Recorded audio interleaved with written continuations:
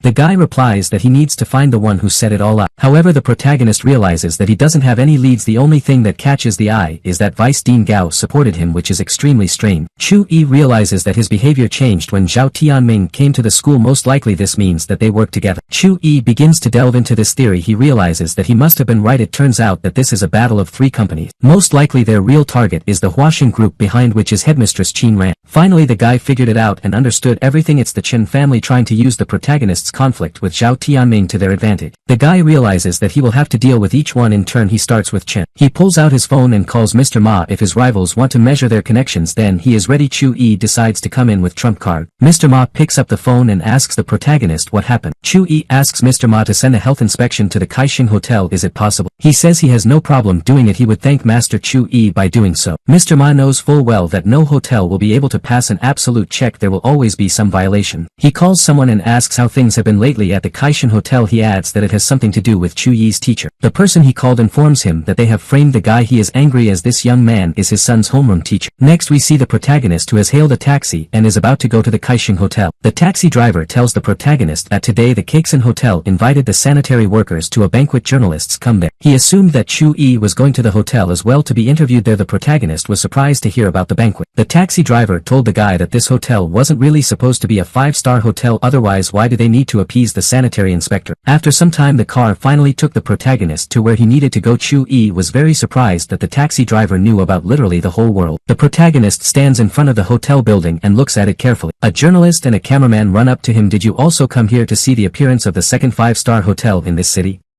The girl asks him. Chu-yi at first almost let slip that he had come to spoil everything, but he still said that he liked the cuisine here, so he came. The girl thought he was one of the tasters. She asks him if they can go inside with him and film him live. The protagonist smiles and agrees. He just didn't know how to get there, and here these journalists will help him a lot with that. We see elder brother Chen standing with a glass of wine in front of a large panoramic window, contemplating how his hotel will become a 5-star hotel. He is sure that sooner or later his hotel will become the best in the city. Qianlong Manor will also be in the speed of his. A servant comes up to him and helps him put on his jacket. The guy is excited. Events are moved to the tasting room. We see the protagonist together with the journalist. She tells him everything. Chu-yi noticed that the cameraman had disappeared somewhere. He doesn't seem to be a very good reporter. The girl asks Chu-yi how many interesting dishes he has tasted during his experience as a taster. Chu-yi recalls an interesting experience from his former life. Of course he won't be able to tell her about it in detail, but in short he ate everything that floats and flies. The guy began to look around. His attention was drawn to one fat man who was enjoying the cake and praising it. The journalist also decided to try this cake. She was not impressed at all. She says you can buy it in any store. Chi explains to her that they are all fakes, that's why that chubby guy praises this dish so much, isn't that obvious? The journalist smiled and wondered, not a dummy or this guy too. Guests paid attention to one of the reviews. There was not the most pleasant description of one of the dishes. Junior brother Chin immediately shouted for the screen to be turned off, you can't show it. It turned out that the main character was behind all this. As expected, the journalist noticed this and asked what he was doing. Chu-yi said that he had no other choice, it's really not tasty, after all he just wrote his opinion. Chu-yi saw Chin, he asked who had let him in, then he said that he had no right to be here. The protagonist replied that he was kind to normal people but evil to idiots, simply put he is here to get ahead of his bullies and punish them. Chin realized that this was not the time or place to make a fuss and sort things out, after all there is a reporter with a camera nearby. At this moment Chu-yi, someone turned from behind and said that he was glad to see him here. It was senior brother Chin. He asked the protagonist if he could have a little chat with him. He said there seemed to be a misunderstanding between the two. Chu-yi stood up from his chair and said that since Mr. Chen had invited him he wouldn't refuse. Of course Chen Sr. looks after Master Chu-yi and considers him a bug who hides behind Mr. Fong Huang's authority. At the same time he plans to use it. Chu-yi said that this same journalist wanted to go with him. The girl was surprised. She asked the guy why would she do that.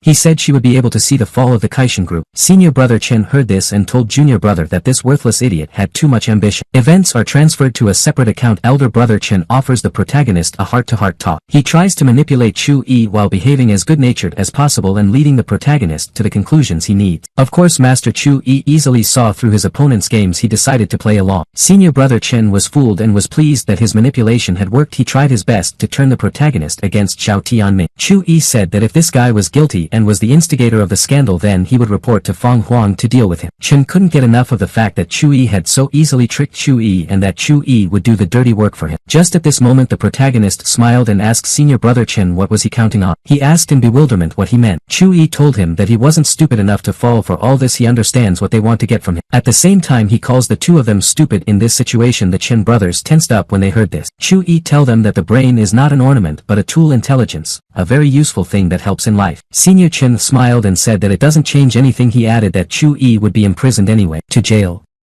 The main character asked. He recommended these guys to read more books as it would be useful for stupid people. At that moment one of the people of the Chen-yi brothers company ran into the room and said that the sanitary inspectorate had come to inspect them. Chen Sr. immediately jumped up and became indignant since they had arranged banquets for them. Why all these checks? His employee says that he has already contacted them but none of their acquaintances from the sanitary inspection pick up the phone, which is strange. Just at this moment senior brother Chen receives a notification on his phone. He pulls it out and sees what's in there. After that he realizes that the protagonist is behind all this as he sits on a chair and drinks wine with a satisfied look. He asks him what he did. Chu-yi replies that he doesn't just have a good relationship with Fong Huang, there are other people he can turn to for help. Afterwards he puts a glass of wine on the table and says that the show is just beginning, everything is yet to come. We can see the hotel from the outside. There are a lot of people near its main entrance. Employees of the sanitary inspectorate report that they have received a complaint about the quality of food in this place. They start warning people not to eat here as they can get poison. Mr. Chen is watching through the window. He understands that this is a real disaster. He can't understand how the protagonist managed to arrange all this. Fong Huang clearly couldn't help him with this. What's going on too? At that moment the guy's phone rings. There he is informed that the order came from the very top and the rest does not matter. This is followed by short beeps. Chen looks at Chu-yi who smiles and looks at him intently. Chen can't understand how this is even possible. After all this is a simple teacher. His younger brother runs up to him. He says they need to keep raising ties to resolve the issue as quickly as possible. The older brother agrees. He starts calling someone again. His call was unsuccessful, causing him to drop the phone on the floor. Again he was told the same thing, that the order had come from above and that it was all useless. Younger brother Chen rushes at the protagonist with his fists and shouts, "It's all because of you." Of course he can't compete with Chu-yi. The protagonist literally slaps the attacker aside. He falls to the floor with a scream. "What are you up to?" Chu-yi asks him with a smirk, then he adds that there's more to it than that. Chu-yi says that he has already endured too long and should have taken action even earlier. The last straw was when 2 students from his school were dragged into it. Senior brother Chen asks Chu-yi what his hotel has to do with it. In addition he doubts that the protagonist will be able to close this place. At that moment one of the employees runs into the room. She says that several large companies have decided not to cooperate with them any longer. She gives the tablet to the boss who looks at the incoming messages. There we see as many as 5 notices of termination of contracts and termination of cooperation. The Chen brothers become even angrier. They don't understand how the protagonist did all this. The elder brother asks Chu-yi where he got such connections. "What are you hiding?" He asks him. Chu-yi just smiles ominously and doesn't say anything at this moment. Senior brother Chen felt sick. He staggered backwards and began to lose consciousness. He was grabbed by the arms of his younger brother and a co-worker. The guy called the main character a snake hiding in the shadow. At this point other employees also run into the room with bad news. After all, one of them says that this company is everything. At this news the boss has some kind of attack. The younger brother shouts to call an ambulance as soon as possible. Right now the protagonist gets up from his chair and says that he will probably go as it is getting boring, but the performance was interesting. The journalist is in silent shock. She never imagined that she would witness all this. She gets ahead of the protagonist and tells him that she thinks they can become friends. Chi wonders why she didn't even ask him. The girl says that she does not want to make friends with him for the sake of profit, and even such a thing can spoil the friendship. The main character liked this girl as she has principles. At the same time she seems to be a good person. Chu-yi tells her that he doesn't mind making new friends. He gives his name and reveals that he is a teacher from school number 3. They shook hands. The girl says that she is also glad to meet again. She was at that school. Going outside they say goodbye as they go in different direction. Next the girl goes to the car where she is met by a guy. Madam, are you in a good mood today?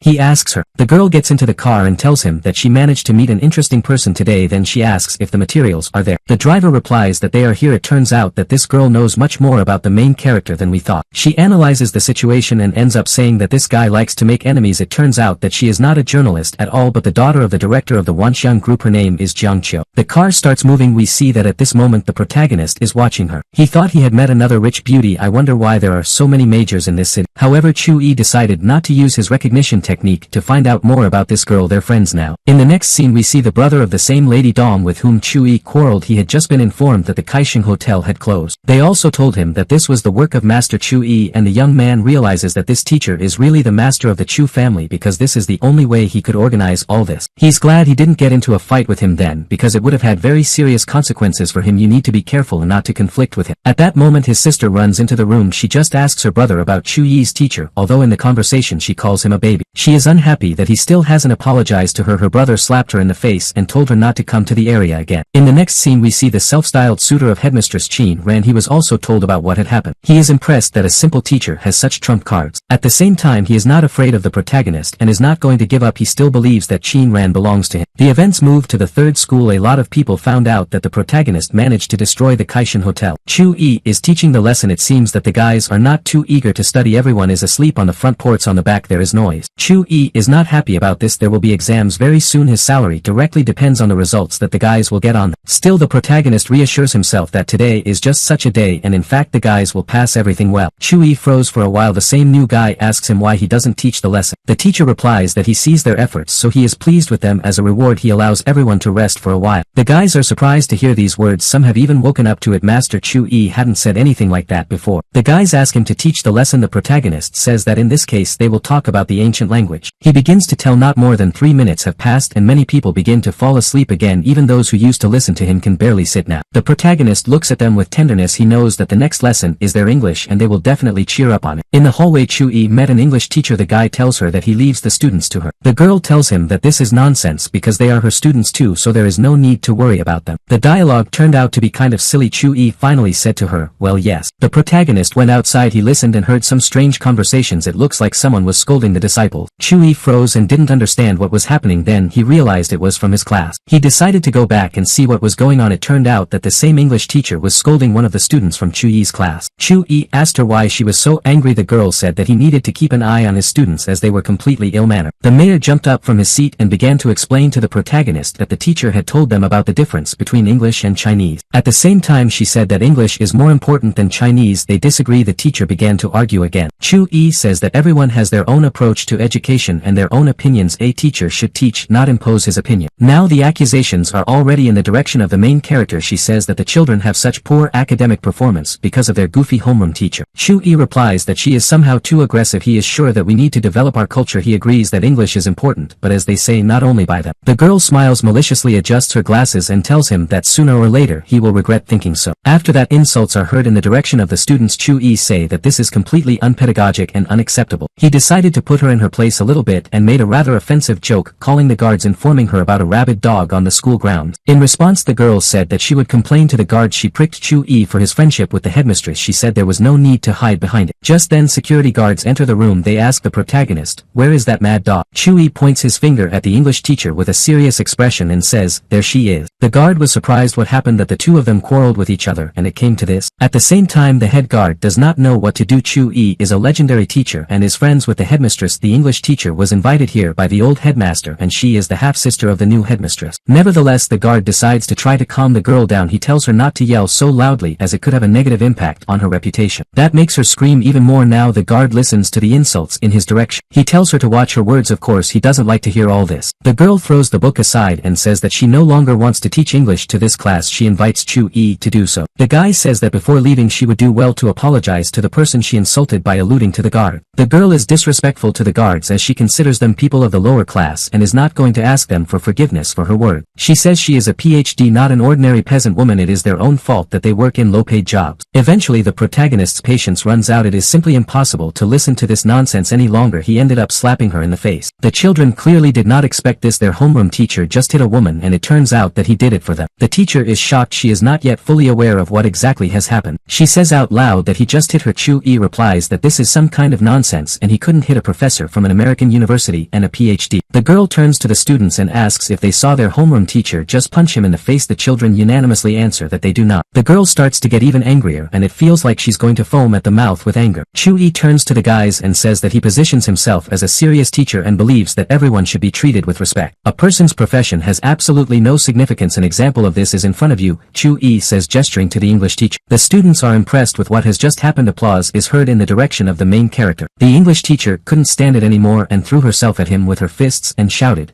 "Who do you think you are?" The guards stop her and try to calm her down. She threatens Master Chu-yi that she can complain to her friends and he will be finished. Chu-yi in turn reminds her that she still hasn't apologized. The guard she insulted says he has a stun gun. The teacher asks what will happen if she doesn't apologize. Chu-yi snatches the stun gun from the guard and electrocutes the girl. At the same time, he says that in this case it makes sense to try treatment with electricity. Of course, the girl flinched and shut up for a second. After that, threats rained down on the protagonist. Again, the teacher went to the headmistress. Meanwhile, we see the principal's office. There, Chin ran quietly and peacefully in his thoughts, tending the flowers in a vase. Her attention is drawn to a noise from the hallway. She hears someone running towards her office. At that moment, the door opens and the English teacher runs into the room. It doesn't look very good, to put it mildly. She immediately starts complaining about Chu-yi. The English teacher told the headmistress everything in detail. She sighed and said that Chu-yi had gone too far. At the same time, the headmistress still takes the side of the main character. She tells her English teacher that she is more to blame for this situation. The headmistress demands that the girl apologize to the guard. She's shocked because she's Chin Ran's half-sister and she didn't support her. At that moment, Chu-yi enters the office and says that the sisters don't need to fight over him. He says that if the English teacher doesn't think it's her fault, then you can argue. The English teacher asked him what he meant. She is not afraid of any arguments. She's willing to take the risk. The protagonist says that the little bit of a dispute is that his class will overtake her class in academic performance. The girl replies that this is a losing bet for him. After all, she is the homeroom teacher of the 17th grade. They are the best of the best. Then she asks what the rate will be. Chu-yi replies that it's pretty obvious that the losing master should leave this school. The girl agrees to participate in this dispute. Chu-yi, she recommends that you pack your belongings already. The headmistress watches silently. She doesn't like the fact that her office has been turned into a place to negotiate a bet. She realizes that she needs to show her authority since no one even pays attention to her at this point. She looks at the protagonist. Chu-yi walks closer and reaches for her chest. The girl shouted, "What are you doing?" The guy grabbed her hand and told her not to move. The girl began to scream even louder. She reminded him that he was at school, not in a brothel. The fact is that the attention of the main character was attracted by the button on the girl's blouse. He tore it off and began to examine it. It turned out to be an eavesdropping bug. Chu-yi broke it. The girl is shocked by this. Do not forget that this is not the first bug that the main character finds in her. The previous one was at her house. Chu-yi decided that it was time to make a vulgar joke, but he missed the moment the girl was angry with him. As a result, the notebook that she was holding in her hands flew into his head. She told him to finally get serious. Chu-yi told her that she was sweet and gentle with the others, but not with him. He asks who touched her clothes. The girl replies that she is new. She didn't take it to the dry cleaners or anything. At one point she paused. The fact is that only she, her father and her half-sister, the same English teacher, can come to her house. She looks at the protagonist with bewilderment. It seemed that Chu-yi had guessed something earlier. He says he argued with her sister for a reason. Chin-ran doesn't understand why her half-sister would harm her. The guy asks in response if she knows who is behind her. This is Mr. Zhao. At the same time, it seems to pursue two goals at once. First, he wants Chu-yi to drop out of school. Secondly, he wants to get Chin-ran. Thus Chu-yi explains that he put his career on the line for a reason, because if he wins he will be able to help the headmistress. The girl is surprised that he looks so indifferent to everything, but he has thought everything through so well and is aware of everything. In short, she admires him again. She asks him bluntly, who is he?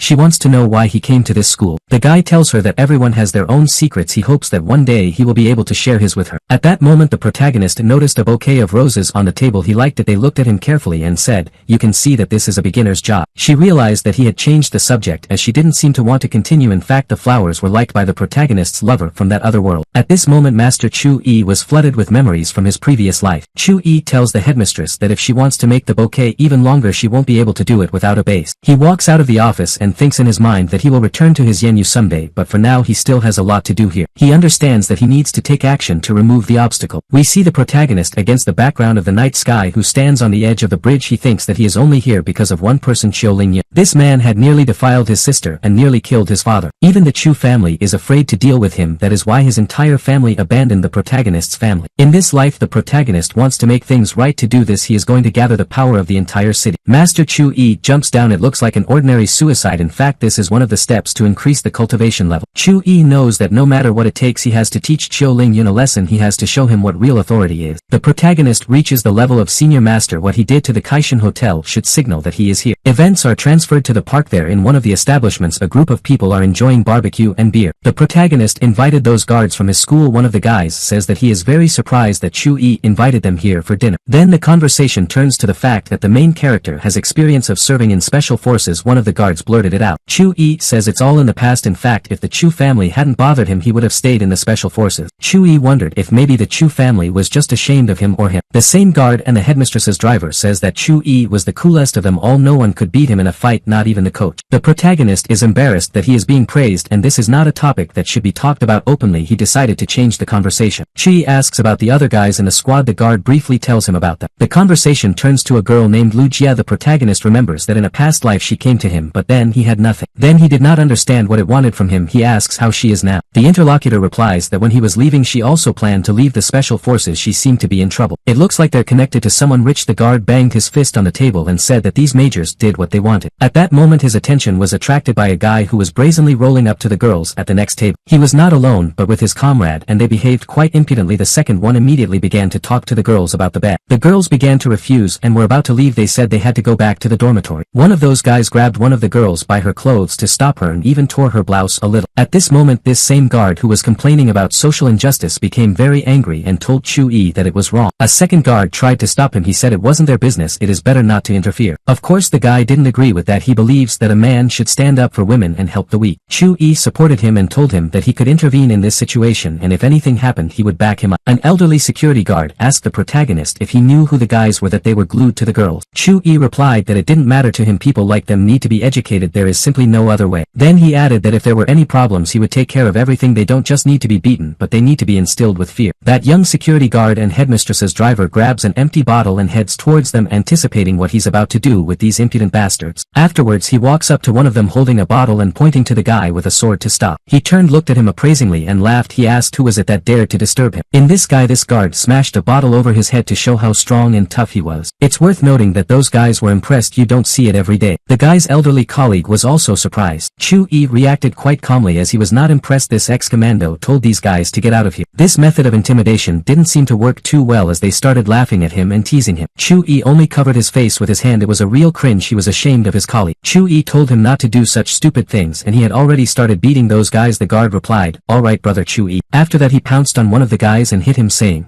"What's funny?" The guy stepped aside and held his stomach. It turned out that there were 3 of these guys. They're going to kill the guard. The girls he stood up for were afraid for him. They shouted that it was all illegal. Of course that didn't stop those impudent people. One of them said that they would come back for them and if they tried to escape they would find them. This former commando became even angrier when he heard these words. Chu-yi told him not to overdo it and accidentally kill one of them. This guy rushed forward like a cannonball. A fierce battle ensued. Of course he dealt with 2 of them quickly enough. Then he looked at the one who was the most talkative among them and asked, "Who else wants to receive?" That bald guy asked if he knew who was behind him. Hand-to-hand combat skills won't help here. He said that he was a man of the gentleman from the Wanxiang group. To this the former commando replied that he did not care about it at all. He was about to continue but an elderly colleague stopped him. The bald man laughed and asked if his opponent had already made his pants. He said that he was going to beat him and that he had to stand still and endure. It was at this moment that the protagonist decided to intervene in all this disgrace. He said it was the first time he had seen one guy say he belonged to another. The joke went well as the bald man quickly began to make excuses that he didn't mean it and that he had been misunderstood. At this moment Chu-yi instantly closes the distance and is literally a few centimeters away from this guy. He then tells his friend to beat them so that they can't get up next time. Next he unleashes a powerful attack which causes the brazen man to fall to the floor. Then he steps on his head. The guy starts begging for mercy and says that he admits his mistake. Chu-yi replies that an apology won't work here. He tells him that he can call the police. Of course the skinhead does not want to do this because he understands that he is to blame for this situation and all the evidence will be against him. He starts yelling that they didn't do anything. Those girls will confirm that they didn't hurt them. The girls got scared and began to run away. They say they don't know anything and haven't seen anything. This former colleague of the protagonist only sighed loudly. He thought about how it had been getting harder and harder to be a good person lately. Chi tells the guy on the ground that the girls don't seem to want to confirm his word. After that he presses his foot even harder on Tom's head. The guy on the floor shouts that they didn't say they had done anything. Chu-yi hits him a few more times to stop him from talking nonsense. Then he says that there is no need to argue with him. His colleague says that he had an epiphany and he realized that he should not argue with such types but should be as tough as possible. We can see that Chu-yi was quite good when he hit that bald guy. His face now looks like a limp potato. He begs for mercy from Wu. Chu-yi the protagonist says it's too early to end it all. He suggests that the guy call his boss. After all he boasted about his connections, he now has the opportunity to demonstrate them visually. That guy agrees and grabs the phone. He starts calling his boss. He picks up the phone. The guy briefly describes the situation to his boss. Just a couple of minutes later as many as 4 black cars drive up to the scene. Men in formal suits with a serious look come out of them. One of them asks, "Who is Chu-yi here?" The protagonist tells his former colleague not to interfere in any way. He is surprised that Master Chu-yi is so confident in harnessing. For him he's a real man. Of course yes, but Chu-yi also likes to show off, so don't forget that. Chu-yi walks up to the man in the suit and says that the man named Chu-yi is him. "What do you need?"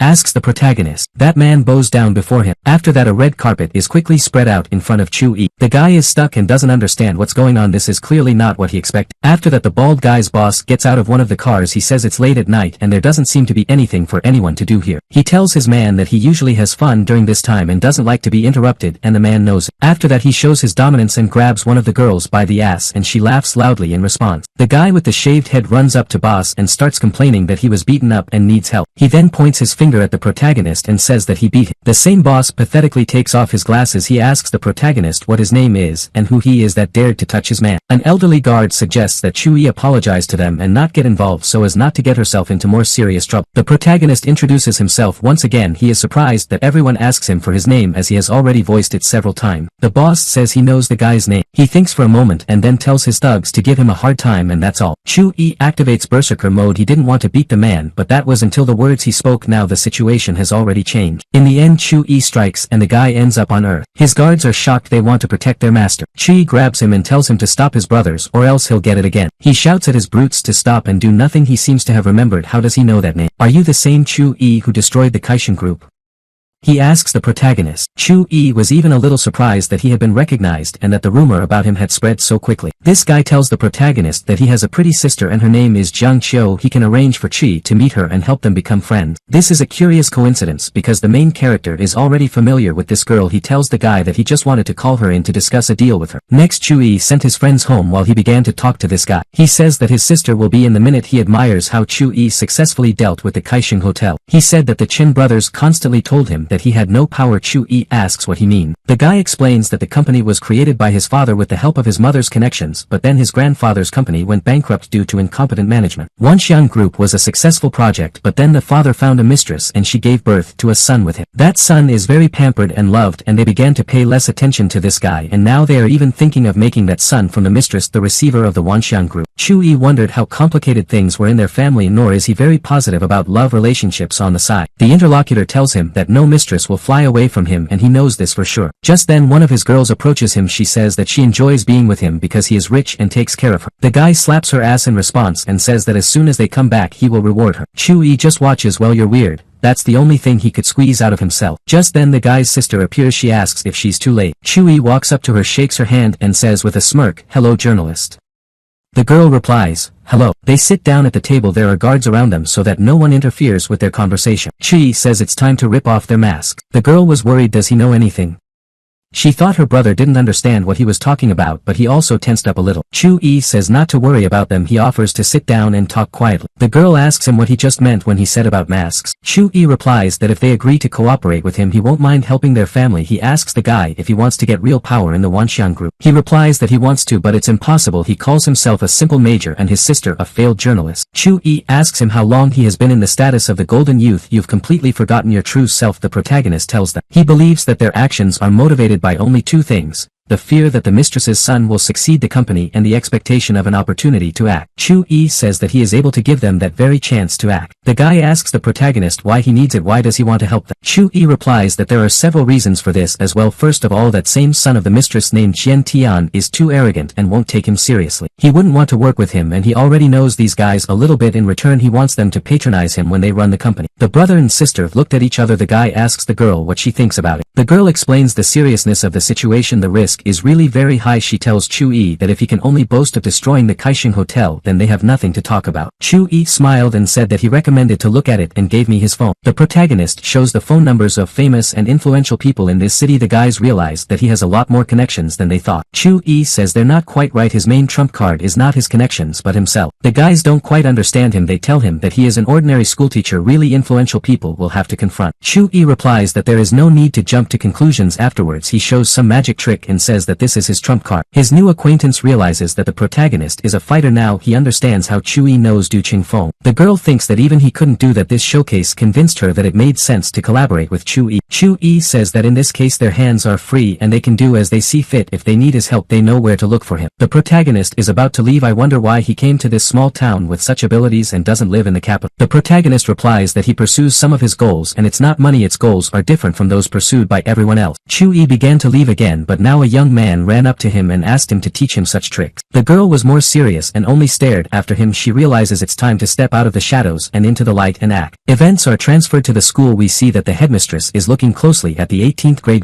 grade book. This class seems to be ahead of the 17th in terms of academic performance. Chu-yi leaves and tells the English teacher not to forget about the deal with him. Chu-yi believes that he has done everything that was required of him. Then it's up to the headmistress. She will have to insist that her half-sister leave the school. We see the class of the protagonist. The guys are exhausted. They plowed like the damn to get such good grades. Chi is grateful to them. He understands that he needs to thank them for this somehow. Why not have some fun for the kids? He says that as a reward for their efforts he decided to arrange a weekend trip for them. The guys were very happy about this news. Their fatigue was relieved. Chu-yi realized that they were pretending more. They're not that tired. This most cherished weekend has come. When the day of the trip was planned Chu-yi began to count his disciples. It turned out that there were two extra. One of the guys brought his girlfriend. He asks the homeroom teacher if he would mind if she went with them. The girl behaves quite modestly and affably. She bowed and greeted Master Chu-yi, who replied, hello. At the same time it turns out that there is still one extra person. It turned out that another guy had also come with his girlfriend. He introduced her. Chu-yi looked at this guy and his girlfriend with significance. The fact is that in a previous life it was the same girl who deceived this young man and his family. She stole some of their property. The girl greeted the protagonist and everyone else quite coquettishly. Then she began to look around. She wondered if there were so many majors. It was clear from her eyes that she was a mercenary person. Chu-yi said that since everyone had gathered it was time to get on the bus. He had a premonition that it would be an arduous trip. After a while the bus arrived at its destination. The guys didn't like the ride on this bus too much. As soon as the main character got off the bus he noticed how many expensive cars there were. What is this place?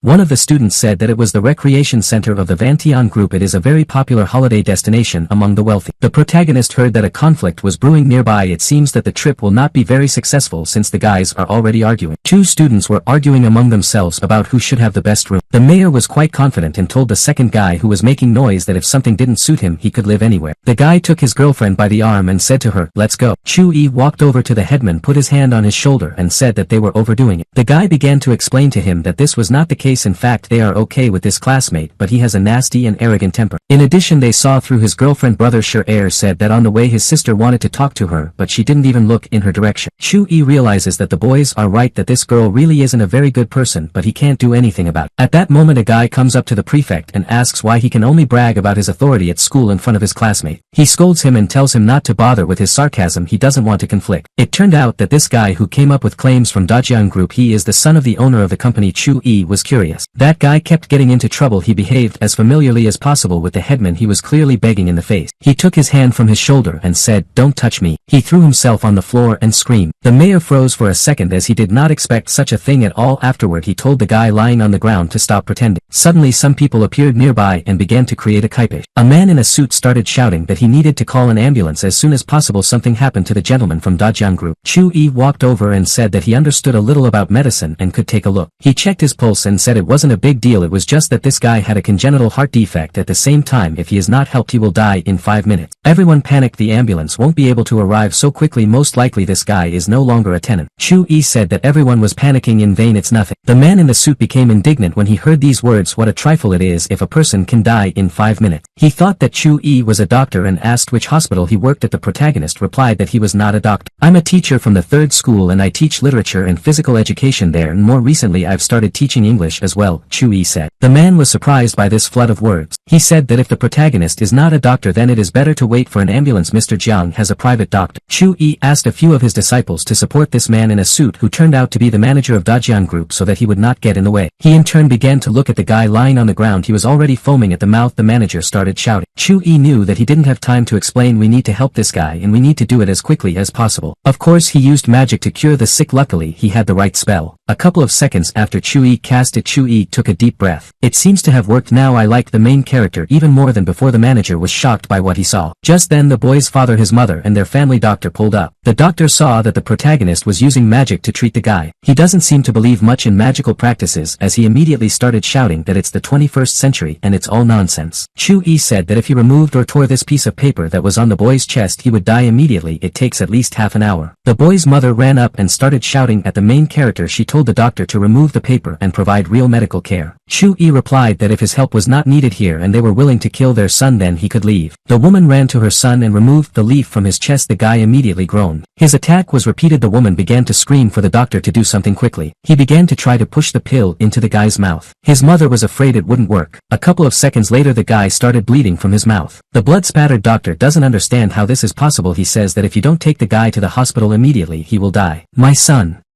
the woman says with tears. The boy's father runs up to the doctor and grabs him by the clothes. He is angry that the doctor couldn't help him and that he has only fed them promises for the past few years. The woman in turn realized that she needed the very paper that she had removed from the boy's chest. She picked up her remnants from earth and said she would save her son. Then she put the leaf to the guy's chest. He coughed up blood again. We see the protagonist walking with his students. They all enjoy ice cream. The mayor turned to the protagonist and asked what would happen to that guy because his mother tore a piece of paper on his chest and he immediately felt bad. Chu-yi honestly replied that he was going to die. The apprentice asks the protagonist to help save that young man. He said that this is a human life and you can't joke with it. Chu-yi told him that sometimes there are situations when you can help someone but it's better not to do it. Suddenly someone turned to the protagonist from behind and distracted them from their conversation. It turned out to be the father of the guy with the heart defect. He was out of breath as he hadn't been able to find Master Chu-yi for a long time even though he was very close. He asks the protagonist to help again. He begs the boy to save his son. Chu-yi told him to go back. Your son will feel better in a couple of minutes and he will wake up, the main character added. The man asked if he was joking. Chu-yi said that before death a person always feels better. They are to blame for everything so they must accept the consequences. The man began to bow at the feet of the main character. He began to beg for forgiveness and shout that it was all his fault. He begged for help. The guys in the protagonist's class were sad to watch all this. They wanted that guy to be alive. One of the students ran up to the man and helped him up. She said their teacher agreed and would help him. Agreed?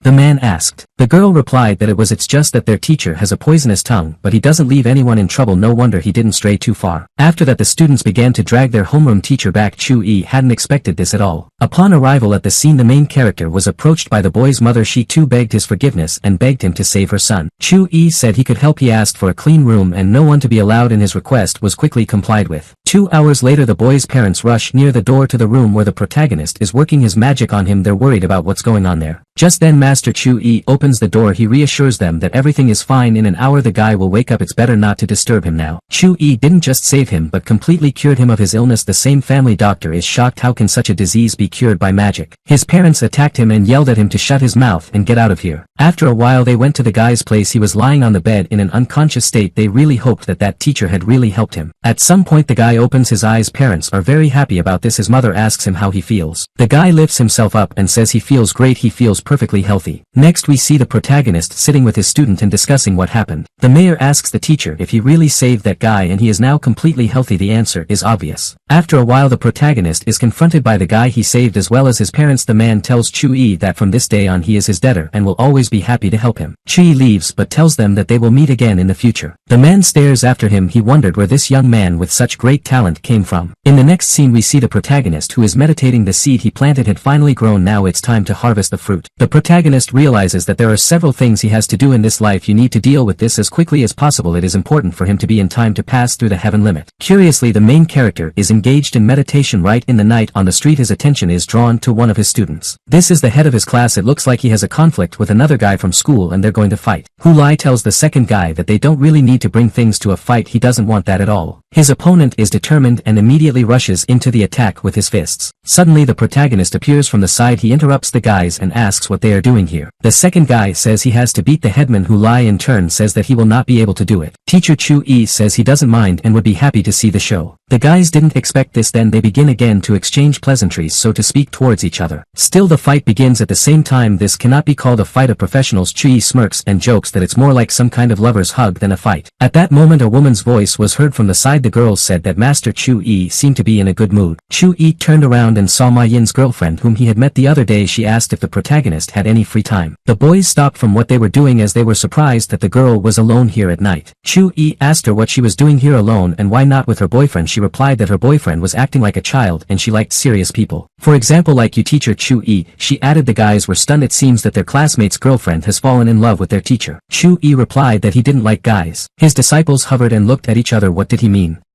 It's a girl, it's not a guy. Is he blind? The girl smiled and asked the protagonist how he knew. Needless to say, this guy made me even more stunned. Did she just admit that she's a guy? At this moment the girl shows her strength. She also seems to be a fighter and has certain abilities. The guys were really frightened. The conflict between them quickly ended. The girl tells the protagonist that he is of course special but managed to anger their clan by deceiving their leader. We're talking about that mercenary named Scar. Chu-yi explains to his disciples that this person practices the Yin technique so he can take the form he wants. You need to be ready for a quick attack. At the same time he noticed that someone else was hiding behind a tree. Who's there? A gorgeous girl with fox fur on her shoulder comes out from behind a tree. She says that today is the protagonist's last night as he will die. Chu-yi voices a funny joke in his repertoire. He wondered how far they had gone with his student. The mayor tells Chu-yi that they have come for him. He comes from a wealthy family and has been kidnapped several times. He decided it was the same case. The same guy he had a conflict with was very surprised that Hulai was taking the hit. The teacher pushes him aside and tells him not to indulge. He is the main character here and similar events revolve around him. The same girl with the fox fur on her shoulder uses some kind of spell and the protagonist's students fall asleep. Chu-yi said that they didn't have any spiritual force at all because this spell had worked on them and it was quite simple. Meanwhile the second girl throws herself at the guy. She yells that their master ordered the guy to be killed. I wonder if he will be able to oppose them. Of course the protagonist has a certain trump up his sleeve. This trump card is the heaven and earth control technique which he uses on the attacking girl. Chu-yi says that there is too much difference between them in terms of technique. She is simply no match for him. The girl was frightened as she realized that the strength of this guy was comparable to the leader of their sect. She just won't be able to resist him. The protagonist unleashes his most powerful attack. There is a strong explosion and piles of stones are scattered in different directions. After that we see the same girl lying on the ground and a pool of blood has formed around her. At the same time the protagonist did not kill her. He approaches her and recommends that she go home as she needs more training and is no match for him right now. Another girl with an Arctic fox skin on her shoulder is surprised by what she has just seen. This guy was able to put down his opponent in just a second. She asks Chu-yi where did Chu-yi get such power. The protagonist responds by wondering why they got involved with that traitor named Scar. It's all about the money.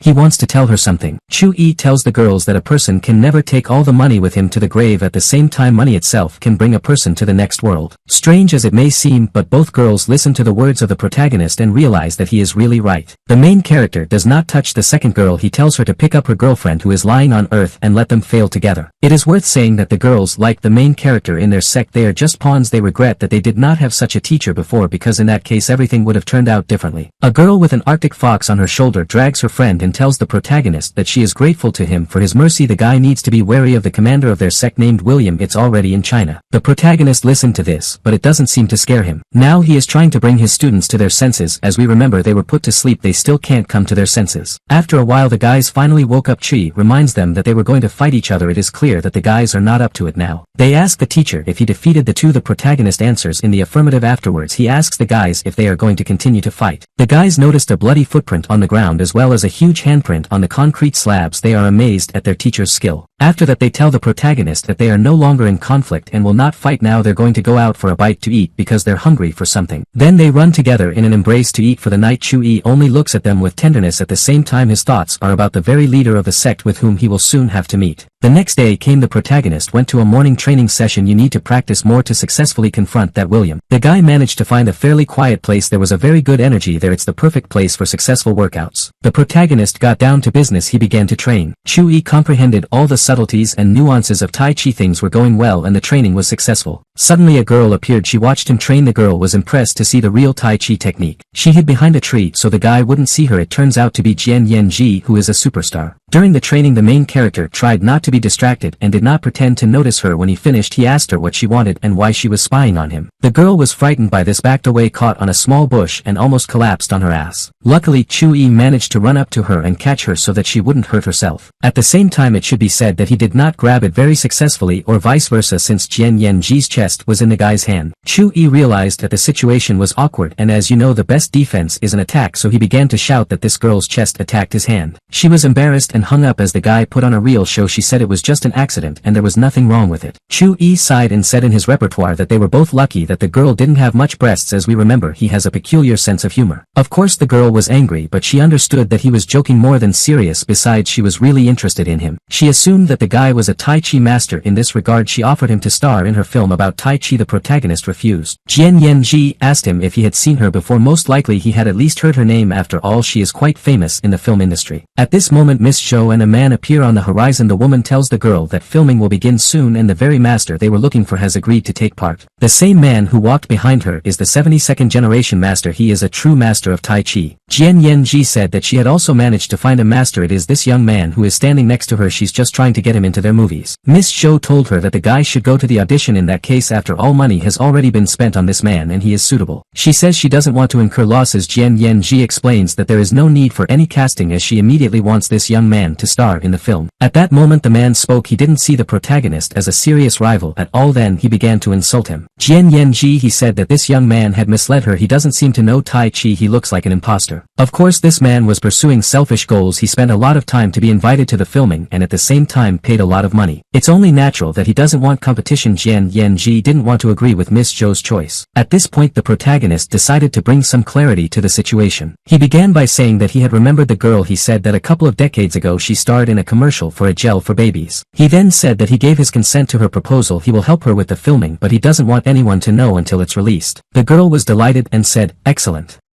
That second master only got angry. Miss Zhou didn't expect this and froze for a while. Jian Yanji told her that she was the one who invested in this film and that she had the right to choose the actors for it. Anyway, she's right. The man couldn't stand it anymore and said that he wanted to test the young man's Tai Chi skills. He is sure that he is only a poser and a deceiver. In the end he didn't come up with anything smarter than attacking the protagonist with shouts, "Know the real Tai Chi." Chui appreciated this man's ability. It turned out that he only had fighter-level skills. In such a case it is indecent to call oneself a master. The protagonist decided that he had to teach him a lesson. It is wrong to behave in this way. In the end he seems to have succeeded quite well. The guy used an extremely interesting and rather nasty technique for this, which was helped by one animal. The man began to run away and spit in different directions like a camel. The girls just laughed after him. Miss Zhou said that she was sure that the man was a master and that he seemed to be a fraud. The same Jian Yanji who is investing in this film says that they now have no choice and this guy is taking part anyway. She holds out her hand to the protagonist and says that at 9 o'clock they are waiting for him in the Maishan district. So they made a deal. The protagonist finally introduced himself and said that he was a school teacher. Then the events are transferred to the very same area of Maishan. The rumor that a movie with Jian Yanji was being filmed nearby spread quite quickly. A lot of guys want to get her autograph and take a picture with her. Many are her fans. It was at this moment that the protagonist appeared here. A crowd of boys and girls runs around him. He didn't even understand what was happening and where everyone was running. There was a feeling that everyone had gone crazy en masse because they were running somewhere like crazy. He stopped one of the girls and asked what was wrong and where they were all in such a hurry. She told him that superstar Jian Yanji would be here soon and that they were all crazy about her. "I want to get her autograph." The protagonist realized that it was the same girl whose breasts he had recently met quite intimately in an awkward situation. However, Chui decided not to bother with it. Well, yes, he flirted with her a little, but so what?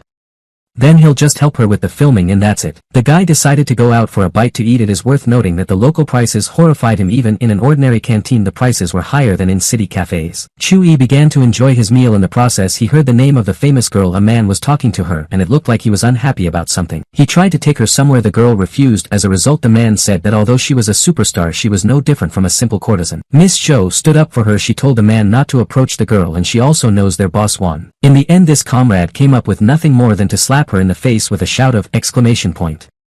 About one he said that he was not an authority for him and not his boss. Of course the protagonist could not help but intervene in all this disgrace. He turned to the man as he chewed on a chicken leg. The man turned to him and looked at him appraisingly. Chu-yi poked a chicken bone at him and said that such a healthy man should not hurt girls. Jian Yanji was surprised to see the protagonist here. Of course she was pleased that he stood up for her. At the same time she understood that Chu-yi was a simple teacher and could still get himself into a lot of trouble. She said they would take care of it themselves. The guy understands that she is just worried about him since she does not want to set him up, but at the same time she clearly needs his help. This man said that he was connected to the mafia, after which he showed off his gangster tattoo and also told the main character that it was better not to meddle. Chu-yi made a joke about this man's appearance in his repertoire to tease him and let him go a little. Of course he was immediately angry. He began to threaten the guy with death. His people got involved in it. The girl tried to intervene in some way to resolve the conflict, but Miss Cho stopped her as she knew that she wouldn't do anything. Afterwards she told Chu-yi that if he wanted to make Yanji fall in love with him in this way then it was a bad idea. They are literally from different worlds and you need to know your place. Chu-yi put a snack in his mouth, chewed it slurping a little and then said that they were very ungrateful. Yanji told these men that she was willing to go with them but she asked that they not touch her friend. That impudent man with the tattoo told the protagonist that he was lucky that the girl agreed to their proposal because otherwise he would have been killed. Chu-yi stepped closer and told the girl that if she called him her friend then he definitely couldn't leave her in trouble. After these words he threw one of the men to the side and he flew a few meters away like a floor rag. Chu-yi said after that they were like bugs to him, so there was nothing to worry about. These men instantly pounced on the protagonist. Chu-yi dealt with them quite easily. At the same time in the process of attacking he showed resourcefulness and his sense of humor. The leader of this gang, Chu-yi, broke his knees on both legs. The rest of his men were also on the floor. It all happened in just a couple of seconds. The girls were shocked to see something like this. Miss Cho understood that this might anger the mafia and the consequences would be terrible, so she made excuses that this was the first time they had seen this young man and had nothing to do with him. The protagonist realizes that Miss Cho doesn't like him at all. Of course it's not quite fair to him because he's defending them now. The same man with injured knees starts yelling at Chu-yi. He threatens the protagonist with his boss. Chu-yi said that now he was even curious. He said that if he liked the man's answers he would even spare them. Then he asked who was in charge of them. The man replied that the managers of the city's 3 major corporations were friends of their boss. After that he voiced a few more facts. This man was sure that this young man, when he heard all these names, would immediately wet his pants and give him a kick. Of course the protagonist was not too impressed. He reached into his pocket for his phone to show something. Afterwards he said that he knew all these people. In short, he explained that none of this had impressed him at all, much less frightened him. The man thought the protagonist was just showing off and trying to intimidate him. Threats rained down on Chu-yi. The guy smiled and said he wasn't joking. If anything, as proof he can recruit some of these famous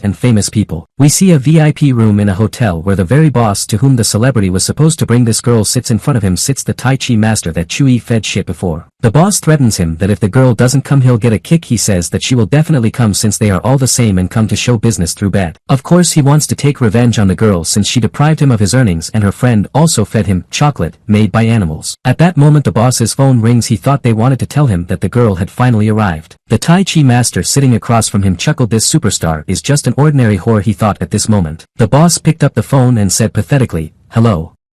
After that he jumped up and asked, "What?" After the phone conversation he told Tom Master that the girl didn't seem to be coming. He also added that she would have to be dragged here by force. Meanwhile down below we see how the protagonist's leg gets closer to the head of the very guy who imagines himself to be a dangerous mafioso. Miss Cho is shocked by what she sees. She doesn't understand why Chu-yi let this guy call his boss, and now he is holding him by force and stepping on his head. She tries to convey to him the idea that the ability to swing her fists will not solve all the problems in the world. Just then the boss comes down. He asks, "Who started the showdown here?" His people immediately bring him a chair. He sits down pathetically and smoking a cigar asks the protagonist if he is a provocateur here. Afterwards he asks the guy how he would like to be killed. Chu-yi sees the master he saw before and calls him a eater. Of course he starts yelling at the protagonist. He tells the boss that this impudent man needs to be thoroughly tortured before he dies. The boss orders his men to have Chu-yi's limbs broken and then slowly tortured. At that moment someone enters the room and tells Boss Jean that he is taking on too much. He turns around and sees Mr. Jiang in front of him. He asks why he's there. After that he immediately starts running in front of him and making excuses. He says that if he had known that such an important guest would be here he would have arranged everything to welcome him. At this point Miss Jo points out to the protagonist everything that is happening with her hand and says that this is the real authority, hinting that Chu-yi does not have it and will not have it. Chu-yi just glared at her. Afterward he tells Mr. Jiang that he didn't think they'd have to meet again so soon. Boss Jean starts yelling at him that Chu-yi is being too familiar with Mr. Jiang and shouldn't do that. After that he gets a good slap on the back of the head from the already mentioned Mr. Jiang. It's worth noting that this quickly put him in his place. At the same time he does not quite understand what he got it for. He begins to mumble something unintelligible. After that he sees Mr. Jiang walking up to the protagonist and greeting him respectfully. After that he offers to sit and talk when the guy has some free time. Needless to say everyone was shocked and they saw this. Mrs. Zhou froze speechless for a couple of minutes. At the same time that celebrity girl told her that you can't judge people by their appearance and she always does exactly what is wrong. Chu-yi replies to Mr. Jiang that such politeness is unnecessary. Unfortunately he can't find time for joint gatherings as he has a lot of things to do here. Mr. Jiang asks him how he would like to solve the problem here. Chu-yi replies that it would be great if these guys slapped themselves in the face and then apologized to that girl over there. That guy who calls himself a master should no longer be in town. Boss Jean begins to make excuses that he is a gangster and he will not apologize either to beat himself or to apologize as it is not a concept. Mr. Jiang quickly explains to him that it's better not to wander around and do as he was told, otherwise it will be worse. He still can't come to his senses and realize that the director of a large corporation is harnessed to a simple teacher. Afterward she turns her attention to his last name. He realizes that this is probably the same guy who destroyed the Cakeson Hotel. That Tai Chi master also resents such orders. To this her boss replies that he will feed him to the dogs for his long tongue. He tells his men to take him away. They quickly carry out the order. In the next scene we see the master being led out of the room by the people and he is screaming. Chu-yi says that only part of his instruction has been carried out. He's waiting for everything else to be done. That mafia boss and his men fall to their knees. Miss Zhou and the blonde superstar are shocked by what they see in front of them is the mafia on its knees at the behest of a schoolteacher. After that the men begin to punch themselves in the face. At the same time they pronounce words of apology. The superstar girl quickly takes pity on them and says that she forgives them all and they can all get up from their knees. At the same time the men are waiting for the permission of the main character. Chu-yi says they can get up. He wanted to teach them a lesson and he did. The guy warns that if something like this happens again then a simple apology will not be enough. That mafia boss apologizes once again and says that he will hold a banquet in honor of the protagonist to show his appreciation for him. After a while we see all of them at the table. Mr. Jiang tells Master Chu-yi that he is indebted to him and will always be happy to help him with any problems. Superstar and Miss Zhou can't understand why the CEO of a huge corporation has such respect for this guy when he's just a teacher. Just at that moment the celebrity girl's phone rings. She reached into her pocket to see who it was. When she saw who was calling her we could see that she wasn't too happy about the call. Why is she calling me?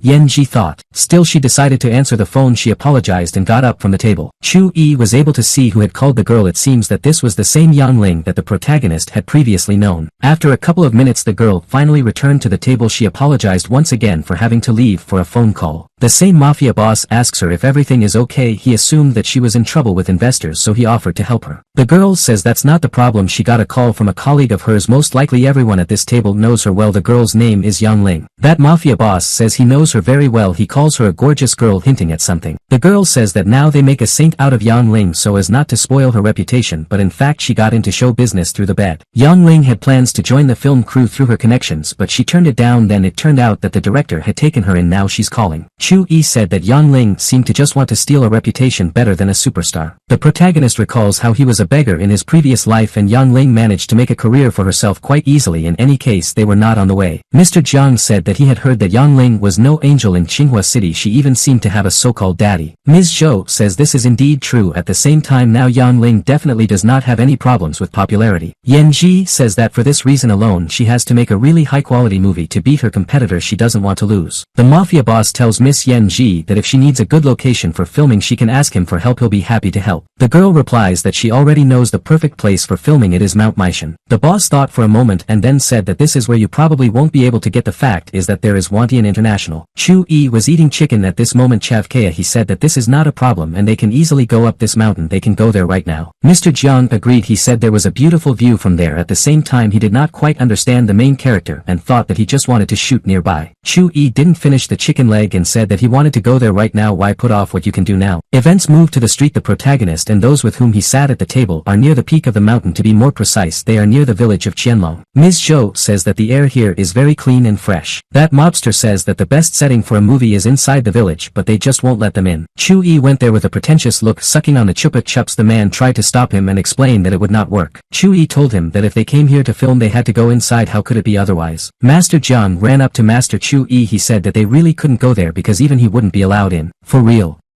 The protagonist asked him, hinting that he was sure otherwise. Miss Yen-ji also tried to stop the protagonist as she didn't want any trouble to arise because of her. As soon as the protagonist approached the guards who were standing in 2 rows near the entrance, they immediately bowed before him and said in chorus, "Welcome." Needless to say, those who came here with the protagonist were surprised. Even Mr. Jiang was surprised despite the fact that he has a lot of power. Chu-yi turned around, looked at all of them and asked what they were standing for because they wanted to go there and now they had such an opportunity. Boss Mafia is simply shocked that this young man who works as a simple teacher is even allowed to climb Mount Maishan. The main character said that they should see for themselves what and how to shoot here and he should leave since a friend is waiting for him outside. Everyone was interested in what allowed the main character to get to this village. It seems to have a lot of secrets. We see the protagonist who says, "Well, let's go." Meanwhile, someone is hiding behind one of the trees. It turned out to be the girlfriend of his disciple Ma Lu Ming named Zhou Qingqing. She asks the protagonist if he is the owner of the village. The guy says he understands her doubts. "I guess you're thinking about how an ordinary Majorov teacher turned out to be such a powerful person," he asked her. The girl was a little surprised and said that these were the thoughts she had in her head. She wondered how Chu-yi had figured this out. The protagonist says that although Ma Lu Ming is not from the richest family, he can provide for this girl for life and she will be happy at the same time. If she is only interested in money, then it is better for her to leave. He also warns her not to oppose him. It will not be possible to blackmail him. "I understand," she replies. The protagonist turned around and began to leave. The girl looks after him and thinks that his entire class is major and the teacher himself is some kind of secretive authority. She still decides to be with Ma Lu Ming because he is promising. The events move to middle school number 3. The trip is over and life is back to normal. We see the protagonist's class where he is just conducting a lesson. It is worth noting that he teaches an English lesson. The guys are not happy about it. Some even say that it would be better if they had the same teacher. Chu-yi says that all this is nonsense and he can easily teach not only literature and physical education but also English. The guys are indignant and say that this is some kind of nonsense. How can one teacher do everything at the same time?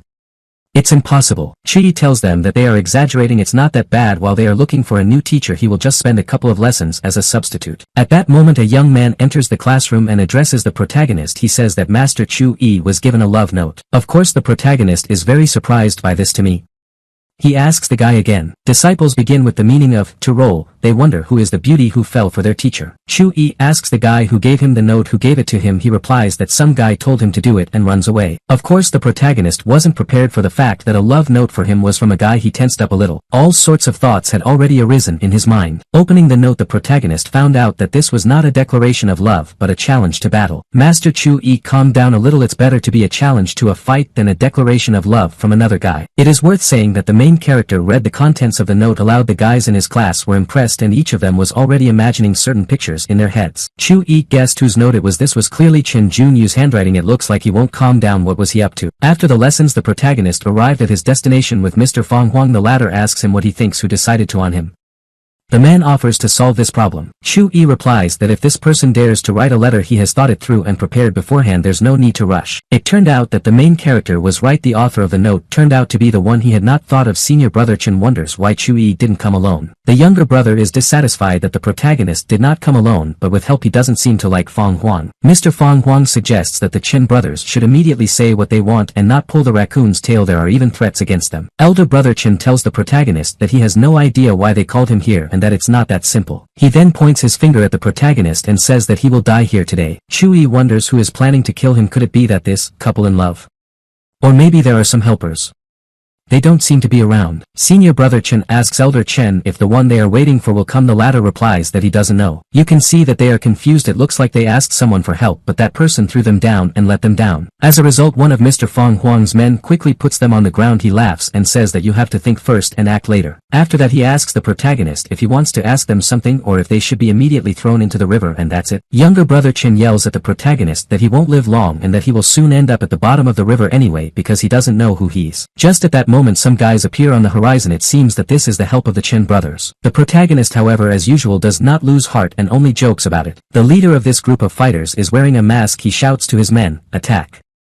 Some of them are armed with bladed weapons. They rush at Chu Yi as well as Fang Huang and his men. They seem to be tough fighters as they run on water, which impressed Mr. Huang and his assistants. Junior brother Chen laughs and says that the cap has come to them all, they won't be able to escape. The protagonist quickly covers his mouth with the sole of his shoe. Afterwards he says that there is no reason to make such a fuss. Yes, these circus performers put on a funny show but nothing more. This behavior encouraged Mr. Fang Huang and his men. After that they liked Chu Yi even more. One of those armed fighters tells the protagonist that he is finished. Chu Yi in turn replies that there are only 3 clowns in front of him and now he will quickly deal with them. To do this he uses the suppression technique. Mr. Huang and his men only observe the protagonist's skill. It seemed that they had never seen a cooler master than him before. A couple of seconds later those fighters are already swimming in the river and show no signs of life. Their leader is still unharmed. He's angry that Chu Yi killed his people. After that he uses some kind of magic which causes a big wave to rise. He yells at the protagonist that he will pay for it. Fang Huang and his men had never seen such tricks before. Everything looks like on the set of some science fiction movie. Chi just laughs at the masked guy. He tells his friends that they need to deal with that as well. Like a bullet it flies towards him. Then he explains to this comrade that he is clearly not welcome in China. At the same time Chu Yi also walks quite calmly and confidently on the water surface. The masked man reiterates that Chu Yi will pay in blood for what he did. It turns out to be one of Scar's mercenary men. Chu Yi replies that his boss betrayed his country, encroached on decent people and now allows himself to do the same. He then says that he is ready to pardon the masked man if he leaves him right away and never comes back. Chu Yi's suggestion only made him angrier. He calls the protagonist a bastard and is going to fight. Chu Yi noticed that this guy was using a demonic technique. The protagonist was not too impressed. He knows how to deal with it. That guy still rushes to the attack shouting, "Die." Chu Yi makes a summoning gesture with his hand and says that he is about to demonstrate the Tai Chi technique. With the help of a magic shield the protagonist easily and successfully defends himself from the attack of that masked guy. He clearly did not expect this. The protagonist's strength and skills impressed him. He tries to strike a few more blows but now the protagonist is launching a counterattack. As a result this guy in a mask flies several tens of meters but remains on his feet at the same time. Do not forget that all this battle takes place right on the water.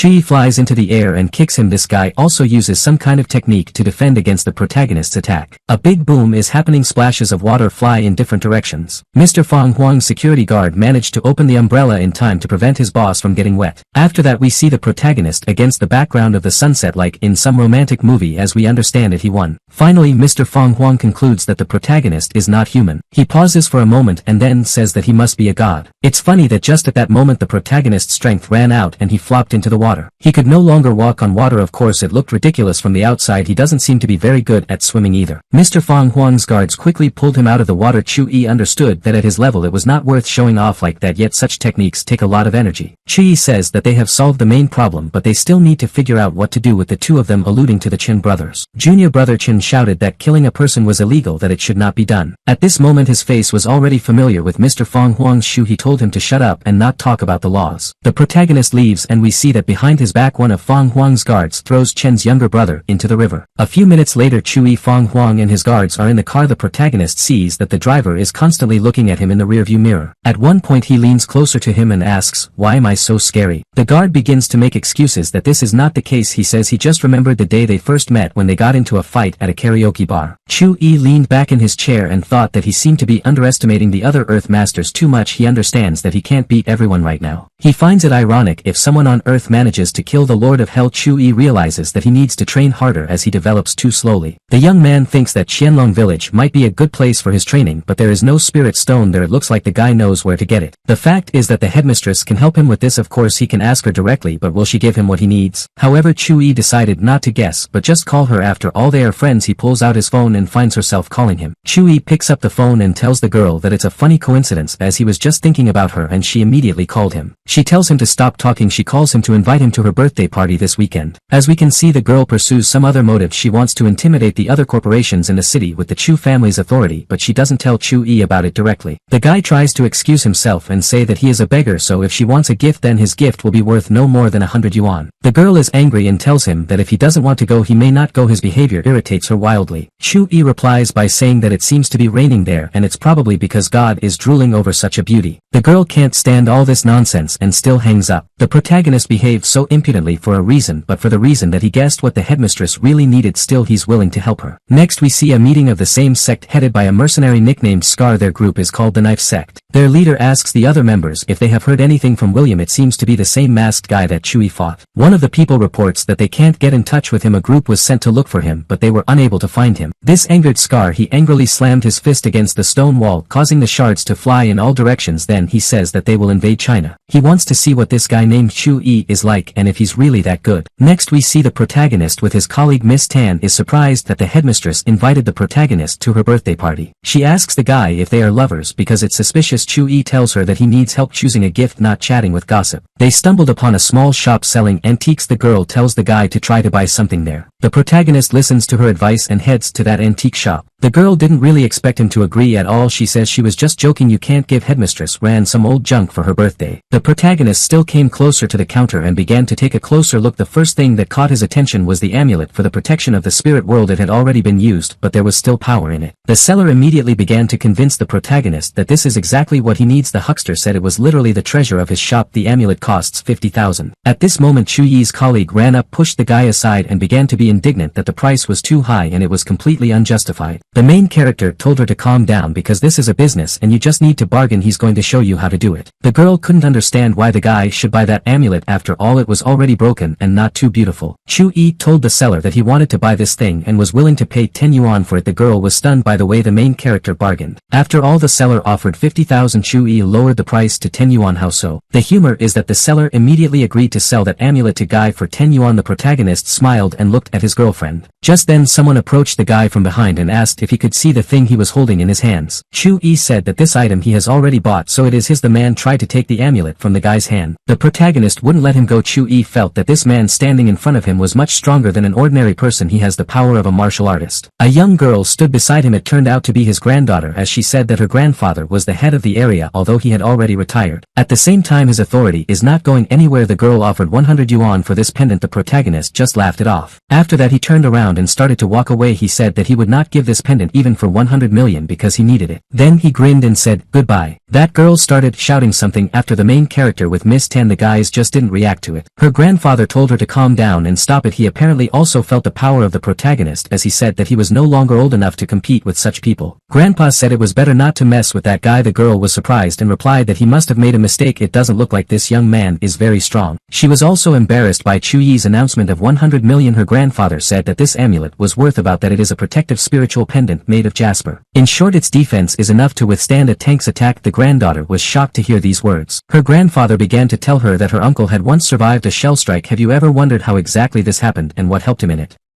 He asked her. The girl was very surprised and thoughtful. Did her uncle have something similar? Grandpa replied that he also had such a pendant. It was she who saved his life. The events moved to Tianjian Street. This is an elite area. We see a lot of luxurious but the same type of high-rise buildings. It is here that headmistress Ran lives. Now we see her in the most luxurious of all possible outfits because she takes a shower naked. At that moment her phone rings. The girl quickly threw something on herself and ran to him. It turned out that she had already missed several calls. There's someone is congratulating her on her birthday. The interlocutor says that she will not be able to come but decided to congratulate him in advance. Miss Ran says it's no big deal. Afterwards she says in an ironic tone that the lady of the Chu family is always very busy. She tells her that she is becoming more and more shameless and arrogant. It doesn't look like her. Of course, even in this case Miss Ran blames the protagonist. She believes that she picked up this behavior from him. The interlocutor says that the headmistress had previously been asked to dismiss teacher Chewy. Why did she not do so, and also hired him officially since he is no longer an intern? Miss Ran replies that he did well. In addition, although she is a director, she cannot decide absolutely everything and dismiss a person for no reason. The interlocutor replies that it is better for them to continue talking about the birthday again than they talk about their own, about the feminine. The day has come when it is the girl's birthday. We see her in a beautiful outfit but not as beautiful as in the previous scene, greeting the guests. The protagonist is drawn here. He is impressed with how good Chin Ran looks. If he had seen her in the previous scene he would have been even more impressed. The girl saw him and immediately ran up to him. She was obviously happy to see Chu Yi. She told him that today he could forget about being his boss and treat her like a friend. The protagonist even hovered in surprise for a few seconds. It doesn't look like the headmistress. He knows where does so much tenderness come from. In response the girl barked at him. She reminded him that he was a guest in her house and that there was no need to talk nonsense, you just need to sit down at the table and eat. The protagonist smiled and said that this was the director he knew well. The girl was a little embarrassed. It has been wound up since the morning. At the same time, this is not a reason to offend guests. You need to be friendly and hospitable. We can see that the event in Chin Ran's house is in full swing. Everyone is having fun and relaxing. The main character holds a piece of cake on a plate in his hands. He had just realized that with his spiritual reading skill he could determine the freshness of food. At that moment someone distracts him from studying the cake. Chu-yi turns around and turns out to be an acquaintance of his with whom he used to spend time at the club where he stood up for her. It is immediately clear that the protagonist is clearly happy to see her. His smile spread from ear to ear. The guy says that he is very glad to meet a familiar person here. Afterwards he compliments the girl. She thanks him and reciprocates his feelings. Afterward she turns her attention to someone behind the interlocutor. It turns out that Mr. Zhao also came to this festival. It's funny that he's dressed exactly like the protagonist. The guests began to talk about it. Of course both the first and second guy aren't too happy about it. Zhao despises Chu-yi's teacher and the protagonist doesn't like him too much either. Mr. Zhao was about to cause a scandal but someone distracted him. He was approached by a short corpulent man with a goatee and glasses. It looks like he had some kind of conversation with him. It turned out to be Mr. Qin. Zhao immediately smiled at him and extended his hand in greeting. He just ignored him, walked past him and approached Master Chu-yi and told the protagonist that he had heard a lot about him and was glad to meet him in person. Chu-yi said that he was Chu-yi's teacher and he guessed that the man in front of him was headmistress Qin Ran's father. Mr. Qin said that if Chu-yi liked any of the girls at this event he could tell him about it and Chu-yi would help him get to know him. Of course he offered such help for a reason. He had heard rumors about his daughter and this teacher. Of course he does not regard such a rogue as his future son-in-law. Chu-yi understood that this wasn't an offer of help but a hint that he should stay away from Qin Ran. Meanwhile Mr. Zhao was hanging out with some guys. Next to the protagonist we see Fang Huang. He told the guy that the three gentlemen of the major corporations were also here. Dong Fang also came. You need to be careful. It was strange that Dong Fang had only talked to the headmistress but had not contacted Master Chu-yi who had a conflict with his sister. The protagonist doesn't know. The father of the birthday girl says that if all the guests have already gathered then the celebration can officially begin. The birthday girl enters the hall. Everyone starts congratulating her. Firecrackers explode, confetti flies and applause sounds. Chu-yi watches what happens next and he realizes that this whole celebration is just for profit. The father uses his daughter simply as a pawn. At that moment a not so invited guest appeared. This is the birthday girl's uncle. He says it's his niece's birthday and they forgot to call him, which is wrong. The girl's father directly replies to the man that he is not welcome here. It turned out that Zhao had called him here. He tells Mr. Qin that they are relatives and there is no need to quarrel and it would be even better if they reconciled. The uncle says that he has to look after his niece. After all he has the same right as a relative. Meanwhile the protagonist's attention was attracted by one of the intruder's men. Chu-yi felt his strength. This guy is also a cultivator. At the same time his strength exceeds that of the protagonist. The birthday girl says that she is glad to have absolutely all the guests and since everyone is here then the banquet can continue. One of the men shouts that in this case he wants to be the first to give a gift to the girl. He holds a small red box in his hands. The guy opens it. One of the guests' girls is shocked by what's inside. It is a decoration from Myanmar. It's very expensive. Chu-yi tells his girlfriend that the gifts are supposed to be opened by the birthday boy. No.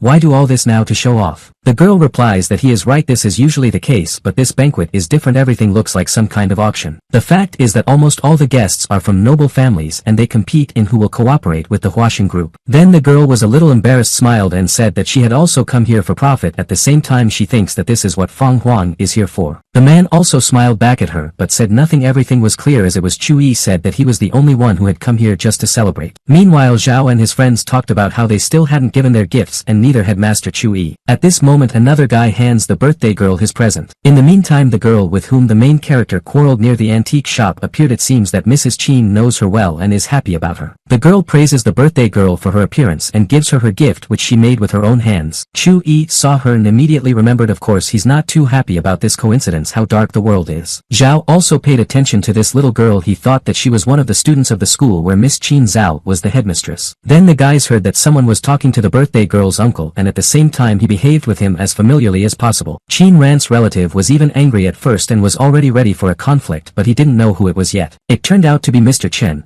the same man, the girl's grandfather, who was also interested in the pendant that the main character bought. Many were surprised to see him here. There were various rumors about him but his authority still did not disappear. Many people respect him very much and are even afraid of him. The man sat down on one of the chairs. He said that he could ignore him because he had just come here with his granddaughter since she was a student of the birthday girl. There was a rumor among the guests that a very respected person had appeared at this event. This immediately raised the authority of the Qin family. Zhao's friends looked at each other and realized that it was time for them to give their gifts as well. They brought scrolls with very rare verses. was. Mr. Chen was impressed that the guys had managed to find something like this. It's a great gift. Zhao walked over to the birthday girl and handed her a box. He said that he did not want to give the girl something expensive since money is not serious and she has it, but something that can save her life. It turned out that inside the box was a piece of paper with a spell that worked as a protective amulet. Many of the guests began to laugh. It was either a bad prank or the guy just decided to insult this girl, many thought. At the same time, Mr. Chen appreciated the gift that Zhao gave to the birthday girl. He jumped out of his chair in surprise. Zhao said that it was very difficult to find this amulet. Mr. Chen told the girl's father that it was a rare thing and that it really worked. You need to carry it with you. Of course, now the guests perceived this gift in a completely different way. This amulet must be very expensive. The protagonist's girlfriend was very interested in that piece of paper with the spell. She also wondered how much it cost. At that moment, the birthday girl's uncle spoke. He said that the young man must have cherished his niece very much since he had given her something worth hundreds of millions. Of course, Miss Qin Ran began to feel uncomfortable. She felt that she owed something to someone, so she refused such an expensive gift. The guests did not understand her. Who would refuse such a valuable thing and for nothing? Zhao knelt on one knee in front of her and told the girl that it was with great difficulty that he had taken out this amulet especially for her. I'm ready to do anything for her, he added. The girl didn't know what to do. The crowd was impressed by the romance of the guy. This put pressure on the girl and forced her to accept the present. The guy went on to say that it was with great difficulty that he found this thing to demonstrate his love and devotion to the girl. It felt like he was going to propose to the girl. It was at this moment that the protagonist intervened in all this. As usual in his repertoire, he didn't make a very good joke. In any case, his joke did not go down well with anyone but him. Chu Yi came closer, took the paper from the box and said that it would not be possible to win the heart of this girl with this piece of paper. He waved the paper in front of Zhao's face and repeated that it was just a torn piece of paper and nothing more. He tried to take his gift. Chu Yi pushed him aside and he fell. The protagonist approached the birthday girl and said that it was time for him to give her his gift. Zhao began to joke with Chu Yi that he was a beggar and could not bring anything worthwhile. The protagonist took out the same green amulet, showed it to the girl and said that he bought it for 10 yuan from an old man in an antique shop. The girl took it in her hands and began to examine it. She didn't know how to react. It was obvious that the pendant was a little broken. The guests began to laugh. The protagonist now seemed to them to be a real clown. Zhao was very pleased with the fact that his competitor had screwed up so much. At this moment, Mr. Chen spoke. He told the protagonist that he had just him off. Zhao told Chu Yi that Chu Yi had angered a respectable person, so now he would also get paid for such antics. At this moment, Mr. Chen said that he wanted to buy this thing from the protagonist for 300 million and he wanted him to give it to him alive. There was a silent pause. No one could understand how such a trinket could be worth 300 million. Maybe it's some kind of mistake. Mr. Chen was approached by the birthday girl's uncle. He asked if he was sure that this costume jewelry was worth so much. Mr. Chen barked at him, insulted him and shouted that it was none of his business. Then he ran up to the main character, grabbed him by the clothes and began to shake him, repeating his question.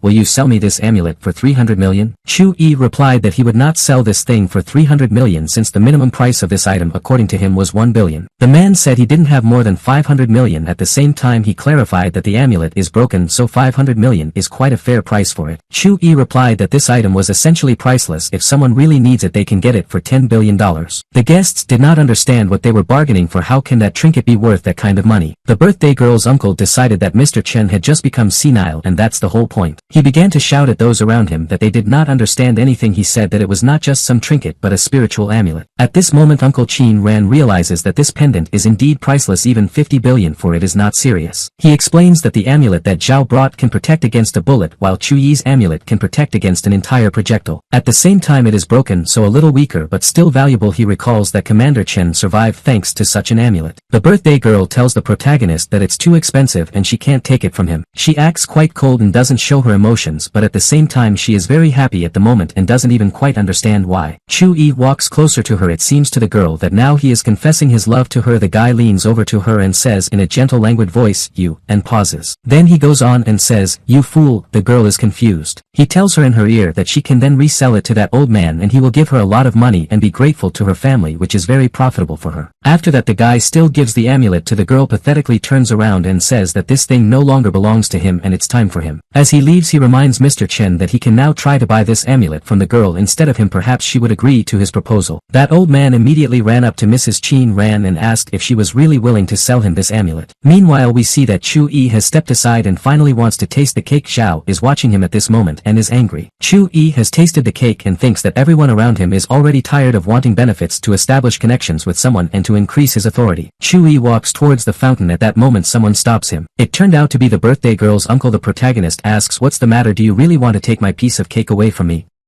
he asks jokingly. The man tells the protagonist that his niece will marry Tianming anyway. Chu Yi's teacher must understand that she will never be with him. The protagonist replies that he liked a girl in elementary school. One day he fell and hurt himself. He hasn't liked girls since. His interlocutor paused for a moment to think about what he had just been told, but how is this related?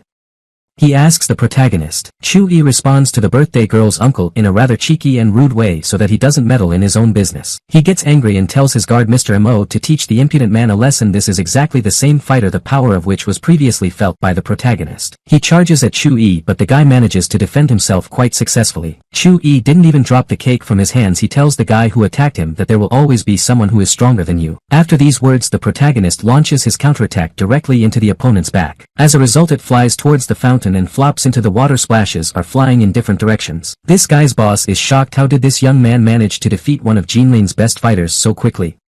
He thinks. Chi walks closer to him, breaks off a piece of cake, puts it in his mouth and chomps. After that it goes further. He is sure that they are not dangerous for him. The protagonist continues to walk around the territory. One of the places seems familiar to him. He stepped closer and looked around. He remembered that in a past life he had been sitting here with his lover. Things were much worse then because the guy was a beggar and couldn't change anything. Chu Yi thought that things would be different in this life and he would make things right. Then he threw the disposable cake dishes into the trash. Can this action symbolizes what he just thought? Chu Yi felt that someone was watching him. It turned out that it was the father of the birthday girl. The guy asked why he didn't come closer to him but hid. The man asked the protagonist who he was. He realized that this young man was not as simple as he seemed. He was obviously too quick to jump to conclusions about him. Chu Yi smiled good-naturedly and said that he was a simple teacher who taught literature, physical education and a little bit of English. It turned out that the man already knew that Chu Yi had defeated Mr. Mo. He says that a mere teacher is incapable of such a thing. He wants to know what the guy needs from his daughter. Chu Yi decided to say bluntly that he was interested in the spirit mine from Mr. Chin's company. He realizes that soon everyone will know about him. After that, Huasheng Group Co. Ltd. will be destroyed on the same day. This will be done by cultivators. This must be understood. The man asks what the guy means by this. Chu Yi explains that he offers his cooperation and help. The boy will protect the mine, but in return he will be supplied with a spiritual stone. The protagonist says that there is no need to rush with a decision, and in answer he suggests that the man think first. No one will know about this conversation. Mr. Chin is afraid of the protagonist. This young man is too smart, too strong, and also calculates everything down to the smallest detail in advance. Next we see a vase that flies to the floor and breaks. Someone is clearly unhappy with the protagonist as Kak shouts his name while doing so. It turns out to be Zhao Tianming. He's angry that Chu Yi ruined all his plans today. He wants whatever it takes. It doesn't cost him to kill the guy. At this moment someone approaches him from behind and says that this is an interesting coincidence because they also want to kill a young man named Chu Yi. The guy turns around and sees a girl in a formal business suit and a guy with a sword on his back. He says he's from the knife sect. They further explain that they were sent here by the boss to deal with Chu Yi. Zhao smiled and welcomed them to China. He said he would be happy to help them. We can see that he is very satisfied. It seems that this guy with a sword is a strong warrior who will be able to deal with Master Chu Yi despite being a cultivator. Next we see the house where the main character lives. There he is just showing off in front of the mirror. Chu Yi like a girl grimaces and admires her beauty. In short, he's clearly fooling around to relieve stress. After that he takes on a more serious look, puts on his jacket and thinks about what will happen next. A couple of minutes later he left the house. After taking just a few steps he heard someone calling him. It was a women's goal. The guy turned around and saw that it was the headmistress. She thanks him for yesterday. Chi comes closer, smiles and says that there is no need to thank him as his gift only cost 10 yuan. After that he voices the joke in his repertoire. It refers to marrying him as a thank you for such a gift. Of course the girl is mad at him that he is never serious and always only fools around and jokes. Chu Yi smiled and said that it was time to go to school. The girl offers to call a taxi since the main character does not have a car. The guy tells her that he actually has a car. He even has several cars worth a couple of million. After a while we see the headmistress's disappointed eyes. It seems that she was not impressed by the main character's transport. Of course after all they are traveling on a bus. Chu Yi says that there are a lot of people here today. He laughs afterwards and says that it was just another joke. The girl broke down and wanted to yell at him, but he told her that she should be quiet on public transport. Then he noticed something. A few meters away from them was a pickpocket. The thief carefully slipped his hand into a woman's bag and rummaged through it for something to whistle at. Chin ran immediately, started shouting that there was a thief on the bus. There was an uproar. The pickpocket quickly pulled his hand out of his bag and tried to escape. Then he showed the headmistress a knife and told the girl not to meddle in her own business. Chin Ran told him that she was not afraid of him and would call the police. Then she began to take her phone out of her bag. The offender began to wave the knife openly. He asked who on the bus had witnessed what he had been stealing, alluding to the massacre. Everyone sat sat quietly and tried to avoid trouble. No one was willing to confirm that this guy was a thief. Chin Ran said that she had seen everything the girl he had in his bag would be able to confirm it too. The thief pointed the knife at his victim and asked if she had seen anything. She was frightened and began to make excuses that she had not seen anything. The culprit told Chin Ran that she had slandered him. As compensation for this, she may invite him to dinner tonight. Chin Ran was frightened and hid behind the protagonist. Chu Yi smiled and said that they were willing to invite him. Then he added that this dinner of course would take place at the police station. The thief continued to play with the knife. He said that he could handle 5 people like Chu Yi alone. Chu Yi told his companion to call the police while he apprehended the scoundrel. Chu Yi was pleased with the situation because he likes to show off. In the end, something happened that he clearly did not expect. Chin Ran jumped out from behind him like a ninja and rushed towards the thief. She hadn't expected it at all. The girl managed to quickly close the distance and hit him with an elbow in the chest. After that she gave him a good hook to jaw. That thief only had time to bark and a few times. After that we see that the girl has twisted the guy and is holding him on the floor. She tells Chu Yi to call the police. Needless to say, the protagonist was impressed, as was everyone else on the bus. He didn't know that his headmaster could fight like that. Chu Yi took out his phone and called the police to tell them what had happened. At the same time the girl continued to beat the thief she had detained. After a certain amount of time a police officer arrived at the call. She got on the bus and asked if the incident with the civil arrest of the thief had happened here. It turned out that the police officer who arrived at the scene is the same former classmate of the protagonist with whom he had seen before. Chin Ran noticed the fact that the two of them knew each other. She began to listen to what they were saying. Then she assessed the police officer who came to the call. The girl looked very good. Chin Ran was clearly jealous. She walked over to Chu Yi, nudged him on the shoulder and asked, is he going to introduce them to each other? The protagonist said it was his classmate. Her name is Xiao Jingyu. He didn't even know she was a police officer. Then he introduced his boss. He said that it was the headmistress from his school named Chin Ran. He had told Xiao Jingyu about it. The girls shook hands. The headmistress clearly saw a rival for Chu Yi in front of her. The female officer behaved quite affably. She told her that she was glad to meet her. She also thanked her for taking care of her classmate. In fact, she was also confused by something. The fact that the headmistress was on the same bus as her teacher seemed suspicious to her. She asked Chin Ran about it. You must have a very good relationship, she said. The headmistress replied rather scathingly. Chu Yi watched the scene. He didn't feel the tension between the girls. It seemed to him that they had already become best friends. Both girls were smiling, but at the same time there was an atmosphere of competition for the guy hanging in the air. Chu Yi asked his former classmate why she had been transferred here. The girl replied that she herself did not understand why this had happened. After that very event she received a notice that she was being transferred here. The girl winked at the protagonist. Chu Yi guessed that it was probably Guo Panli's doing. If this is indeed the case, then transferring the girl here is quite a sensible decision. Chu Yi told his former classmate that he suggested that she visit a small local cafe. After all, she probably didn't have breakfast. The girl agreed. At that moment his director turned to him and reminded him that she was still there. She said she hadn't had breakfast that day either, hinting that she wanted to join them. After a while they came to a small eatery. Chu Yi said that they could have breakfast here. Then they ordered some nonsense and began to chomp with gusto. Both the boyfriend and his classmate liked what they ate. Chin Ran looked at the food in her hands with disgust. It seems that she is not at all used to eating something like this. Chu Yi noticed this and said that she probably just wasn't used to this kind of food. The police officer left because she had to be brief. The director didn't even notice it. Chu Yi said that if she was disgusted by this food she didn't have to eat it but could just throw it away. Chin Ran took this as a challenge. In the end she tried to bite off what she had in her hands. She didn't want to be anything worse than that police officer. If she and Chu Yi could eat it, so could she. The girl chews on a piece for a few seconds and then asks the protagonist what this strange salty taste is. Afterward she looks at the sweaty salesman with hairy armpits and realizes where the salty taste comes from. The events move to the school where Chu and his companion work. The girl walks all the way with a sour face and spits. Chi laughs and tells her that she's not used to this kind of food, just like he said. Chin Ran doesn't give up. You can see that she's disgusted, but she says that next time she will cope. The guard noticed that Master Chu Yi had arrived with the headmistress today. We see someone spying on them. A guy sits behind one of the cars and watches them inattentively. He has a camera in his hands and takes a few pictures. After a while we see that these same pictures end up on Mr. Zhao's desk. He is angry with Chin Ran. Looks like the guy is up to something. Before the knife sect takes effect he wants to do something to annoy Chu Yi. That girl in a business suit comes up to him and asks, do I need to send a man to catch this girl? The guy replies in the affirmative. He wants to stage the kidnapping of headmistress Chin Ran. He's got a plan. Events are transferred to the school. Chu Yi looks at the schedule carefully. He is unhappy that he has to work so hard and is paid so little. At that moment it turns out that a certain number of guys from his class are standing next to him. They ask, don't you like teaching with us? Chu Yi was frightened because he didn't hear them approach. One of the students says that they are not happy either. After all, the other classes are led by gorgeous teachers in short skirts. Afterward he looks at the protagonist and says that he doesn't look like a beautiful woman in a sexy outfit. Chu-yi was angry. The guys just laugh. They say he's so angry because he's lonely. It's always like that with men. However, Chu-yi says that he will help the children find a beautiful English teacher and he will only teach physical education and literature. The girls laugh because the protagonist is angry. Lola says he's very nice when he's not happy. One of the guys tells her that he's cute too and makes a funny face to get her to pay attention to him. To this the girl says that he is just a child and puts headphones on his head, demonstratively ignoring him. Chu-yi begins to terrorize the guys with difficult tasks in large numbers. In addition, those children who do not score 60 points at the end of this lesson will stay to wash the classroom. The children begin to resent it. Chu-yi is accused of tyranny. The guys think it's unfair. The teacher tells them that real students should be ready for anything, including this. In addition, the punishment of cleaning is quite a pedagogical method. Afterwards he explains to them the importance of studying. It is really necessary to acquire new knowledge in order not to degrade, not to stand still but to develop. Just then the headmistress enters the classroom. She wanted to talk to Master Chu-yi about the salary. The protagonist ran up to her and asked if she wanted to give him a raise. He was very happy. The girl replied that it was true and that it was about an increase in salary. At the same time there is a certain assignment for him. You need to organize a room for the Mid-Autumn Festival. The protagonist's entire class participates in it. The guys heard it. They are delighted. They immediately start coming up with some numbers for performances. Chu-yi smiles and tells the headmistress that they can argue as much as they want about what will happen at this event, but he still makes the decision. The girl realized that he was already up to something. She asks him not to do any mischief. Chu-yi smiles slyly and asks, is he capable of such a thing?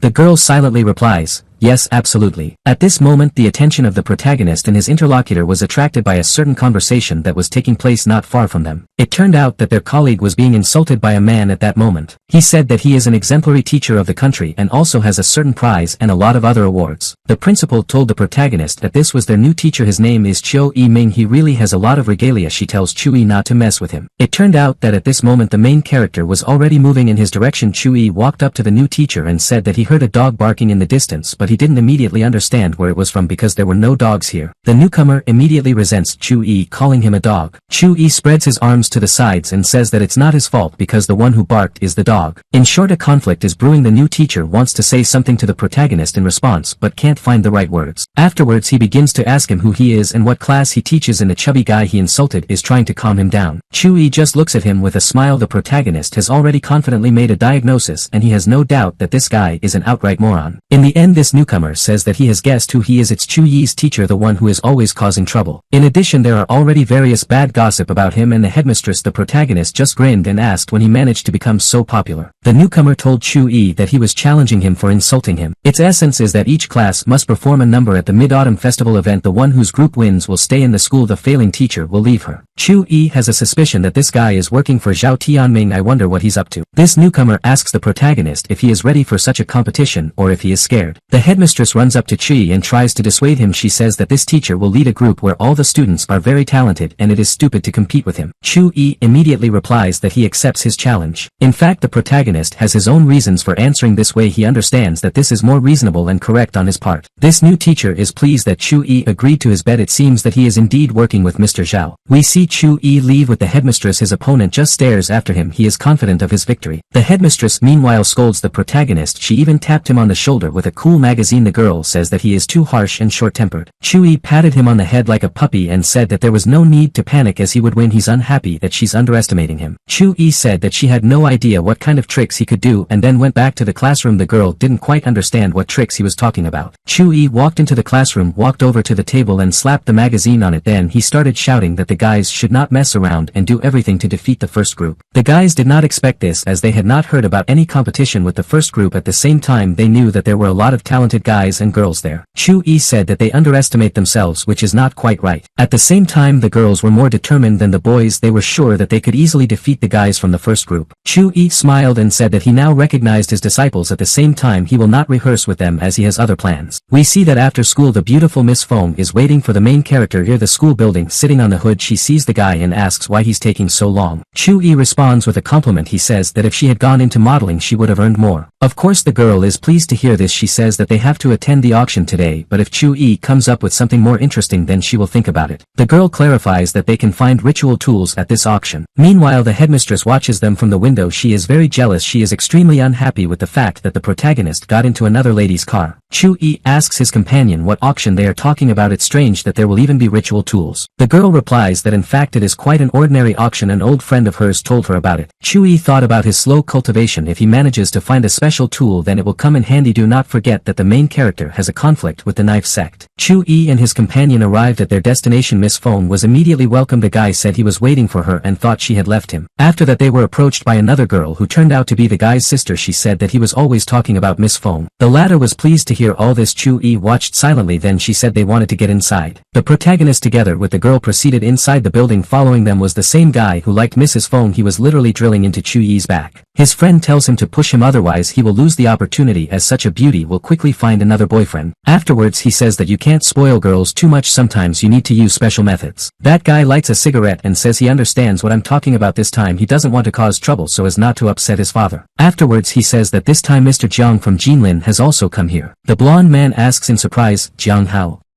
Is he dead yet? The second guy replies that he is alive and well. In addition, the Fenghua group sent their people here from Qinghua City. He added. He doesn't know who exactly they sent, but he's heard about it. He says that if there are such bigwigs here, then it's better not to touch Feng Wang Shui. For now there will still be an opportunity to do what is planned. Looks like he wants to steal it. Meanwhile we see the protagonist and his companion sitting at a small table. The girl tells the guy that this is the best place in this city. Yes, there are better options in other cities, but in this locality it is by far the best place. Just at that moment a fat man comes up to the girl and asks if she will accompany him in drinking wine. The girl politely replies that she had to come here with another person, so she has to refuse. The fat man says that whoever manages to conquer it can be called lucky. At this moment the girl laughs loudly and hugs the main character's hand. He was a little crazy about this turnaround. That fat man asks the guy who he is, what he is and what position he holds. Without waiting for an answer he says that he is the general manager of the Dayer group. After that he says in an arrogant tone that he can get the guy a job there. The protagonist in his usual manner answers. The fat man loses his temper, grabs the guy by the clothes and asks loudly, "What did you say?" Chu-yi is frankly rude. Jokes about this guy's overweight begin. After that he once again recommends that he get down. Chubby tries to answer something witty, but he doesn't succeed at it well. He realizes that he lacks vocabulary and the barbedness of words. Still he lets the protagonist go, but as he leaves he threatens that Chu-yi will regret it. The guy just laughed and said that the fat man quickly gave up. Miss Feng laughs and tells the protagonist that he is witty enough to put a person in his place. Just then they are approached by the very guys they met at the entrance. The blonde tells Chu-yi that he doesn't know how to behave. Chu-yi replies that it's not a matter of decency. He is simply not afraid to go into conflict as he is self-confident unlike some. Of course he just made another enemy because this guy was by his words. That sleek boyfriend who likes Mrs. Feng asks why was that obese man to be rude. The girl is sure that he deserves it. Besides, what's the big deal?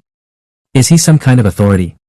She asks. The guy replies that he is not an authority himself, but Mr. Jiang from Jinlin is behind him. The girl was frightened. Are you talking about Jiang Hao of the Jiang group? She asked. Chu-yi meanwhile enjoys his tea and doesn't react to it. At this moment some people come up to them and ask, who is this Mr. Jiang discussing here? The guy who likes Mrs. Feng was immediately frightened. He knows who these people are. One of those guys immediately approached the girl and said that Mr. Jiang's man wanted to invite this beauty for a drink and she refused, which was wrong. The guy hinted to her in a rather threatening manner that she didn't have much of a choice. The girl sighed sadly and said that she agreed. After that the guy called her smart and with a smirk said that their great glory seemed to be known even in such a backwater. The girl got up from the table to follow the man. Chu-yi stopped her. The protagonist asked wouldn't Jiang Hao like to be apologized to first? If he wants to hear an apology, let him come himself. That sleek boyfriend told the protagonist that he was crazy. After that he told Mr. Jiang's man that he and Chu-yi didn't know each other at all. Of course Mr. Jiang's man immediately began to growl at the protagonist. It is clear that he is not used to such answers. Just then Mr. Jiang himself came over. He said he had never seen such impertinence either. That slick suitor began to complain that this young man didn't watch his tongue at all. At the same time he called the main character a goat. Both Mr. Jiang's man and Miss Feng's suitor were pleased that Chu-yi would pay for his sharp tongue. Now they clearly didn't like him. Chu-yi meanwhile sat quietly and enjoyed his drink. Mr. Jiang walked closer to him and fell to his knees as a sign of respect for Master Chu-yi. After that he began to bow to the main character and thank him for saving his life, as he believed that he did not do it well enough last time. His man immediately ran up to him and began to pull him to get up. About Chu-yi he said that he was an ordinary teacher and there was no need to bow down to him. Of course Mr. Jiang pulled out his hand and barked at him that he was a fool because he was not just a teacher but the person who had saved his life. Chu-yi told him that it was all superfluous. It makes him uncomfortable. He asked Mr. Jiang to stand up and not to embarrass him. He quickly jumped to his feet and said that he was ready to carry out any orders of Master Chu-yi. After that he sat down between him and Miss Feng. He began to ask the protagonist for what purpose he had come here. The guy clearly wanted to help. Needless to say, the protagonist's companion was literally stunned by what she saw. Master Chu-yi seemed even more mysterious to her. The protagonist said that he found out about the auction, which is why he came here. Just out of interest, he did not talk about ritual tools. Mr. Jiang smiled and said that Master Chu-yi must have come here to retrieve the ritual instruments. The protagonist did not expect this at all. Mr. Jiang told that sleek suitor to tell Master Chu-yi everything in detail about these ritual tools. He answered, yes. He began to tell the protagonist that they had only 2 ritual tools, porcelain from the Qing dynasty and a certain stone pillow. It is important that these tools are tested by experts and are truly genuine. Then he began to talk about their actions. As for the pillow, its history is quite interesting because Zhou Wang himself once slept on it. Mr. Jiang was impressed by this story. He wondered how ancient the pillow was. The guy went on to say that this product has a rather interesting effect. It can heal as well as improve a person's appearance. Many were impressed. The guy said that it was a really valuable lot because otherwise it would not have been put up for auction. Chu-yi understood that the stone pillow, which cures diseases, is a thing of the Tai Chi temple. At the same time, it is important that only members of the temple have the right to possess it. The protagonist realizes that if used wisely, it can act as an excellent energy shield. This product can be useful to him. Mr. Jiang saw that the protagonist was interested in this lot. He said that he would definitely help Master Chu-yi to take possession of this stone pillow. At this moment, a green-haired guy spoke to him from behind and said that Jiang Haoan knows how to blow dust in his eyes and show off. It turned out to be a representative of Fenghua group named Fan Gaowei. It seems that they have some kind of animosity with Mr. Jiang. It is worth saying that Fan Gaowei is the son of the CEO. This means that his position is much higher than Jiang Hao's. Miss Feng wasn't too happy to see this guy here either. And why did he come? She thought. The protagonist noticed it. The fact is that Miss Feng works for the Fenghua group. Why then was she frightened of this green-haired man? That guy in turn wasted no time. He immediately sat down next to the girl. After that he said that it would be great for the two of them to have fun at a local hotel tonight. The tackle was as brazen and obscene as possible. Chu-yi hasn't taken any action yet. Of course this made him angry, but for now he just watched in silence. The girl immediately responded to such an offer in a rude manner. She asked the green-haired man to watch his tongue. Their relatives. He began to say that the girl meant nothing to their company and she just wanted to squeeze in to share the profits with them, which would never happen, and they are not blood relatives. Then the guy got up, came closer to her and said that if she wanted to become a member of their family there was still one way. He smiled slyly and said that she could marry him. The girl sighed sadly. She knew she had nothing more to say to this impudent man. At that moment someone threw a drink in his face. Who could it be? The tea was quite hot. The green-haired man started shouting at the whole place. Of course this someone who freaked out such a thing was the protagonist. Chu-yi's patience had come to an end. He couldn't watch anymore. This guy that he had poured the tea on shouted and wanted to punch Master Chu-yi in the face. Of course the protagonist easily defended himself from his attack and hit him. In response he said this guy needed to be re-educated. The noise began. Someone shouted that it was necessary to call the guards urgently. That green-haired man flew to the side from the protagonist's blow and hit the wall. Chu-yi wanted to continue his upbringing, so he walked over to him and grabbed him by the clothes. He took the kettle and told this guy that he had a nasty face and needed to fix it a bit. Then hot tea poured on the green-haired man's head. One of the guests took out his phone and began to take pictures of the whole thing. Chu-yi said that everyone could take a picture. One photo is 5 yuan, joint photo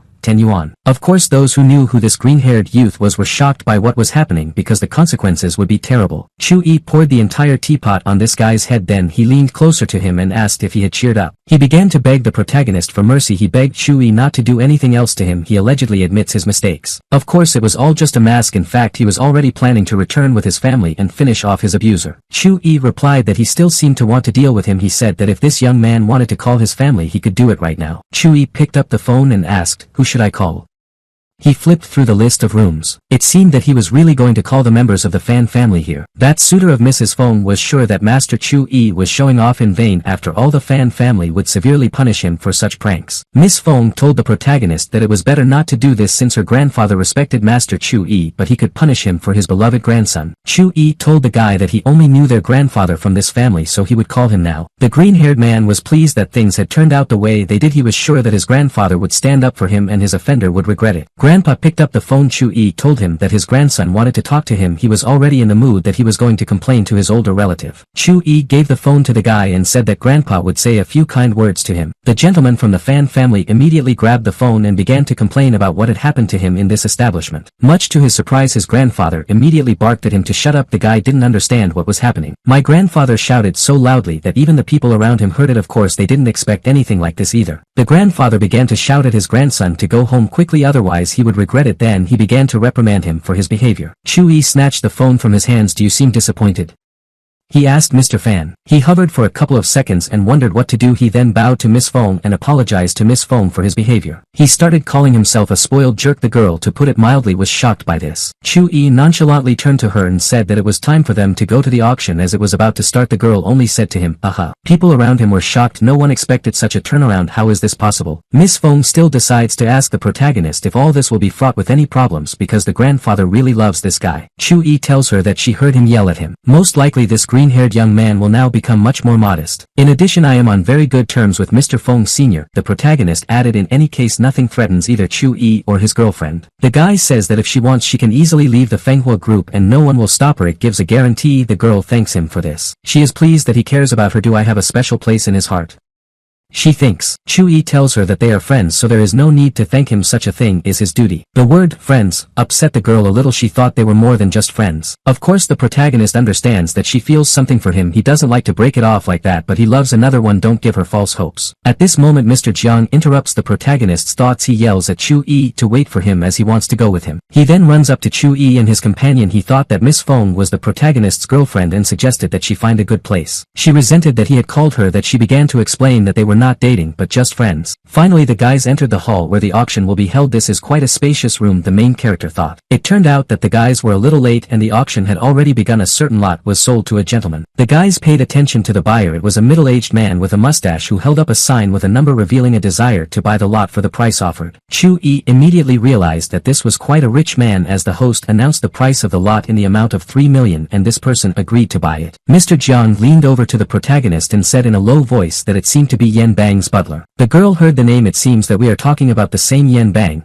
the director of Yen Bang from the city of Suhu, which is the richest city in the country. Chu-yi also remembered this name. In a previous life this gentleman's son died and this affected the business of many families. Most likely now the man buys the components for the medicine. In the meantime the price of 10 million is announced. This man immediately raises his number giving consent to the purchase. The host counts down and announces the sale to this man. It turned out that this bidding is still being conducted for that weed. The presenter congratulated the participant number 8 on the purchase. Then he said that the next lot is a real treasure of their auction. It's a kind of vase. The presenter said that the ladies and gentlemen present here could read more about her in the program of the exhibition. The price starts at 50 million. Mr. Jiang tells the protagonist that a good thing has arrived. He is now planning to buy it back. That auctioneer with the number 8 with the most calm and carefree face names the price of 100 million. Mr. Jiang jumped up from his seat when he heard this. He didn't expect the price to double so quickly. He seems to be completely crazy. Chu-yi thought to that man. In the end the vase goes to the man with the number 8. The host announces the next lot. This is the same stone pillow that interested Chu-yi. Bidding starts at 100 million. Mr. Jiang is clearly unhappy that he missed the previous lot. He wants to compete for this one. The guy even rolled up his sleeves in anticipation of a serious fight. The man with the number 8 says his offer is 300 million and Mr. Jiang is dumbly shocked. The host sells him this stone pillow for 300 million and bangs with a hammer, closing the deal. Mr. Jiang tells Chu-yi that it's not very fair. It seems that this man is too charged with money. Competing with him is a futile undertaking. Chu-yi tells his friends that he has to stay in this city for another day. He then asks Jiang how to take Miss Fong to Zhejiang. Chu-yi doesn't say anything else and just silently walks away. The guys wanted to ask him something or say something to him, but they didn't have time. Bidding is over. We can see that Chu-yi is also looking after the rich man who bought most of the lots. He thinks about how he can get what he wants. He does not want to enter into conflict and make enemies for himself. In addition, this man bought all these things in order to cure a person. Why not help him with that? The events are transferred to a hotel by the sea. There Mr. Yan's butler, whom we saw at the auction, gets out of the car. He was met here by Mr. Yen himself. The butler asks him why he came down here. Mr. Yen looks like a very exhausted and tired person. He replies that they need to continue their research to find a way to beat the disease. The conversation turns to that stone pillow. At that moment someone spoke to them from behind and said that that stone pillow would not cure the young man's illness. Don't waste your time. The butler thought that this guy was some kind of danger, so he told Mr. Yen to hide behind him. Chu-yi said that they were wrong. He is not a hired hitman. He came in peace. He has something to say to these people. The butler yells back that they have nothing to talk about with him and rushes to attack. To do this he uses a technique called the Cobra Strike. Chu-yi recognized this technique, but the man didn't perform it very well. In the world of the gods it is much better done. Chu-yi easily dodged this attack but did not counterattack the attacker in response, only saying that they were on a completely different level. The man stepped aside and without losing his fighting stance asked the guy who he was and why he had come here. Chu-yi said that he had come here without malicious intent and wanted to help in order to calm this warwhisker down a bit. He still gave it a light attack. The man flew back a few meters. Chu-yi said that at the auction he bought some item that he needed and he came here to buy it. Finally this mustachioed man believed that the main character was not a killer and calmed down. However, he told Chu-yi that they couldn't sell him the items they had purchased at the auction as they needed them to heal a person. Chu-yi repeated that all these things would not cure the disease, these purchases can even harm the patient. Chu-yi said that the stone pillow definitely wouldn't help them heal the young man. The butler sighed sadly and said that they suspected it but were trying to do something, you can't just give up. Mr. Yen said that there was very little hope left but they were trying everything. If the items from the auction didn't help then they would sell them to Chu-yi. After that he invited the protagonist inside. He said that he could see what they would do if he wished. Chu-yi realizes that he needs to agree. It is likely that he will be able to help a sick young man and he will be grateful for it. In this case they can give him everything he needs even for free. He accepts the invitation and goes inside. The butler isn't too sure if it's a sensible decision. He asks Mr. Yen, are they doing the right thing to take this risk and let him in? Mr. Yen replies that this guy seems to have a very sensitive look. It literally exudes a strong energy. He seems to be a Tai Chi master. I don't think he's from some bad sect. At some point he seemed very familiar to the man, as if he had already seen him somewhere. The man led the protagonist through several rooms. To one of the rooms there Mr. Yen showed his twin sons. They are mentally retarded from birth. It turned out that two sons were sick, not one at the same time. The guys look very different. One of them is skinny as he does not like to eat at all. The second one on the contrary loves to eat, so he looks very fat. The man says that even the best doctors in the country have not coped with their ailment. Then he sighed heavily. Chu-yi replied that it was all because of the poison. Mr. Yen was extremely surprised to hear this. He doubted the protagonist's words a little. Chu-yi's eyes glowed with a blue glow and he said that there was no need to doubt as he knew what he was talking about. This poison is from the southwest of China. Because of him the guys will die in just a few days. Chu-yi continued his story. Mr. Yen panicked very badly. He asked the protagonist if he was sure about it. Mr. Yen's butler says that ever since the boys were born he has always been there for them. Who could have planted poison on them? And when Chu-yi pondered for a moment and said that he could be in their mother's body, he assumed that Mr. Yen's wife had died of a difficult birth. It turned out that he had guessed right. Mr. Yen asked how did he know that. Chu-yi replied that although he didn't know who had poisoned these guys, he knew exactly which insect the poison belonged to. It's called a corpse worm. Mr. Yen immediately told his assistant to find out everything about this corpse worm. He bowed to the protagonist and said that he had a huge amount of knowledge and experience despite his young age. He really hopes it helps. Mr. Yen also bowed to the protagonist and asked him to cure his sons. Chu-yi agreed. He ordered a pot of clean water to be brought to him. The protagonist couldn't figure out where the poison from the world of the gods came from. It's suspicious. Literally half a minute later the main character was brought what he asked for. The owner of the house said that if anything else was needed he could talk. The butler, whose name is Mr. Lee, was told by the protagonist to throw the worm into the water as quickly as possible. When it came out, the protagonist decided to start with that skinny son. Since the worm was in his body they took off his t-shirt and laid him on the bed. Chu-yi asked the others to move away the worm. When it is out of the body we'll try to quickly find a new host. It's not safe. The protagonist concentrated and got down to business to extract the worm from the boy's body. He used special Tai Chi techniques. A yin-yang symbol formed around his hand glowing with orange light. Chu-yi then placed 2 fingers on the boy's chest. He shouted loudly. He seemed to be in a lot of pain. A few seconds later the worm left his body. Mr. Lee, like a real ninja, managed to catch him right in midair. After that he threw it into the water as the protagonist told him to. Everything seems to have gone well. Mr. Yen was very angry. Of course he was glad that Chu-yi was able to help his sons, but who had been so cruel to his family. Chu-yi said that the main work has been done to finally recover. Guys need a few days of rest. The protagonist added that this parasite had been affecting the guys for too long. This means that their personalities may change. Needless to say Mr. Yen was extremely grateful to Master Chu-yi. He didn't know how to thank him. In the end he bowed his head to him. At that moment one of his sons called him. The man heard the word daddy from behind him. He turned around and shed a tear. For the first time in so many years he heard this word and felt like a real father. It seems that the guys have come to their senses. The father rushed to them and embraced them. He was overjoyed. Chu-yi watched them silently. He wondered who was so cruel that he would dare to do such a mean thing to this family. The father told his sons that they had to thank this guy standing in front of them for saving themselves. His name is Mr. Chu-yi and he was the one who saved their lives. The boys immediately threw themselves on their knees and began to bow to him. They thanked the protagonist for saving their lives. After that, just a couple of seconds later, they began to argue with each other about which of them was older. Obviously no one expected this. Chu-yi hovered and watched them. Perhaps this is the change of character he was talking about. The overweight brother said that he felt danger in his mother's womb, so he kicked the youngest out. At the same time he is the eldest. The skinny brother began to shout that it was not because of this but that he was just fat and could not get out first, so he was the eldest since he was born first. Chu-yi found it strange that the boys remembered what had happened in their mother's womb. This is unusual. The guys said that this is indeed the case. In addition, for decades they could only communicate with each other but they could not do so with others. Mr. Lee said he had once heard that Gemini had some kind of telepathic connection. They can feel each other or even hear each other's thoughts. Chu-yi suggested that these guys could be the so-called divine twins. He said it out loud. The stout brother asked what the divine twins meant. The skinny brother just sighed and said he was too stupid. As a result they began to quarrel again. It was funny to watch them, but the situation is more serious than it seems. The boy's father decided to intervene and apologize to the protagonist for having to see and listen to all this. Chu-yi smiled and said that it was okay. He then said that if the father would allow it he would like to take his sons as his disciples. Father didn't expect such an offer. The guys liked it. They bowed their heads to the protagonist again and called him a mentor. What happened after that?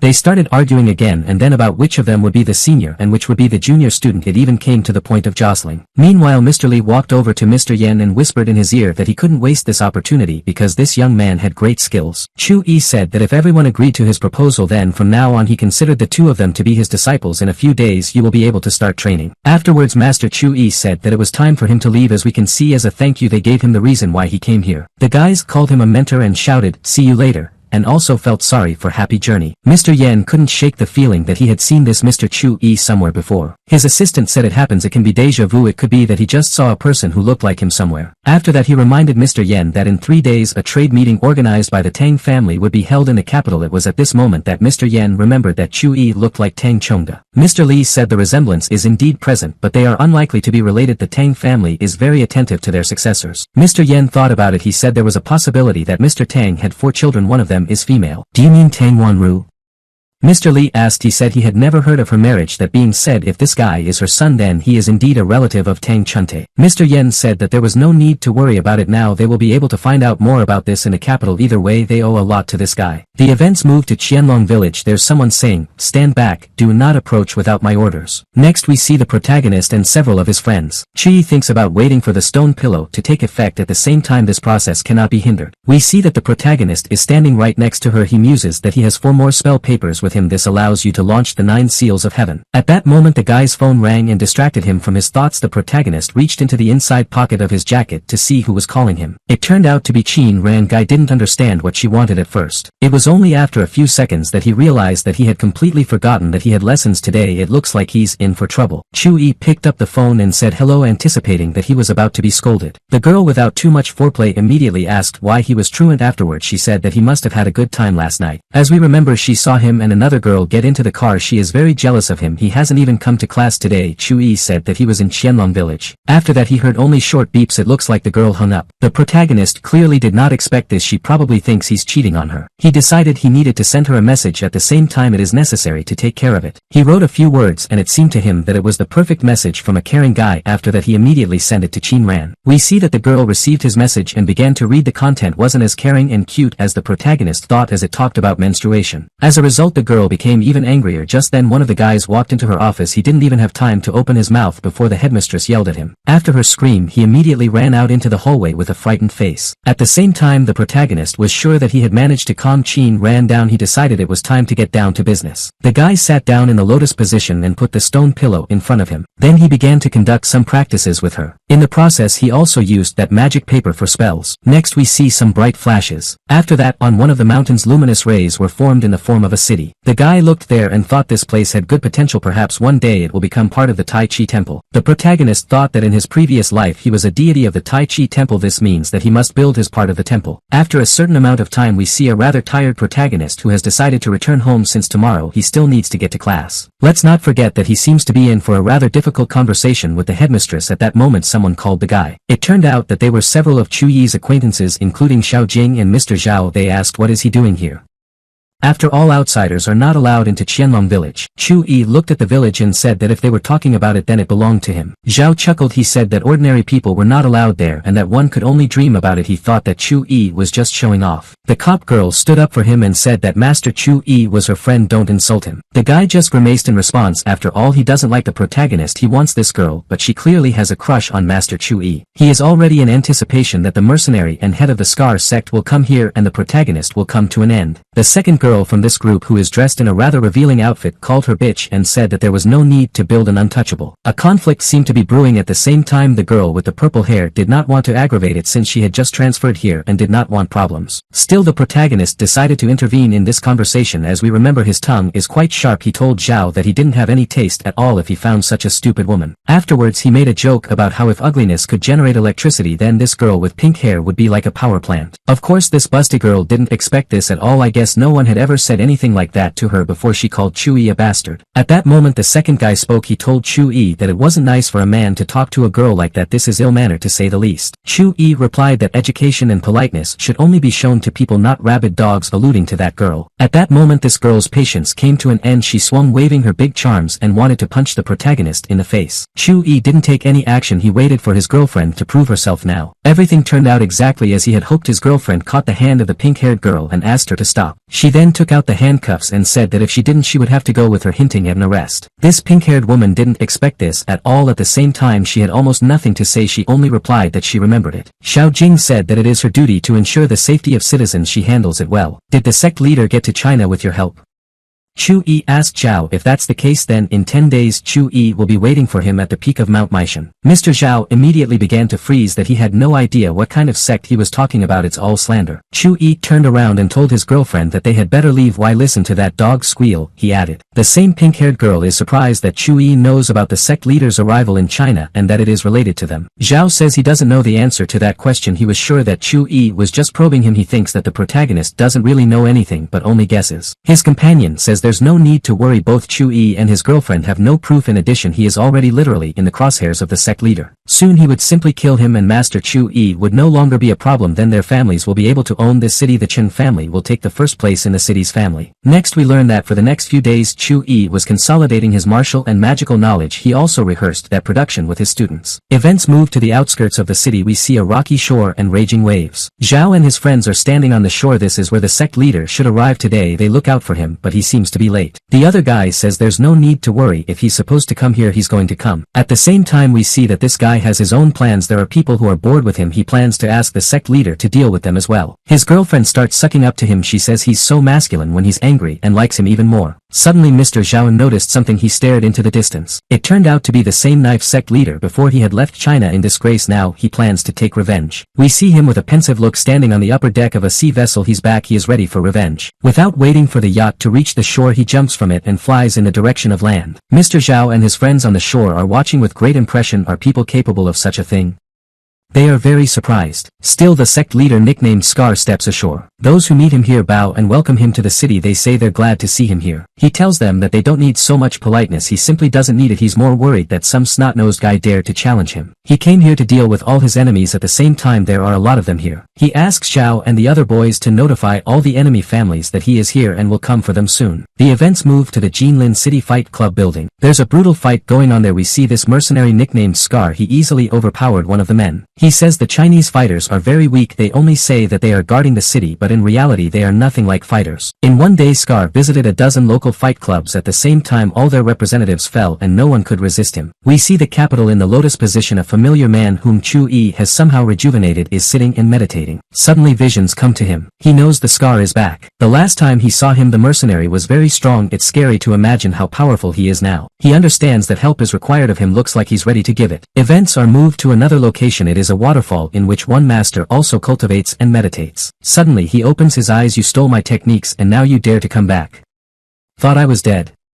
He asks. He then gets dressed and says he will destroy it. It seems that he has also sensed the return of the Scar to China. Next we see the house where Master Wei and his mentor Master Luo reside. Scar has arrived here as well. He easily overpowered Master Wei's teacher. He is shocked by this and asks who he is. Zhao introduces the sect leader. He says that he is the greatest master and no one can compare to him, so you have to fall on your knees in front of him. Wei doesn't know what to do. He asks his mentor for advice. Zhao is very pleased with what is happening. Master Luo had always underestimated him and treated him without the respect he wanted. Now he is on his knees and begging for mercy. We can see that Luo Chenfeng is indeed on his knees and says that he bows to the master who defeated him so easily. Scar just laughs. He found it strange that these two were considered to be the backbone of Jinlin City. They're really weaklings. He turns around and walks away. Zhao tells the two masters to tell everyone the news of the Grand Master's arrival, and one more thing, in 3 days Master Chu Yi will die. Master Wei became angry at one point and wanted to rush to attack as the glory of Master Chu Yi's murder made him angry, but his master stopped him. He said it was unreasonable. Now we need to warn Chu Yi as soon as possible so that he can escape from the city. Although he is very strong, he is likely to lose. Scar walks followed by Zhao and his friends. All of them are very happy with the way things are going. The pink-haired girl considers it honorable to be a member of this sect. Now you can punish your enemies and there will be no consequences. Her boyfriend is happy with it too. At one point Scar stops, turns to them and says that he sees enough potential in them. He invites them to become his disciples. They are delighted with such an offer. They fall to their knees, call him master and thank him for such an offer. Zhao is already anticipating what he will do to Qinhuasheng and Qinran, but it is still important to kill Chu Yi first. Zhao then led the sect leader to Qianlong village. He said that it belonged to Chu Yi and that this was where their battle would be. As we remember, outsiders are not allowed here, of course. For the Scar, this is not a problem. He makes just one wave of his hand. As a result, the gates shatter into small splinters and fly in different directions. He says he liked the name of the village, perhaps he'll capture it. Meanwhile, the protagonist has an evening rehearsal with his class at school. Those guys who were recently saved by the protagonist and who became his students came here. Chubby says he's hungry. Chu Yi tells him that he needs to wait a bit. Soon they will be free and will go to dinner. At that moment, a girl approaches the protagonist from the side. Is that you?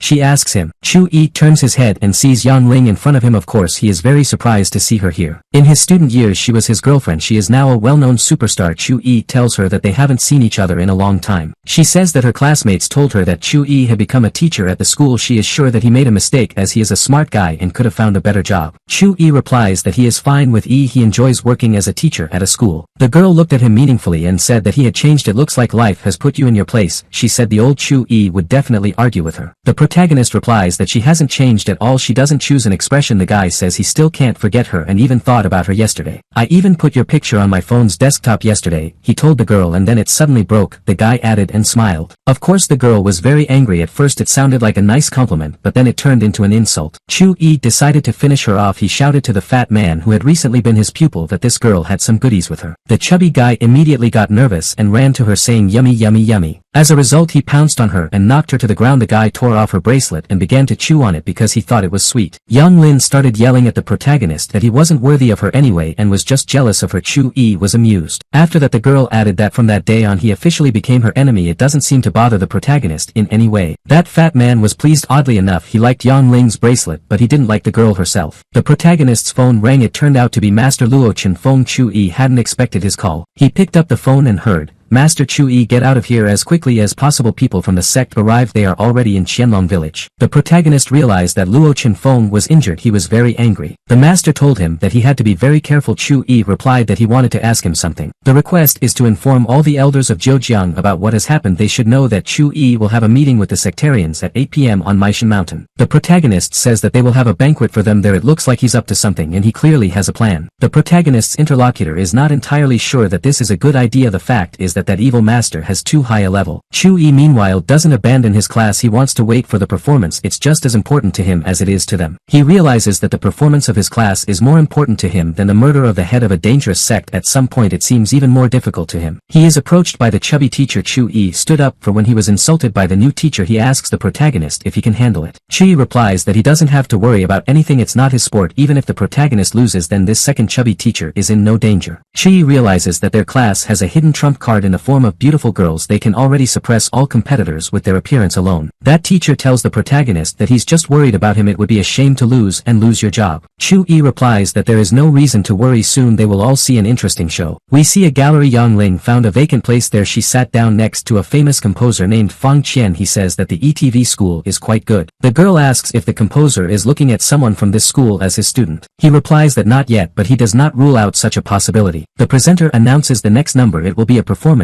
with a large orchestra. The guys start playing. The violin, cello, saxophone and other classical musical instruments are also played. The main character liked the performance. It is not for nothing that there is an emphasis on art in the class of these guys. We see the teacher who has an argument with the protagonist. He looks at Chu Yi with a smirk. He is clearly confident of his victory. A well-known composer and acquaintance of Miss Yang is also impressed because these students play at the level of professional musicians. Their appearance is also suitable. They can become stars. The presenter invites class number 18 to the stage. This is the class of the protagonist. protagonist. Suddenly the lights go out in the hall, only the price is highlighted. It seems that the guys led by teacher Chu-yi have come up with something truly fascinating and mysterious. Two girls appear on the scene. They look amazing. They are able to amaze all males in the hall with their beauty. Their performance turns out to be quite successful. It has beauty, grace, and at the same time it is not devoid of humor. We see just a moment with humorous content. The audience in the hall is laughing. Next we see a dramatic scene. Where can we go without love, in the way of which there are always some obstacles. The audience sincerely empathizes with the characters of the performance. In the audience the girls are crying and the guys are angry. Everything is as it should be. The protagonist is sure that the performance wins the hearts of the audience. Everything seems to be going well. Just at that moment the protagonist's phone rings and distracts him from the performance. He picks up the phone and hears,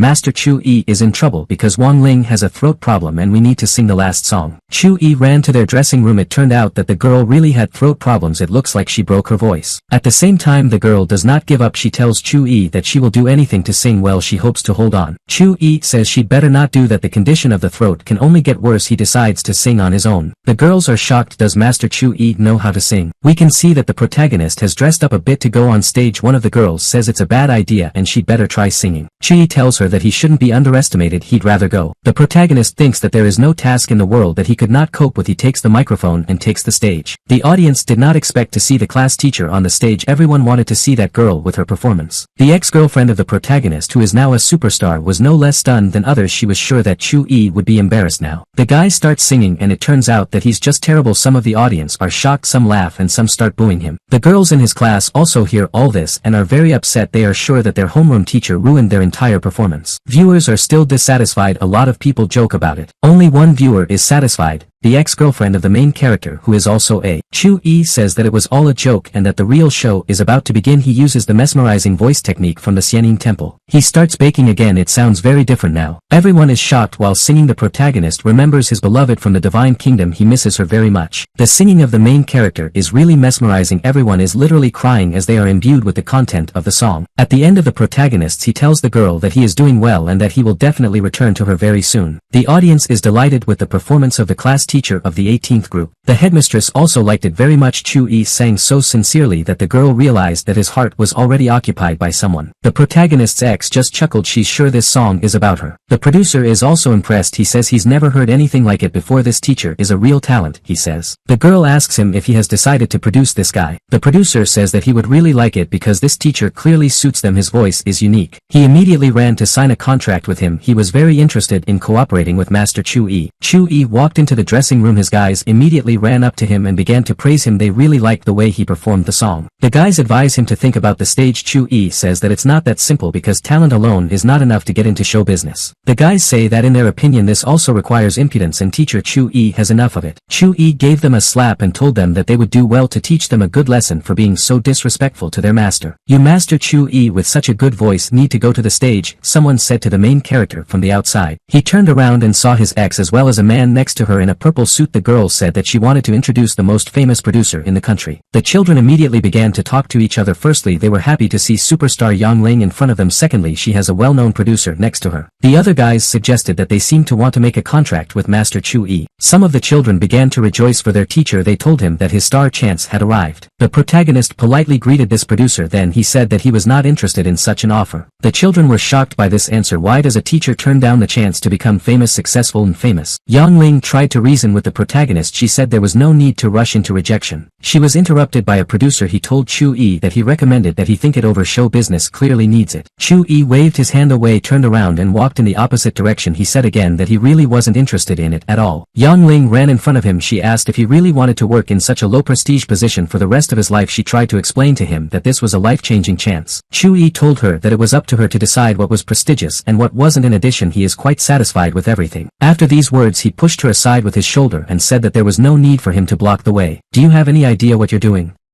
You're missing out on your happiness right now, the girl shouted after the protagonist. Afterwards she stared maliciously at his back and thought that the day would come when he would crawl to her on his knees and ask her for help. Chu-yi stopped, turned around and told her not to draw conclusions about people based on her limited views. The events are transferred to the village of Qianlong, namely to Mount Maishan. We see that there are a lot of expensive cars parked here. Mr. Fang Huang also came here. His guard opened the door for him. He went out and looked around. Here we see many famous people of this city. These are the most authoritative persons in Zhejiang and they have all gathered here. A man man comes up to Mr. Fong Huang and says he didn't expect to see him here. He had heard that he and Chu Yi had a good relationship and was curious about what had happened. Huang said that he honestly didn't know why they were all here. Next we see Zhao Tianming's father. He is unhappy to see Fong Wan here and thinks he is here to intimidate. Next we see Jiang Jian and Jiang Tian's father. He says that they probably need to go their separate ways and nothing will happen here. The other man replies that Tom can leave if he wants because no one keeps him there by the force. He replies that even though Chu Yi is only a schoolteacher, he can't be so one-sided. Just then Master Luo appears. He is accompanied by his apprentice. Everybody starts asking why is he here to gather them today.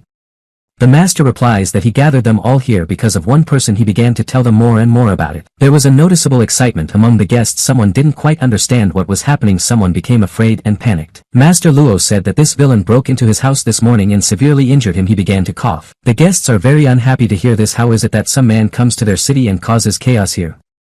This is completely unacceptable. The gentlemen tell Master Luo that he has nothing to worry about and that they will definitely avenge him as well as restore order in the city. Master Luo tells them that it is their sons who are to blame for everything as they help this man enter China. Those present are shocked by these words. How is it that their children are to blame for everything? Master Luo tells everyone that Master Chu Yi will be fighting the leader of this sect today. One of the men asks, where is this sect leader now? Master Luo says with horror in his eyes that he is here. Everyone starts looking at each other. Many people do not understand why they were invited here. One of the men pulls out a weapon and says he's ready to fight. No matter how strong this sect leader was, he still wouldn't be able to withstand a bullet to the forehead. It seems that someone is dissatisfied with me, suddenly heard from the sidelines. We see the same man nicknamed Scar. He says he will kill anyone who dares to resist him. As a result, he begins to attack those present but does not deal much physical damage. It's more intimidation. The strongest here is Master Luo, but he is not able to fight at all and he has already lost to this man once. The same man who brandished the weapon says he is just intimidating them. He doesn't seem to give up. Scar says that the people here have only 3 minutes to think. During this time they need to decide whether they are with him or against him. Those who are against it will be killed. Suddenly some people begin to fall to their knees and bow down to him. In particular, Wanxiang group and Guoqin group agree to serve him. After that we hear a few more people say that they agree as well. At the same time, not everyone gives up so quickly. Some people are thinking about the smartest thing to do. Master Luo says that today there will be a change of power in this city. At this time the protagonist together with his students whom he saved a few days ago enjoys pies and watches the peak of the mountain from the side. A fat apprentice asks the guy why they're here instead of going to deal with that guy named Scar. The second says that it is obvious because in this way it will be possible to find out who betrayed the city. Chu Yi says there's no need to rush. The show has just started and not everything is assembled. Suddenly we see someone floating in the skies. Someone flew over the protagonist and his guys like a comet. Chu Yi says he's arrived. This is where the main part of the show begins. We see the same man of the soothsayer that Chu Yi had helped to rejuvenate before he arrived at the peak of the mountain. He tells Scar that he didn't expect to see him decades later. He doesn't recognize him and asks how he knows who he is. The soothsayer tells him that it doesn't really matter who he is, but Scar knows Yan Huang's name for sure. Those present heard this and decided that this man was Yan Huang's man. This encouraged them. They begged the warrior to destroy their enemy. At first it was someone who said it and then everyone else pulled up. When the savior arrived he said that they all needed to leave this place as soon as possible because it would be very dangerous here. Scar finally recognized him. Do you Qing Changhong really hope that you can defeat me alone?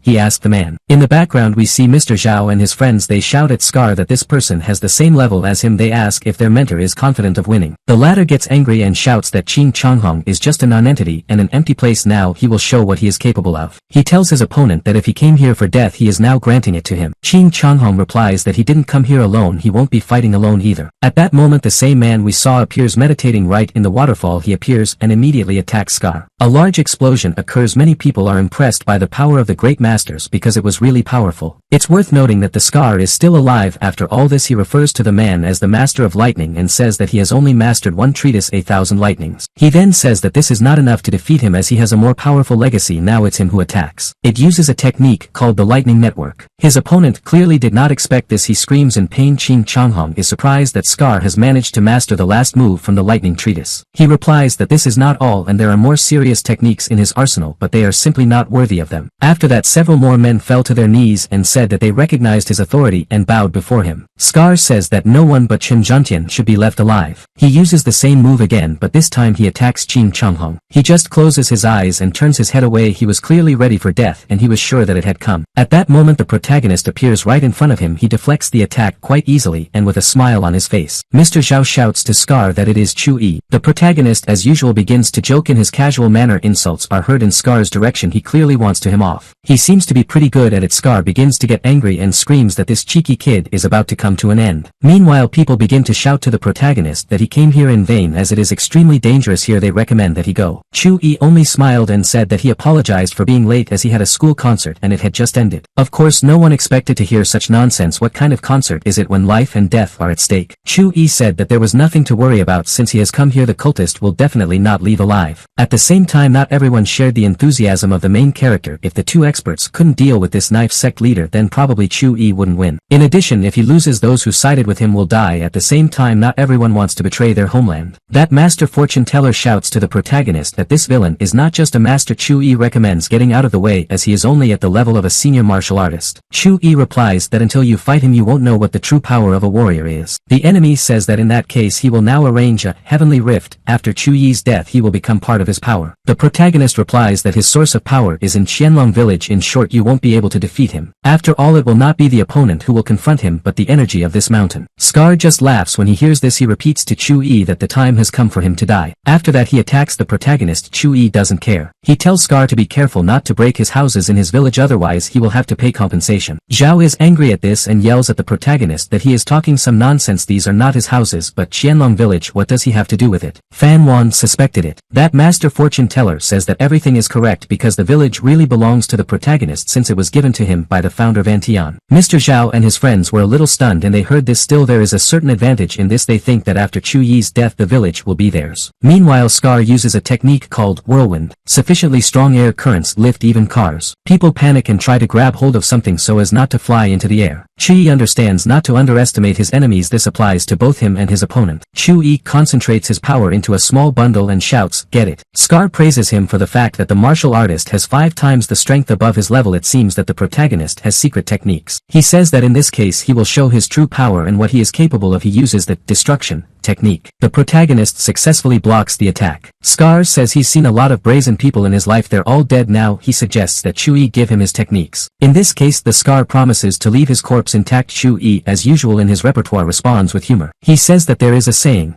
if a young man is not impudent then youth is wasted. Scar replies that he likes sassy ones. It's much more fun to kill them. Chu-yi uses some other technique. Other masters learn that it is a black network of lightning. This is the most powerful technique of the lightning treatise. Everyone needs to get as far away as possible. Scar says it's actually a trivial technique. It applies change. It's a technique called celestial menace. Everyone understands that Chu-yi is not strong enough to stand up to this person. Many are already saying goodbye to life. The Scar tells the protagonist, which gives him one last chance. He wants to get his hands on Chu-yi's techniques, otherwise he promises that there won't even be a wet spot left of him. Chu-yi replies that no problem, but only if Scar kisses his feet and calls him his grandfather, otherwise he would only leave Scar's corpse intact. Of course, the mercenary loses his temper. No one had ever dared him like that before. He yells at the whole village, "You're finished," and attacks Chu-yi. People begin to run away. Most are confident that Master Chu-yi will not be able to withstand this attack. All this time the protagonist was trying to concentrate the energy of the seal. The process is almost complete. After all, he successfully uses the seal to protect himself. He manages to do it quite well. He says he thought it would look more threatening. As a result, he easily destroys this network of lightning into small pieces with the help of his magic shield. The other masters were a little stunned, and Chu-yi really has the level of a senior martial artist.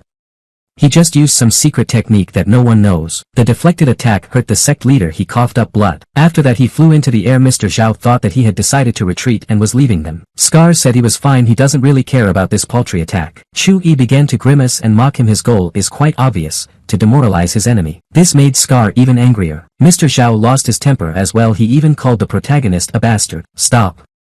The protagonist asked and then reminded that now is just the time for his attack. Zhao and his cronies began to giggle. They thought that Chu-yi was too arrogant. It was unlikely that he would be able to attack such a strong master normally. Will Chu-yi be able to take off? Only a master can do that. If he succeeded, would he be able to overcome Scar? Chu-yi tells everyone to take a closer look. After that it begins to float in the air. "I'm taking off. Nothing difficult, nothing," the protagonist says at the same time. Other masters can't understand how he does it with his level. This is impossible. They finally realize that this is an unusual person. Chu-yi took off with the help of a seal. In fact, he is capable of much more. Scar laughs and says that he seems to be underestimated. Then he uses some kind of magic technique and shouts, "Behold my power." In the direction of the protagonist, some kind of energy ray of dark matter flies. Chi asks Scar, "Do you really want to do something grandiose with your paltry power?" As a result, this attack passes and hits the chest of the protagonist. Blood splatters from his mouth like a fountain. fountain. People on Earth are trying to figure out what's going on there. It's not entirely clear who wins. Scar's attack was quite strong. She threw the protagonist a dozen meters, but he remained floating in the air. Chu-yi realized that the Scar had real power and he had been hiding it for a long time and not using it. The head of the sect asks him how is this for him. Afterwards he said that he was tired of playing with the main character. It's time to end it all, he added, and then a network of lightning formed in the air again. Scar says that he needs Chu-yi's life now. The protagonist realizes that if he does not withstand these attacks then no one will stay alive here. Of course this cannot be allowed. Chu-yi realizes that he will have to use those techniques. The protagonist tells the opponent that he is using the techniques of small temples. Now he would show him the real divine power. Chu-yi uses the 9 celestial seals technique. Everyone sees a real magical firework display in the sky. Master Luo recognizes this long-vanished celestial force technique. He's very surprised to see that. Other masters are also shocked. What kind of person is this Master Chu-yi? Next we see the real power on the part of the protagonist. Scar doesn't understand why he wields the seals of a higher power. It's just not possible. Chu-yi calmly replies that now it's your turn. Okay. I'll admit you're pretty strong, Scar says. He decides to use the blow he was preparing for Qinjiangtian. You'll have to kill Chu-yi with it. Then he starts to turn into a demon. It grows in size and grows horns on its head. People on Earth are shocked. After all, this is not even a person but some kind of monster. It's not every day that you see something like this. Scar in the form of a demon screams that now no one will be able to withstand his blow. After that he shouts to the protagonist, die. Chu-yi understands why this Scar is acting so defiantly. After all, he has bodily techniques. In fact, it is almost impossible to reach such a level. The guy says that you need to fight him in full force. Chu-yi removed the magic veil. On the ground this is being watched. They can't understand why he did it. After all, he is now more vulnerable. 9 celestial seals, 10th sword incarnate 1. These words are uttered by the protagonist. We see a huge energy sword in the hilt of which are the main characters. Chu-yi tells Scar that the biggest mistake he made in his life was coming back here. The enemy in demonic form does not perceive threats and is confident in his victory. He yells at Chu-yi that he will kill him first. The protagonist replies that he is too late because this very sword is his death. The Scar accepts challenges and shouts, try it. There is a clash of the protagonist's power with his enemy. We see a bright flash in the sky. It feels like a star has exploded. Even on Earth many people flew to the side. Some were thrown onto the roof of a building and some flew into the bushes. The explosion was very powerful. A cloud of dust rose. Next we see the figure of a man walking through this fog. We hear, whoever comes to me with a sword will perish by it. The protagonist one Chu-yi says that the Scar is broken. Chu-yi used the energy of Mount Maishan. People on Earth are glad that the protagonist has won, but they are somehow not yet fully aware of it as they are in a state of shock. That master fortune teller says it's an incredible power he hasn't seen before. This guy is a reliable support for their country and their future. Chu-yi in turn flies up to Mr. Zhao. He tells him that he just killed their mentor. He asks if they want revenge on him. Zhao is frightened and tells him that Chu-yi can't kill him since they are not criminals. That would be a violation of the law. Are you talking about the law? Not so long ago you didn't even think about it.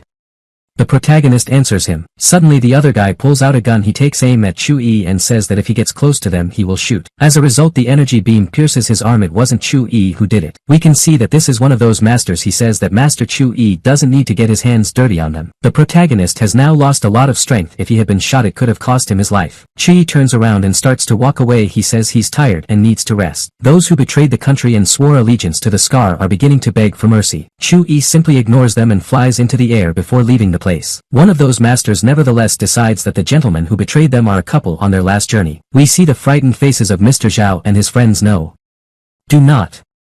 They ask. A moment later we hear piercing screams and blood splatters. It seems that they have paid the price for their mistakes and for their choices which were obviously wrong. The next morning came. We see the protagonist who has just woken up. He didn't raise his level but at the same time the energy in his body was purified. Next we see Chu-yi brushing his teeth. He ponders why the deities abandon their teachings on Earth and seek out talented followers. Suddenly the protagonist is distracted from thinking about the great by a knock at the door from the hallway. Someone asks if he's awake yet. Chu-yi opens the door with a toothbrush in his mouth and sees Mr. Fong Huang in front of him. He replies that they are almost all assembled. The only thing missing is Master Lei and Master Changhong. They've got things to do. Chu-yi says that in such a case he would like those who are absent to be notified that they will have a meeting. Chu-yi also clarifies that he has just woken up and hasn't had time to eat breakfast yet, so he might be late. We see that people are afraid of the protagonist. Of course he's kind of a positive character and hasn't done anything wrong, but a lot of power makes people worry anyway. At the same time it is worth noting that Chu-yi still showed a certain cold-bloodedness because when he killed the leader of that sect he smiled. Fong Huang heard this talk about Chu-yi and told him to stop. He says that they all know very well what kind of teacher Chu-yi is. Don't talk nonsense about him. After that he says that they definitely made a mistake with him. Events are transferred to a large hall. People have gathered here and are discussing what happened last night. Finally the main character drew it here, all assembled. he asked in a tone of both pointing and questioning. Everyone bowed down before him. Chu-yi is dressed in a beautiful blue suit. He walks past people and smiles. There is a certain tension in the air in the room. The protagonist says that everyone here is their own and people can feel at home. Then he says that this is the first time they have organized such a meeting and its goal is quite simple and obvious: do everything to make this city richer and stronger. Chu-yi thought it was obvious, but many people were surprised. In a case of power everything is quite clear, but what does wealth have to do with it? Chu-yi says that this time they will rely on Mr. Chin. After all, he is the richest here. The man immediately jumped up and began to speak. He said that his family had taken possession of the sacred mine. He talked about it with Master Chu-yi and decided to share the news with everyone. A lot of people are interested in it. Someone heard about it for the first time and someone already knew about it. One of the men said that he studied the materials on stone mining yesterday and it turned out that a piece of soul stone weighing 100 grams was worth 1,000,000 yuan. This means that the mine is a very valuable source. Chu-yi says that it goes without saying that there is some danger. At the same time, he wants to visit this mine in person soon. There will be holidays and he will have free time. Mr. Chin said that the mine is located on Chamu Island in overseas seas. If Master Chu-yi arrives there in person, then that's fine. Chu-yi says that he has a condition: half of the proceeds from the mine will go to Huashing, 40% goes to the owner of the mine, the remaining 10% goes to mercenaries. Fang Huan was indignant because Master Chu-yi hadn't provided for the income for himself. It's not right. Another gentleman also intervened, saying that he completely agreed with this and that it was unfair that Master Chu-yi did not receive any income. The protagonist's girlfriend even remembered that about 10 years ago the war in North America was precisely because of the sacred mine. It's really very dangerous. Chu-yi is aware of the gravity of the situation and the danger involved. The mine needs to be well protected and guarded. Chu-yi replied to the people present that he hadn't said that he wouldn't take anything in return. Everyone tells him that it would be fair for him to take as much as he saw fit. The protagonist tells them that he wants to know the situation there first, only then will he be able to voice a certain decision. He only needs soul stones, not money. Mr. Chin is satisfied. Under the guidance of Master Chu-yi, their city would be able to be on par with other richer cities. The protagonist didn't like the word "on an equal footing" too much. Chu-yi says he does not seek equality with the city of Jinlin. In 6 months it will be theirs. Fang Huang didn't quite understand what he was talking about. He clarifies that the city of Jinlin is included in the list of cities with targeted state programs. Do not forget about criminal lobbies. Mr. Chin asked Chu-yi if he wanted to confront some particular person from this city. Chu-yi does not hide and says that he is interested in Tianfang International, or Qiu Lingyun to be more precise. Everyone was a little crazy when they heard that there was a silent pause. Next we see someone's hand holding a photo of the murdered head of the knife sect. This man asks if he is really dead. Next we see a man with a bandage on his head who asked this question. He is told that it was rumored to have been done by a man who calls himself the King of Hell Chu. Events are transferred to the office of Tianfang International. There was also a rumor that Scar had been killed. The same Qiu Lingyun that Chu-yi was talking about had also found out about it. He was informed that it was a man from Zhejian who had done it. The guy understands that this means only one thing: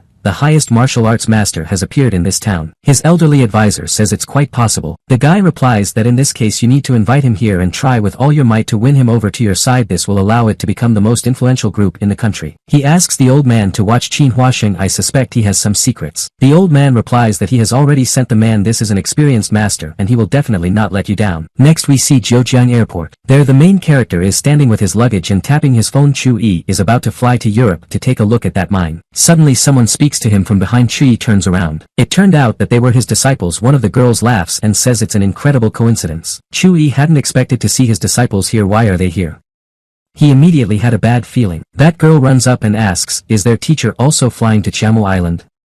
Chu-yi says that this premonition paid off. The children shout that it's wonderful that their teacher is flying with them. The girls were worried that someone would molest them there and now they are under surveillance. Already on the plane the students began to tell the main character that their class had won first place in the competition itself. The guys were quite noisy. The stranger who was sitting next to the protagonist looked at Chu-yi with appraising glances and only chuckled as he thought that some rogue had sat in business class and was making a fool of himself. One of the students smiled and asked the protagonist if he wanted to sing for them again. She wants to hear how fake he used to be. The man who sits next to the main character liked the student. He immediately began to drool, and not just from his mouth. After that he began to roll up to the girl. He said he was the manager of a media company. His name is Ken Ilung. The girl recognized him. She took his business card and looked at it. The man said he liked the girl's looks. He says he is interested in her because she has a pleasant voice and seems to be able to sing. He invites her to come to the company's office. The girl was immediately delighted. Of course this man's interests are completely different. If he is interested in any of this girl's talents, it is clearly not vocal. The man says that they will have a banquet on Chamu Island and the girl can join join them she can also take her friends there. Chi takes off his sleep mask and reminds his students that it's not good to talk to strangers, especially when they look like pedophiles. That guy immediately got angry because he realized that now he would lose the opportunity and the bait would fall off. He told Chu-yi that it was none of his business. The protagonist replied that this girl was his student and that it concerned him in the first place. Afterwards he told the boys that they were like little blind kittens. They asked him what he meant. He clarified that you need to be careful with strangers. It's obvious that this guy is hiding something. It is clear that he has evil intentions. At that moment a flight attendant walked past them. The man jumped out of his chair and told her that he wanted to sit down as he was embarrassed by the guy sitting next to him. Chu-yi reciprocated. As we remember, the tongue is quite sharp. The protagonist's students began to laugh. That guy told Chu-yi that he would make a joke. Then he sat back in his chair and stared maliciously out the window. Chu-yi smiled and said that he was expecting a fight. He didn't think this guy would be so patient. It's boring, Chu-yi added at length. At that moment someone from behind said that there would be no boredom and it would be quite fun. Chu-yi turned around and saw three masked guys. These were the criminals who decided to hijack the plane and began to demand money from the passengers. A woman got scared and started screaming. One of the criminals called her names, slapped her in the face and told her to shut up and hand over the money. After that he pressed her head with his hand to the back of the chair and told the other passengers that whoever dared to squirm would be shot in the head. People immediately fell silent. No one even tried not to squeak so as not to get themselves into trouble. Everyone sat quietly like mice. Another criminal approached the guy and the girl and told them to get all their valuables. If they don't, they'll die. The terrorists were carrying explosives. Chu-yi knew that he couldn't take any chances. We need to act wisely so that there are no bigger problems. The protagonist realized that first he needed to understand how many criminals there were on board this plane. To find out he used his power. It wasn't long before Chu-yi found out that there were 5 intruders on board the plane, 3 here, 1 in business class and 1 in the cockpit. At the same time the main character was surprised by the fact that they are all cultivators and the one in the pilot's office is a martial arts master. It's suspicious. Just at this moment one of the criminals approached Chu-yi and told him as well as the man sitting next to him to hand over all the valuables. Chu-yi asked if he didn't show that he was poor because he was even wearing second-hand clothes. I don't have any money, said the protagonist. The culprit grabbed Chu-yi's clothes and pushed him aside. He called him a rogue and told him to get out of here. The protagonist's neighbor just grinned. He thought it was funny that even robbers despised this guy. After that he decided to suck up to the criminals. He threw his wallet into the bag the terrorist was holding and said that they had come up with a good robbery. He then asked the bandit not to harm them for the passengers would gladly cooperate. He smiled a broad and insincere smile. The perpetrator looked at him carefully and said that he had noticed a gold tooth in his mouth. After that he grabbed the man by the face and tried to pull out that gold tooth. He started screaming. Blood splattered. The protagonist only watched it. The picture was not pretty. At that moment the 4th criminal came in. He said we had to hurry. It's time to get out of here. This is exactly the moment the protagonist has been waiting for because now the terrorists with explosives are all assembled and you can act. Chu-yi coughed meaningfully to get attention and said that he needed to say something but he didn't know if he should do it. One of the criminals responded by pointing a gun at him and telling him to sit down and shut up or get shot. The other passengers thought that the young man must have gone crazy from the stress. One of the students began to ask the protagonist to sit down and not take any action because now is not the time for jokes. Chu-yi said that no one had asked him to get up but he was clearly not looking for death either. The point is quite different. I just want to show off, the protagonist added smiling and his eyes lit up with blue light. The criminals froze for a second as they did not expect such a thing at all. After that we see that they have all already scattered in different directions. Despite the fact that they were all cultivators, Chu-yi used the spiritual under pressure. This is a technique at the level of a supreme martial artist. The protagonist's students were simply shocked. They were impressed that their teacher was literally superheroes. A stewardess ran up to Chu-yi. She stared at him with her mouth open. Chu-yi said that there was no need to waste time and that it was better for her to inspect all the injured passengers. After that the main character said that he needed several people to go with him to the cockpit because there was another terrorist hiding there. Next we see the teacher Chu-yi standing right outside the cockpit door. It's about to open. Finally the lock clicks and the protagonist rushes forward to catch the intruders off guard. As soon as the door opens Chu-yi sees a dagger flying in his direction in front of his face. Luckily Chu-yi manages to react and defend himself from the attack. It is worth noting that this made him very angry. He calls the attacker a nonentity and beats him up quite badly. After Chu-yi says that all enemies have been eliminated, which means that the problem has been solved. The stewardess in turn points her finger at the pilots and says that they are dead. She runs to the plane's control panel and says that the terrorists have changed direction. The autopilot system is broken. If there is no one on board who knows how to fly the plane, then they are all doomed to die. One of the guys says he's going to run and ask the passengers maybe someone knows something. Chu-yi tells him that it's not a good idea because there are foreign tourists on this plane and there are hardly any pilots among them. It's better not to waste time on this. What else can we do?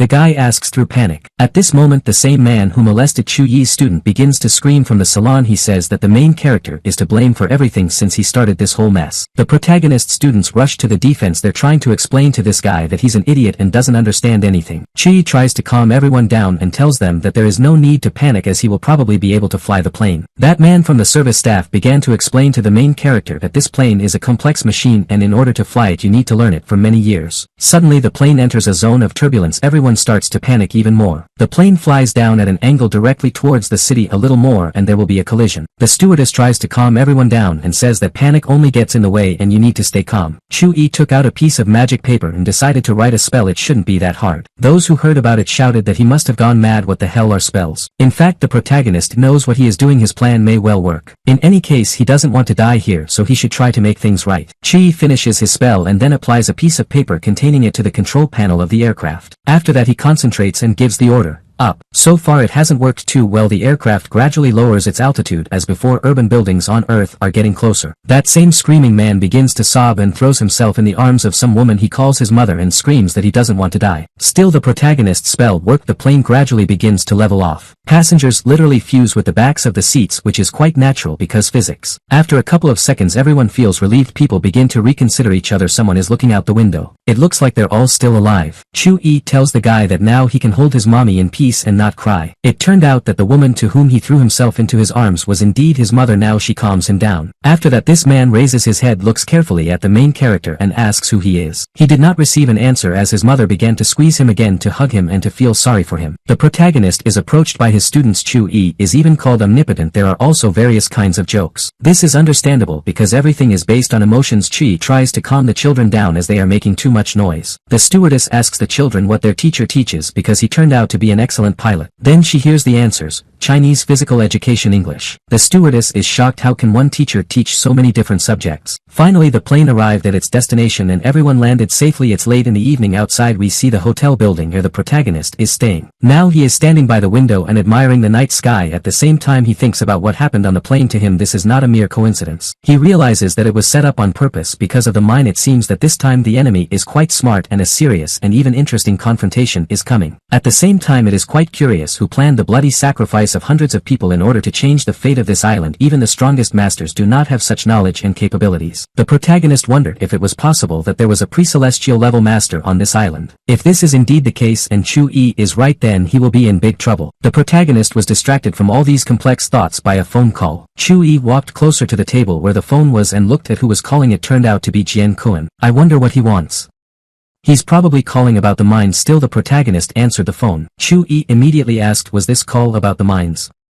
Jiang Kun told him that the reason was different. He would just like to meet Chu Yi if he has already arrived on the island. The protagonist replied that he was already here and did not mind seeing him. Jian Kun said that in that case he would call back tomorrow night. We can see that Jian Kun is satisfied that he was able to make friends with a supreme martial artist. These are very useful connections. At that moment his secretary comes up to him and tells him that she has brought a list of plans for tomorrow. She also reminded me of the ball on the liner where it would be good to be present. After all, Jian Kun had already planned a meeting with the protagonist for tomorrow. Still he decided to attend that event, to be there just a little bit to shine, and that's it. Chu Yi is pleased with this call. Jiang Kun arrived on the island just in time as the protagonist wanted to discuss some business with him. Someone knocked on the door of Chu Yi's hotel room. The guy asked who it was. It turned out that they were his disciples. They ran into the apartment and bragged about what they had managed to get their hands on. It turned out that these were tickets to the very ball on the liner. They took one ticket for their teacher as well. They want him to go with them. Chu Yi asked them if he had the option to refuse it. The guys gently hinted to him that he had no right to choose in this case. The next day came. We see that liner. It is quite a large and luxurious vessel. The protagonist is enjoying some kind of refreshing drink, but his face is not too happy. First of all, he didn't come here for recreation. Secondly, he has some kind of bad feeling. The guys from the protagonist's class admire the local attractions. There are a lot of beautiful girls in swimsuits. They fascinate guys with their looks. Their classmates get mad at them for staring at other girls. Chu Yi told the boys not to engage in nonsense. They need to think about their studies and how to successfully graduate from school. One of Chu Yi's students says that there seems to be a VIP lounge there. All the stars are already there. It would be great to look there. Chu Yi found it suspicious that there was a separate hall where only a select few people gathered. A guy from the service staff heard them and said that with their tickets it would not be possible to get into that very hall. It was extremely unusual for the guys to hear a refusal. Do not forget that all of them are the golden youth of their city. At the same time they are now in another city. At that moment someone from the outside said that they were all his friends and couldn't he take them with him. The guys looked back and saw the same impudent guy from the plane in front of them. He said he didn't expect to see them again. After that he walked over to Wang Ling and insolently kissed her hand. He said that he was glad to invite the girl to the world of show business. At this point the protagonist decided to intervene in the situation. He abruptly stepped closer and slapped the guy the back and then said that he was glad to meet him. In this way Chu-yi made it clear that these guys were under his supervision and that they would not be able to do anything wrong. In the end this guy took them all with him. Of course he was extremely unhappy with the fact that this teacher was present here who was spoiling all his plans. He had a desire to take revenge on him somehow. Finally everyone was in the VIP room. There were quite a few celebrities here. For example, there was the newest star of show business. There was also a very famous guy with green hair. Wang Ling immediately fell in love with him. At the same time one of the protagonist students said that he expected more to him. The situation here seemed too cause. His friend told him not to be sad. There are a lot of beautiful girls here. Maybe I'll be able to get someone to drink. The same man who had led them here only watched them in silence. They all seemed to him to be real hillbilly. At the same time he wanted to get Wang Ling no matter what it cost him because she was a real beauty. He said that there were only entry-level stars gathered here right now. After a while there will be real celebrities here. Yang Ling, already familiar to all of us, appeared here. She looked absolutely stunning. She was wearing a beautiful and rather revealing dress. Despite the fact that the girl is she is also a real goddess of beauty. A lot of people stared at her. This is understandable because it is quite difficult to take your eyes off it. One of the students said that although this girl does not have a very good character, she sings and looks great. Her acting skills are also at their best. Chu-yi sipped his wine silently. What can I say, the world is small. Yang Ling saw the protagonist. The same man who had brought Chu-yi and his boys here thought that Miss Yang Ling was looking at him, which he was very happy about. He decided that he had managed to interest her and hook her with his appearance. The protagonist students also paid attention to this fact. One of them said that maybe she really liked him. The other replied that she doubted it. Yang Ling walked towards this guy. Of course at some point she bypassed him and approached the protagonist. Here we are again, she said to Chu-yi. In turn Chu-yi raised his glass in greeting to Yi and smiled. The girl thought that Chu-yi had simply deceived her when he said that he wanted to live a simple, quiet and peaceful life since he was here. Chu-yi asked if she really cared. The girl smiled back and said that she was always one step ahead of him in everything and he needed to remember that. Mr. Kan heard that there was a strained relationship between Miss Yang Ling and Master Chu-yi, so he decided to take advantage of it. Suddenly he began to call for the guards. Everyone was alarmed because they did not expect it. The guards immediately ran to the screams. Kong pointed a finger in the direction of the protagonist and said that these people did not have passes and should be kicked out of here. Chu-yi only looked at him maliciously in response. One of the apprentices began to resent him for bringing them here himself, and now he was acting like a fool. The man started shouting that he didn't know anything like that and they weren't his friends, so he wanted the guards to escort them out. The guards approached the protagonist as well as his students and told them that they must leave this place, otherwise they would be taken out by force. The same impudent man addresses Miss Yang Ling. He asks her if this young man, meaning the protagonist, is her friend. The girl smiles and replies that she is not friends with rogues. One of the protagonist students says that he knew that this beauty had a nasty character anyway. He asks Master Chu-yi what he's doing. The protagonist replies that although they are not friends of aspiring stars, they do have friends among major stars. His disciples tell him that now is not the best time for such jokes. What other friends? The guards repeat the demands to leave this room because otherwise truncheons will go to the entrance. Of course this situation is increasingly attracting the attention of others. Everyone blames the protagonist. The guards are about to grab the hands of Master Chu-yi and his disciples, but suddenly from the side someone says loudly and in a pointing tone like that famous character, "Stand up.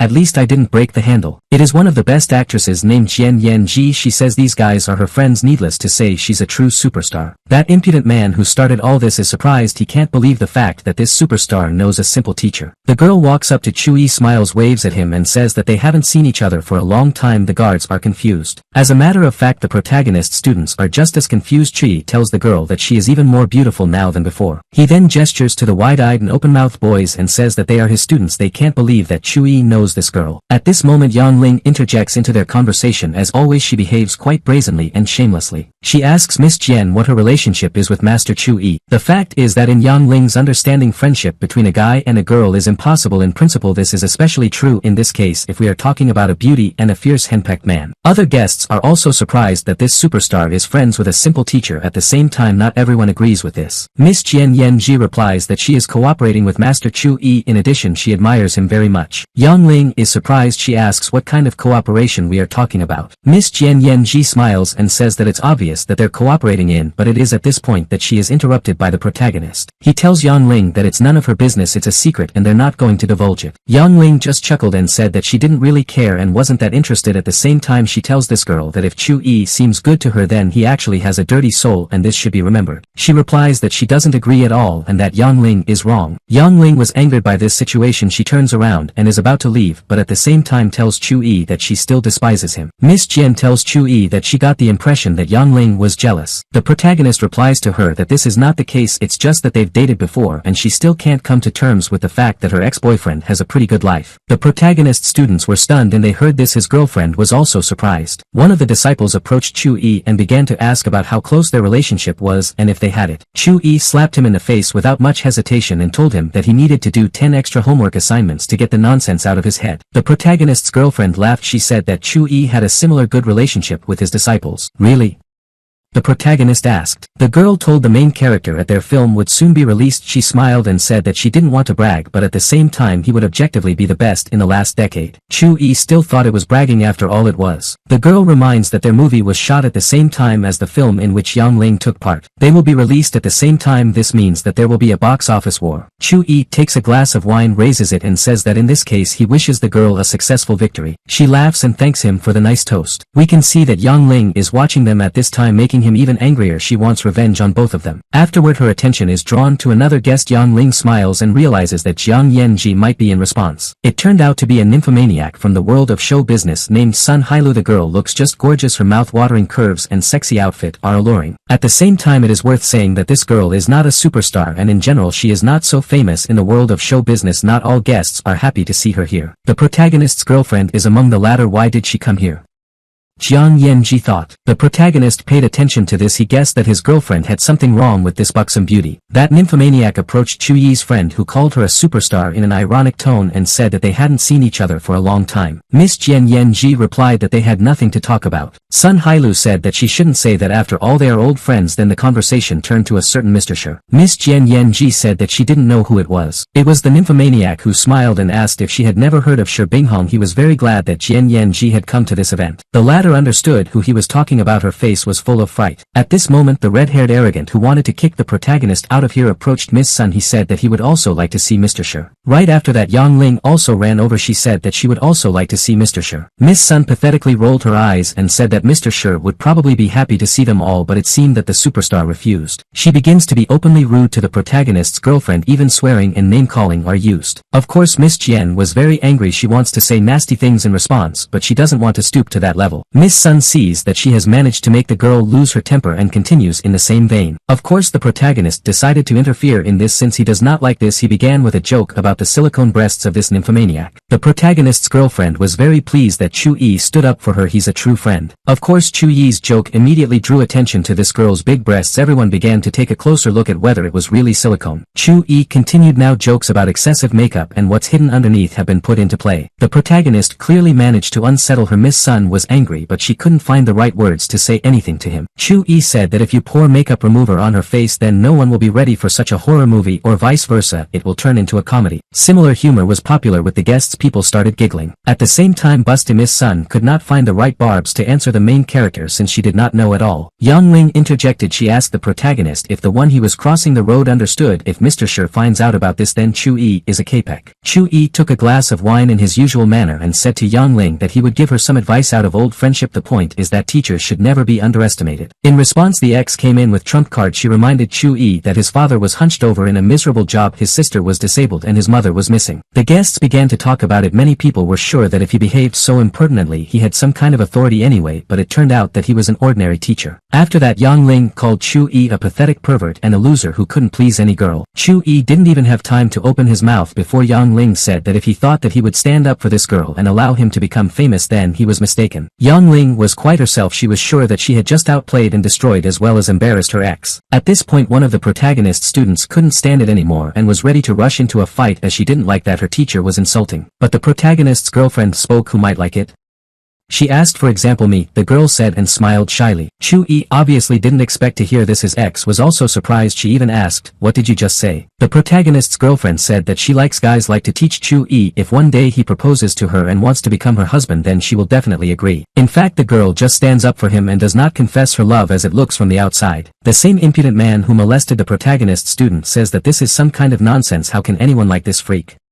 He says about the main character. Yang Ling tells her rival that Chu-yi just scowled at her with his speeches and Chu-yi fell for it like a fool. The protagonist's students liked it all very much. The boys were jealous that such a beauty was in love with Chu-yi. The girls admired the love story. Chu-yi thanked his friend. In the meantime, she told him that it was better to stop this whole scandal. After all, it was better not to anger Mr. Shi. In his family there are cultivators with the level of a supreme master. At this point Miss Sun says that it's time to stop this whole farce because Mr. Shi doesn't like to wait. If the protagonist's girlfriend does not want to go to him, then she may not do it, but she must understand that this will upset Mr. Shi because he is waiting for her and there will be consequences. The same guy who tried to kick Chu-yi out of here is running after Miss Sun. It looks like he's trying to be a womanizer, but he's not very good at it. The protagonist's girlfriend tells him that if she doesn't go to Mr. Shi, she will have career problems. At the same time, she clearly does not want to do this. Chu-yi tells her that she doesn't have to worry as long as he will go with her. The girl was clearly waiting for him to offer it. The protagonist's students still continue to be touched by all this. Next we see that the protagonist, his girlfriend Yang Ling, as well as the same suitor for all the women Mr. Can have come to see Mr. Shi. The owner complimented Yang Ling's appearance and said that she was even more beautiful than in the photos. At the same time, several girls in swimsuits are sitting next to him. Yang Ling smiles and says that he overpraises her. The same impudent man introduced himself and tried to strike up a conversation with Mr. Shi, but he didn't succeed too much. The latter was interested in Miss Jian Yanji. He saw Chu-yi and thought it was her bodyguard. The girl said that was not so, but she could not explain who he was. The protagonist decided to help her and without any hesitation introduced himself as her boyfriend. Mr. Shi said that this was strange as he had never heard of superstar Jian having a boyfriend before. Chu-yi replied that it wasn't surprising since he had only recently started courting her. The girl realizes that the protagonist said this on purpose to protect her because otherwise Mr. Shi would not have left her behind. Mr. Shi tells Chu-yi that just because he is courting her doesn't make him her boyfriend. In addition, he looked after this girl for himself. And then the main character as usual was carried away. He asked why Mr. Shi dared to call himself Mr. Shi. He froze for a few seconds and then asked the protagonist what he meant by this and what he meant. Chu-yi said that if the son of his mistress dared to openly call himself by the surname of the Shi family, then what would the head of the Shi family do to him if he found out about it? The guy was very angry, so he immediately jumped up from the couch and began to shout at the main character. It seems that Chu-yi has struck a chord with him since Shi Binghong is indeed born of a mistress, and it is not quite right that he considers himself to be a member of the family. The protagonist's girlfriend realized that this was the end. She shouldn't have told Chu-yi about all the gossip about Shi Binghong. Now he's definitely going to ruin her career. However, Chu-yi is clearly doing all of this to protect her, so she has to support him. Shi Binghong told his guards to give this impudent man a good beating, meaning the protagonist, and then throw him into the sea to feed the fish. At this moment a bald brute approaches the protagonist from behind who is about to carry out the order of Mr. Shi. Chu-yi calmly turns around, looks at him appraisingly and says, "Well, try it."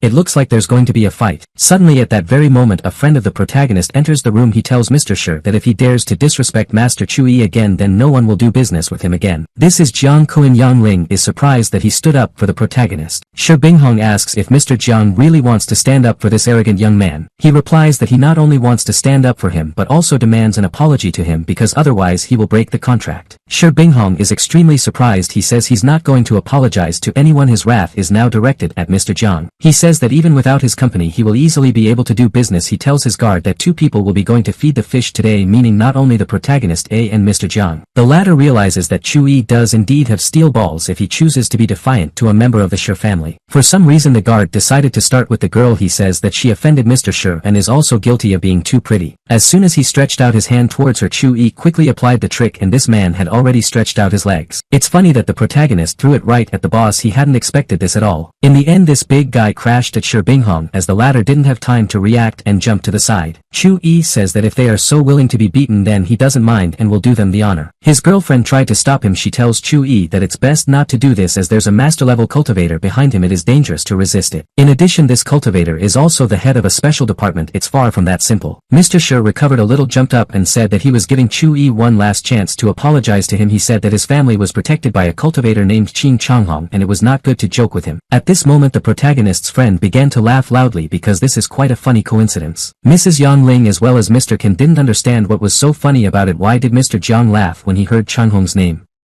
He must be crazy. Mr. Jiang said that information is everything, so if they knew some facts they wouldn't look so stupid right now. Chu Yi in turn said that at first he wanted to be gentle with Shi Binghong, but now that he knew who exactly was protecting him, he really taught him a good lesson and would not feel sorry for him. Shi Binghong began to snot and tell Chu Yi not to come near him. Then we see the general plans of this liner and hear the shrill scream. It looks like the protagonist really taught him a lesson. We return to this room again and see that Chu Yi says that everything has been sorted out and it is time to leave. Shi Binghong in turn lies unconscious. Yang Ling, her boyfriend and an nymphomaniac, ran up to him. They're trying to help him. Mr. Shi finally came to his senses. He says that he will definitely finish off the teacher. Chu Yi, the protagonist, beat him up quite badly. The protagonist's girlfriend is still in a panic because she doesn't know everything that Chu Yi and his friend know. She says that now Chu Yi will take revenge. She says he needs to run as fast as possible. She advises him to leave the country. The girl promises to help him. Mr. Jiang listens to all this and laughs. Master Chu Yi, you're not bad, he says. The girl doesn't understand what's so funny about it and says that now is not the time for jokes. After all, the Shi family is protected by a cultivator with a very high level. A friend of the protagonist explains to her that there are few people on this planet who will be able to harm the teacher Chu Yi. The girl asks him why he thinks that Chu Yi is a simple teacher. The protagonist of the mysterious one smiles and tells her not to worry about him. He recommends that she go back to her manager, who is probably already going crazy since she's been gone for so long. The girl just sighed loudly. You can't be persuaded, she said to Chu Yi, and then added that she would help him anyway. The protagonist asked if he could interpret these words as a declaration of love for him. The girl said she didn't talk to them anymore and ran away. The guys just laughed. Mr. Jiang told Chu Yi that he had heard about the spirit stone vein on Xiaomu Island. The protagonist replied that that was why he was here. Then he said that there was no time to talk about it now, as he had one call to make. Mr. Jiang assumed that this call would be about Shi Binghong. The events take place in the city of Dongan. We see the house of the Shi family there. The head of the family congratulates the cultivator for being able to reach the supreme master level so quickly. Afterwards he says that this will probably significantly prolong the man's life. This same cultivator says that there is no need to suck up to him after that. It resembles the events of the past. We can see that there is some kind of event going on here, as there are quite a few people in the house. They admire the fact that the cultivator is already quite old in age but looks young. At that moment his phone rings. The head of the Shi family asks him who is calling him so insistently. The cultivator replies that it's not funny because he's just getting a call from the person they're struggling to find. The head of the family asks if he understood correctly that this is the new secret master who is called the King of Chu. The cultivator smiles mysteriously and says that he needs to answer an important call first. The head of the Shi family realizes that they need to do everything to attract this master to their family. Such a chance should not be missed. Meanwhile, Chu Yi is talking to this cultivator. After talking, he approaches the head of the family and asks if a guy named Shi Binghong belongs to the Shi family. The old man replies that he is, because he is the son of his third son and mistress. And what about him, he asks. The interlocutor directly says that this guy crossed the path of the same King Chu. What do you think needs to be done now, he asks. The old man said that although this King Chu Yi was a master, his friend had also reached the level of a master and could fight back against anyone who would attack their family. The cultivator explains to him that he will have to explain himself to King Chu Yi anyway. The old man assumes that he is in his early 60s. After all, this is how old the youngest master was in all time. He is about 20 years old. His friend clarifies afterward. He says that he won't be able to guard the Shi family for life if he is already a master at 20. What will he achieve in the future? The head of the Shi family is shocked by what he heard. Master, and he is 20 years old, he asks in surprise. Those present also heard this and were very surprised. They are extremely displeased that Shi Binghong dared to offend such a strong person. The old man immediately starts yelling at Shi Qiling, who is Shi Binghong's father. He begins to make excuses and say that he will solve this problem. Then the events are again transferred to the liner there. Miss Yang Ling is tending to Shi Binghong's wounds. He begins to flirt with her. The girl loves it. She reciprocates his feelings. That seems to be the case. Suddenly the guy's phone rang. He says it's strange that his father decided to call him right now. As soon as he picked up the phone, he immediately heard accusations and name-calling in his direction. In short, his father demanded that he apologize to Master Chu Yi. We can see that there is a real farce in the Shi family's house. Shi Binghong's father tells his son that if he fails to beg forgiveness from Master Chu Yi, he will kick him out of the house. Just then Mr. Khan, who had previously tried to expose the protagonist, re-enters the room. He turns to Mr. Shi and offers to send his men to fetch Master Chu Yi. Of course, he doesn't know that the situation has changed a lot in those few minutes. Shi Binghong jumps up, runs up to him and slaps him in the face, saying, "You." He then walks past Miss Sun and pushes her. He says it's all their fault because they're the ones who are the end of him now. The nymphomaniac didn't understand what had happened. She asks Shi Binghong where he is. He maliciously replies that he is going to apologize to the same teacher Chu Yi. Miss Sun is shocked by these words. How is it that Mr. Shi will apologize to someone, and even to a simple teacher? Then we see the room where the protagonist and Mr. Jiang are talking. The latter tells Chu Yi that Shi Binghong is already on his knees in front of the door. Chu Yi is relentless. He replies that he wants to teach this guy how to be a normal person. The Shi family is very powerful, but their greatness can destroy this worthless idiot. That's why Chu Yi wants to re-educate him. Shi Binghong doesn't understand why Grandpa insisted that he apologize to this guy. Who is he? Is he just a teacher or not? Just then the door opens. Chu-yi looks at the kneeling young man. Did you realize your mistake? He asks him. Shi Binghong begins to bow and beg for forgiveness. He says that he has realized his mistakes and hopes for the generosity of the protagonist. Chu-yi replies that he felt powerful, thought he could get away with anything and couldn't calm down until the last moment even when he was warned. After that he says that the main mistake is that he met him. After these words the main character kicks the guy in the head. Shi Binghong is thrown several meters away from this blow. He crashed into the wall and there was even a dent in his head. Get out, says the protagonist and closes the door. Shi Binghong thanks him for his mercy and for his apology. Mr. Jiang tells Chu-yi that this doesn't sound like him. Do you think I'm too cruel? The protagonist asks him. Mr. Jiang is silent with meaning, implying that this is what he meant. Chu-yi says that this world itself is very unfair. Whoever is more influential is always right. That's the reality. Then we see the guys from the class of the teacher. Chu-yi, the main character, sent them a message and notified them that he was away on business, and they in turn stayed on the ship. The guys are sitting at a table in one of the establishments. One of the guys says that their teacher has become somewhat mysterious lately. His friend jumped up, slammed his hands on the table and said that no matter what happened their teacher Chu-yi would always be their favorite teacher. Just at that moment the protagonist sneezed loudly. In China it means that someone is discussing you at that moment. While walking down the street with his friend the protagonist noticed the fact that many people had bandaged hands. What is the reason for this? Mr. Jiang said that this island is also often referred to as Black Fist Island. He did not tell in more detail and offered to take a walk and show everything. They're waiting for Mr. Qin. Mr. Jiang suggested that Chu-yi show him the largest Black Fist hall on the island for the time being. They went there and it turned out to be a gym with a ring where a fight was taking place. Chu-yi and his friend sat down at one of the tables. The protagonist was enjoying a refreshing drink as it was quite hot outside. A friend told him that they bet on fights here. Chu-yi looked around and realized that there were only rich people and celebrities sitting here. Mr. Jiang said that this establishment has an income of more than 1,000,000 yuan per day. Chu-yi's attention was drawn to a young woman. It was Lian Xiaoman. I wonder what she's doing here. In a previous life this girl dated his brother Chu Zhonggu. Chu-yi didn't communicate with him much since the guy was too spineless and they had very different personalities. What has this girl forgotten here?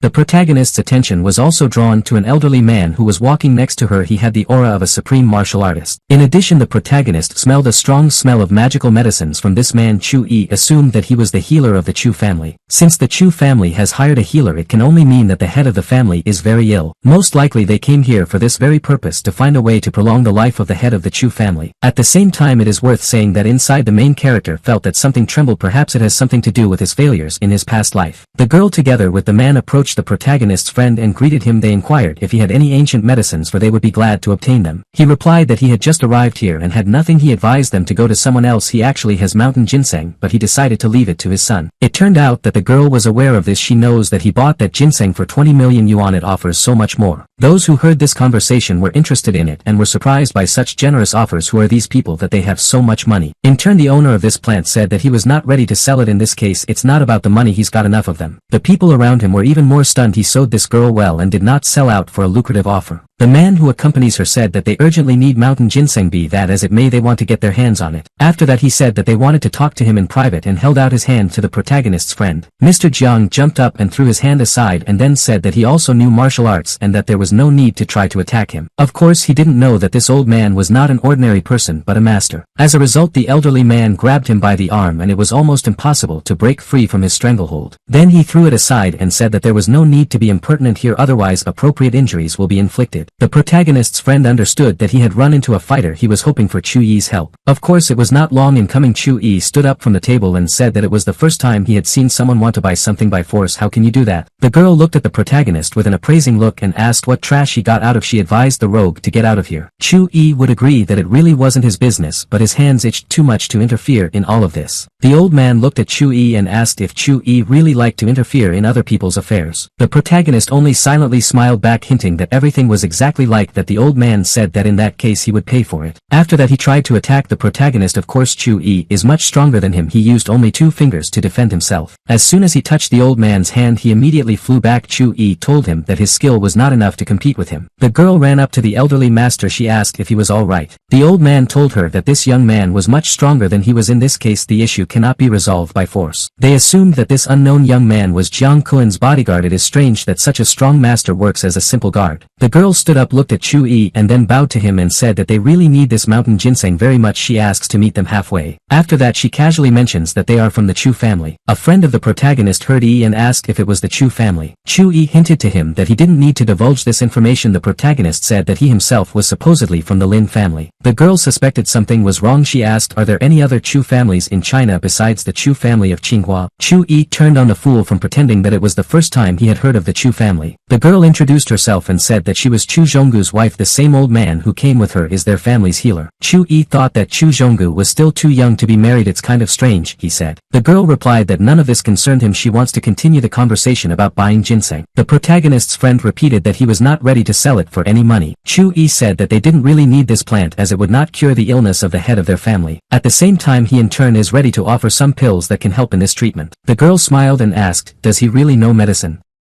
At the same time there was a strong sarcasm in her words. She thought the young man was just making a fool of himself. Chu-yi said that she was stupid and didn't understand it at all, but Master Chen should know these pills well. After saying that, Chu-yi showed a few round pills. As it turned out, the protagonist was really right. The old man immediately recognized the pills. These were red rock pills. He immediately ran up to Chu-yi and asked how much he wanted for them. They are willing to pay any amount for these pills. Chu-yi immediately said that he would be satisfied with 1 billion for one, but there was bargaining. As soon as the girl heard this amount she immediately got angry. Do you think we're idiots?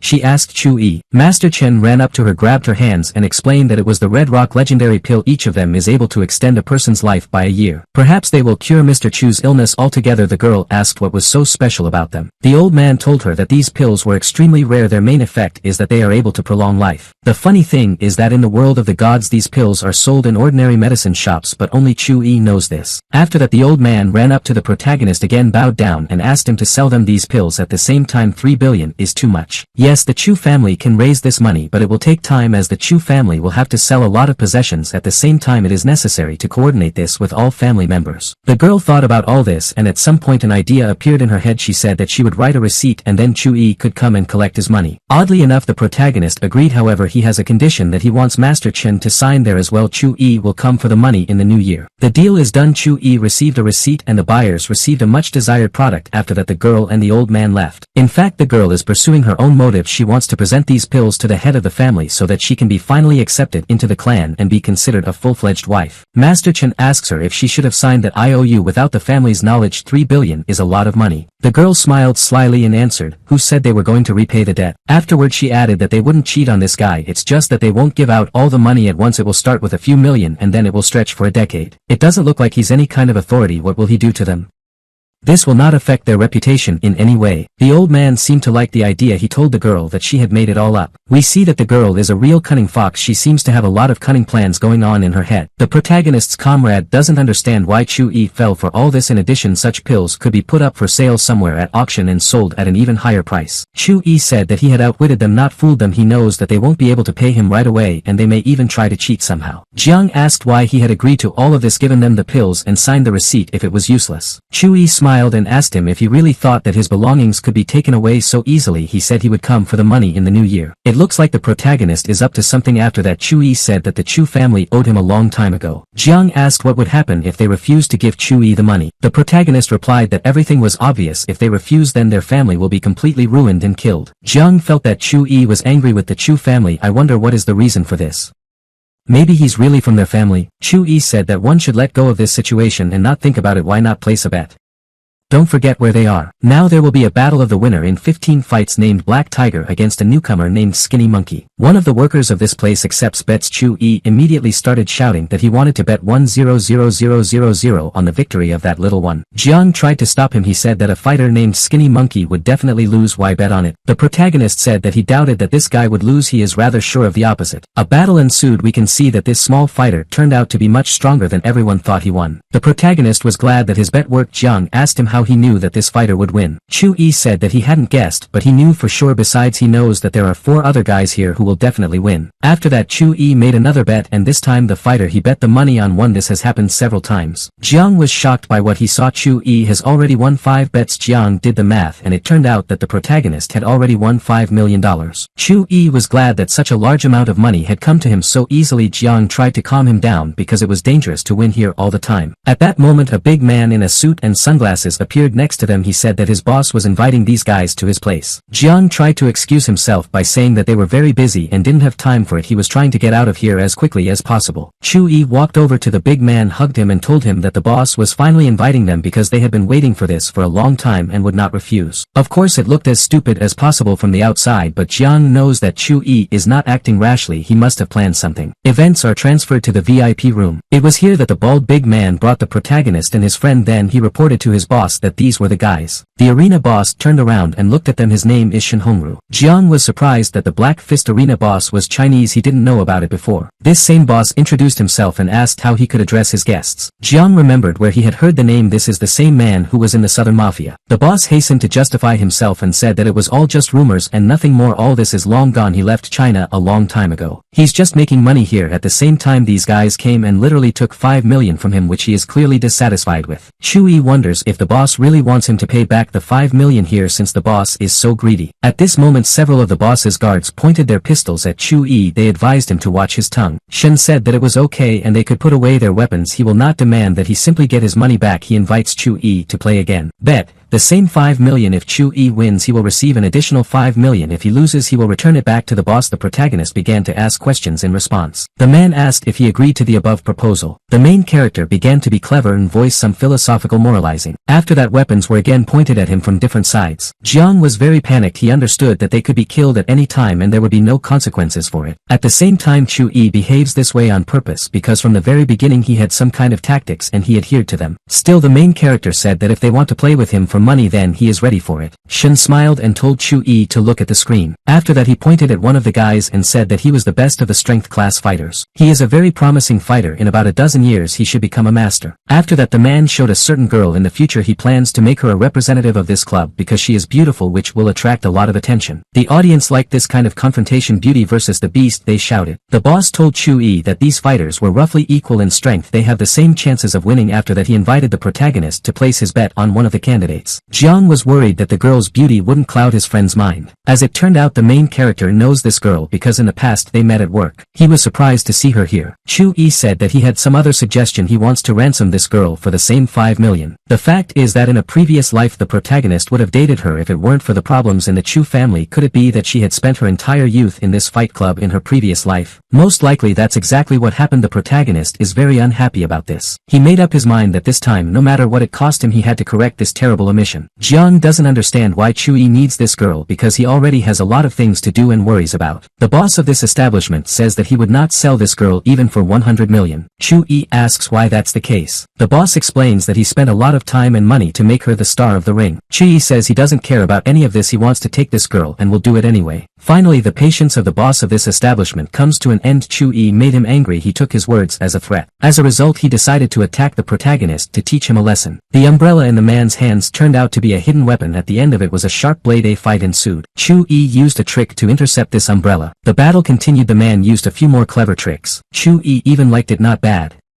No wonder I came here, he exclaimed. Jiang made the wisest decision possible. He hid because he knew that he would only get in the way and most likely be killed in a second. Shen told the protagonist that he was about to use a punch that he couldn't dodge. Boss laughed and repeated that even the highest masters would not be able to do this. Chu-yi said that this blow is really not bad. At the same time, it doesn't look like he scared him. Chu-yi managed to dodge him. Needless to say, his opponent was shocked as he did not expect such a thing at all. A moment later, the protagonist was already behind him. Chu-yi grabbed him by the neck and said that he had lost. The boss accepted his defeat and said that in that case Chu-yi could take the fighter's girlfriend. Chu-yi said that he didn't want to make enemies, so he would give away the 5 million and also compensate from above. At that moment, a guy came into the room. He told the boss that he had to give him his arena. It turns out that this is a kind of competitor. The guards immediately pointed their guns at him. Shen Hongru told this guy that he had already been defeated by him once, so it was better for him to get out of here. Chu-yi was surprised that there were 2 authorities on this island and they were not inferior to each other in terms of influence. It turned out that this guy named Wang Yong, who had come here to take away the arena, had reached the level of a combat general. This means that he he is much stronger than he was before. He said that he had come here to show his new strength. The boss of this arena is surprised by this. He couldn't understand how his opponent had reached the level of a battle general so quickly. Wang Yong says that it doesn't matter because today this arena will be his and its former owner will die at his hands. Shen Hingzhu hadn't expected this at all. He was kicked out of China 10 years ago. Now he's in danger and about to die at the hands of some scum. Wang Yun jumped into the air and was about to kick his opponent in the head. At the same time he shouted that he was going to break his skull. Chu Yi told Mr. Shen not to give up so quickly. The main character does not like upstarts because only he can show off, so he decided to intervene and help the owner of this arena. Chu Yi used his E-power to deflect the attacker's attack. Wang Yun realized that if this guy was able to withstand his attack, then it meant that he was at the level of a supreme master. Chu Yi told Mr. Shen that he was willing to help him but only if he obeyed him. Wang Yong said that sounded too arrogant. He doubts that Chu Yi will be able to defeat him. The protagonist looked at him and said in a malicious tone that he had not been given the floor. Afterwards he looked at Mr. Shen again and asked if he agreed to his terms, otherwise Chu Yi would leave immediately. Of course the man did not want to become a submissive servant, but he understood that his death was on the other side of the scale. Yes, there are his armed guards in the room, but they are ordinary people. If they try to do something they will simply die. He doesn't want it because they've been loyal to him for over 10 years. Chu Yi said that there was nothing to worry about. He is not interested in property. He just needs Mr. Shen to help him guard something in the future. Mr. Shen said that in that case he would agree to the guy's proposal. He officially bowed down before the protagonist and asked him to save him. Chu Yi was glad that they had finally managed to come to an agreement. The protagonist looked at his opponent and suggested that he start an attack. At the same time Chu Yi called him a hairy man, which made this man very angry. Chu Yi told him that he was only a battle general. After that the main character used his magical powers. Many daggers hovered in the air. Chu Yi told the opponent that it was easy to deal with him. Mr. Shen realizes that if Chu Yi fought him with full force he would die immediately. The protagonist's rival was also imbued with what he saw. He realizes that this young man in front of him is much stronger than he seems at first glance. Chu Yi goes on the attack. At the same time his opponent is still not in the mood to give up. He's sure it's not that simple either. Chu Yi tells him that he is a fool for not making a reasonable decision in time. As a result the protagonist's magic attack reaches its target. That guy starts screaming. Chu Yi says that you can't rely on brute force alone. We see how the same daggers pierce the body of the protagonist's rival from different sides. Blood splatters fly in all directions. At the same time his opponent is still not ready to give up. On the contrary, he is furious and goes into berserk mode, so he is ready to fight to the last. Chu Yi tries to reason with him and says that he has no chance and that the outcome of the fight will be only one, his death. In the end this guy doesn't understand anything, so Chu Yi takes the final step to victory. A moment later we see that man lying dead on the floor. It's only at the level of a combat general, Chu Yi said. The henchmen of the guy who had come here to fight began to run away as they had never seen anything like this before. Jiang finally came out of hiding. He asks Chu Yi if he's okay. Mr. Shen is impressed by the protagonist's strength and talents. Chu Yi tells him that he rejoices too soon. The thing is, there was a master behind the guy that Chu Yi had killed and he could come here at any time. The fact that Wang Yun had a master patron was unknown to Mr. Shen. He was worried again. Chu Yi tells him not to panic. If this master comes here Chu Yi will deal with him as well. If he didn't come here Chu Yi would come to him. The fact is that when Chu Yi killed Wang Yun his master patron severed one of the protagonist's karmic threads. There are not so many who are able to do this. Most likely this person is involved in what happened on the plane. It's like stepping into one well thought out plan. Mr. Shen once again bowed to the protagonist and said that he was now subordinate to him and ready to be useful to him. Chu Yi said that there was no need to be too polite. The only thing that interests the protagonist at the moment is that in a few days he wants Mr. Shen to meet someone. In addition Chu Yi asks him to bring the green-haired girl. The boss instructs his men to comply with this request. He's glad he got the opportunity to please Chu Yi. The girl was quickly brought to the VIP room. She was told that Master Chu Yi was waiting for her there. The girl heard the name and was surprised. As soon as she went inside she saw the protagonist and was almost speechless with surprise. Lord Shen told Jiang that his friend seemed to have some business to attend to, so they had better leave and have a drink for now. They hadn't seen each other for a long time and that was the first thing Chu Yi said to the girl. She walked over to him. Mr. Shen asks Mr. Jiang what Chu Yi's status is in society. In response Jiang asks him if he has heard of Lord Chu Yi. It seems that Mr. Shen has heard this name. After all, this is the same person who killed the head of the knife sect. Jiang replies that it is him. Mr. Shen felt uneasy. After all, he had just fought an unsurpassed master. Lucky he didn't make him too angry. Jiang asks him why he's so worried. Shen replies that he's fine, it's just that his blood pressure, fever and everything else has suddenly risen. At the same time he decided that he needed to get to know his new boss better. It's better to hold on to such an influential person. We see the protagonist's conversation with that girl. She tells Chu Yi that he has matured a lot. He tells her that he met Wang Bing recently and Wang Bing told him that Wang Bing wasn't doing too well. The girl began to talk about her life. It wasn't easy for her. One of the young masters of the Ma family molested her. Chu Yi was angry. Beauties are always in danger even if they are fighters. The girl replies to the protagonist that she didn't have much choice and did what she had to do. At the same time she still had problems because of this. Chu Yi asked her what had happened next. The girl said that after that she left for Jinlin. There she met a womanizer named Xiu Lingyun. He liked to collect girls. This made the protagonist even angrier. The fact is that in his previous life all of Chu Yi's troubles began with the fact that this same womanizer had his eye on his sister. The girl noticed that the main character had a little more and sparks from his eyes from anger. She took his hand and asked him not to get angry. Chu Yi said that she was free now. He made a deal with her boss. Now she can go with him to Zhejiang. The girl didn't even believe him at first. Chu Yi said that he had found Tam a job for her. After all, she used to be in the detachment of the young squad and she knows foreign languages well. The girl replied that it was all true, but how could it be related to her work? The protagonist replied to her that it would be a bit unexpected, but he wanted her to teach English at his school near his class. The guys will definitely be delighted with it. Of course the girl was stunned by such a proposal. Will a SWAT man teach English at school?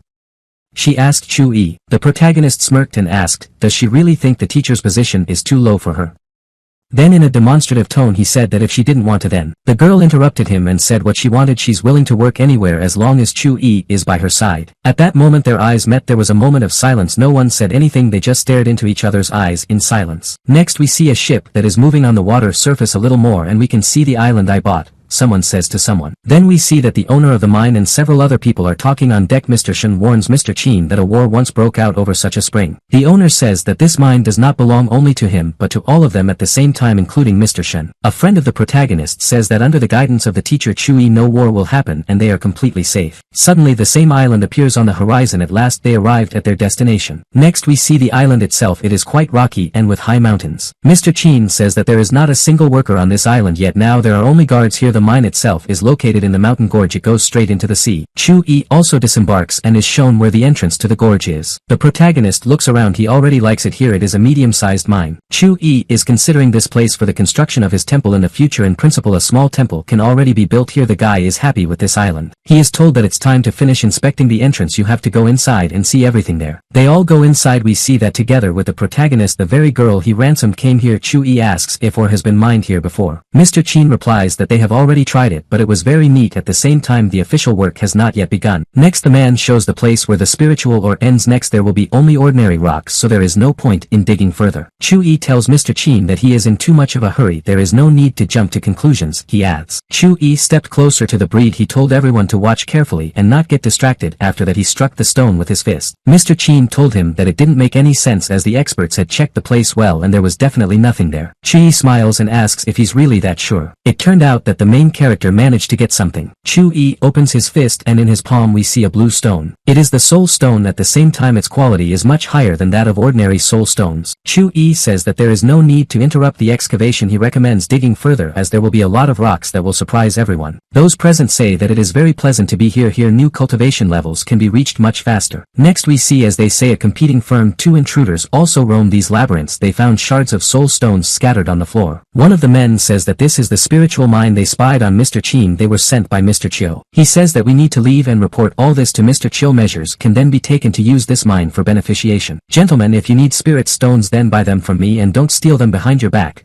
Tell them the main character who suddenly appeared nearby. He then adds that the price of one stone for spies and thieves is one human life. The men turn around and their heads are separated from their bodies. This is how the protagonist decided to deal with spies and intruders. Mr. Qin asks who they are. Mr. Shen said that the two martial experts were watching them. Chu Yi says that's the way it is. They were sent here by Qiu Lingyun. Mr. Qin asks the protagonist how he knows this. The fact is that in the previous life it was this scoundrel who destroyed the washing company and also took the sister of the main character. However, Chu Yi doesn't want to tell all of this. He only replies that she is sure that it is Qiu Lingyun that they will meet again soon. Mr. Qin asks if Chu Yi thinks Qiu Lingyun suspects them of having the mine. Chu Yi replies that hiding won't work anyway because if you sell soul stones you won't be able to remain anonymous. Mr. Qin asks him what they should do now. Chu Yi tells him that they should continue to pretend that they are developing a cure, but that they should also secretly mine soul stones. If there is enough power and authority there will be no need to be afraid of anyone. After Chu Yi says that he will stay here for 2 days and set up seals so that no outsiders can enter here. Night came. We see how the protagonist is busy with those very security seals. They are called Kunzi seals. The guy is just activating them. The main feature of these seals is that if a person steps on it he falls into a foggy trap. Chu Yi was confident that with the help of these soul stones he would be able to reach the level of a combat general. After this we see the sequence of stages of development. First comes the apprentice, then the master, the supreme master, the battle general, and finally the sect master. After the sect master there is the level of the celestial realm. It's too bad that the spiritual energy of this planet is too small. The protagonist thought even the level of a sect master is very difficult to reach. That is why you need to appreciate what you have. First of all, Chu Yi wants to kill his main enemy and then then take control of the southern part of Jiangnan as well as the city from Tsinghua. He wants justice and then go to the capital and get his mother back. After that, the protagonist plans to open the door to the world of celestials and come back. He has successfully reached the level of a combat general. In fact, Chu-yi had done everything he had planned to do here, so now he could go back to Zhejiang. I wonder how his students are doing. The main character took out his phone and decided to write in the general chat and ask how they were doing. Guys, how are you doing with your homework?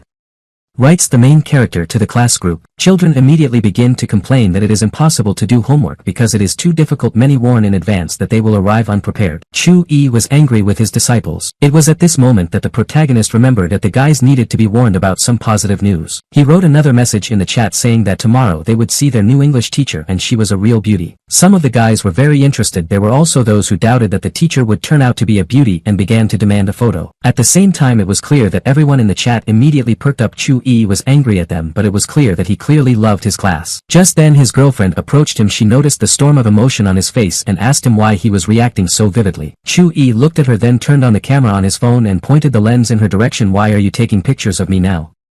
The girl asked him. She then lunged at him, grabbed him in a combat grapple called an anaconda, and took his phone away. She said she couldn't send her photo to anyone. Chu-yi broke free and tried to take the phone back. The girl began to run away. As a result, they were like children running around and chasing each other. At this moment, in a completely different corner, we see the place where the protagonist's enemy lives. He had just been notified that the two masters he had sent to spy on Mr. Chin had disappeared. He is in bed with a girl and she asks him what happened. He tells her that if she doesn't have anything to keep her mouth occupied, she can always keep it busy. He ends up putting his hand on her head and forcing her to do it. At the same time, he thinks that he will have to pay a personal visit to Zhejiang. The next morning came. Chu-yi walks to school with his friend. He congratulates her on her first day at work. He is sure that the students will be delighted with her. Along the way, the protagonist tells her the nuances and subtleties of living in this city. For example, they sell very tasty buns there, the guy says, and points his finger at one eatery. The saleswoman there is an elderly woman. She saw Chu-yi and thought it was his girlfriend. Chu-yi comes closer, gives her the money and asks her not to talk nonsense but rather to give them those pies. At this point, the protagonist's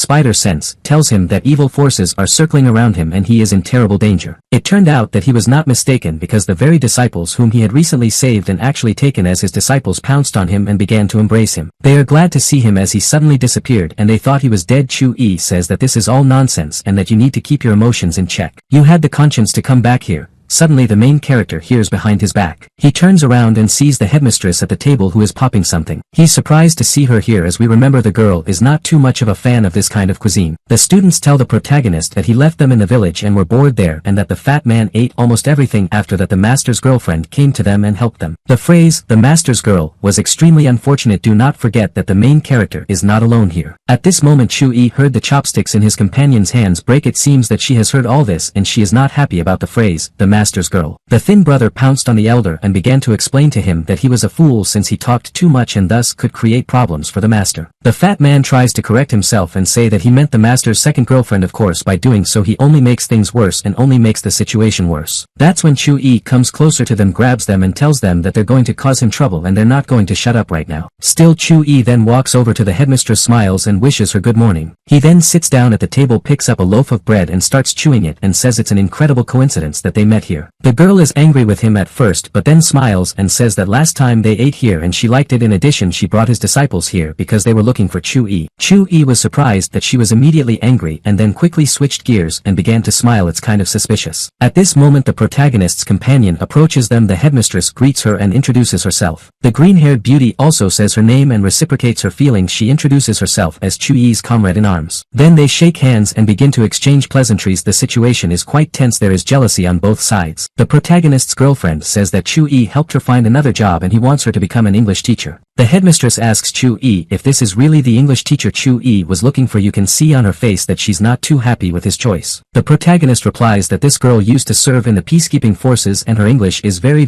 good, so yes, this is exactly what they need. At this moment, something happens that the protagonist definitely did not expect. In the same cafe there are two more girls who like Chu-yi. Of course, all of them are not thrilled that the protagonist is not alone. There is jealousy on the part of each of them. them. The protagonist even froze for a few seconds as he did not expect that this could happen to him at all. One gets the impression that they are all in cahoots with each other. Chu-yi and the four girls who liked him sat down at the table. There was a moment of silence. The situation is as stressful as possible. The protagonist doesn't even know how to behave in this situation. Like a cherry on the cake, his students were drawn again, who said that the first, second, third and fourth girls of the master got together and it was great. One of the girls said that she offered to talk about Master Chu-yi and she started talking about how they went to Linhai City together and it was just wonderful. The second keeps up the conversation and says that as a child Chu-yi told her that when they grew up he would marry her. She was transferred to the police station here because of him. And then there was the fact that he secretly kissed her, and now Chu-yi is so cute when he blushed with embarrassment. The headmistress sits silently for now. She enjoys her drink and listens carefully to who's saying what. I don't even know what kind of girl can be worthy of such a beautiful guy, says one of the girls. Chu-yi smiled and coughed meaningfully. He says you need to stop talking about him and change the subject. Then he says that it's time, and it's time for everyone to go to work because today is a working day. The girls just stare at him silently. He points to his watch and says it's time for everyone. At this point all the girls get up from the table at the same time and each of them starts saying that she needs to run somewhere on business. But Chu-yi's former comrade in arms with green hair and a big soul says, wait. She suggests creating a common group in the messenger for joint communication. The girls like the idea. As a result they all stepped aside and chatted sweetly, exchanging contacts. Chu-yi sits at the table and doesn't understand what's going on. The headmistress shakes hands with the green-haired beauty and says that she is glad to meet the new teacher. She reciprocates her feelings. Chu-yi realizes that none of this is good. There is no more terrible fury in hell than a resentful woman. Events are transferred to the school. Chu-yi can see that his companion is feeling a little uncomfortable. He asks what's wrong. The girl is not quite sure that she deserves to be a teacher. That's what makes her uncomfortable. Chu-yi says it's all nonsense because otherwise he wouldn't have called her here. Besides, the headmistress seems pleased with her. The guys will definitely like it. The girl walks unsteadily into the classroom. Still, she reassures herself and thinks that she can handle it since they are just children. A girl enters the classroom and greets everyone. There's a real farce there. Someone is chattering loudly, someone is pushing, someone is laughing, and so on. The girl looks at all this. She tries to calm them all down, introduce herself and so on. After her the protagonist enters the classroom. He says this is the new English teacher he told them about. The guys greet her. Everyone really liked the new teacher with her appearance. The guys start asking her where she studied, how old she is and so on. She liked the students right away too. The guys were as simple-minded and naive as she and Chu-yi had been. Chu-yi says that teacher Lu doesn't have a boyfriend and she served in the army with him before. She is a graduate of the first military institute. One of the schoolgirls tells Chu-yi to shut up because they are listening to teacher Lu and he is chatting something. One of the students asks the new teacher if she has any hobbies. The girl thought for a moment. She seems to find it difficult to give a quick answer to this question and it baffles her. Just then Chu-yi gives her a pointer. The girl takes it in her hands, looks at it and says that she has a hobby. After that she breaks the pointer in half and says that her hobbies are training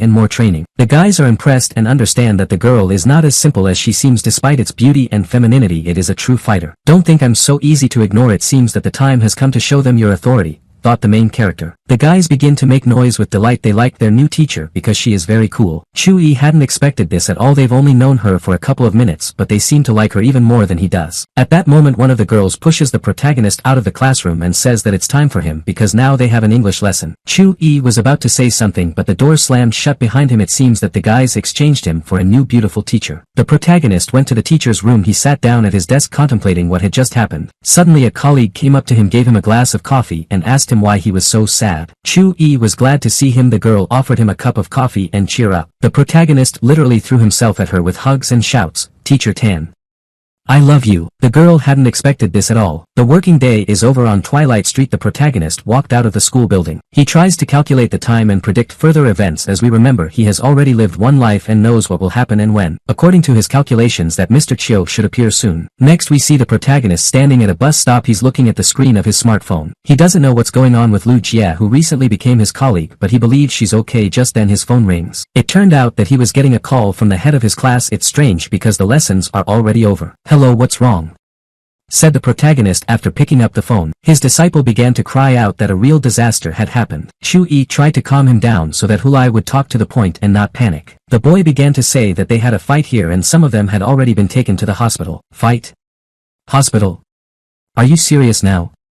The main character asked him. The student began to tell that he and several of the master's students as well as their new teacher wanted to play basketball. As a result, there was a conflict with the participants of the competition from another school. Chu-yi hadn't expected this at all. He understands that someone could have died in such a fight because his girlfriend is a professional fighter. He asks his apprentice if anyone is dead or if it's just injuries. Hulai replies that there are no fatalities, which Chu-yi is overjoyed. The protagonist sees a taxi passing by and slows it down. He asks the student which hospital he is in. The guy replies that he is in the city. Events are transferred to the same medical institution. We see the facade of his building. Chu-yi runs down the corridor of the city hospital. At one point he sees his apprentice calling out to him. Chu-yi runs up and starts scolding him for allowing such a thing to happen. He then sees the brothers he teaches Tai Chi and scolds them for fighting in the streets. The mayor tries to explain to him that he has misunderstood. The boy says that they got into a fight with the students of the Tianfang school. The 18th grade had a lesson and those guys had a competition, so they didn't share the sports ground. Tianfang school from Jinlin, clarifies the main character. His student replies that yes, this is the same private school that Tianfang International finances. Chu-yi pondered. The disciple says that they didn't want to get into a fight and just planned to ignore those guys, but they allowed themselves to call their teacher Chu-yi. Chu-yi was extremely surprised by this. After all, how did those guys from the other school know him? The boy replied that the Zhejiang school cooperated with them a lot. Students of these schools communicate closely, so they know each other's different teachers. It turns out that the guys fought as they were defending part of the main character. Of course he was pleased. The mayor replies that although they said bad things about their teacher, but it was all in fact. In addition, the elder says that their teacher Chu-yi is very patient, so he will definitely not hold a grudge against them. Chu-yi once again asks the head of his class why they started the fight if not to defend his part. The disciple says that they were perceived as tolerant. They began to provoke their new teacher and the girls in their class. So you started a fight because of that?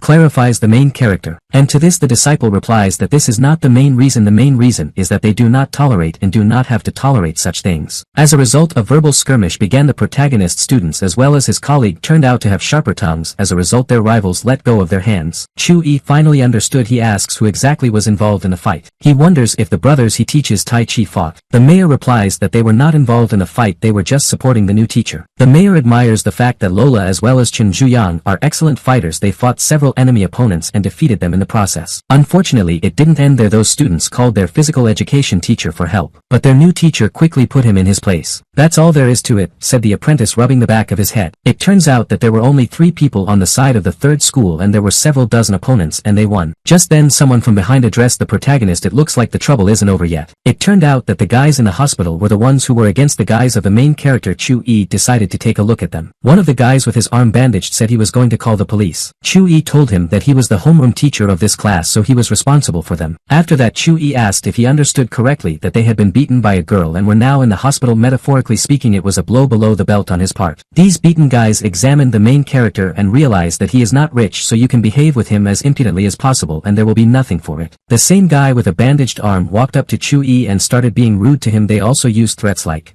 "Do you know who my father is?" Chu-yi looked at this guy carefully and said that he was fine because he spoke quite intelligibly and moved sharply. Afterwards he said that the only thing that was wrong with him was something wrong with his head because he was talking some nonsense. Of course that this guy off. Meanwhile, the protagonist's students were laughing. The joke he voiced definitely went well. This guy with a bandaged hand told Chu-yi that if Chu-yi didn't apologize to him, the next conversation would be at the Ministry of Education. Chu-yi replied that there was no need to boil. He wonders who this guy is. He introduced himself and said that his father was the manager of Tianfang International and its shareholders. His brother in turn is the director of this company. It turns out that this green-haired and arrogant lad is Chiu Lingyun's brother, and there are such coincidences. The world is small. After that, the guy began to demand several million as compensation. Hulai was outraged as this was outright extortion. It would be better for the case to go to court, he said. This impudent man replied that if the case went to court they would win because he had some evidence. Then he showed his phone. Chu-yi was tired of putting up with all this. He used the same technique he used on his famous ex. He gave the name of his Tolstoy pupil and pronounced the word Geet. As a result, the chubby guy pounced on the guy with a bandaged hand, snatched the phone from his hand with his teeth and began to gnaw at it like a hungry dog gnaws on a bone. He only watched in shock at what was happening. It's understandable because it's not every day that someone eats your phone. Chubby thanked the protagonist for the delicious lunch. As a result, the impudent man got frightened, ran up to his friend and began to shout that these madmen should not approach them. Chu-yi smiled ominously and asked if anyone else here wanted 2 million as compensation. At that moment someone turned to him from behind and asked if he was to blame for the fact that he and the students had been beaten. beaten. It turned out that it was the headmaster of the school where these majors study. He pushed the protagonist aside and went to the guys. One of his disciples immediately threw himself into his arms. He began to tell how his phone had been eaten and then threatened to eat him as well. The headmaster shouted at Chu-yi that he was not a real teacher because a teacher would not allow his students to behave like this. Chu-yi began to respond to this person with mutual accusations. After all, a normal teacher would not justify a disciple who raised his hand against a girl. The director froze for a couple of seconds. She then turned to her students and asked if it was true that they had been beaten by the girls. They began to mumble something incomprehensible, but it was clear from their reaction that this was indeed the case. One of the guys even began to make excuses that these girls were incredibly ferocious. The headmaster just rolled his eyes in response. He doesn't seem to be happy about the news that his students have been beaten up by girls. After that, Chu-yi decided to finish him off and told him that these guys had just demanded 2 million yuan from him, which was essentially extortion. In short, the protagonist was inclined to believe that these students were brought up much worse than Chu-yi raised his own, and there is no need to blame him. A teacher from a rival school was indignant and wanted to tell the protagonist that he did not agree with him and perhaps be rude, but he could not find the right words. Chu-yi only smiled and told his disciple that it was time for them to leave because they had nothing else to talk about with these clowns. Huli even recorded this conversation on a dictaphone. The director heard it. He shouted that if he didn't explain himself to him now, he would report to Chu-yi's superiors about what had happened. The protagonist stopped, turned around and said that he had the right to do what he had in mind, and Chu-yi wondered who would have more authority in this city. Hint that Chu-yi's greater influence worked. The headmaster finally shut up. Of course he was dissatisfied, but he kept quiet. One of his students asked him for his phone. He gave it to him. He asked who he was going to call. He suggested that I just go and write a complaint. The guy replied that he would call his brother and he would settle the conflict. The director was clearly interested. He knows that this guy's brother is the host of Tianfeng International. If he's on their side, that's great. The guy finally got through and began to complain to his older brother that he had been beaten up by the students of the third school, and there is also a certain teacher named Chu-yi who is completely crazy. The elder brother immediately asked him if the younger one had told him that he was from the Chiu family. Junior says he told it right away, but no one cared. Finally, the eldest realized that the name of the teacher that his younger brother Chu was talking about was the one. He asked again if he had heard correctly. Junior said that everything was correct. That teacher's name was Chu-yi and he worked in the third school and also boasted that he was an authority in Zhejiang. We can see that the elder brother is clearly interested in this. He tells his brother that he has business in Zhejiang tomorrow, so he will help him. That was the end of the conversation. The disciple began to boast to Principal Su that tomorrow his elder brother would come here and have a show. Then we see his older brother again. He talks to his assistant cultivator. The latter says that this Chu-yi is not so simple because they have been hearing about him too much lately. The guy replies to the old man that there is a special situation in Zhejiang now. There are always some difficulties with this city. The guy suggested that someone wants to make this city more influential than it is now. The old man agrees with this. It says that no matter how hard they try, they will not be able to do it. At the same time, you need to study the situation of Zhejiang well to understand everything. We see the protagonist riding a bus. Master Luo called him. He told Master Chu-yi about the meeting on the delimitation of the southern territories. It is not very convenient to discuss this in public transport as it is quite crowded and someone is constantly jostling. At some point, an obese woman pressed the protagonist against the glass so that he could not move. Chu-yi told the other person that it would be better to continue the conversation a little later. After a while, the conversation continued. Master Law said that the meeting on the division of territories is one of the traditions of the criminal world. This meeting is held every 3 years. Although it is criminal in nature, it may be attended by the military and police. Chu-yi said that this was quite expected because the authorities of all the cities wanted to take over and subjugate the territories of interest to them. Whoever is stronger is right. Master Luo says that there are many strong martial masters in Zhejiang. This usually gives them the opportunity to hold the second place in importance. Chu-yi asks why he called him and told him about all this when they usually do it on their own. He suggested that this year the rivals are particularly strong. Master Luo began to tell him that there was a martial artist in Linhai City who was very strong. He can break rocks with his hands. Chu-yi says that this is about the level of a martial artist. At this point, he eats the sausage with gusto, savoring its aroma. Master Luo heard this and asked what was going on. Chu-yi said that everything was fine. He was listening intently. The interlocutor went on to say that this time their situation is very precarious, so he wants Chu-yi to help their city hold on to second place. The protagonist replies that they don't need second place because they can take the first. He'll be happy to help with that. Master Luo has some doubts about this. He's not sure they'll be able to become leaders. Chu-yi replies that there is no need for any doubts because he has a plan. Next, he briefly narrates it. Master Law thanks him for his responsiveness and help. He was obviously glad that Chu-yi had agreed to help them. The protagonist thinks that in this life he simply has to achieve superiority and nothing else. After a while, we see a school where Chu-yi's teachers scold him and say that he is completely crazy. The headmistress reprimands him as she has heard about the conflict with the Tianfeng school. Chu-yi is freezing. He lies down on the couch and tries to pretend not to hear anything. It only makes me angrier. At one point she stepped aside to slow down a bit. You've made me so angry.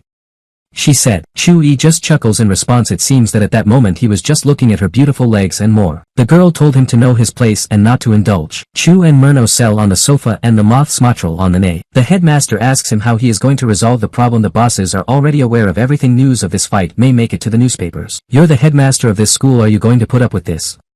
The protagonist asks her in response. The girl replies that it doesn't matter since she doesn't decide anything. In this case the rival school is elite and it can crush them with its reputation. You can see that the girl is tired and her back hurts. Chu-yi stepped closer and gave her a gentle friendly massage, all the while trying to convince her that they were not to blame for this conflict. The girl asked him if there was a security camera on the site. The guy thought for a moment and said that they didn't seem to be there. Then he says that it was Lola who beat up those guys. Chen Zhuyang hardly participated in the fight. If all this comes to more serious problems, then Chu-yi is ready to personally take responsibility and answer to his superiors. The girl looked into his eyes, then she looked away and said that she wouldn't let him carry that burden alone. At the same time she called him her man. He was very pleased to hear that he was his own person and he did not expect it at all. The girl told him to shut up, and that's not what she meant. She talked about how he was a teacher at her school and nothing more. Chi says that he likes the prospect of being her person and he practically saw her naked, so they urgently need to go on a date. The girl as usual was angry and ready to beat him up for such phrases. The protagonist began to run away from her office. The girl took off one shoe and threw it at him. He dodged and shouted that she hadn't hit. The headmistress was so angry that she stumbled a little and fell to the floor. From the outside it looked pretty funny. At the same time we see that in fact the girl has not only tender feelings of sympathy for the guy but also respect, because when he does not hear she calls him Lord Chu. Chi runs down the hallway of the school. He's fooled around a bit and now he's in a great mood. Then he meets his colleague teacher Tan. The girl immediately guessed that Chu-yi had just been scolding the headmistress. The guy laughs and says that she didn't scold him in the office but took care of him, so to speak. Chu-yi said it loudly enough that it attracted the attention of the other teachers. They were clearly interested in the subject. Chu-yi smiled and told them that they were all just jealous of him. He noticed that there were many different snacks on the table. They were on teacher Tan's desk, so the boy assumed it was all hers. It turned out that it had been brought by Deputy Director Gao. Chu-yi decided that the vice director was also involved in all of this, and after Zhao's defeat he just wanted to make amends. Suddenly the door to the teacher's room opened and we saw Vice Principal Gao. He calls the protagonist. Chu-yi walked out into the hallway. Deputy Headmaster Gao was transferred to the village school as headmaster and Chu-yi congratulated him on this. Chu-yi said that he would hurry the headmistress with all the documents so that the translation process would go faster. A former colleague replies that it is not necessary. We see that before that the deputy director had a conversation with the headmistress. She told him that he should talk to the protagonist as she didn't want to leave him here. Of course the man doesn't want to work in a village school, that's why he called Chu-yi to talk to him about it. But how do you start? Gao say that he used to be a physical education teacher, but not because of the salary but because he likes children. Then he began to whine that he could not live without his disciples. He asks Chu-yi to allow him to stay at the school. He says he's aware of his mistakes. Chu-yi smiles and asks him how long it took him to rehearse this speech. The man paused as he did not know what to say and then began to mumble something incomprehensible. Chu-yi told him that he was well aware that Gao was at one with Zhao and that the show was meaningless. The former deputy director wanted to say something but he realized that it wouldn't do anything, so he just took a deep breath. Then he said he understood everything and he was going to quit. Chu-yi looked after him and knew that this man wasn't guilty enough to punish him. In addition, in his previous life he took care of Chu-yi. Also now the main character needs helpers. After you resign you will become my deputy in Qianlong village, the protagonist shouted after him. Gao froze and then turned around, looked at Chu-yi carefully and asked me. The main character said that when the man is ready he can immediately go there. I have a lesson now and I don't have time to talk to you, he added. Of course Gao was stunned by this development because now he will be a deputy in an elite village. It's cooler than a school. The man was very grateful to Chu-yi and he promised that he would do his job diligently. The protagonist understood that this was not only reasonable but also correct. Now there will be someone to look after his students and solve their problems. Chu-yi walked into the classroom and said that they were going on with the lesson. One of the disciples raised his hand. Looks like he has a question. Tell.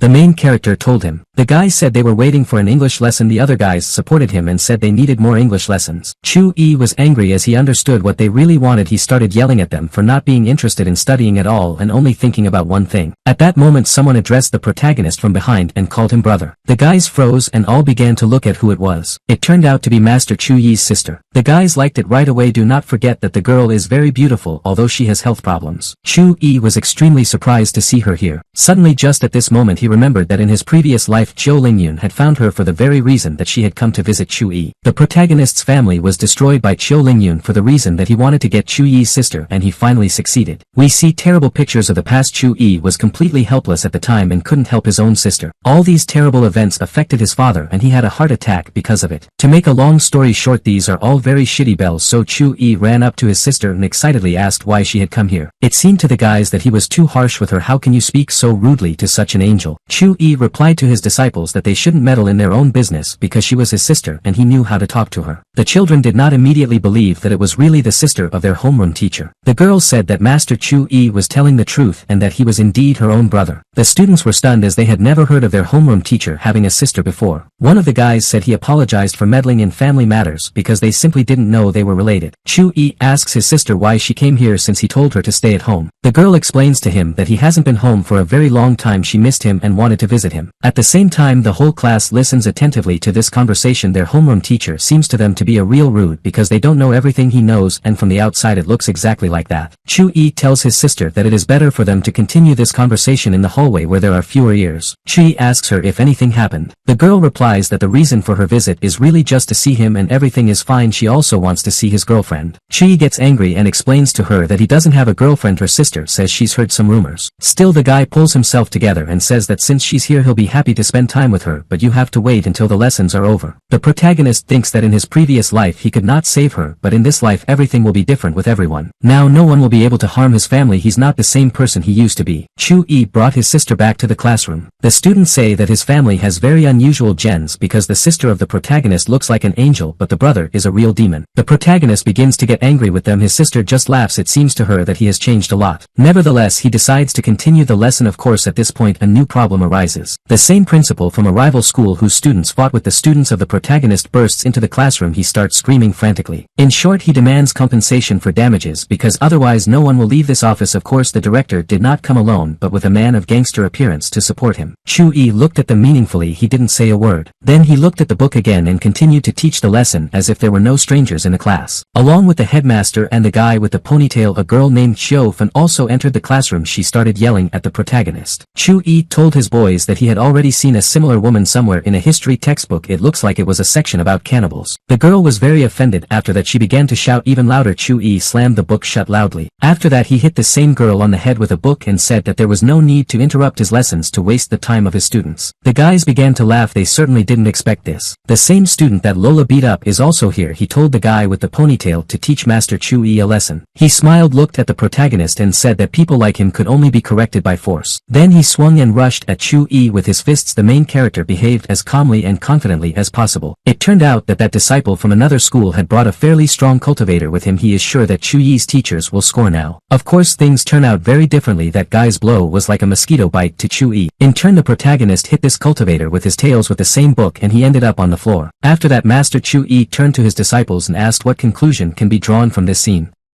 Knowing is power, he added. At this point the cultivator quickly came to his senses. He got up from the floor. It seems that this is not enough for him. He rushed at the protagonist again with an attack. That same loud girl said that there was no need to do this because she understood that there could be unpleasant consequences. Chu-yi was angry. Did you want to die? He asked the man with glassy eyes. Chu-yi counterattacked again. The protagonist did not kill this guy but broke his arm as a lesson. This cultivator still didn't give up. He decided to make another attempt at the attack. Chu-yi responded by calling him a clown. This guy wanted to use a blade for that. Chu-yi easily destroyed his weapon. The blade of the blade literally shattered into small pieces. After that the main character shouted for this man to get out of here and hit him harder. As a result, the cultivator with a tail flew out of the classroom and into the hallway. Chu-yi turned to the children and said that there were no more insects left in the classroom and they could continue the lesson again. Also, the protagonist asked his students not to tell the principal about this incident. The disciples were delighted with him. He seemed to them to be as cool as possible. Chu-yi knew that if they decided to attack him so openly, it was clearly the work of his main enemy Chiu Lingyun. If he dared to do something like this and there was a threat not only to Chu-yi but also to his disciples, then the protagonist would also not stand on ceremony with him. After that we see a conversation in the car. The same purple-haired girl chastises this cultivator for trying to commit murder right in the school. He excuses himself by saying that he was given an order by Mr. Chiu and that he is responsible for it. Just then the guy's phone rang. It was his boss. The cultivator had reported to him that he hadn't been able to defeat Chu-yi, but now he knew exactly the level of his strength. The boss asks how strong he is. The mercenary replies that Chu-yi is simply a martial artist. At this point his eyes and nose begin to bleed. After that he suddenly bleeds to death, which shocks everyone in the car. His boss just keeps talking into the phone as he doesn't understand what happened there. After that he hears the scream. We can see that Chiu Lingyun is crazy and doesn't understand what it was all about. He finally realizes that it was Chu-yi who did something. He smiles and says he's going to kill that son of a. Events are moved to one of the 5-star restaurants. It was there that the main character took his sister after school. We see Chu-yi and his little sister sitting at a table and popping something. The sister says that her father asked her to tell Chu-yi not to send them any more money. Dad has recently found a pretty good job, so now there is enough money, the girl says. At that moment some guys paid attention to her. She is very beautiful and many people like her, but some are put off by the fact that she is disabled. Chu-yi explains to his sister that he has a lot of money. He's a very powerful man now and his father has nothing to worry about. Sister happy for him. She says she always believed her brother was the best in the world. At the same time she still worries about something. She asks Chu-yi when he will finally find a girlfriend. The guy replies that he is young and there is no need to rush him. A little later the girl says that her father told them to come back early because Yun-yun is about to give birth. Yun-yun is one of their relatives from the Chu family. At one time she was the only one who treated the protagonist, his sister and father, well. Chu-yi asks, I wonder how things are with the others. Have these bastards' brains fallen into place? The girl tells Chu-yi that it's understandable that he doesn't want to go back, but after all they are their father's relatives. Chu-yi tells her that he just wants to go back. He seems to have a plan. He wants to put on a real show. The girl asks him what he means. In a past life the Chu family owed them a lot of money and the protagonist craves retribution. At this moment the guy's attention is attracted by a conversation from the outside. Someone thanks the owner for the nice table. Chu-yi turns his head and sees his main enemy, who shakes hands with the owner of this place, a fat man in a pink jacket. This conversation attracted the attention of other people present at the venue as well. A lot of people admired this guy as he was very young and already so successful. Next to Chio Ling-yun is the king of Jinlin named Su-ku. Chu-yi was very angry because he had to meet these bastards. He can barely control himself. The sister sees that the protagonist has bent a metal knife with his hand. She asks if he's okay. At this moment Chio Ling-yun was just passing by them. The protagonist's sister caught his attention. He tells his people that he wants to get to know her. The same king of Jinlin tells him that he will help him with this. The owner of the establishment says that the guy who sits with this girl at the same table is Chu-yi, just a pathetic dog with no connections or authority. At this moment Chu-yi tells his sister that he didn't expect the 5-star restaurant to have cockroaches. Cockroaches? His sister asked. Then she looked at these guys and asked Chu-yi who they were. She thought they looked like bandits. Chu-yi took the girl's hand and told her that she didn't have to worry because as long as he was around no one would hurt her. His sister asks him to be careful. The people present here realized that there could be a serious conflict and it was better to avoid trouble, so they began to leave this institution. The owner of the restaurant told Mr. Chio Ling-yun that the hall was at his disposal and he could do as he saw fit. After these words Chio Ling-yun and his companion walked over to the table of the protagonist and his sister. They spoke to them. The same king of Jinlin began to bully the teacher Chu-yi and he tried to provoke a conflict. Chu-yi raised his eyes, looked at him and said that the cockroaches had come running and the flies had also arrived. Of course that guy definitely did not expect such a bold answer. He even dropped the cigarette from his mouth. Chio Ling-yun calmed him down a little. Afterwards he asked Wu Chu-yi if he was really the master of Qianlong village. Chu-yi only savored his dish and completely ignored the questions he was asked. Chio Ling-yun was angry. Chu-yi seemed to be as arrogant as possible. The owner of the establishment told the protagonist that Mr. Chio Ling-yun himself was addressing him and he dared to ignore him. Chu-yi grabbed his finger in response and asked if he was thinking about the multi-million-dollar deal they were discussing. The owner snatched his hand from the protagonist's hand and said that he didn't know about any deal and they hadn't discussed anything like that. Chu-yi asked why he was backsliding. Are you afraid of this pig? The protagonist asked, alluding to Chio Ling-yun. The owner of the restaurant was shocked. He told Mr. Chio Ling-yun that this guy had just called him a pig. Chio Ling-yun's assistant responded by grabbing the owner of the establishment and saying that he was hanging out too much and then pushed him out of the premises. Chu-yi got up from the table, smiled and said that Chio Ling-yun was definitely a pig, but he still looked a bit like a human. Chio Ling-yun replied to Chu-yi that he had heard a lot about his sharp tongue, so he wouldn't take these insults seriously. He then approached the protagonist's sister and introduced himself as well as asked her name. He went on to say that he knew international doctors and could help her. Chu-yi slapped his hand as it reached for the girl. He said that these world-class doctors could cure his stupid head. Go back to your fellow pigs and don't disturb our lunch, the protagonist added. The second man is already on the verge and is about to rush at the protagonist with his fists. Chu-yi continues to practice his wit and constantly insults these guys verbally. That second guy tells the protagonist that he may be the king in Zhejiang, but compared to Mr. Chiu he is no more than a worm on earth. He also tells him that Chu-yi won't be able to do mayhem, after which he gets punched in the face and flies several meters away. Chu-yi tells him that there are actually many more problems that can be solved by force than many people realize. After that, Chu-yi looked at Mr. Chio Ling-yun and asked why he was quiet, because he had been quite talkative a few seconds ago. Chio Ling-yun realizes that there is no cultivator's bodyguard by his side and it is better not to take any chances, so he leaves his business card on the table and tells the protagonist's sister that she can call him at any time. After that he leaves, anticipating what he will do to the protagonist afterward. The girl is delighted with what her brother has done. At the same time she does not say anything to him yet, but only silently observes observes as she is in shock. We see Mr. Chiu Lingyun talking to that other guy as well as the owner of the restaurant. The behavior of the protagonist clearly upset them. Chiu Lingyun doesn't show any emotion at all. He says there's no need to worry about it because this clown only has a couple of days left. He says that one should not forget about their main goal. The second guy tells him that he is really a businessman because he always remembers the really important things. Their main goal is to recruit a secret warrior who is the strongest in Linghai City. When this same warrior is on their side, then they will not be afraid of anyone or anything, and he also gets along with this clown. They also heard rumors that the legendary Lord Chu would appear at the next competition. Chiu Lingyun says that she has already heard something about him. Oh yes, he's that killer warrior who has no equal. The owner of the restaurant says that he has also heard of Lord Chu. It is said that this guy destroyed the head of the knife sect. Probably he is a real supreme master who can change the life of the entire planet with one wave of his hand. It is said that he killed the head of the knife sect with a bolt of lightning. This is the person they want to win over to their side. With such a powerful master, their influence will be limitless. Even King Jinlin wouldn't be able to do anything in that case. It's funny that they don't understand who they're talking about now. Chiu Lingyun reminds that it is necessary to remember that if they unite they will be able to interest even such a powerful master. They need to make it interesting for him to work for them. This will allow them to significantly expand their influence not only in Zhejiang but also in Jinlin. Meanwhile, we see Qianlong village. A group of guys wants to get inside the same. Former Vice Dean Gao does not let them in as it is a private territory. He asks them to leave this place. One of the guys gets mad at him and calls him fat. He says they don't care about those rules. Gao reiterates that this theory is forbidden to outsiders. The same Greyhound guy says that their mentor is the Supreme Master and the legend of South America, so they are not to be trifled with and they don't like rejection. Gao tells them that in that case they had better go back to their own country in South America and not cause trouble here. That impudent guy couldn't stand such rudeness and was ready to rush into a fight, but his friends stopped him as the master told them not to touch ordinary people. Gao looked at the whole circus and closed the gate to Qianlong village. At the same time, in fact, he was very worried. The fact that these guys were mentored by Supreme Master frightened him. Just at that moment the protagonist approaches him. Will the Supreme Master participate in these competitions?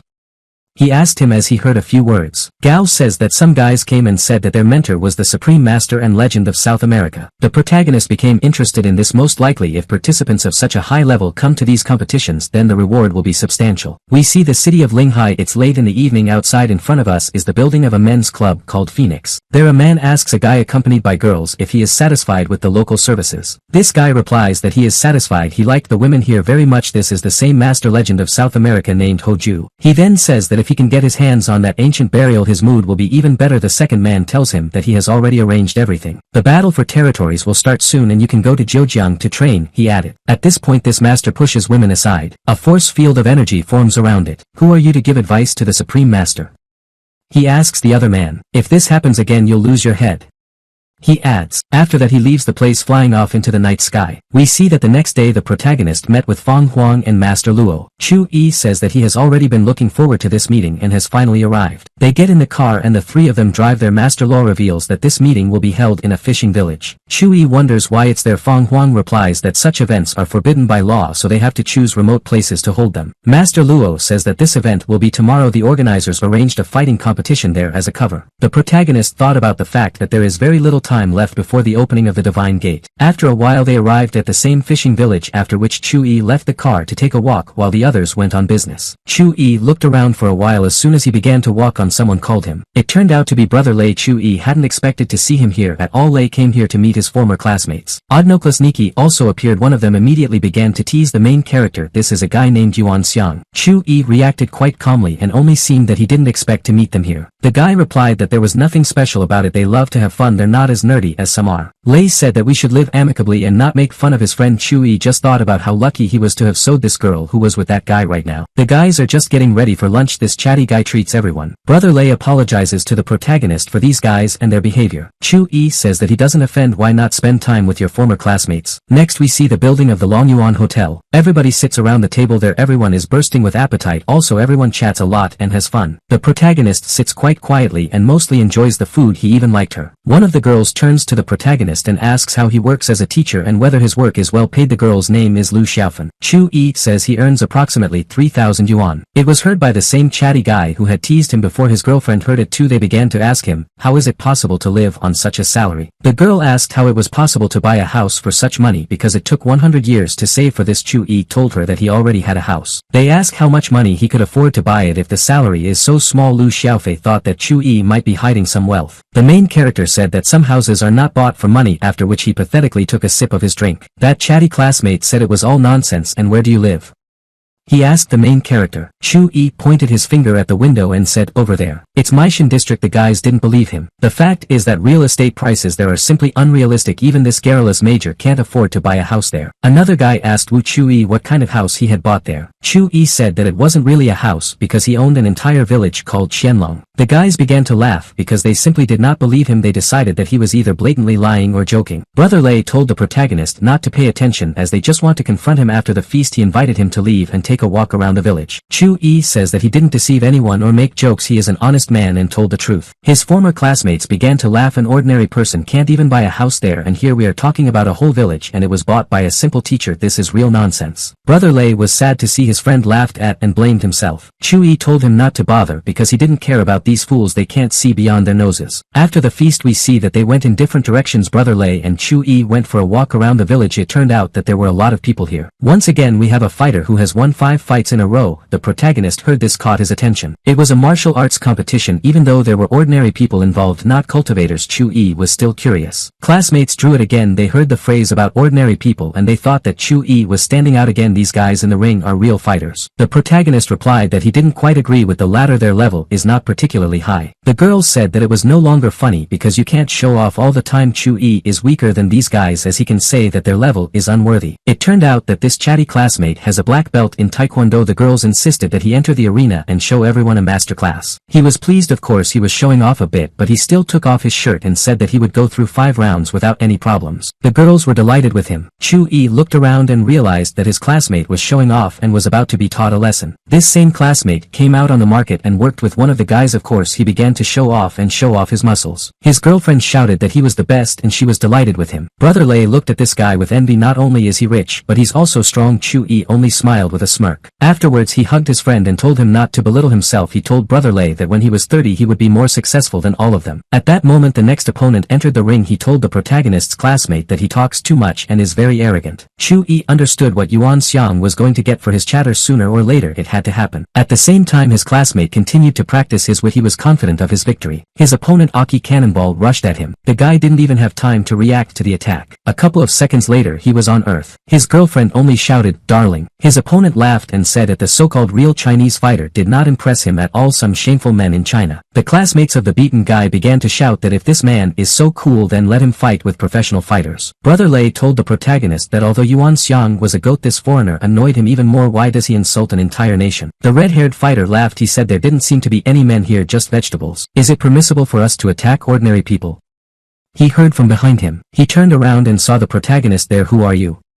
He asked him. Chu-yi replied that he was a fighter who respected the rules, but you have already violated the rules of the competition, the main character added. The guy just rolled his eyes. In response he said that he was a disciple of the best master and that he was not obliged to follow any filthy rules. The protagonist's classmate whom this guy overpowered came to his senses. The girl helps him up. They tell Chu-yi not to show off. Brother Lei knows very well that Chu-yi doesn't act rashly, but now he is clearly worried about him. At the same time he hopes that Chu-yi will teach that bastard a lesson. Meanwhile the protagonist tells his opponent that he has come to their territory and is obliged to comply with the local rules. Even his master has to do it. That guy is very angry. It seems that your life is not at all valuable to you, he tells the protagonist. After that he jumps into the air and flies towards Chu-yi in order to attack him. He yells, "Die," and swings his leg to stab him in the head. Chu-yi blocked it quite easily and didn't even flinch. At the same time the main character manages to grab the opponent by the leg and push him back. The guy flies far enough away and falls somewhere on top of the audience. After that he stands up a little sitting on his ass and looks around. He didn't understand what it was all about. Brother Lei as well as one of her classmates and a few others are excited about what they just saw. Their countrymen taught this impudent foreigner a lesson. Meanwhile the same classmate that this guy had defeated had decided that Chu-yi was just lucky he can't be stronger than him. Brother Lei told him that Chu-yi by the way had now defended the honor of the entire Chinese nation that this guy had insulted. At the same time he was not knocked down with one blow like some. The girl began to stand up for her boyfriend. She says that Chu-yi just cheated somehow. He can't be cooler than her boyfriend. Finally Lei's patience had come to an end. He started yelling at them because he had really tired of them during the day. Chu-yi told him not to stoop to their level. He's had a little fun here and it's time for them to leave. At the same time these clowns let them go about their business. That chatty classmate tells Chu-yi that if he can fight it doesn't mean anything because in this world everything is decided by money. Another classmate wonders where Chu-yi got so much time that he managed to learn kung fu. It would be better for him to spend this time earning money. Chu-yi tells him that making useful acquaintances and making money is really important and he completely agrees with it. Yuan thought that Chu-yi Yi had caved in after all, so he smiled and said that it was good that everyone understood. Just at this moment Fong Huang and Dong Fana walked over. They were looking for the protagonist and finally found him. The protagonist's classmates saw them. Yuan Xiang thought that they must have come to him. Of course he was wrong. When Fong Huang walked past him, the young man stretched out his hand to greet him, but he ignored him. After that Fong Huang and Dong Fana approached Master Chu Yi. They greeted him again and said that they still couldn't find him. Yuan Xiang hadn't expected this turn of events at all. How can a simple teacher know such influential people? Chu Yi told them that he had spent some time with his former classmates, so he stayed late. Mr. Huang looked at these guys. It turns out that you used to study with Master Chu Yi, he asked them. Yuan Xiang immediately ran closer and began to tell him that he was the director of the UNU company and there had even been some interaction between the two companies before. After that he gave Mr. Fong Huang his business card. He looked at her and said he had no recollection of any interaction with the firm. Chu Yi decided to introduce his friend Lei to Fan Huang. He was a little worried as it was rare to communicate with such influential people. Nevertheless he greeted them and tried to be calm. Fong Huang and Dong Fanao came closer to him, greeted him and said that if he was a friend of Master Chu Yi then he was a friend to them as well. Fong Huang even gave him his business card. A classmate's girlfriend Yuan Xiang was burning with anger. She couldn't understand how Chu Yi had managed to get such connections and her boyfriend didn't. Chu Yi tells brother Lei that if Tom needs help they will help him anyway. In particular Chu Yi will do whatever it takes. Lei thanks him for taking care of him but says he wants to succeed on his own. Mr. Fong Huang smiled and said that it was not for nothing that this guy was a good friend of Master Chu Yi because he was very goal-oriented. Yuan Xiang tells his girlfriend that he was sure that Chu Yi was just pretending, but it looks like he was telling the truth. The girl replies that it doesn't mean anything, maybe he's just teaching their children, that's where they're acquainted. Just then an expensive car pulls up here. He caught the attention of the protagonist's classmates. From there Mr. Qin comes out as well as Master Luo. They greet the protagonist and say he's a bit early. Of course this event was like the icing on the cake. Everyone understands that Chu Yi really owns Qianlong village and has a lot of serious acquaintances. Meanwhile the protagonist tells his friend that it's time for them to go. Yin Xiang feels like a fool at this moment. He did so much and in the end he was left with a nose and a clown one at that. Events are transferred to a kind of guest house there. Master Luo tells Chu Yi that he has checked everything. This time their main rivals are the cities of Jinlin and Linhai. Chu Yi wonders what trump cards they have. Mo reveals that Qiu Lingyun was able to find a very influential elder who seems to be at the level of a battle general. Linhai will be represented by a foreign fighter. Chu Yi wondered what kind of foreign fighter he was. Master Luo said that nothing was known about him. Chu Yi said that he had fought with a foreigner today and the foreigner had said that his mentor was a master. Everyone was a little alarmed. If that's the person, that's serious. Can Chu Yi handle the master? The protagonist replies that there is no need to doubt him. If he came here then he is confident in his abilities. Master Law asks him how he is going to fight back against this fighter. The protagonist replies that it's a secret. He has a tactic and he will stick to it. The rest of us just have to watch him win. The next morning the protagonist called his friend Lei to the beach. The latter asks Chu Yi why he called him here so early. I've seen the sunrise on the sea many times, he adds. Chu Yi says he wants to take him to a special place. Lei asks what kind of interesting place he is talking about because there is nothing better here than a village. Chu Yi asks the boy if he knows the real purpose of this event. Lei thought for a moment and suggested that this village wanted to boost its economy. His friend replies that that's not the point. In fact fighters competitions are organized here. Whoever wins will take the southern territories of Jiangnan. At last brother Lei understood why the powerful people were here. He wonders where the competition will take place. Chu Yi points his finger and says, right there. We see a kind of sea vessel, that's where the events are transferred. Lei asks Chu Yi who are the fighters who will be fighting in this arena. They must be something special. The protagonist replies that this is indeed the case. This time a foreign master will speak on behalf of the city of Linhai. Their conversation was overheard by some girls. They say that any master is nothing compared to Lord Chu. Lei doesn't believe this master is that cool. He's talking to the girl. She responds to him rather rudely. It's funny that they don't know that this very Lord Chu is sitting next to them because they don't know him by sight. Chu Yi smiles meaningfully and asks these girls, what will they say if it turns out that this Lord Chu is a 60-year-old man? The girl is indignant and says that this cannot happen. He's a handsome young guy anyway. Lei laughs and says that maybe woe is the other side of the coin and it turns out that this Lord Chu is still a child and is in elementary school. That fan is ready to throw herself at him and strangle him. Her friend stops her. She tells her that this is not the time and this is not the place for scandals. Next we see Chu Yi's main enemy who came here accompanied by that old man assistant and restaurant owner in that pink jacket. Fong Huang as well as Master Luo and Mr. Qin also came. Chu Yi looked around and realized that everyone was already assembled. Where is that supreme martial artist? Qiu Lingyun also looked around. He behaves as self-assured as possible. He has no doubt about his victory. At the same time he even lets loose a few words in the direction of Fan Huang. The latter warns him and recommends watching his tongue. Next we see a girl. She is confident that boss Huang won't let Zhou Jiang down. At the same time she wondered why Master Chu Yi hadn't come here. Fong Huang tells her that this guy has his own plans. It seemed that Miss Zhou, that was the woman's name, wanted to talk about something. The girl says that Lord Chu and this teacher have the same last name. It's funny. Qiu Lingyun paid attention to this woman. Everyone says that she is a legendary beauty and he finally managed to see her today. The girl thanks him for the compliment. At the same time she is modest and says that she is an ordinary girl. She says that in turn she is waiting for the Lord Chu to appear. Everyone is excited as everyone wants to see him. Some man named Li Baiwan said that in fact Lord Chu is just a dummy who was cheated by the city. This made Master Mo angry. He slammed his hand on the table and told the man that he was dumb and impertinent. A funny man in a fruit print t-shirt tried to calm him down, who said that there was no need to swear, just everyone was in anticipation. As a matter of fact, the event begins. The first fighter enters the arena. He's a big black guy with a funny hairstyle. Master Luo's apprentice decided to accept the fight. He saw that this fighter's cultivation level was similar to his. Why not try to fight him? The master wishes him good luck and asks him to take care of himself. Lei tells the protagonist that this is a bad idea as the black fighter is clearly stronger than his opponent. Chu Yi tells him that there is no need to jump to conclusions. Yes, this guy has big muscles and is quite aggressive, but that doesn't mean anything. He even offers his friend to make a bet to earn extra money. Brother Lei believes him and does it, and now the battle has almost begun. Participants enter the arena and stand opposite each other. This should be quite interesting because you won't see this kind of fight among ordinary people. Master Luo's apprentice behaves quite kindly and politely towards his opponent. He suggests that he start the attack first. The black guy smirked and immediately rushed towards him. The snatch was good. After that, this young man with a funny hairstyle began to inflict a lot of blows. Lei was impressed by how fast this fighter was moving. An ordinary person would clearly not be able to develop such strength and speed. The same girl heard this and told him that if he was surprised by the battle of the people with the martial level of the disciple, then he would definitely be shocked. Lei said it was his first time here and was watching a fight like this for the first time. After that, he asked Chu Yi why he thought the black fighter would lose. Chu Yi replies that everything is obvious because he decided to act aggressively, but Wei has already calculated and thought everything through. He says that Wei only seems weaker from the outside because he is smaller in size and acts calm. Now he is exhausting his opponent. We can see that it is quite hot in the arena right now. That big guy jumps into the air to deliver a hard blow. Chu Yi is not impressed and he says that the outcome of this battle is obvious. Wei had been waiting for this blow. He manages to intercept his opponent's hand. He realizes that this is not good, but it is too late. As a result, Wei throws him several tens of meters. It flies to the side and hits the wall. Lei is impressed at the protagonist so easily predicted the outcome of this fight. That girl is also glad that she listened and made a good bet, and now she has won money. The winning fighter continues to behave with the utmost dignity. He thanks the audience for watching his humble performance. Meanwhile, Master Chu Yi's archenemy commands his elderly assistant to enter the arena next. As we remember, he is also a cultivator. Chu Yi paid attention to him. He sees that this man's level is that of a combat general. He was sure that such powerful fighters would enter the arena later than anyone else. The old man goes into battle. He doesn't look like a fighter at all. He is quite decrepit and leans on a cane. He tells his rival that he does not wish him harm. At the same time, he immediately informs that he has the level of a supreme martial master and not everyone will dare to challenge him. Will you take the risk?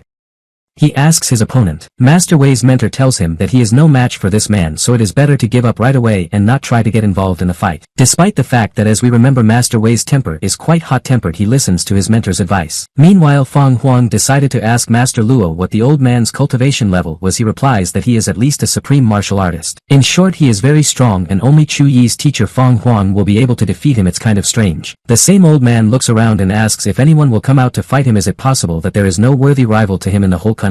Brother Lei tells the protagonist that this is somehow strange. Well, this old man doesn't look like the strongest fighter. Chu Yi replies that it is, and it looks like someone has already come out of the ring. Indeed, a young man entered the arena with a fan in his hands. The young man looks quite strong and athletic. He introduced himself and showed respect for his opponent. He also hinted that he wanted the man to strike first. The old man didn't mind. He said that if his opponent insisted on it, he would not stand on ceremony with him, after which he flew into the air and rushed forward. At the same time, he used his cane to attack. The young man successfully repelled his attack, defending himself with his fan. Flashes of energy flew in all directions. There was a real small explosion in the arena like from an anti-personnel grenade. Brother Lei was very impressed by what he saw. The old man impressed him so much that he thought he was a real monster. He moved as fast as possible. Chu Yi said that he didn't see anything special about it. This is the maximum level of a combat general and nothing more. Afterward, he said that this old man's opponent is too weak, so it impresses the audience, but in fact the old man doesn't even show his full strength. At one point, the elderly master knocks the fan out of his opponent's hands with his cane. It was at this point that the young man lost. The old man stabs him with his hand and he ends up on earth. The elderly master says that there doesn't seem to be a single real fighter here. You have all disappointed me, he added. Xiao Lingyun admires the skills of the master he invited. He is sure that the audience is no less delighted. You're the most gorgeous girl in the green dress, asking your uncle where that old man got this level of strength. The man tells her that many years ago in Sun Hu City a man killed 100 cultivators in one evening. He was nicknamed Killer Chiu. This old man is the warrior. The girl is impressed by both his performance and the story about him. She understands that it will be difficult for them to win the competition this time. Meanwhile, old man S shouts that he has heard a rumor that there is a famous fighter in Zhejiang City who is called Master Chu. Maybe he'll come out to him. The very girls who sit next to the protagonist and his friend began to discuss this. What other teacher is Chu?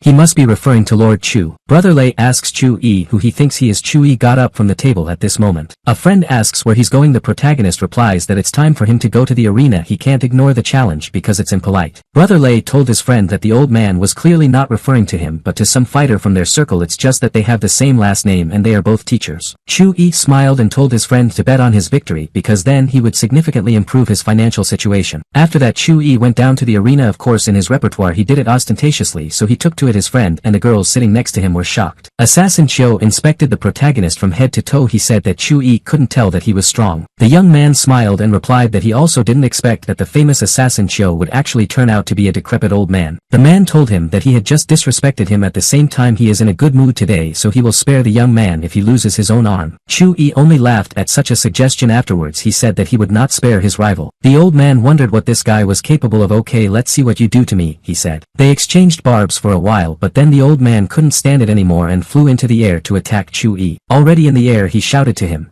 "Say goodbye to life, you impudent bastard." At the same time, the old man cheated, quickly moved to the side and tried to attack the guy suddenly from where he did not expect. As before, he used a cane. Chu Yi had time to react and caught her attacking from behind.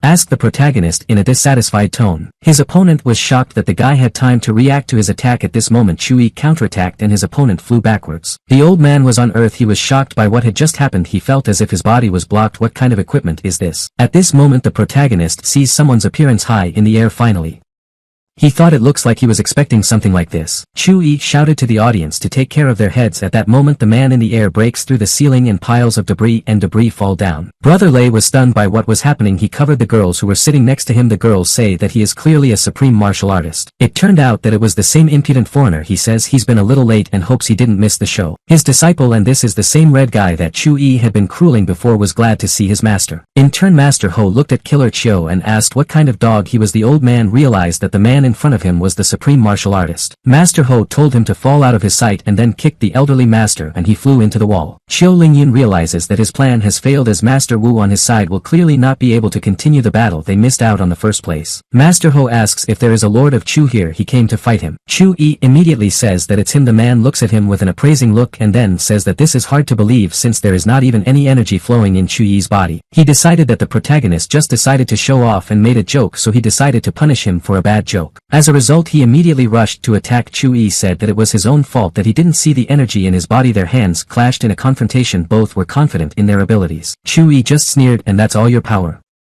He asked his rival. It seems that the rumors about the King of South America have been greatly exaggerated, he added. The opponent smiled ominously and said that Chu Yi was not a coward as he thought. On the podium, the same beautiful girl in a green dress asks her uncle who these men are in the arena. He explains to her. The girl in turn says that this man with a horse face, which is how she called Master Ho, seems to be a wanted criminal. In turn, the protagonist's opponent tells him that he doesn't care if Chu Yi is the real Lord of Chu or not. "I'm going to destroy you anyway," he adds. Chu Yi plays around, blocking his attacks and constantly ridiculing his opponent in an attempt to demoralize him. At some point, a strong burst of energy causes them both to jump back a bit. Master Ho says that now Chu Yi will see the true power of the supreme martial artist. Brother Lei shouts at his friend from the podium to be careful. The girl sitting next to him is worried about whether he will survive. At this moment, Chu Yi's opponent uses a magic attack. Although it looks quite powerful as well as impressive, the protagonist easily deflects part of the attack and absorbs the other part. Not impressed, he adds. Afterwards, he asks his opponent if he has anything else to show your best.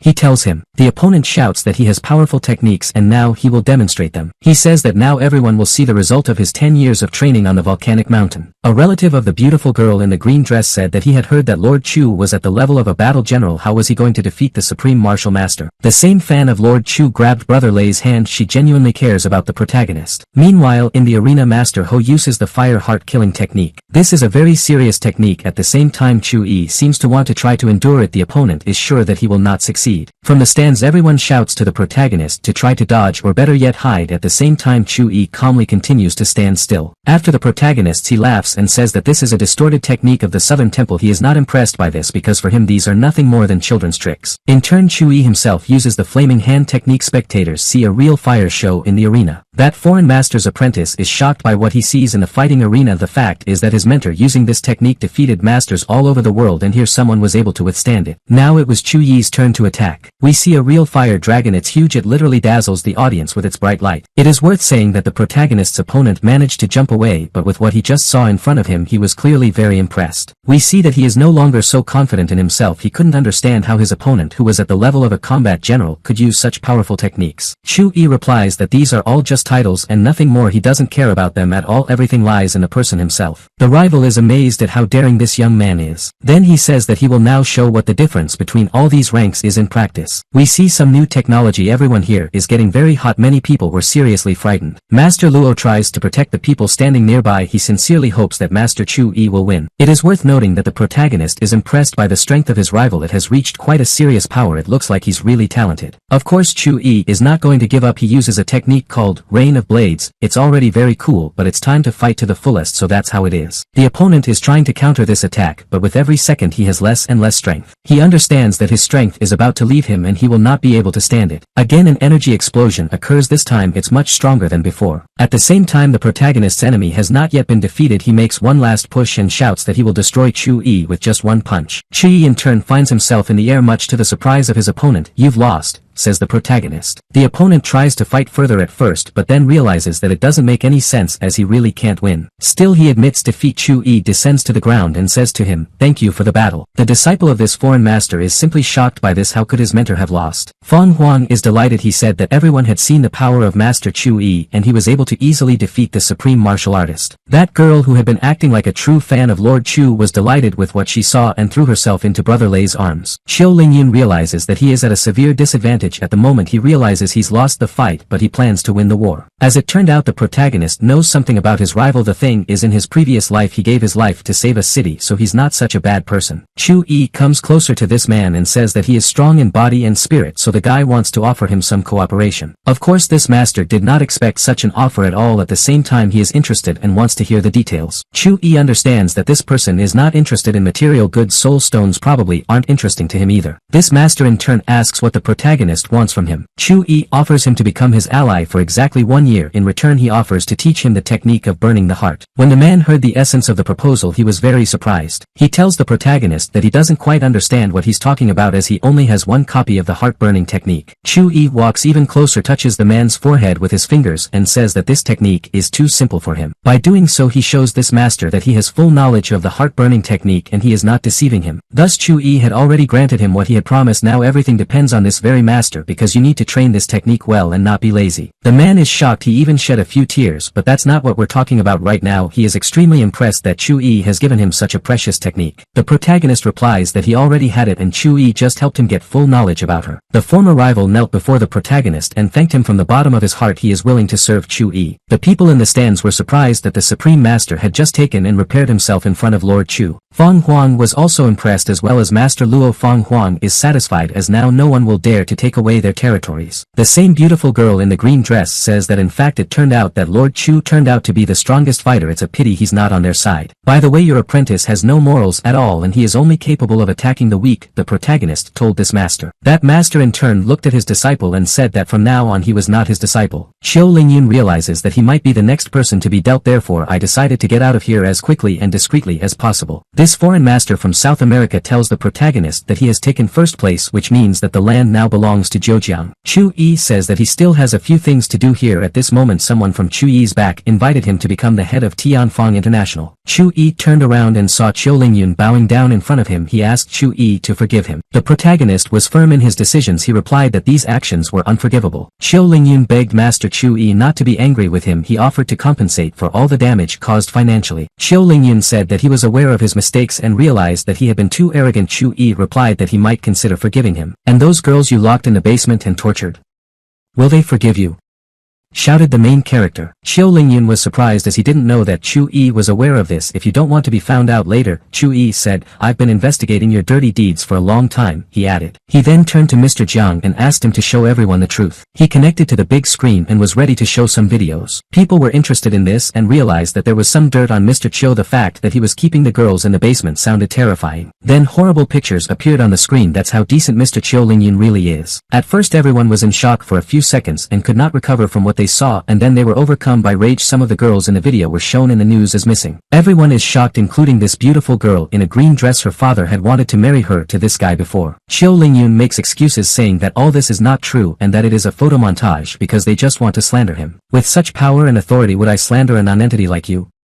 The main character asked him. It would be easier for me to kill you right away, Chu-yi added. After that Chu-yi slowly approached this monster in human form with the gait of a predator. Qiu Lingyun's elderly assistant began to run away as he decided to abandon him. He knew that there was no point in staying here lest he get more, so he did the right thing. At the same time that foreign fighter decided to intervene and stop the elderly assassin Qiu because he was helping this monster, so he's also to blame. He eventually caught up with the old man and finished him off. Qiu Lingyun begged the protagonist not to kill him. He tried to appease Chu-yi by promising him material valuables. The protagonist asked him if he really thought it would be possible to convince him using such arguments. After that the protagonist came closer and put his hand on the head of his nemesis. He looked him in the eye and said, in the next life be more careful. Finally the protagonist's revenge has happened. After that Chu-yi asked his men to clean up the place and he would go about his business. The protagonists together with their new companion left this place flying into the sky. At this moment several men approached Master Luo and said that they wanted to work for Master Chu-yi. In short, they have already begun to argue among themselves about who is more worthy to be his man. Master Luo wondered what would happen next, how great Master Chu-yi's power would be in the future. The protagonist walks along the beach with his new companion and assistant. Chi thinks that he has solved all the problems that have been bothering him since his rebirth. His family is now safe. Suddenly his companion says that he has come to China for one purpose only. Chu-yi wonders what the goal is. The man replies that he was here a year ago and found strange bursts of energy in Linghai here. Chu-yi pondered and then asked, is there some kind of treasure there? The interlocutor replied that he thought so. He suggests that the two of them go there and check out the place. Chu-yi speculated that it could be a divine relic. Of course it is foolish to miss such a jewel. The protagonist's newly minted assistant says that he is ready to go on a quest after completing his business in South America. Chu-yi reminds him not to forget to train as it is really important. The man then leaves him. Chu-yi seems to have sorted things out, but he always has the feeling that he has forgotten something. Just then his phone rings. The protagonist picks up the phone and says, hello. It turned out to be the headmistress and she wondered if he wasn't supposed to be teaching today and why he wasn't at school. It was at this moment that it dawned on the protagonist what exactly he had forgotten. He had completely forgotten about his lessons. He tells the girl to wait a little longer because he will be there soon. Then it flies into the sky. The events move to Linghai City. It's quite a beautiful modern city. Chu-yi walks through its streets. In the process he uses his spiritual reading. He feels very strange currents of energy. At that moment someone distracts him from his work and calls his name. It turned out to be one of the protagonist's acquaintances. The meeting was unexpected but quite pleasant. This plump guy runs up to Chu-yi, hugs him and greets him. He had heard that the protagonist had become a teacher. Chu-yi on the other hand had heard that this guy had managed to remove some old man from the research department and take his place. After that Chu-yi is approached by someone else. We see a guy and a girl. They immediately wonder where the main character works now. Chu-yi noticed that they were dating. He emphasized this in his previous life. It was because of them that he left the company, so he has an appropriate attitude towards them. The girl didn't like that he had made fun of them, so she immediately barked at him that he had never learned how to communicate with people. Her boyfriend said he never seemed to learn how to do it. A comrade and former colleague of the protagonist tried to calm everyone down. At the same time Chu-yi didn't mind quarreling, so he said that you need to be able to communicate with people, but he doesn't see people in front of him. The girl continued to shout at him and it came to idiomatic expressions in the direction of the main character. The girl was apparently very angry, waving her arms, blushing and shouting something. Chu-yi only occasionally responded to her with snarky phrases. The girl's boyfriend said that there was was no point in arguing with this young man as he simply did not deserve it. Why stoop to his level? It's funny that a friend and former colleague of the protagonist told him about these guys. Chu-yi noticed that the two of them had mentioned a certain Mr. Lee. He decided to ask his comrade who he was talking about. He said that it was a big shot in Linghai. Their company wants to hold business negotiations with him. He then turned around and said that Mr. Lee was already here. We see a man with a funny goatee getting out of a red expensive car. Chu-yi knows his face. That couple immediately began to run in front of this gentleman. They were openly sucking up to him. The guy even started yelling at his girlfriend for being too sluggish as well as at the protagonist's friend for the same reason. The latter was extremely displeased with this. Frankly, he's sick and tired of licking the asses of all sorts of high-ranking shitheads. Chu-yi understands that to remain silent in this case with his strength and capabilities is at least foolish. At this point Mr. Lee turned his attention to the protagonist. He remembered him. Chu-yi waved at him and said that he seemed to be in a good mood today. The man was frightened and even dropped the cigarette from his mouth. Did he come here to punish me? He thought. The green-haired guy immediately shouted at Chu-yi that he dared to talk to Mr. Lee so impudently and disrespectfully. I talk as I want. What do you care about that? The protagonist asked. Mr. Lee knew that making Master Chu-yi angry was an extremely bad idea. That was why he decided to act immediately, after which he slapped this green-haired comrade in the face, which even caused his glasses to fly to the floor. He said that it was wrong to anger Master Chu-yi. This guy raised his glasses and couldn't understand what he had done because he had stood up for Mr. Lee. After that Mr. Lee headed towards the protagonist. Chu-yi's friend watched the scene carefully and couldn't understand what was happening. Mr. Lee walked closer to the protagonist and bowed to him, thus showing respect and greeting. Everyone was even more shocked now than they had been a couple of seconds ago. Chu-yi said that there was no need to greet him in such a formal way. He came here to have fun. Mr. Lee says that if Chu-yi had warned him a little in advance he would have prepared and arranged a meeting for him as well as a tour of the city. Chu-yi told him that they would talk about it later, but right now he was hungry. Mr. Lee told the couple to come over quickly and then take them to a nice place. The green-haired man with the glasses began to get nervous and mumble something under his breath. Chu-yi said that he would go with his friend and Mr. Lee could go with the two of them. A friend nudged the protagonist and asked with a smile what it was all about. Why is Mr. Lee so respectful to him? Chu-yi didn't explain himself but only told his friend that now they would have a delicious meal at the restaurant at someone else's expense. Events are moved to a luxurious venue with a swimming pool. Mr. Lee wonders if the protagonist likes the place. Chu-yi says in a deadpan voice, "That'll do." After that Mr. Lee tells the waiter to be called in quickly. There is no need to keep Master Chu-yi waiting. The green-haired guy says it's better to book a seat right away. Chu-yi wonders if there are any scenic spots in this city. Mr. Lee tells him that there is an ancient cemetery nearby. They can visit it a little later. Chu-yi was very interested in the information he was given. It turns out that in this burial, or rather in its depths, there is water bubbling from high temperatures and the bottom of the burial itself is extremely cold. There is nothing like it anywhere else. Chu-yi said that it was indeed quite interesting. Mr. Lee replied that they could go there after the meal. At that moment the protagonist heard a woman's voice from behind Chu-yi. "What have you forgotten here?"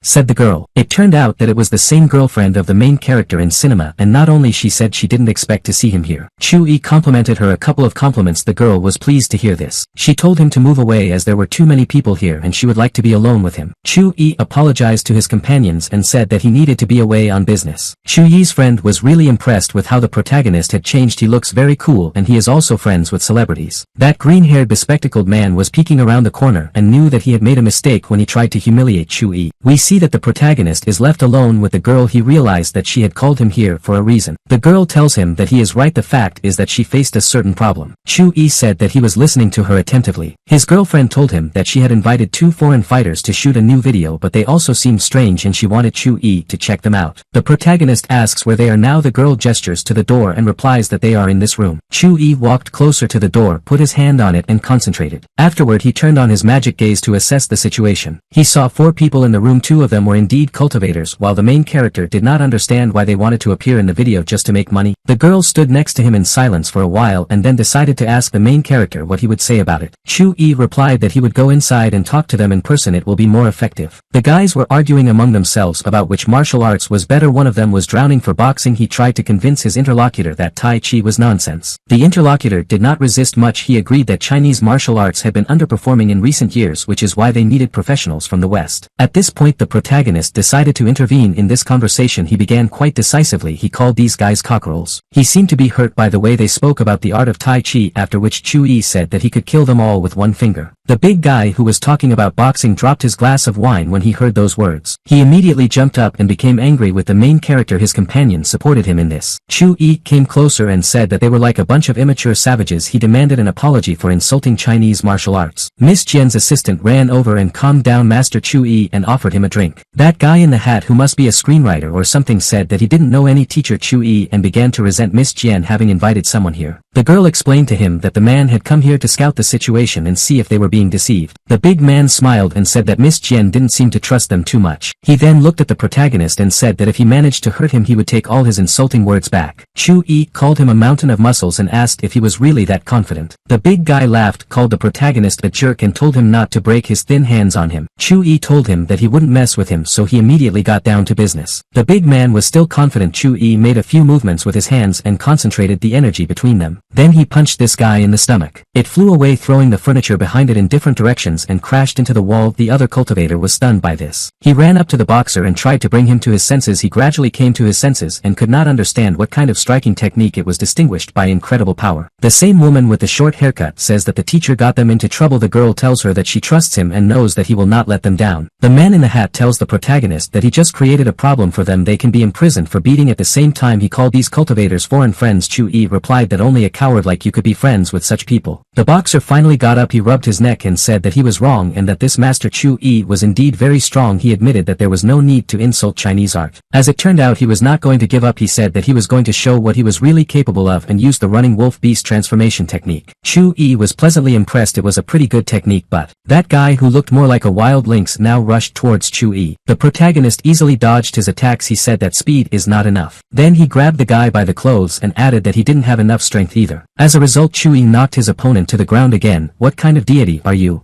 was all he could say. "I'm just an ordinary teacher," the protagonist replied. The protagonist's girlfriend ran up to him and said that he was so good that he helped her because she knew that these foreigners could not be trusted. After that, Chu-yi turned around and looked at the hat-clad man. "Although Chinese martial arts are not in vogue now, they are still relevant," he said. The man admitted he was wrong. He agreed that it was wrong to underestimate Chinese martial arts. Chu-yi was about to leave. He said he did what was required of him. Now they will decide for themselves what to do with these foreigners. As a result, these cultivators from abroad also left the premises. They were no longer too welcome here. That battered guy told his friend that he hadn't expected this at all. "It seemed to me that I would not be able to meet a strong enemy here." The second guy told him not to whine because they were here for a different purpose. They came here for the treasure. That beaten big man tells him that when their teacher comes here he will show these Chinese Cuskin's mother. At the same time we see that Chu-yi hears this conversation. Now he realizes that there really is a relic in the waters he was told about. We can see that after a certain amount of time Mr. Lee did bring the protagonist to this place. Chu-yi looked around. The place seemed to him quite unusual indeed. Mr. Lee said he would go into more detail in a moment. At this moment the protagonist's attention was attracted by some noise from the outside. He looked around and said there was someone there. At that moment they were actually approached by several people who came out from behind the bushes. We see those two foreign cultivators as well as a man with gray hair and a beard who seems to be the teacher. The latter says they will explore the place. At the same time the rest of us should leave now. Mr. Lee is extremely unhappy with what he has just heard. This old man got angry and said that he was disappointed with Chinese culture and didn't see hospitality. After that he immediately decided to use his powers to teach a lesson to those who interfered with him. Chu-yi only smirked and called him an old clown in response. Of course the protagonist easily repelled his attack and said that all this was childish and nothing more. The old man smiled ominously and told him that there was more to it than that. Chu-yi took a close look at the energy ball that he had gathered the dark energy of this old man into and knew that it was about to explode. A few seconds later the ball literally began to burst at the seams. Chu-yi was surprised and froze. Then there was an explosion. Chu-yi told the old man that his techniques were very strong and that he was excellent at controlling energy. That boxer cultivator said that their master was the battle general of one of the 12 gods of Europe, namely Apollo, and that was no joke. 12 gods? A what? The main character asked. Mr. Lee told him that he knew a little about it and would explain it now. He began to explain that the 12 gods were some kind of warriors who used the names of heroes of European legends, and each of them had a level of mentor in cultivation. The aforementioned Apollo is the most dangerous warrior. The protagonist didn't take it seriously and said that it was some kind of stupidity. The old man told him that he couldn't turn his nose up so high and was convinced that he was stronger than the protagonist. Then he said that an arrogant, insolent man like this young man deserves only death. Chu-yi replied that he wasn't very polite himself. The protagonist got fed up with all this, so he decided to rush into the attack and finish what this old man had started. At the last second the man realized that he would not be able to deflect this blow. Next we see that he is already sitting on his ass on earth. He dodged the blow. Chu-yi asks why he didn't reflect him. The old man is frightened and surprised at how strong this young man is. He asks him who he is and begs for mercy. His students are shocked. They can't believe that their teacher has lost and asks not to be killed. "Only a fist can teach you modesty, Western partners," says the protagonist. The man says that he has realized his mistake and begs for Chu-yi to let him go. He had never been so humiliated, but now the situation is hopeless. "You came here for that pond, right?" asks his protagonist. The man replies that it's true, he heard a rumor that there was an empty space under the water and that there was a treasure there, that is why he came here with his disciples. Chu-yi realizes that he is very lucky that he arrived on time, otherwise the treasure would have gone to someone else. Mr. Lee asks him what they are going to do with these foreigners. The protagonist still decided to spare them. He told them that they could fail and he didn't want to see them in this country anymore. The disciples helped the old man up. He was glad to be alive, but he was also extremely angry with Chu-yi. After that he pushes his students towards the protagonist and shouts, "Die." The boys fly to Chu-yi and Mr. Lee. In the process they inflate like balloons and look like they're about to explode. Chu-yi realizes that there will be a boom now. He pushes Mr. Lee aside. A large explosion occurs. That same old master flies into the air. A dark aura is smoking around him. He's serious. He wants the protagonist to die. Chu-yi in turn abruptly closes the distance and tells the old man that he asked for it. Mr. Lee observes this and is once again convinced that it is worth angering Lord Chu. After Chu-yi dealt with the competitor, he told Mr. Lee to clean up the place while he explored the pond. The protagonist came closer to the water. First he looked at the outside. Then he turned on his spiritual discernment to see what was inside. It turned out that there were things from the world of the gods. At the same time Chu-yi couldn't figure out what it was. It was some kind of glowing yellow sphere. Using his strength Chu-yi was able to pull her out of the water and into the air. It turned out to be some kind of artifact called a sword seed. This thing is from the divine world. Unfortunately the protagonist's current strength will not be enough to use this artifact for cultivation. He decided to leave it for later. Just then Chu-yi is approached by Mr. Lee as well as that green-haired guy with glasses and a bow tie. Mr. Lee says that he has taken care of all the matters that Chu-yi has entrusted to him. Chu-yi thanks him for showing him the place. "Now I have to leave you as I have other things to do," the protagonist says and leaves. The green-haired guy smirks, adjusts his glasses and says that Chu-yi can only pretend to be cool. Mr. Lee gives him a good slap in the face for this to bring him back to his senses a bit. He tells this guy that if he values his life at all then there is no way to anger Master Chu-yi. He's the kind of guy who shouldn't be angered at all. He adds the protagonist hears it all. Events are transferred to the school. The protagonist had just finished the lesson. Next up is the winter holidays. The guys are very happy about it. All of them have successfully passed their exams this semester. After the lesson Chu-yi is approached by Huli. He asks the protagonist if he plans to look for a bride during the holidays even though he is no longer young. Chu-yi is angry at him and threatens to give him extra homework now. "I knew that Master Chu-yi wanted to meet with the headmistress," thought the headman. At the same time Chu-yi considers himself elegant, handsome, graceful, beautiful and blah blah blah, so no one can resist him. Just then the headmistress walks past the classroom and tells him to come into her office. Chu-yi was overjoyed. Chu-yi yells at her, "Stop," and runs after her. The protagonist enters the headmistress's office and there he sees his girlfriend, the same one whom he helped to get a job at this school as an English teacher. She's clearly glad to see him. The girl offers him a cup of tea. Chu-yi thanks her. The headmistress reminds them that they are in the principal's office and they need to behave themselves. Chu-yi tells the headmaster that he is used to friends not standing on ceremony with each other in the army. Afterwards he wonders why he was summoned here. His English teacher asks him if he's going back to his family on New Year's Eve. She goes on to say that if he doesn't plan to go there he can come to see her. By the way, teacher Lu Jia will also be there and they celebrate the holiday together. The protagonist thanks them for the invitation but says that he is still going to go to his parents as he wants to see his father. "Don't worry, the Chu family won't be able to harm me in any way right now." The headmistress says she has some news for him. In short, in a new semester she quits and a new director will come here. The protagonist, to say the least, was upset when he heard it. The girl explains to him that her father's company is short of manpower so it is obliged to help Chu-yi. She advises you to be careful and not get into trouble as usual. Chu-yi tells her that there is no need to worry about him because if no one touches him he won't touch anyone. After that the protagonist says that if there is no more news for him then he will probably go. Teacher Lu tells the headmistress that she doesn't need to worry about the boy because as long as she looks after him he will definitely be fine. Chu-yi realizes that they are worrying too much about him. At the same time, in fact, there is no reason to worry because nothing threatens him. At the same time the protagonist himself is interested in what the Chu family will throw out this year. Next we see the protagonist in another city accompanied by his father and sister. The father says he regrets that they all have to tolerate his relatives. The girl asks her father not to talk like that. After all these years, are you still afraid of them? She asks him. Chu-yi tells his father not to worry too much as the Chu family won't do anything to them. The father in turn asks him to control himself even if they go back to their old ways. Of course, in order not to upset his parent, Chu-yi responds well to him, but he doesn't really plan to be patient, not this time. Next we see a man carefully examining the protagonist's sister. His views of it are far from the best. It seems that this person is evil. He plans to feed his snake with the girl's blood. He then approaches the protagonist, his sister and father, and introduces himself. His name is Lu Yuan. He says he is a martial arts cultivator. Chu-yi Yi assessed his strength and realized that he was a battle general. He also drew attention to the man's pet. Lu Yuan says that he senses great potential in the protagonist's sister, so he wants to take her as an apprentice. The girl decided that he was a cultivator of the underworld. She was clearly interested in the proposal. Chu Yi decided to intervene. He said he spotted a snake in his sleeve. He is also aware that the level of this person is at least a combat general. Lu Yuan told the protagonist that he had a very accurate gaze, so he should know exactly how happy his sister would be if she agreed to this proposal. Chu Yi replies that if the interlocutor was an ordinary combat general he would agree with these words, but he immediately saw through the man's intentions and told him so directly. Lu Yuan called Chu Yi an impudent man. He said the guy was trying to slander him. In fact, he was very surprised that this young man knew everything about him. Chu Yi says that if he made a mistake or slandered someone, then let Lu Yuan show him his pet. In response, Lu Yuan punches the protagonist in the ass and tries to punch him. Chu Yi's father and sister were frightened for him. In fact, there wasn't any danger to Chu Yi, as he was much cooler than this fighter. In the end, he gave him a good slap. Lu Yuan screamed and fell to the ground. He realized that Chu Yi was a martial artist. The protagonist looked at him and asked him why he didn't want to show him his kite. Then he ordered him to get it. As soon as Lu Yuan raised his hand, the serpent immediately rushed at the protagonist. Chu Yi managed to grab him and injure him. Lu Yuan fell to his knees and bowed to the protagonist. He begged for forgiveness. Chu Yi decided not to kill him in front of his family and told him to fail. Lu Yuan only thanked him for his mercy and quickly knocked him down. The father is impressed by how strong his son has become. He says that Chu Yi is just like a legendary deity. The protagonist replies to him that he will show his strength to the Chu family. After that, no one will dare to offend them. Uncle Chu Yi, I'm here.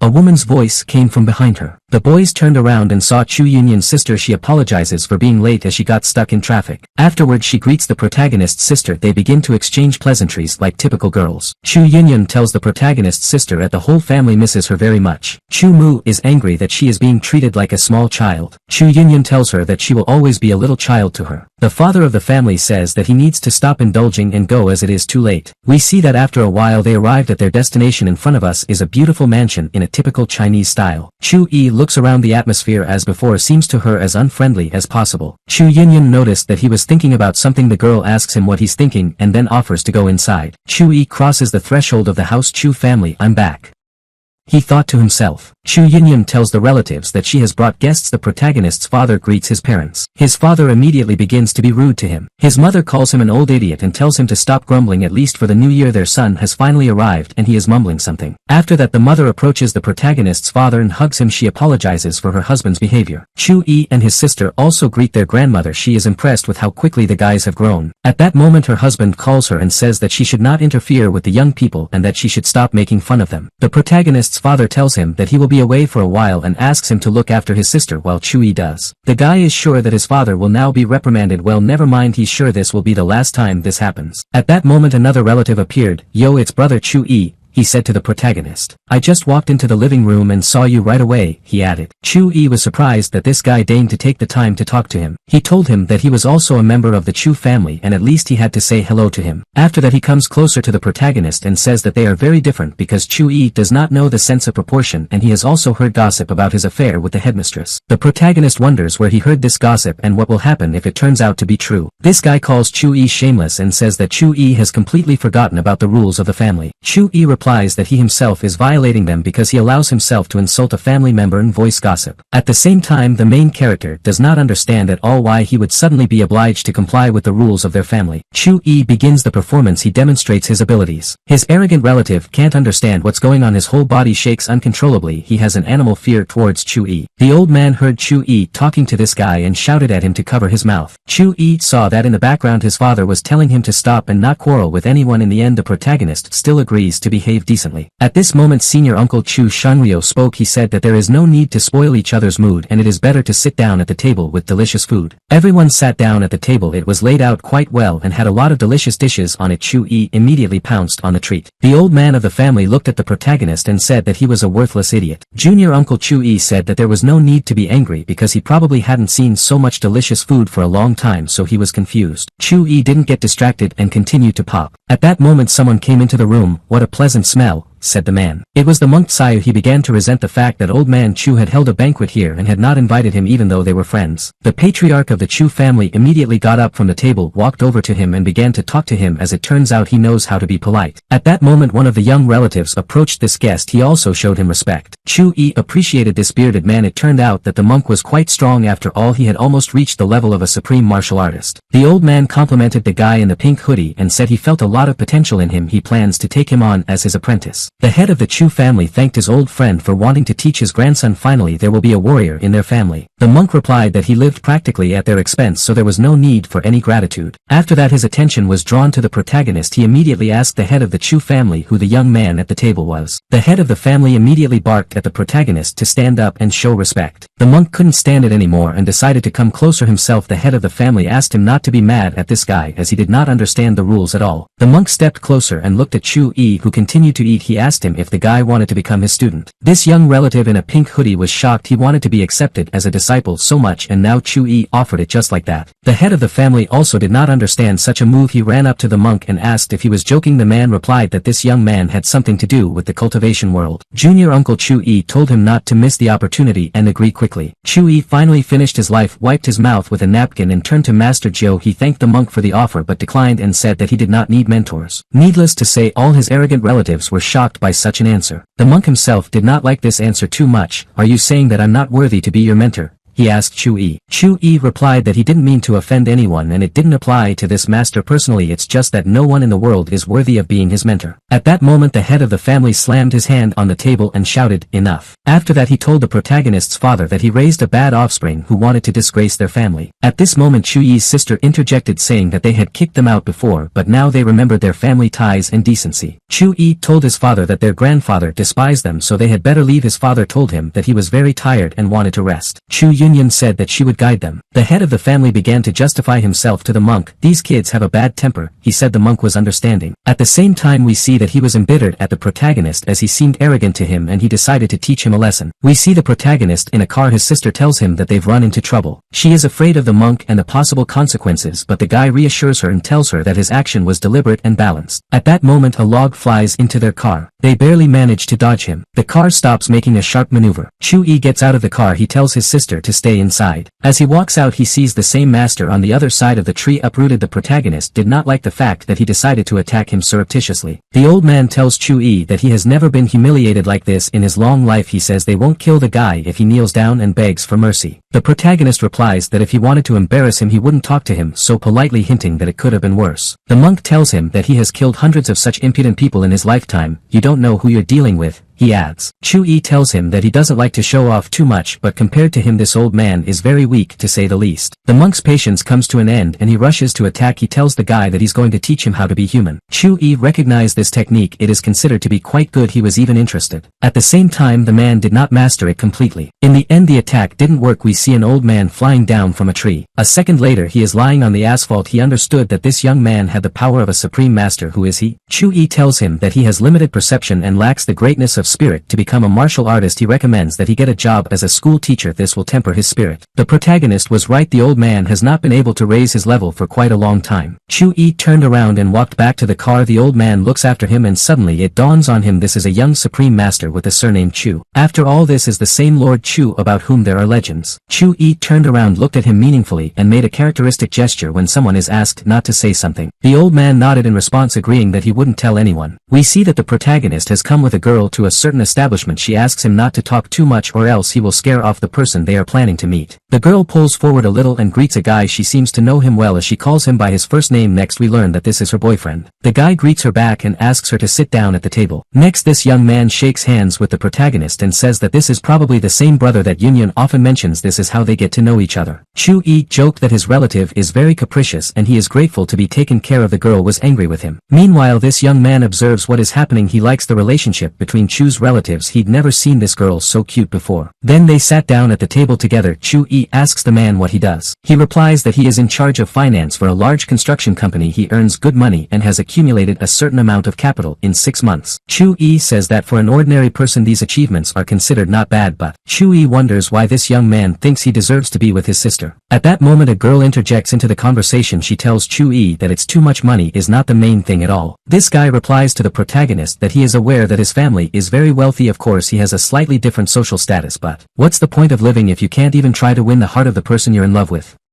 He says. Of course the girl literally melts at these words. Chu-yi in turn was accustomed to looking, as they say, by actions. He decided to use his magic sight to analyze this guy. At the time of these words his aura did not change, which means that he is speaking sincerely. Chu-yi smiled and invited this rather nice young man to have a drink together. At that moment a group of some guys enters the establishment. One of them is outraged that a place was not booked for them. Another guy in sunglasses says that the place was booked but it is occupied by those people over there, and then points to the main character and his companions. This impudent guy with purple hair is looking at Chu Yunyun and he clearly liked her. He wants to meet her. At this moment these impudent guys come closer to the protagonist and his interlocutors. They begin to behave quite impertinently. They immediately poke fun at the suitor, a relative of the protagonist. You can see that he is experiencing discomfort. That guy with the purple hair continues the psychological pressure. At one point the young man of the protagonist's sister tells this impudent man to watch his words. In response he begins to quite impudently roll up to his girlfriend and says that she is too beautiful for such a loser. He doesn't get what he wanted because it's a fist that gets to know his face intimately. This young man turned out to be not one of the timid dozen. Although he looks like an intellectual, he says he won't tolerate someone rolling up to his girlfriend. That guy with the purple hair was on the floor. He yells at his henchman to kill his abuser. A fat man in sunglasses pulls out a knife and lunges at him, shouting, "I'll kill you." The protagonist's new acquaintance only covers the girl to protect her. The main character behaves quite calmly because he is in complete control of the situation. He easily outruns the attacker and deflects the attack with a knife. Then he smashes the glass on the chubby's head. Next the knife went towards the guy with the purple hair. He realized that he was trapped and began to beg the protagonist for mercy. Chu-yi gives him the opportunity to escape. This boyfriend of the protagonist's sister thanks Chu-yi for his help and says that he fights well. Chu-yi is also pleased with his behavior. He demonstrated that he was ready to protect the girl at the cost of his life. The guy says that he got a little overheated because he hit the boss. Now he will be fired. Chu-yi replies that it's not a problem as he was just planning to start investing. As a result he offers him cooperation. The girl tries to stop Chu-yi from making hasty decisions. She thanks him for his kindness but advises him not to throw money around. Chu-yi replies that he has thought of everything. After that he says that he has been looking for a plot of land for a long time and plans to make money on it. He gives the phone with the documents to his new acquaintance and asks him to read them. Chu-yi explains that he bought a piece of land for a low price and in the future he will be able to increase his capital through passive income. Brother Phone realizes that this is a very interesting offer because he doesn't want to spend his whole life working for other people and feel like a servant. As a result he agrees to the protagonist's proposal and says that he will help him. Chu-yi is pleased with this answer. He says that there is nothing to worry about as they will definitely remain at a loss. The evening of the same day came. After a certain amount of time we see the protagonist in a bar. He asks the bartender for a cocktail. At that moment his girlfriend Xia Feng Wangxue comes up to him and asks if he would like to treat the lady to a cocktail. Chu-yi replies that it is a real crime for a gentleman not to treat such a beauty. The guy gives the girl a glass and she asks him why he is only now thinking this way. Chu-yi hints to her that he is not in the mood to play riddles and wants to hear directly what is expected of him. The girl tells him that someone is preventing her from quitting the Fenghua group. She wants Chu-yi to help her. What about Grandpa Fan? He asks her. The girl replies that he has gone somewhere to train his cultivation. If he had been around no one would have dared to offend her. At that moment several guys and a girl come to the bar. It's been a long time since we've seen each other, sister. One of them says, interrupting the conversation, "Do you really want to meet me if you decide to come here?" He asks the girl. She tells him that she is talking to her friend and she doesn't want anyone to disturb them. This guy starts acting like a fool and says he doesn't see any friend here. He then looks at Chu-yi and asks the girl if this rogue dressed in cheap clothes is her friend. The girl couldn't stand such insults towards Chu-yi, so she jumped up from her chair, slapped her hand on the bar and started shouting at this guy. He only giggled in response and tried to make her lose his temper. In short, he was clearly in trouble. The second girl who had come here with Fan Gaohan began to insult her. She called her on the payroll. Of course it was very frustrating. At the same time not everyone knows how to conflict so well verbally. Fan Gaohan was clearly begging in the face. "So what? Will you hit me?" He asked the girl and leaned closer to her, exposing his face. At that moment someone's fist flew into his nose and he flew several meters, finding himself in a deep knockout. It was Chu-yi who couldn't hold back and couldn't tolerate this. He said it was the first time he had seen a man asked to be hit. Fan Gaohan came to his senses a little, lying on the floor. His nose was bleeding and he began to call Chu-yi names. At this moment another guy approached Chu-yi. He said that there was no need to use force immediately. We could have talked. "What do you have against it?" the protagonist asked him. Buddy, you don't seem to know who I am, but you probably know the Ouyang family, the guy replied. Chu-yi had heard about the Ouyang clan, which was very influential in their country. It turned out that this is exactly what we are talking about. This guy was pleased that everyone was afraid of their family. He told Chu-yi that if Chu-yi realized who he had contacted and realized his mistake, then he could get down on his knees and apologize. Fan Gaohan stood up, wiping the blood from his face, and said that this scoundrel couldn't just forgive what he had done. In return, let him have fun with Xia Feng Wangxue. Both in ancient times and now the rich clans have absolutely no principles, said the protagonist. His girlfriend ran up to him and told Chu-yi not to get too excited, as these people are dangerous and it is better not to mess with them. Chu-yi told her that no one would lay a finger on her as long as he was around. That member of the Ouyang family began to laugh. He promised Chu-yi that he would pay for his heroism and the price would be high. At that moment some armed marginals appeared. Fan Gaohan commanded them to beat Chu-yi with all their might. Chubby with a mohawk immediately rushed at the main character, shouting,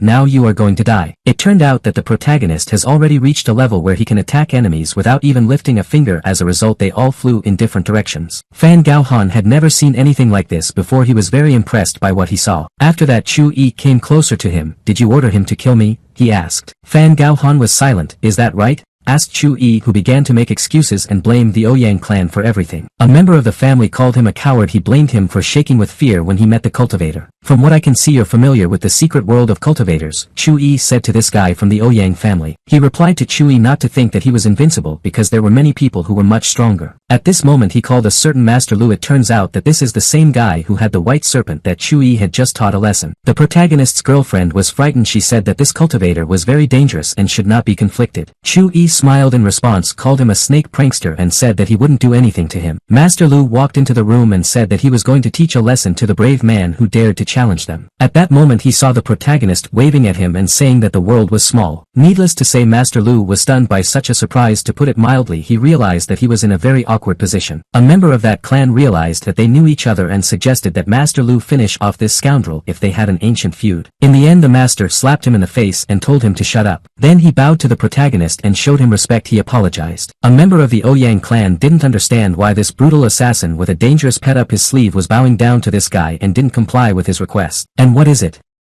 Don't you want to take revenge on me? You've got a good chance for that," said the protagonist. The evil master replied that revenge was out of the question. Of course, he understood that angering the protagonist was an extremely idiotic decision. Chu-yi said that he didn't want to fight anyone and let these guys apologize to his girlfriend and the conflict would be hushed up. Master Lu shouted at them to quickly carry out this instruction. In the end, we see them all on their knees and they ask for forgiveness. The girl says she doesn't want to have anything to do with them. The only thing she wants is for them to never come across her again. Chu-yi tells them to remember these words because if it happens again in the future, the consequences will be different. Master Lu tells Chu-yi not to worry because he will make sure it doesn't happen again, and if it does he will personally rip off their heads. Chu-yi and his girlfriend left the place. Master Lu looked after them with relief. That member of the Ouyang clan came up to him and asked him why he was so afraid of this young man. Master Lu asked him how he rated his strength as a combat general. He replied that everyone knew that Master Lu was one of the strongest cultivators. The master told him that even the strongest martial general was insignificant compared to the supreme martial artist. Of course, he hadn't expected to hear that this guy was a supreme master, and it was only now that he realized who he had run over. Chu-yi walks around the city with his girlfriend. She says she got the impression that she didn't know him well enough, that he was a real mystery. The girl is surprised that even Master Lu Yuan is afraid of him. Chu-yi explains to her that there is no one in the world who can handle it, and this is not a boast but a fact. The girl thanks him for his help. She knows that no one from the Fan family will dare to stop her from resigning. "As long as I'm alive, no one will dare to hurt my friends," said the main character. The events are set in the home of the Chu family. There the head of the family praises Zhongfei for the fact that he managed to acquire a fairly good plot of land. He says that over time the price of it will increase and this will be a plus for their family. The boy replies that he did what his grandfather taught him. The old man regrets that not everyone in their family is like him. If it were different it would be much easier. The young man tells his grandfather not to worry as their family will not fall in the face of difficulties, and he promises it. Grandpa says that when he dies he expects this guy to be in charge. The young man is pleased to hear this. That's exactly what he wants. It's Chinese New Year's Eve outside. Chu-yi visited one of his relatives. He is definitely happy to see him. This is the son of Chu-yi's and whose name is Yuhua. He tells the protagonist that it's really boring here and he's very glad that Chu-yi came to see him. Chu-yi asks him if he can't get along with the other family members as well. The guy explains to him that everyone has their own aspirations. He has not been able to find a common language with these guys. Chu-yi hugged his brother and said that he just wanted to go and be nostalgic so they can do it together. A few more guys came into the room. One of them says that Chu-yi came here and didn't even say hello to them, which is not nice. New Year's Eve is coming and Chu-yi is hiding in the corners. If the whole family finds out about it, they will laugh at him. Yuhua tells Chu Zhongfei that he has a problem with his head if he thinks so. Brother Chu-yi clearly doesn't need anyone's control. Chu Zhongfei replies to him in a rather rude manner that he has nothing to do with their family at all and there is no need to interfere in someone else's conversation. Yuhua was very angry at him for saying this and was about to rush at him with his fists, but Chu-yi stopped him. Chu-yi says that he certainly hasn't visited the Zhu family's house for a long time. But since when did Chu Zhongfei and his henchmen become so arrogant? But when they were kids they got along. Chu Zhongfei got angry and threw the glass of wine on the floor. Repeat, who's the henchman here? He said to the main character. Chu-yi smiled and said that he was very easily made to lose his temper and quickly began to freak out. At this moment Yuhua took a photo and began to laugh that he looked funny when he was angry. After that he began to film it. Now Chu Zhongfei was about to rush at him with his fists, but he was also stopped. Chu Zhongfei calmed down a bit and said that they could be proud of making him angry, but he wouldn't stoop to their level. After that he turned around and started to walk away. At the same time he decided to boast that soon he will become the head of the family and everyone else has no chance of this. Chu-yi just sneered and said, "It's like I'm rushing to this place, huh?" Yuhua told the protagonist that he was very cool because even the future head of the family was afraid to hit him. Chu-yi replies that he is not interested in fighting for this place at all. Then they proceeded to another room as the evening banquet was about to begin. In fact, the protagonist used to be the great lord of the other world, so some useless titles in the world of humans are not at all interesting to him. Everyone sat down at the table. The banquet began. Zhonggu tells his girlfriend Xiaoman not to forget to greet her grandfather when he enters the room. In response she asks if he feels better. The boy tells her that her pill helped their grandfather a lot. At the same time we can see that the girl is worried since the person who sold her this pill did it on credit. Next Chu-yi enters the room and at this moment the girl is really frightened as this is the same person who sold her this pill. Chu-yi looked at everyone at the table with an appraising gaze and then his gaze lingered on this girl. She was frightened and could not understand what he was doing there. She asked her boyfriend who the young man who had just entered the room was. He said that this was the same guy who was undeservedly called the young master of the Chu family. You don't have to worry about it. The girl did not expect this at all. She knew she was about to be discovered. What to do? She thought. Chu-yi glanced at her from time to time but he didn't say anything yet. A deceiver and a fool, a good combination. At some point the main character blurted out. That guy immediately jumped up and was angry that Chu-yi was making a fuss here. Chu-yi continued to tease the guy for being so stupid. A scandal was clearly brewing at that moment. The grandfather of the family came into the room and shouted, "Enough. All you know how to do is swear. Is this how a man from the Chu family should behave?" he said. The green-haired guy began to make excuses that Chu-yi was talking nonsense again, that he was to blame for everything and needed to be taught a lesson. Grandpa said he didn't need to be told what to do. It is better for everyone to sit down at the table as soon as possible. Afterwards the old man said that today he wanted to tell everyone one piece of good news. Family members were interested. Did the family start a new big business? One of the guys asked. The old man says that's not the case at all. The fact is that Zhongfei made a successful and quite reasonable purchase of a plot of land, so it will be possible to make money on it in a short time. The other guys started praising him. The green-haired man tells him that it's not for nothing that he's their eldest. Zhongfei tells him that he shouldn't say that because their older brother might lose his self-esteem. After that he smiles snidely. It was the green-haired man who glared at the protagonist and said that what kind of self-esteem can he talk about when he works for 30,000 yuan. After that he smirked and said maybe Chu-yi secretly earned a few million and was just hiding it. Chu-yi told him that it was a lucky coincidence because it was. At the same time the amount is not 3 million but 3 billion. Zhongfei coughed in surprise when he heard this amount. The green-haired guy began to laugh and explained to the main character that this is a lot of money. If you wanted to lie you had to think about it first to make it sound realistic. My grandfather also joined in this conversation. He told Chu-yi that he was just like his father. They're both buffoons. The protagonist's father in turn said that there was no need to argue with them. After all, we're at the table, you can just sit quietly and eat. Chu-yi told him that he knew what he was doing and didn't need to worry. He then took a pill out of his pocket and showed it to everyone around him. He asked them if they knew what it was. Everyone froze in surprise as this was the pill that my grandfather was taking and it helped him. Of course the old man recognized her too. He said it was the Red Rock pill. Where did you get it? He asked in surprise. Would you believe me if I told you that I made it myself?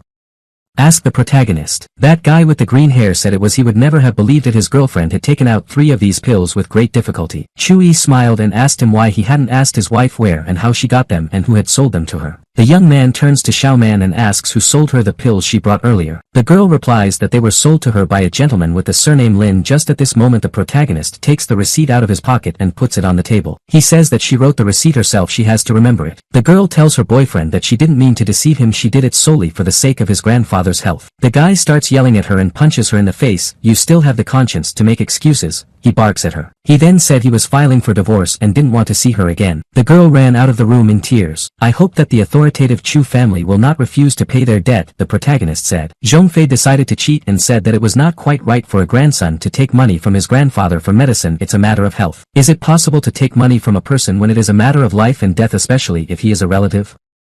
Only a bad grandson can do that, he said. I can save my grandfather's life. What are you capable of? You're just talking, the protagonist said. Zhongfei told Chu Yi that he was just lucky and that it was the only thing he could give to their family. That green-haired relative supported him and said that brother Zhongfei had invested a lot of money in their family, and he was right. Chu Yi says it's an interesting coincidence as he also recently made an investment. I wonder who will earn more on investing. The green-haired guy started laughing. He doubted that the protagonist knew anything about real estate and would be able to look for a good plot of land. What kind of neighborhood is it? Anjin District, Chu Yi said and took a sip of his wine. That guy just chuckled and asked what the shitty neighborhood was and what everyone is saying about the Longwan area. The real estate there is really valuable. The other relatives began to talk to each other and they were once again convinced that it was only reasonable for Zhongfei to inherit the position of head of the family. Meanwhile, the only relative who loved the protagonist and treated him positively watched calmly and silently supported him. Just then one of the uncles received a call from Mr. Lu, who must inform them about the beginning of the development of the district. The man picked up the phone and listened in anticipation to what the interlocutor would say to him. Suddenly everyone noticed that the smile had disappeared from his face. On the contrary, the emotion of surprise first appeared on him and then an obvious fright. The head of the family saw it too. What happened there? He asked. Father, we miscalculated. They will develop another area, not ours at all, the man replied. Hearing these words, Zhongfei jumped up from his seat. He couldn't believe it. The old man asked what kind of area would develop. His son replied that this is exactly the area that the protagonist was talking about. Zhongfei literally became hysterical when he heard this. He couldn't believe it. He was sure that it was some kind of mistake and that it could not be. Do you still think that I chose a shitty area? Asked Chu Yi. In fact, Zhongfei had always been jealous of him ever since he was a child. He had known that Chu Yi was better than him. The head of the family said that there is no need to hurry, make hasty conclusions and panic. He's going to check it out. Perhaps they will still have time to buy a plot there. The son replies that he asked about the vacant plots and it turned out that all the plots were bought by one person. The old man suggests that they may be able to come to an agreement with him. He asks who the man is. The son points his finger at the protagonist and says it's him. For all the plots together 20 billion was paid. To put it simply, the entire area now belongs to Chu Yi. At this point everyone quiets down and looks at the protagonist and he just smiles sweetly. Well, don't look at me like that.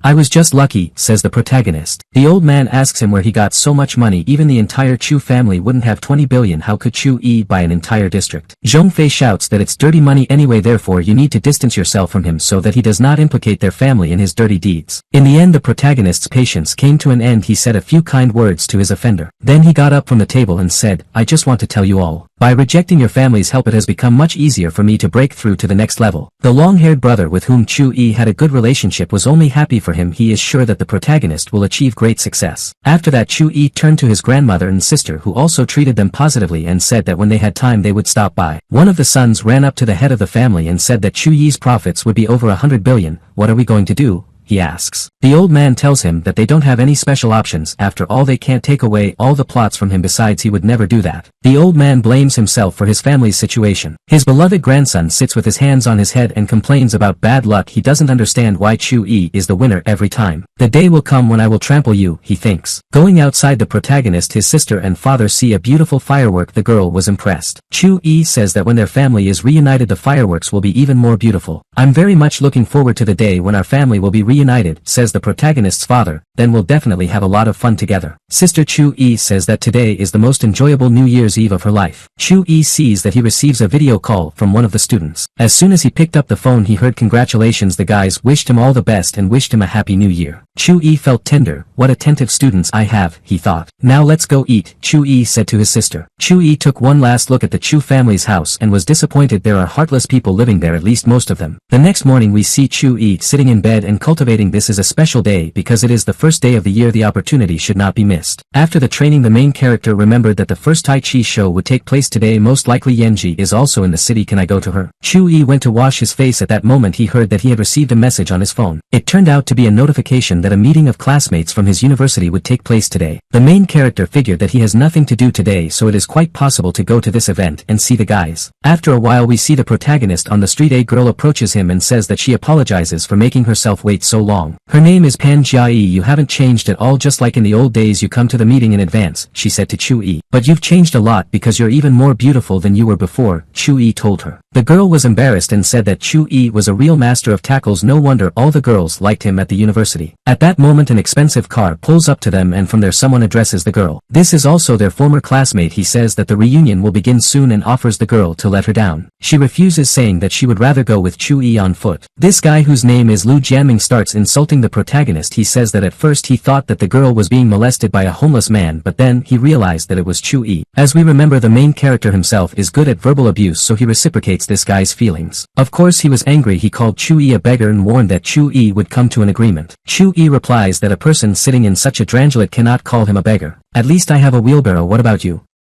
You buy a car first and then chat, he replied to Chu-yi. And at that moment a more expensive car with tinted windows pulls up. This classmate looks at the car and begins to realize that it may belong to the protagonist, but he tries to get the bad thoughts out of his head. As a result, the vehicle stops near the protagonist and his girlfriend Chu-yi opens the door and invites the girl into the car. She is very surprised. Chu-yi, does this car belong to you? She asks him. Chu-yi replies that he is, as he has recently made some money. That guy is very surprised. After all, the car is expensive. Where does the average schoolteacher get so much money from? Chu-yi replies that he won't understand anyway. He also hints that there is something wrong with this guy's vehicles. This guy tries to start the car by voicing various insults towards Chu-yi. As the protagonist said, the car simply refuses to start. As a result, it is still standing in the middle of the road and the person in it is only yelling. Chu-yi looks in the rearview mirror and smiles. Oh, how nice it is to punish all sorts of morons, he thought. Chu-yi and his girlfriend arrived at their destination. The driver wished them good luck. It turns out that you are a very respectable person, so why are you working with a teacher?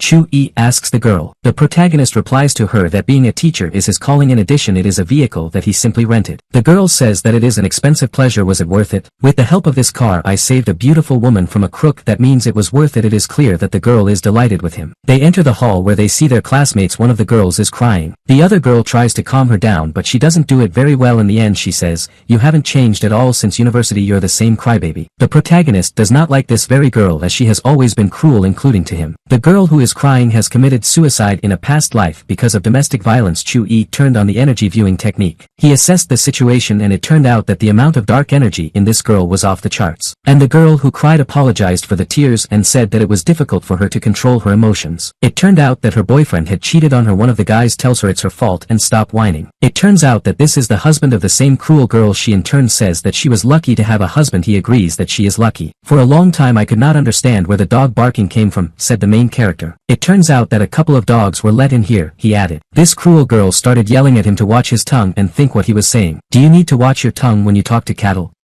Chu-yi replied to her in his repertoire. The girl's husband interjected into the conversation. He also started yelling at the protagonist and demanding an apology. The protagonist's girlfriend tells him not to rush to take any action. After all, this guy is the director of Jin Company. Well, if he's a big boss then you definitely can't do without an apology, Chu-yi said. But it's not me who has to apologize, it's you, so quickly get on your knees. He added. The guy just laughed in response. Are you in trouble with your head? Do I have to apologize?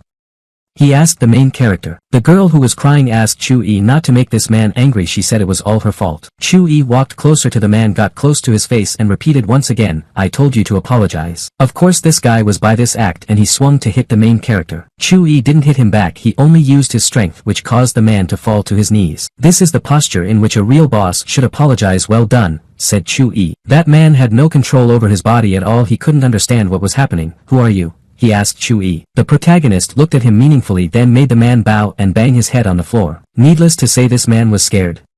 He couldn't understand why he didn't control his body and obeyed orders. Chu-yi laughed. He said that there was no need to bow directly at his feet. It was enough just to ask for forgiveness. If so, he accepts forgiveness and will no longer distract them from what they were doing here. His wife ran up to the man who was on his knees. She asked him why he bowed to an ordinary teacher. He slapped her in the face and said he didn't want to talk about it. It's all her fault for calling him here, he said. I didn't know it would work out this way, the girl replied through tears. In turn, the man was extremely angry with the protagonist and promised that he would regret it. Next we see Chu-yi and his classmates sitting at the table and talking to them. He tries to calm the girl who was crying. She is very sad that her man cheated on her. At the same time she hopes that it will change for the better over time. Chu-yi understands that this is not quite the right way to behave and I don't think she'll wait for that. At that moment another girl enters the room. It's been a long time since we saw each other. Guys, how are you doing? She says. It turned out to be the same former superstar named Yang Ling. The men present here immediately start drooling as she is very beautiful. The girl saw Chu-yi sitting at the table enjoying a drink. She walks up to him and asks if it's interesting to drink alcohol silently and why he doesn't greet her. Are you still in love with me?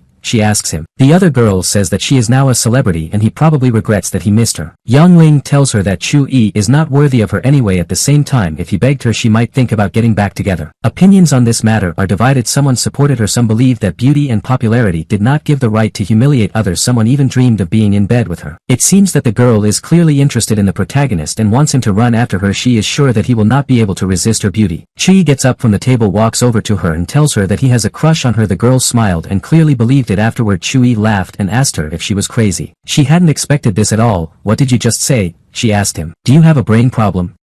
What makes you think I like you? Said the protagonist. At this moment, the same classmate with whom Chu-yi had already had a conflict today came up to them and told him to watch his tongue and know his place. Chu-yi responded by calling him a henpecked dog. Then he made a few more jokes in his direction. Of course these words angered this guy and he was ready to rush into a fight. That's enough, shouted Yang Ling. Do you think you can make Jian Yanji fall in love with you? She asked Chu-yi. If that's the case, then you're an idiot. Just then Jian Yanji appears in the background and calls out to the protagonist. Chu-yi walked over to her. The girl asks him what he's doing here. The guy replies that he came to see his classmates. You know I have a show tonight, but you never called me. It's not good. She tells him. Everyone in the hall is shocked by what they have seen and heard. The same classmate who clashed with the protagonist can't believe his eyes because Chu-yi seems to be friends with Jiang Yanji. The girl heard this and says that Chu-yi took part in the filming of her new film and they are not only friends but also partners in work. This guy became openly jealous of the main character. Of course he didn't say anything out loud. The girl with whom the protagonist came here was very happy for him because she always knew that he was special. Yang Ling decided to intervene in all of this. In her repertoire, she walked over to Jiang Yanji and told her not to trust Chu-yi because sooner or later he would deceive her. You don't have to choose a guy just because of his sweet speeches, she said. Jiang Yanji tells her that it's none of her business and besides it's her own fault for missing out on a good man. Yang Ling chuckled in response and said that she hoped Chu-yi wouldn't ruin her film. Chu-yi told her that there was no need to worry about it because when she saw the box office of their movie she would pay all her tears. The girl was about to pounce on him with her fists, but at that moment her phone rang. She looked at who was calling and was delighted. The girl picked up the phone and began to have a nice conversation, as it turned out, with the owner of this hotel. What a disgusting feigned laugh.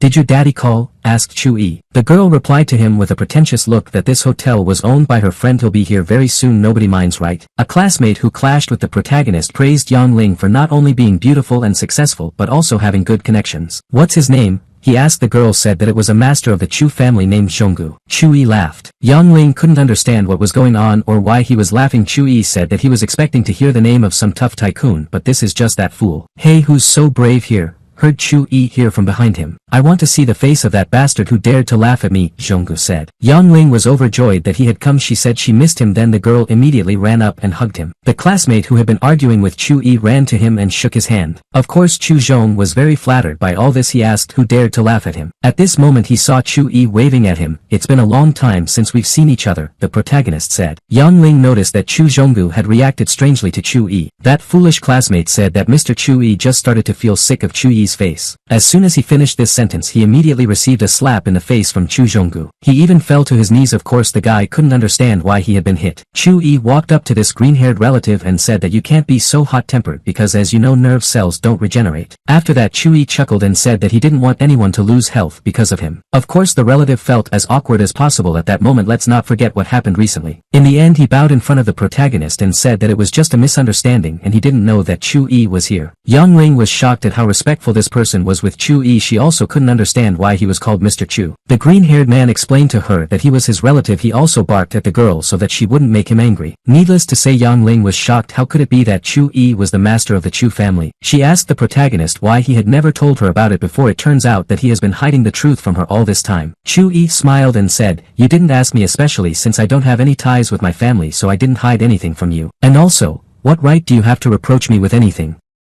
He asked. You left me to find a rich man and live off him, Chu-yi said. At first the girl began to mumble something under her breath and then began to confess her love to Chu-yi and ask for forgiveness. She suggested starting the relationship with a clean slate. The main character said that he was tired of hanging out here. He turned to his girlfriend and offered to leave the place. Chu-yi said goodbye to his classmate and offered to see her again. Okay, see you later, she told him. Other classmates immediately ran up to her and asked her how good her relationship was with Chu-yi, what they had in common and so on. It seems that Chu-yi is now popular with them. The protagonist's green-haired relative told Yang Ling not to approach him again, otherwise he would have trouble in his family. The girl was sad. Why did it end the way it did?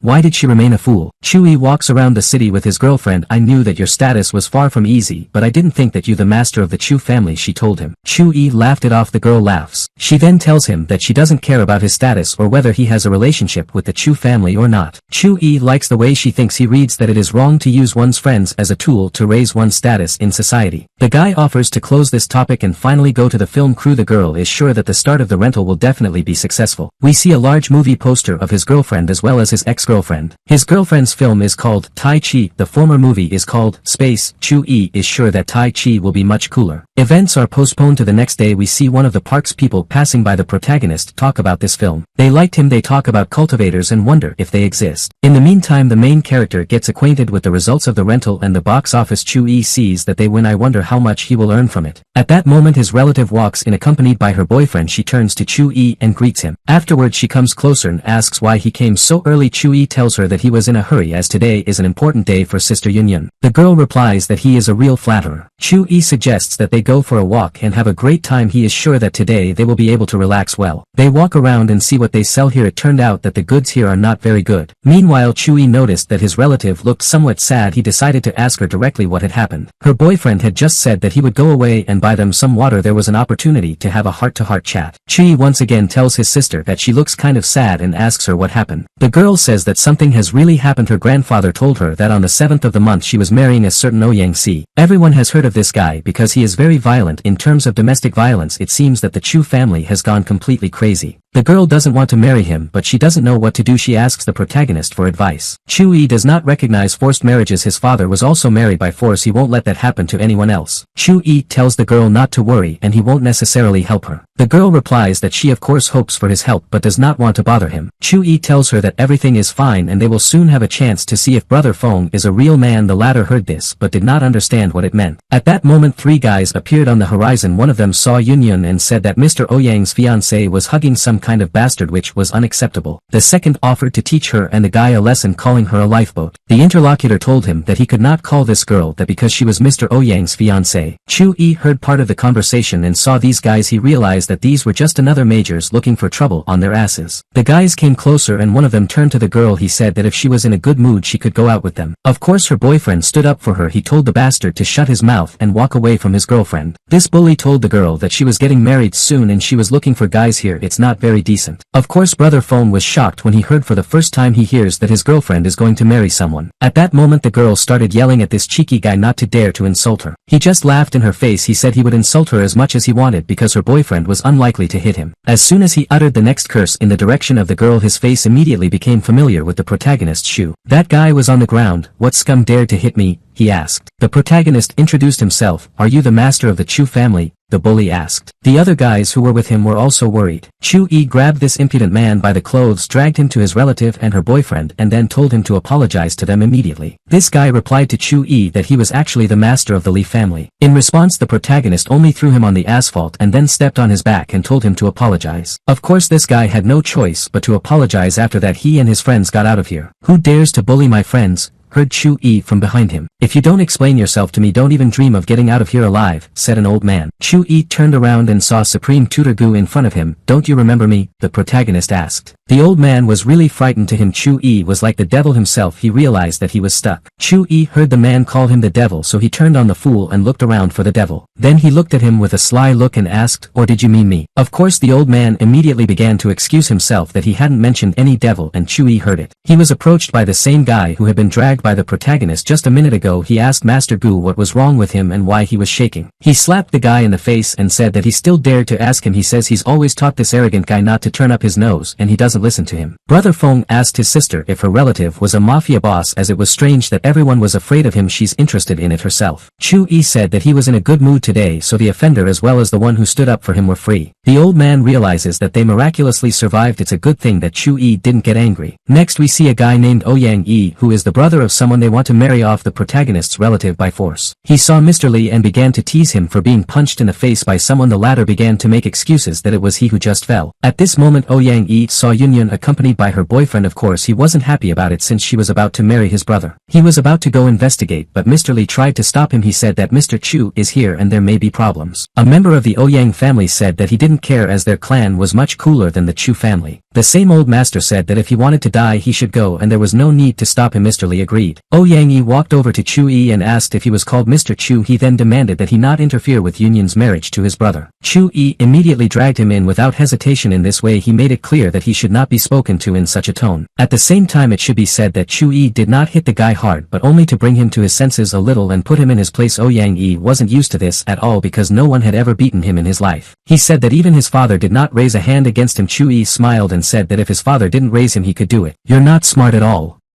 Yang Yi replied. Chu Yi said that if something didn't suit him he could try to hit him back. Would a normal warrior beat up an ordinary person? Someone asked the protagonist from the outside. You'd better fight me. Zhou Yang of Wolf's Tooth, added the green-haired guy who had come here with Yang Yi, an official member of the Wolf's Tooth.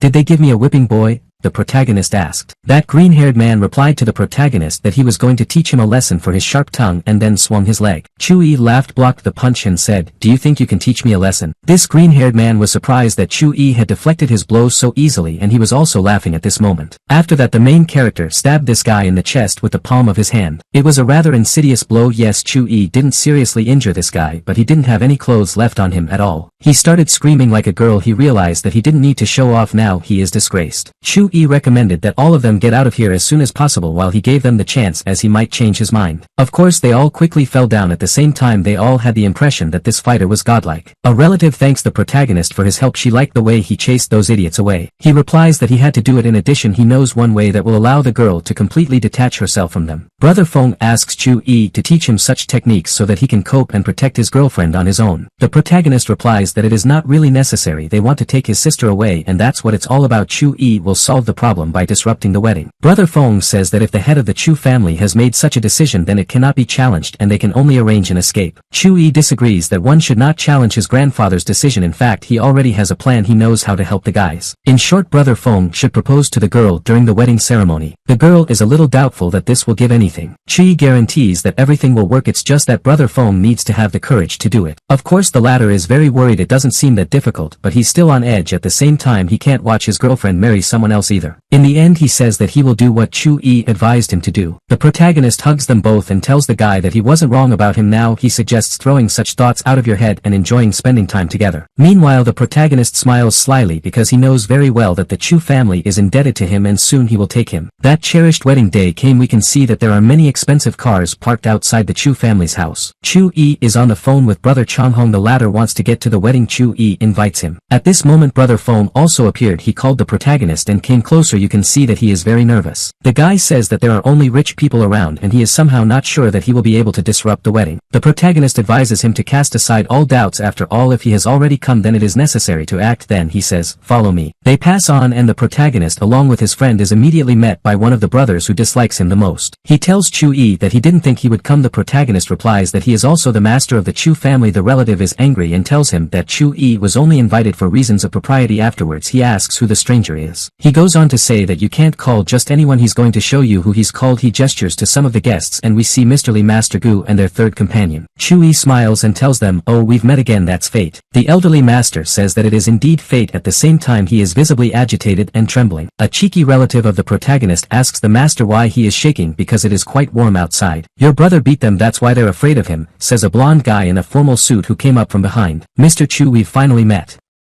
He says to Chu Yi. It turns out that this is the same Yang Si. It's his wedding tonight. Brother Feng understood who it was. He realizes that he must not show his fear. You need to behave confidently. As a result Yang Si takes the conversation into his own hands. He turns to Feng Yuhang and asks him why on earth he thought he could court his fiancée. You know, golden youth like you are no match for ordinary people. Brother Feng replies. Yang Si just laughed at it. Now we'll see if you can continue to be so cocky, he said. After that his assistant rushed at Brother Feng and shouted, you're going to get punished for your rotten tongue. Brother Feng was willing to take this blow because he didn't think he was a coward and knew that he was right. Of course the protagonist intervened in this as he couldn't let the innocent get hurt. He caught the attacker's hand. After that he injured her, to which the guy screamed very loudly. Yang Si told Chu Yi that Chu Yi had been too cruel to him. He was sure that this was too much. Yes, I went too far, so what?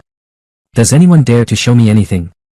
The main character asked. That impertinent brother Chu-yi asked the groom not to get angry. He in turn was ready to rush into the fray. The father of the Chu family calmed everyone down. He said that on a day like this he would not tolerate a showdown. He was extremely unhappy that every day someone in his family was fighting. Ouyang Si told the protagonist that for the sake of his future father-in-law he would not touch Chu-yi for the time being. Don't be afraid, you won't have to wait long.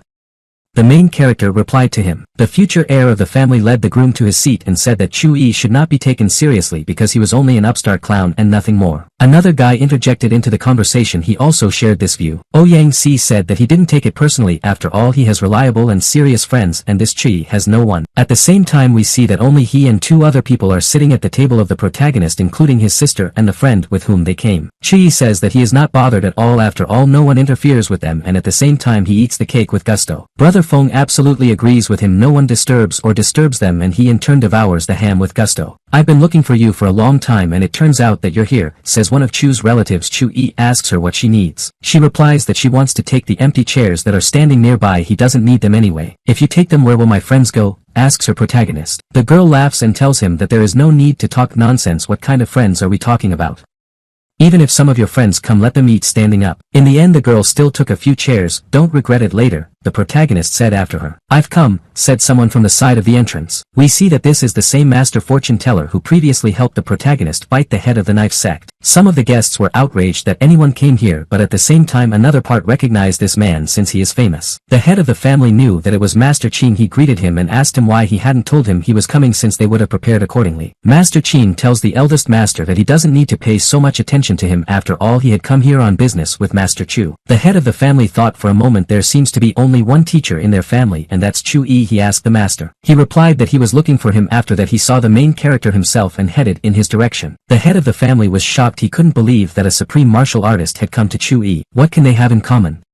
This was the question asked by all the other arrogant relatives as well as the groom. The master greeted the protagonist. Chu-yi was also happy to see him. The protagonist told the man that he had been honored by coming here. At the same time, there is a problem. Master Qin asked what happened. Chu-yi said that the Chu family hadn't bothered to prepare chairs for his friends, therefore Master Qin will have to eat standing up. The same woman who took the chairs from the protagonist a few minutes ago realized that she was stuck. The head of the family came up to her and started shouting at her. My daughter tried to justify herself somehow. As we remember, Master Qin is far from being a fool. He realizes that the Chu family is deliberately bullying Master Chu-yi and he wants to intervene and help him. As a result, the master tells the head of the family that there is no need to worry because he meditates every day so he can eat standing up, and this is not a problem. I'm sorry for such terrible hospitality, Chu-yi family, Chu-yi told him. The head of the family was only angry with him for this because Chu-yi had set them up in a cool way. A little later he approached Chu-yi and said that he shouldn't do this because they couldn't offend such respectable people. Please, she said to Chu-yi. The protagonist told Master Qin to sit in his seat. He did so. Afterwards the master told the head of the family that he would like to talk to Chu-yi alone and that no one would disturb them. The family smiled helpfully and said that there was no problem with that and he would move away so they could have a quiet conversation. Chu-yi asked Master Qin what he had to do with him. He guessed that he had come here for a reason. Master Qin had already started to say something, but then he realized that everyone was looking at them intently and those who were closer were even eavesdropping. Still, the master told Chu-yi why he had come. In short, he wants to invite him as a mentor in the Wolf's Tooth. Many people know that the Wolf's Tooth is that elite group of special forces. If Chu-yi agreed, then it would be very cool and beneficial for their family. The same younger brother who is constantly in conflict with Chu-yi and is always jealous of him and is doing the same thing again. He can't believe that luck is constantly turning to the protagonist in front and back to him. At the same time, he doesn't hold back much and blurted out a few stupid things out loud. Master Qin heard this and said that it was not fit for some milk one to insult Master Chu-yi. Chu-yi told his friend that he didn't need to be angry and he would deal with him himself. The protagonist approached a relative who immediately began to shout that all this was unfair because since childhood Chu-yi gets all the best. Chu-yi slapped him in the face. After that he told this guy not to dare to complain about the unfairness of life. At that moment an old man appears at the party. By crippling my son, did you think of justice? He asks Chu-yi. It turned out to be a person from the Council of Celestial Masters. His name is Gu Yaotian. The head of the family realizes that he is very angry and tries to calm him down. This old man who came here says that 6 months ago Chu-yi killed one of the members of his association and also mutilated his son. In this case there can be no talk of any negotiations. The head of the family says that he is ready to give this person anything he wants. Master Qin says that there is no reason to worry. Whoever encroaches on Master Chu-yi's safety will always regret it. Chu-yi plays a joke on the old man in his repertoire. He says that everyone can see his underwear as it stands too high. The old man replies to the protagonist that he is on the verge of death and still dares to be impertinent. Chu-yi in turn pulls off a small trick and this man is indeed without pants. The protagonist laughs and says that he warned me. Of course the old man was very angry. He calls the protagonist a petty freak and says that he has disgraced him. I'm going to crush your corpse into a million small pieces, the old man threatens. The old man is completely tired of living, Chu-yi says. This elderly master attacks the protagonist. Chu-yi easily defends himself against his attack. As a result it flies back. The old man realizes that this young man is a great martial artist but he realizes it too late. As a result we see it on Earth that was to be expected. Chu-yi just smirks. Chu-yi says that if the chief fustologist is destroyed then they can continue the conversation with the relative. He realizes that it is too dangerous for the protagonist to be impertinent and no longer behaves as borzo as before. He bows to the protagonist, apologizes and says he was wrong. Is there any point in apologizing just out of fear? The protagonist asks him. At this point the head of the family turns to Master Ching. He asks if Chu-yi is really the supreme master. He only laughs in response and then says that Chu-yi is the Lord of Chu. At the same time he said it quite loudly and many people heard it. Word of him spread quite quickly, so most people had heard at least something about Lord Chu. Chu-yi, this is the Lord of Chu, the head of the family repeated with great surprise. His sons also began to talk about it. There is an assumption that Chu-yi with such limitless power will take revenge on their family. However the protagonist says that he ruined the holiday today so he wants to apologize to everyone. He offers to continue the banquet. At that moment the bride appears. She is dressed in a beautiful dress and looks simply divine. Brother Phone was literally speechless when he saw her. How beautiful she is, he said. Why are you frozen? The protagonist asks. For a moment Brother Phone forgot why he had come here. He was so fascinated by the beauty of the girl. The guy comes closer to her, looks her in the eye and calls her name. It does the same thing. The guy gets down on one knee, takes a small box out of his pocket, opens it, and there we see a ring. After that the guy proposes to her. The girl with tears in her eyes with joy says that she agrees. It's bitter.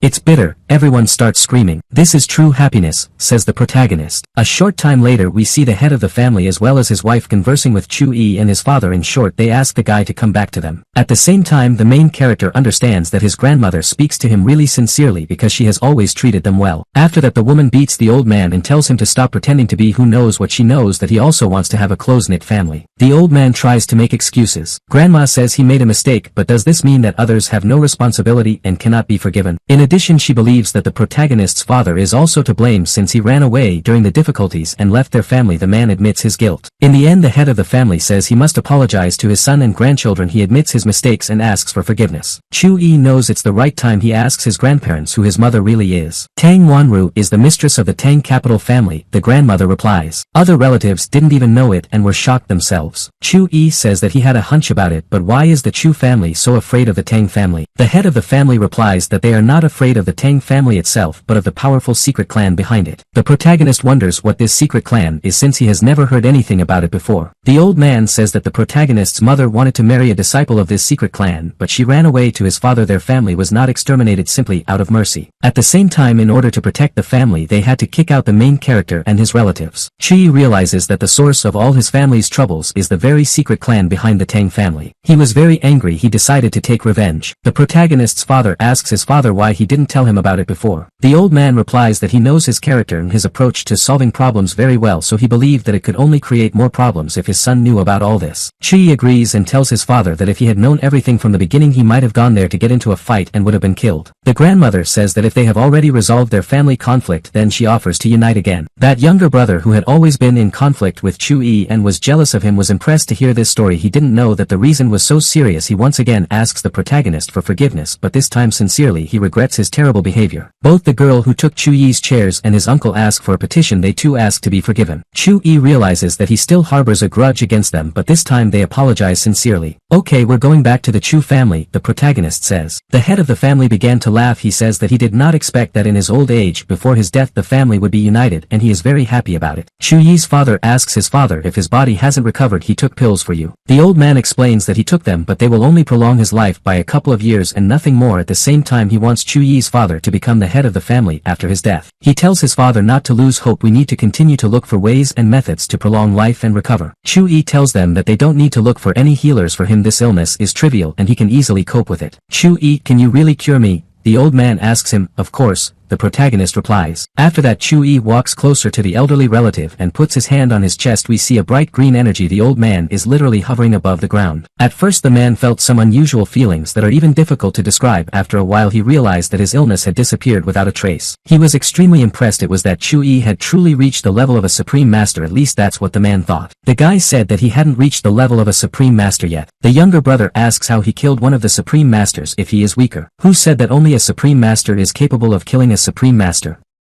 Asks the protagonist in response. The other members of the family begin to talk about Chu-yi's strength. They conclude that he is stronger than any supreme master. Chu-yi understands that this is the perfect moment to level up. He is now experiencing the most unusual feelings. As a result he turns around and leaves. The old man guessed that right now the guy wanted to raise his level. We see the protagonists cultivating on the street. In order to become a higher master you need to discover a special energy at the Dantian point. The protagonist recalls that in his previous life he brought trouble upon himself at the very moment of becoming a supreme master. Now he is sure that this will not happen to him. The feeling is indescribable. It's been a long time since I've been at this level, the protagonist thinks. As a result he attains the initial degree of supreme master. His grandfather is very proud of him and he is glad that his grandson has become a supreme master. He was sure that no one would dare to touch the Chu family anymore. The grandfather ran up to his grandson and began to admire him. The protagonist's father watches what strong genes the Tang family has, he thinks. Chu-yi walks over to his father. He tells him that one day he will go to that clan and bring their mother back to the family. A member of the staff approaches them and reports to the head of the family that Mr. Qin Huafeng has come to visit. The head of the family was angry. He decided that the old man just wanted to take advantage of their status. As soon as he heard that Lord Chu was a member of the family he immediately came. Next we see the Li family's home. There too everyone already knows that Chu-yi is the Lord of Chu. They know it's useless to fight him. There is an opinion that the family needs to hide. The head of the Li family is angry that old man Chu is always lucky. The grandson says that they treated Chu-yi very badly and he will definitely not forgive them for it and will take revenge. What should they do now? Grandpa says that he thinks Chu-yi is merciful enough. After all, Ouyang Si is still alive and well, so this guy lacks cruelty and cold-bloodedness. We can see that a member of the Association of Celestial Masters is also present. He says his father is dead. The head of the family replies that for the time being the Association of Celestial Masters must disappear for a while. At the same time he doesn't think that the master of the Chu family wants to kill him. The second man hesitantly agreed. A second later he suddenly dies a horrible death. Members of the Li family are simply shocked. Both the grandson and the grandfather froze with horror on their faces. Events are postponed to the next day. We see Zhao Peng talking to Master Qin. He says he has to report something to his superiors. They talk about Chu-yi becoming a member of the Wolf's Tooth. This is quite a reasonable and profitable solution for them. It is at this moment that the main character enters here. Zhao Peng is surprised by the guy's strength and says that the battle generals have smaller ones. At this moment Master Qin realizes that Chu-yi has managed to break through to a new level and is now a supreme master. Zhao Peng was stunned by this. They had expected a strong battle general to join them, but it turned out that he was now the supreme master. Chu-yi said that it was true, it reached a new level last night. Master Qin is delighted. Chu-yi did it in just half a year. He says that such a speed of development is not only admirable but even a little frightening. Chu-yi is all nice, but he offers to talk about business. More specifically, it's about the Wolf's Tooth. Zhao Peng warns the protagonist that they will now talk about state secrets. In short, it's all a big secret. In short, the organization has 3 masters, 10 battle generals, as well as more than 100 ordinary practitioners. Master Qin says that they have full-fledged martial and spiritual techniques that can easily suppress practitioners of the same level. Zhao Peng expected the protagonist to be surprised when he heard this. At the same time Chu-yi was not impressed at all. Is that all? He asked, surprised and somewhat disappointed. What problems does this organization have? Zhao Peng hadn't expected such a reaction at all. Wolf's Teeth is an incredibly powerful organization and this guy doesn't care at all. Meanwhile Master Qin tells the protagonist that there are actually really serious problems in the organization. They lack powerful practitioners. In fact, in the past 10 years only Master Qin himself has come here. That is why they want to invite the protagonist to this organization as a mentor. Chu-yi says that he can become a mentor without any problem. Zhao Peng is glad that the protagonist agreed so quickly. Master Qin thanks his friend for his help. Chu-yi says that he still has things to do, so he invites them over during the New Year holidays. They say goodbye and the protagonist leaves. The events move to Qianlong village. Chu-yi realizes that once he becomes a supreme master he can practice advanced bodily techniques. Now he is engaged in meditation. This technique is to cleanse his organs, fluids and bones so that he is ready for ascension. There's a book about body techniques that is the best. Chu-yi wants to master it. It's called the Yin-Yang Fist of Tai Chi. With this body technique you can turn your body into a lightning fast projectile. If the protagonist activates the divine lightning technique, now his body will be shattered into pieces. What to do? The protagonist suggests that electric training can help him with this. Why not give it a try? After all, it is possible to find out whether it is effective or not only in practice. A couple of young men approach the entrance of Qianlong village. They wonder if the new mentor lives here. The guy is not happy with everything. He says that this town is insignificant. What kind of mentor is this? The girl says that he is a very mysterious person. The guy tells her that if he's a wimp he'll smear him right away. He doesn't really believe that this is a really decent person and thinks it's just a waste of time. The local warden and former deputy director greets them. He realized that these were Master Chu Yi's guests and invited them to come inside. When a guy and a girl hear the word teacher, they are surprised and look at each other. They ask what does that mean. The man explains to them that Chu Yi works as a language teacher at the third school. This makes the guest even angrier. What can they learn from an ordinary schoolteacher? He thought this guy was at least a physical instructor. The man replies that it is so because in addition to the language he also teaches physical education. The guests were completely stunned by these words. He thought that Master Ching must have mixed something up. The former vice principal tells them that Master Chu Yi is training right now and they can go and have a look. Guests are extremely interested in what this guy is capable of. They were told that Master Chu Yi was waiting for them inside. We see that the protagonist is engaged in meditation. This green-haired fellow in a beanie comes closer, looks at the protagonist and says, "Hey, are you Chu Yi's teacher?" Chu Yi turns to him and says it's him. At the same time we see that the protagonist is holding plugs in his hands which he has inserted into a socket and an electric current is passing through his body. Needless to say the guest did not expect to see something like this at all. He starts laughing and says that this guy looks more like some kind of fool than their future mentor. Meanwhile Chu Yi realizes that his plan isn't working very well. He decides to connect the wire to the tongue. What if it works out this way? There was a big electric boom. Next we see the protagonist with his hair sticking out from whom smoke is emitted. The guest who comes shouts, calls him names, says that this person is not capable of becoming their mentor. Could it be that all the members of the Wolf's Tooth do not know how to show respect for their mentor at all? The protagonist asks him, "Which one of you is a mentor?" "I'll make you easy," the guy replies. Chu Yi looks at the girl and asks, "Are you from the Tang family?" "Does Master Chu Yi know someone in my family?" She asks him. She thought he might want to get a connection with her powerful family. Chu Yi says he was just asking. At that moment this guy throws himself at him with his fists and shouts that he is going to teach him a lesson. Chu Yi makes a slight movement with his foot and this comrade is already flying to the ground face down. The protagonist asks him how he wanted to teach him a lesson. The girl asks the protagonist if he has the courage to fight them honestly. Chu Yi doesn't mind. He wonders what they want to compete with him on. The girl replies that the essence of cultivation is not only the use of force techniques but also the extraction of soul stones. She offers to measure them. "Measure yourself with soul stones.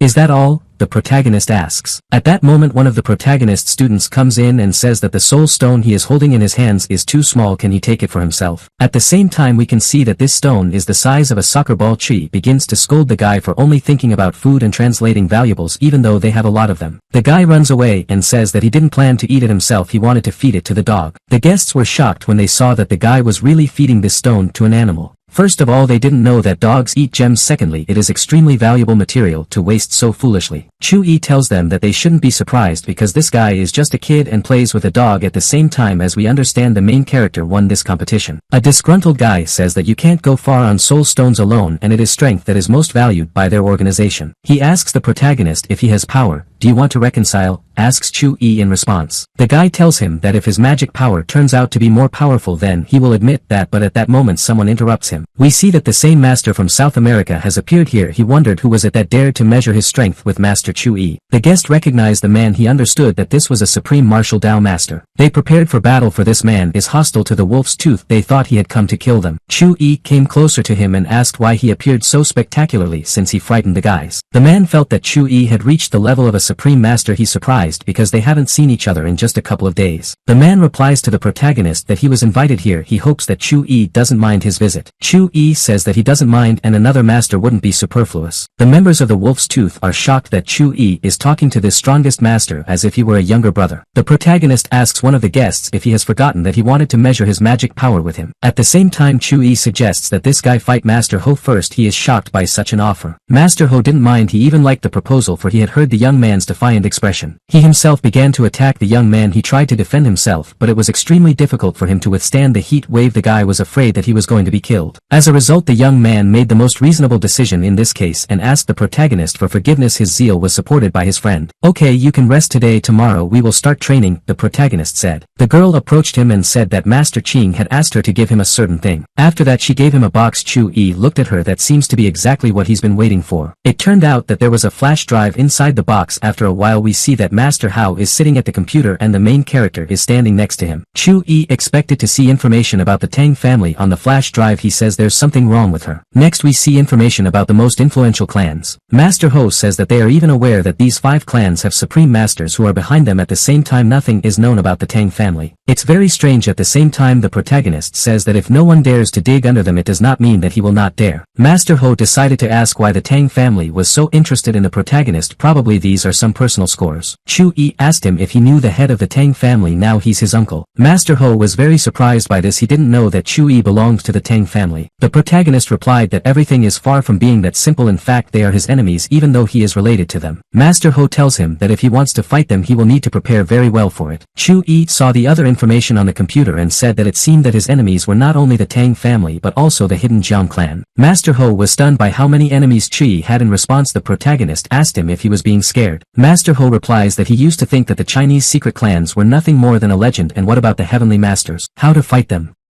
Chu-yi says that we need to fight them on equal terms. In half a year he would be on his way to the capital when the Wolf's Tooth exam began. He wants to reunite the family. Next we see that the protagonist is alone in the office and the general who accepted him into the Wolf clan has come to him. He brought Chu-yi a document. Chu-yi decided to ask him what he thought was the purpose of all this disciple training. The general replied with pride in his eyes that the main goal is to become stronger and defend the motherland. Chu-yi tells him that this is all true but the main goal is still a little different. It's definitely freedom. Freedom? The general asked. Yes, Chu-yi replied. Life is given to man to live freely. All sorts of rules and prohibitions only limit a person, especially if he is talented. The general says they have no experience with other teaching methods. Perhaps Chu-yi has something to offer. The hero guy replies that their methods are too ordinary. He wants to take his students to a whole new level in 6 months using his methods. The general is surprised because 6 months is not a significant period at all. How is this possible? Chu-yi replies that his only chance is to trust him. Then he gives a list of certain ingredients that he needs. The man looks at the paper and says that all these ingredients are very expensive so it takes about a week to put everything on the list. Chu-yi said that he was fine with everything and thanked him for his help. Next Chu-yi and his disciples came to a certain place. This place is like the divine lands of cultivators. Students see a stone that glows from the oversaturated energy of the place. It's the perfect place to work out. Chu-yi tells the girl that they have chosen a great place and that it will be a really good place for this. The protagonist asks them to come closer to him. The girl is constantly looking at him as he reminds her very much of her uncle, and this is strange. She's not stupid so she immediately assumed that he might be the illegitimate son of her family. Chu-yi tells the guys that he will not interfere in the process of their training. We see that in addition to those 2 students there are other guys here as well. Their only task is to ensure that they steadily improve their level. The guy with the green hair in the hat says they can't do it without his instructions. Chu-yi replies that he doesn't say he won't help them but that he has a technique that will work well for them. The student doesn't quite understand what this is all about because they already have a certain technique and why do they need a new one. The girl supports the guy and says that they say in Wolf's Tooth that a successful master can master only one technique. Chu-yi replies that there is a technique called Qingmu that allows you to reach the level of a martial master in 5 years. All students are shocked by this information. In 5 years this is something incredible. Some even treat the words of the protagonist with distrust. Chu-yi explains that in order to master this technique you need to destroy your previous work and start all over again. Why it's not so easy. The apprentice says that there is no problem with this because if in the future it is possible to become a martial master then all the previous developments do not make any sense. Afterwards he asks his mentor to teach him a new technique. Everyone asks Chu-yi to help them get on the path of a martial master. The protagonist understands that all students without exception have good human qualities and all of them will definitely succeed. At least that's what he hopes. He says that he will now write the basics of the Qingmu technique for everyone. Then he takes a small twig and begins to write hieroglyphs on the rock. Of course it's not every day that you see a person writing on a stone with a stick. That's impressive. Chu-yi tells the disciples that this is the Qingmu technique. They need to try to master it. We see that after a while the students talk about this new technique and they are clearly delighted with it. That chatty student in the green-haired cap shouts that he understands everything. The other guys are wondering what exactly he understood. The guy says that if he trains hard he can become even stronger than the founder of the Wolf's Tooth. The protagonist wants them all to become supreme masters in the future. In that case his country would be the most powerful in the world. Finally the winter holidays are over. The protagonist has already missed his students. We can see that he is approaching the school grounds. There he is greeted by a security guard. He wishes the protagonist a happy new year. Chu-yi thanks him for his congratulations and to please the man says that many female teachers are staring at him and he is not even aware of it. The man was embarrassed and said, Master Chu-yi, you're just joking. Who's going to like my scary face? Chu-yi tells him that today is a special day for him and that he will definitely be lucky, so it is important not to miss the chance and be on his guard. The guard thanks him for his good wishes. And here is the gorgeous Miss Tan, the protagonist said when he saw the girl. She turned around and saw Chu-yi. Afterwards she asked, why isn't Master Lu with you? Chu-yi said that he just wanted to go for a walk with her. The girl smiled and said that he liked to flutter his tongue. Afterwards she advised him to be careful because his girlfriend could tear him to pieces and someone else at the same time. Chu-yi was thinking about his heavenly realm girlfriend. At this moment he was looking forward to meeting her. The teacher tells the protagonist that by the way they have a new Tai Chi teacher. Tai Chi teacher, the protagonist asked her, what's his name? I'd like to get to know each other, he added. The girl says his name is Chin-jio. He's quite old. She's got a picture of him and she's going to show him. Chu-yi picked up the phone and suddenly shouted, you.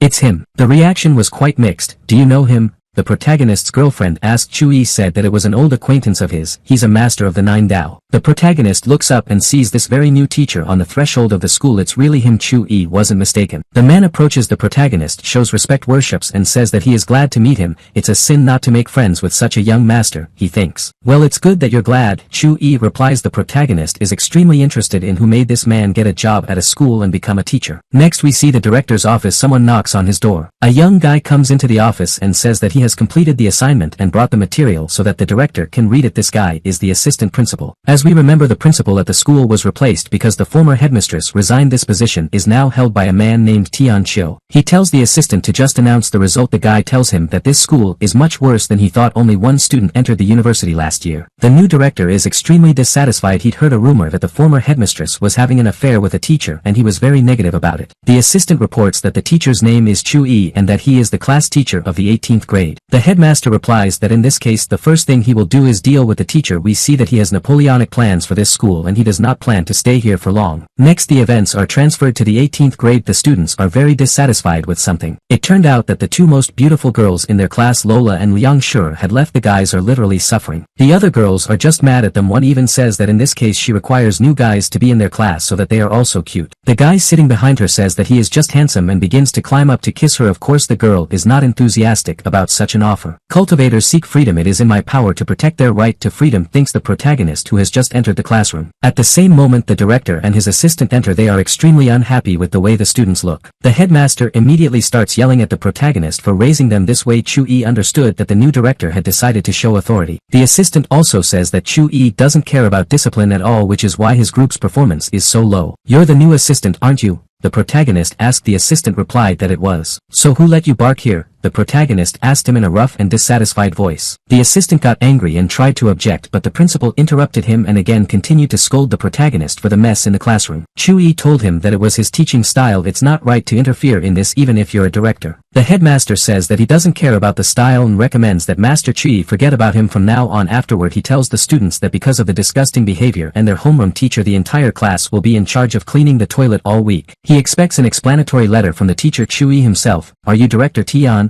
The protagonist asked him at one point. The man smiled and said, what? Did you realize your mistake?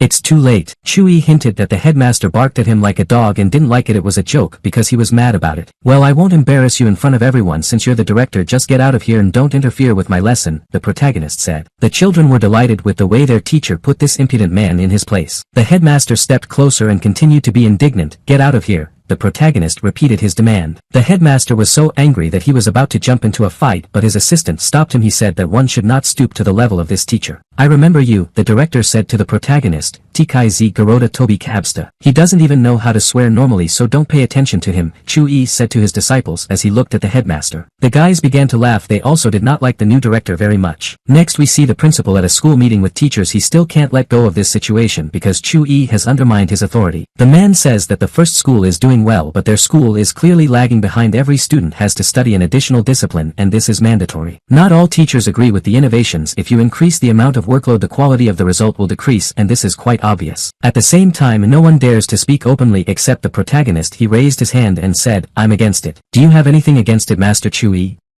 The director asked the main character. Yes, because you want to force extra knowledge into the heads of your students. Have you thought about their feelings? Asked the protagonist in response. You know, Master Chu-yi, I'm only motivating them to learn and become successful. I myself am the best example of this, the director replied to the protagonist. The other teachers looked at each other. Opinions seemed to be divided. Some agreed with the headmaster while others shared Master Chu-yi's point of view. At that moment the assistant director spoke. He began to talk about the merits of the director and praise him. At the same time the director only stood silently with his head held high. The assistant went on to describe the regalia of their new leader. He said the director had received the Baisha Award. A lot of people have heard about it. This is the most significant significant award in China. Of course many people were impressed by such merits. Many people had the impression that their director was really a very talented person. Chu-yi said that he knew a little bit about art and would be pleased if the director shared his skills with him. Everyone was curious about what would happen next because Chu-yi's teacher was just teaching language and physical education. Is he something in the sense of your art? The headmaster said that he was ready to compete with Master Chu-yi. In fact, he just wanted to teach this young man a lesson who seemed to him to be as arrogant as possible. The events are transferred to the drawing class where the competition will take place. The teachers talk about the fact that the main character has completely dispersed. The director seems to be very talented. How does he expect to compete with him? One of the teachers says that Chu-yi doesn't have the headmistress's protection right now and he still keeps turning up his nose. It looks like he wants to make trouble for himself. Meanwhile, the director announces the terms of the competition to his opponent. In short, he needs to complete the painting in 10 minutes. Chu-yi is quite satisfied with that. They start drawing. The technique and skill of the director impress everyone. The speed of movement of his hands is very high. It is immediately clear that this person has the appropriate education and is also naturally very talented. The picture is beautiful. Chu-yi just stands there and does nothing. Many people had the impression that he just decided to give up because there were only 3 minutes left and he did not draw anything. The protagonist's students believe that he will win. They're already betting. As we understand, the protagonist was just biding his time. Perhaps he just wanted theatricality and he wants to add drama to the moment. Still, he gets down to business. At the same time, it doesn't quite look like he knows what he's doing. One of the students who bet his lunch on his victory worries that he lost it. Isn't it just ink that is used to paint mountain landscapes?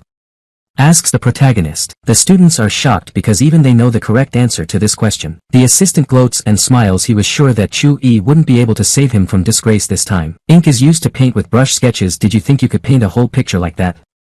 The director asks Chu-yi, do you know what gives me the biggest thrill in this life? The protagonist asks him. In response, the headmaster looks at him with a surprised face. Those moments when I beat my rivals in their professional field. Master Chu-yi says, hinting that this is going to be just such a moment. The director was not too impressed. You're good at scratching your tongue, but people like that shouldn't be teachers, he replies. Chu-yi says that you shouldn't draw conclusions without seeing the results. He lifts the sheet of paper on which he used to have ink dripping and makes a sudden movement. Someone is in anticipation as it is interesting to see what will happen in the end. Some are sure that this is a fiasco and there are those who are completely disappointed in it. Next, Chu-yi shows his drawing to the public. We can see that it turned out very well. His students were among the first to see his work. They're impressed. Teachers were also able to see his drawing. What a beauty. Not a single flaw, said one of the teachers. A landscape painter must have the skill of creation. I clearly saw him today, the teacher added. Needless to say, the director was just shocked. He had never seen anything like it before. How is this even possible?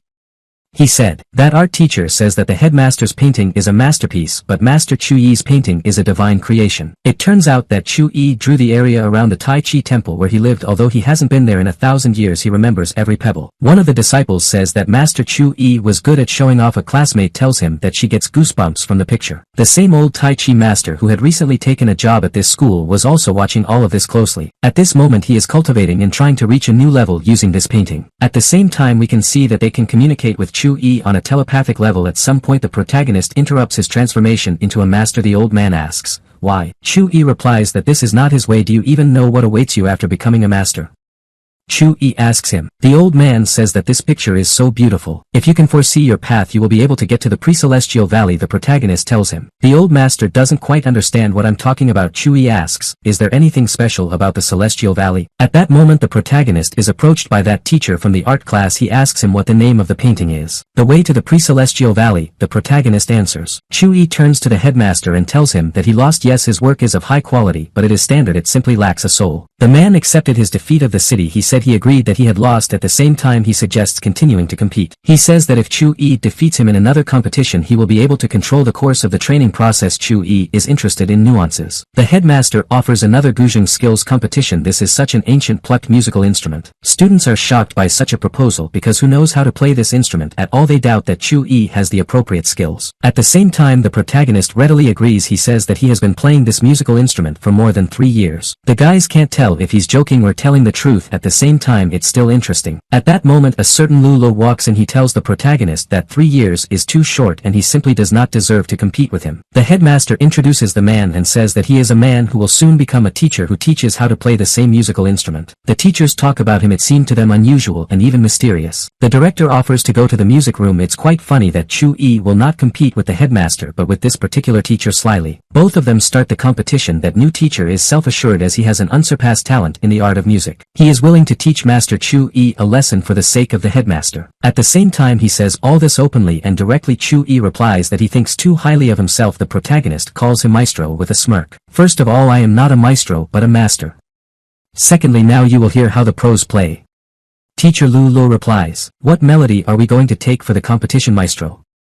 Chu-yi asks. This teacher smiles slyly and says that he suggests giving preference to the Chinese classic, the music called Water Flows Down from the High Mountains. Don't make Master Lu angry or you'll regret it later, the director says to the protagonist. The man starts playing. It is immediately clear that he is really a professional. The music is wonderful. In addition, this music teacher is sure that whoever performs first is in control. He wondered how Master Chu-yi would be able to answer. Wow, it turns out that a great master can also have a shitty temper, Chu-yi says. At that moment a car stops near the school. The girl in the passenger seat heard the sounds of a familiar instrument. She seems to be very interested in it. The guy behind the wheel says he heard the music too. In any case, Miss An is the greatest guzheng master. A young girl in the back seat says that Sister An really plays this musical instrument even better than the ancient masters. The guy replies that at the same time this game is very good because he even had goosebumps on his skin. This level is close to Miss An. Another guy in the back seat says it's hard to match anyone's skill with Miss An's. Even the gods freeze when they hear her playing. The purple-haired girl who is this Miss An is not too impressed and says that this is a beginner's level of play. Her words impressed the other people in the car. Meanwhile at school it's finally time to play for the protagonist. He's about to start. His disciples are excited. Finally Chu-yi gets down to business. The music is simply divine. Both his opponent and the director are simply shocked. Chu-yi says that he can easily win even if he doesn't try. During the game the protagonist remembers his fiancée from the world of the gods. He misses her very much. It's funny that the headmaster is supposed to support the second teacher but he is genuinely impressed with how well Master Chu-yi plays, so he can't control himself and smiles. Meanwhile the protagonist's rival realizes that he can't lose. After all, he called himself a master so loudly. He begins to his musical instrument again. Students begin to resent it as it interferes with listening to real music. The guys in the car heard the wonderful performance of the main character. Now they hear that someone is preventing them from enjoying this beautiful melody. Miss An suggests that we go to the school and see who's playing. She traveled all over the world in search of a worthy opponent. She has a suspicion that she has found it. They all approach the school grounds together. We see that the same security guard of the school also enjoys the music. At the same time he thinks about the words of the protagonist. He wondered if he was really going to meet someone today or if Master Chu-yi was just joking. He is approached by the guys who have approached the school gates. They ask him to open it as they need to get to the school. The guard refuses as outsiders are not allowed to enter. One of the guys starts getting mad at him and swearing. He even says the typical, "Do you even know who I am?" The guard deadpans and replies that he doesn't care who the guy is. There are rules of the school and no one will break them. At that moment Miss An addresses him. She asks you to put yourself in their position as they are very interested in this music and want to meet the master who performed it. She literally begs the guard to let them in. The guard begins to wonder aloud whether to let them in or not. At the same time he is talking some nonsense. Should I let this girl in? Maybe it's the one. At the same time he thinks she is too thin. Miss N's friends are shocked by this because no one has said such things to the girl in the capital. This guard would have been pulverized long ago. The guy tells Miss Ani that maybe they should just leave. The girl replies that she must see the master who plays the musical instrument. After all, she had been looking for a rival for so long. After that the guy asks the guard who their director is. We have a new director. His name is Tian Chiu. Do you know him? The guard answers. The guy says he knows him. He pulls out his phone and starts calling him. A minute later the director comes out on the street. It's clear that he really knows all these guys and seems happy to see them. Do you have a music competition right now?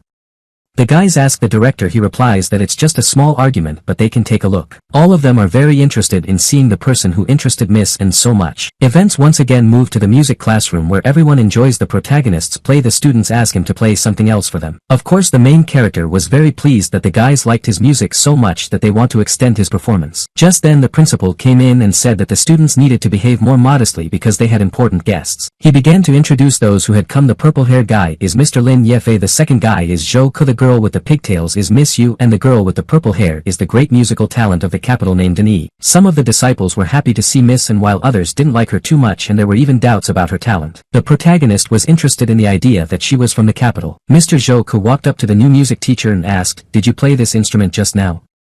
If so, play it again." "It's not me," the teacher replied. He couldn't understand why he was being asked to play. At the same time Mrs. An herself approached the main character and looked at him attentively. "The melody played very confidently, so I think it was you," she said. "Mistress, don't look at me like that. I was even shy," the protagonist replied with a smile. The girl asks him to play again. She invites him to compete. "I don't want to," replied Chu-yi. He understood that she was famous all over the country and only a fool would compete with her in what she excelled at. Chu-yi walked closer to the headmaster and said that he had won again so he could forget about his extra lessons. Master Chu-yi will discuss this later, but for now you have to agree to compete with him. That's a big part, the director told him. Chu-yi told him that this was part of the headmaster's part and he wasn't interested in it at all. Mr. Zhou blocked his way and said that Miss An told him to play so he had to show respect and not show off. A guard was just passing by. The protagonist called him. He stepped closer and pulled out a club. He warned the impudent musician that if he indulged in too much he would get to know his wand intimately. Miss N's friend was angry that the guard was threatening someone. He was about to take some action and call someone. Mrs. N told him to stop doing stupid things because they were already leaving. After that she looked after the departing protagonist. It was obvious that he had caught her. Chu-yi didn't pay much attention to what had happened. After the lesson he invited the students from Wolf's Tooth to dinner. Events are transferred to a kind of dining room. Chu-yi recalls that in his previous life at the same time the Tang family sent a man to fetch him. It is unlikely that the Tang family will do this now. Chu-yi knew that his cultivation level would allow him to advance to the pre-heaven level. After opening the heaven gate he's safe. We see the same company led by Miss N and they come to the dining room where the main character is sitting. One of the guys says he's going to punish the teacher. They walk into this dining room. A member of the service staff tells them that there are no vacant seats at the moment. Mr. Lin points out that there are 2 empty seats at one table. This is exactly the table at which the main character is sitting. The waiter replies that this table was booked by Mr. Chu, who in fact is currently sitting at it. Mr. Lin says he doesn't care and wants to eat. After that he pushes the waiter to the side and moves in the direction of the protagonist. He walks up to Chu-yi accompanied by Mr. Zhou. The latter tells the protagonist to know his place and immediately vacate the table. My students will be here soon. Are you sure you want to eat here?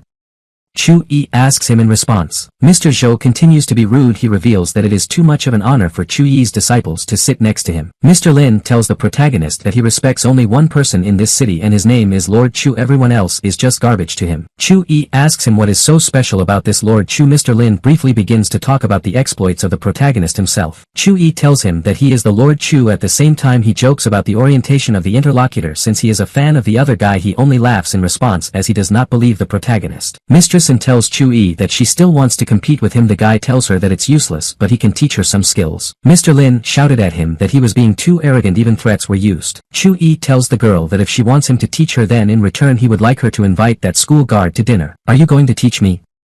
The girl asks him in surprise. Mr. Lin continues to threaten the protagonist. He says that in the capital Chu-yi wouldn't have lived to see the next morning. At the same time Mrs. N herself was still interested and said, let's see what you can teach me. Chu-yi replies that he is weaker in the game itself but he is much better at theoretical knowledge. Do you know what weed is? He asks her. The girl replies that she knows. Next Chu-yi gives a short lecture on what weed is. Everyone at the table as well as Mrs. N who was standing next to him looked at him in surprise. Chu-yi draws a parallel between the spread of weed around the world and music. In short, you can't let the instrument win you over, you have to feel every sound. The girl froze a little. Her friends ask if she's okay. It seems that the protagonist's instruction was really helpful to her. She says that she didn't understand what she lacked in perfection before but now she seems to have figured it out. Miss Yu says that this is some kind of nonsense and that this teacher just fooled her friend. He just hangs noodles over his ears and does it well. Miss N tells her that it's not, in fact he did help her. She hadn't understood it before. The girl tells Chu-yi that she will have a concert in the capital next month. Afterward she gives him an invitation and tells him that if he has time he can come. Her friends are extremely surprised as the girl has given the protagonist a VIP invitation. It costs a lot of money. Chu-yi looks at the invitation and says, okay, if there is time I will come. At the same time he wonders if they still want to take that seat at the table. Mr. Lin said that they would definitely do so and Chu-yi's disciples would show them more respect than the master himself. The protagonist smirks in response. He himself wonders what will happen when his disciples arrive. We see that there are a lot of goodies on the table. One of the protagonist's students appeared. It's that green-haired young man in a hat. He immediately pounced on the food. Afterward he began to complain to the protagonist that they were poorly fed there and he was constantly hungry and ate almost nothing. He behaved quite funny so the main character was even a little ashamed. At this moment Mr. Lin addressed the protagonist's disciple, Song Shan. He called out to him. The guy just shouted back, what do you want? This musician understood that he was now next to a member of an influential clan that was famous and cool. At the same time this guy is a disciple of teacher Chu-yi. A student also appeared. She was a little late for which she apologized to Chu-yi who replied that it was nothing and she was just in time. These musicians also recognized her. This girl is not only a member of the special forces but also a representative of the capital's high society. After all she belongs to the Tang family. A green-haired disciple in a hat asked one of the musicians if he was a musician named Lin Yefei. He said he recognized him. He began to make excuses that he had wandered here by accident. Miss Tang greeted him as well. The guy reciprocated reciprocated her feelings and it was clear that he was shy, excited and scared. The fact is that he knows perfectly well that these two are members of the Wolf's Tooth. His handicraft friend also recognized them. At the same time the girl with pigtails was still dumb and could not understand who they were. The boys explained to her that these guys were members of the Wolf's Tooth. This is the same special forces unit. They all began to understand that if they were to do something wrong to Master Chu, that they had already done this, there would be trouble. Chu Yi said that there would be a gathering of his disciples. At this point one of the disciples says that they have indeed scheduled a meeting here and he is willing to listen if anyone objects. Musicians don't know how to behave properly. You need to do something to avoid trouble. That green-haired disciple says that Master Chu Yi is their new coach. The musicians are shocked. They couldn't understand why Chu Yi hadn't told them this before. He probably wanted to see how it would end. Chu Yi tells them that he didn't tell them anything on purpose. It's too late to apologize. It seems that you have offended Master Chu Yi.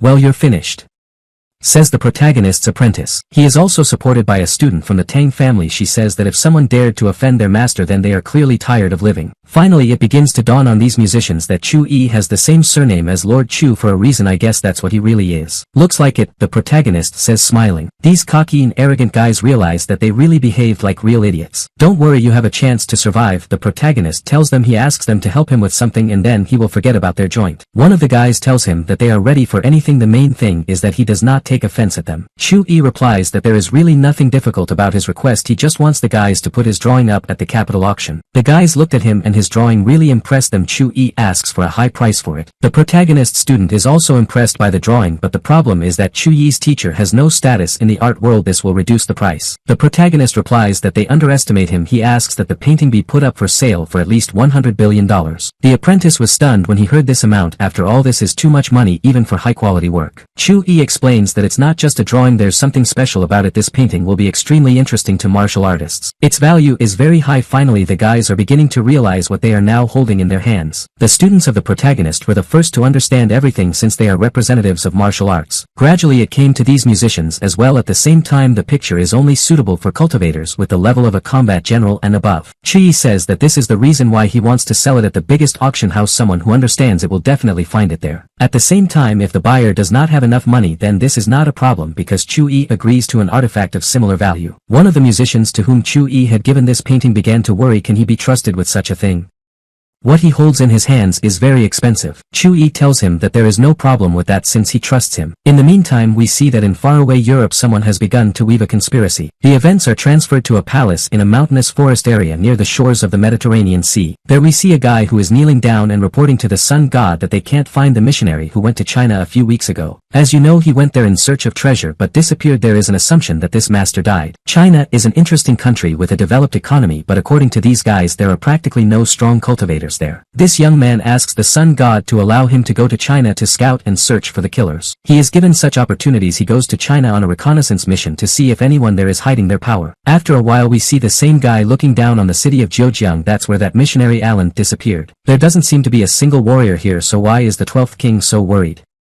The guy is informed that Alan came into conflict with the local teacher, after which he disappeared. It was not possible to find out where this teacher lives. We only know where he teaches, but today he has no lessons. A decision is made to kidnap his students. That's how he'll show up. The attackers manage to connect to the cameras on and inside the school grounds. Now they are in full control of the situation through a computer. Events are transferred to the school. We see that one of the students is talking to the English teacher. He seems to have a question. The room is quite noisy, so the teacher says that they better find a quieter place. The guy agrees. They go into the hallway. A student asks the teacher about a grammar rule. In the meantime we see that they are being watched from the sidelines. At one point the mercenary rushes with a knife in the direction of the teacher and the boy. This is being watched by his accomplices through a camera. As a result the mercenary gets kicked in the head. No one dared to suggest that this cute green-haired teacher was a fighter. The intruder flies to the side and hits the wall. Funnily enough, it happened so quickly that the student didn't even realize what had happened. He asks the teacher, "What was that sound?" We see that the guy with the knife has arrived at his superiors. "Your Majesty, this teacher's combat prowess is excellent. I'm not her rival," says this killer. As a result an order comes to catch someone else on this case is being sent to another guy. They need a hostage today. After a while we see three guys being watched by this guy with a knife. These are the students of the protagonist. At the same time some of them learn not only language and physical education. He rushes at them with a knife but fails again. He was given a good beating. The attacker's boss sees all this through a computer screen. It is extremely suspicious that the teacher and two students have such combat skills that they can easily deal with professional killers. One of his people says it's probably just a coincidence and worth trying again. A decision is made to send a combat general there. At once so as not to waste time. We see the playground where this new old teacher is teaching Tai Chi. The students carefully observe his movements. He felt that someone was watching them and that his intentions were malicious. In the end he just waved his hand and this scoundrel flew away dozens of meters. The students liked the show. The attackers realized that this old man is halfway to the level of a martial master. How is this even possible?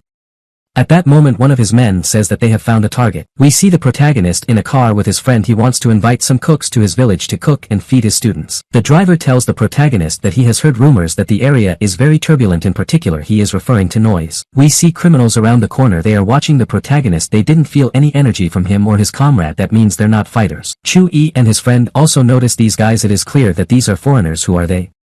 Western competitors or missionaries? As a result the battle begins. Of course the protagonist and his companion easily deal with this guy. They didn't beat him, they just grabbed him by the clothes and asked him how they could help him. This guy is just shocked. It was moving so fast that no one could have seen it. It can only be stopped by a warrior with a master level or higher. It turns out that this man with strange sideburns is a master. In the end this man from Western Europe decided to just catch this teacher quickly and run away without a fight. He tried. Chu-yi calmly stands and watches. Of course he did not manage to harm the main character in any way. Chu-yi in turn sensed his energy and understood that this guy was subordinate to the Sun Kingdom. A second later the attacker was on the asphalt. He realized that he had just tried to attack the Supreme Master. It was a fatal mistake. Sun Kingdom, huh?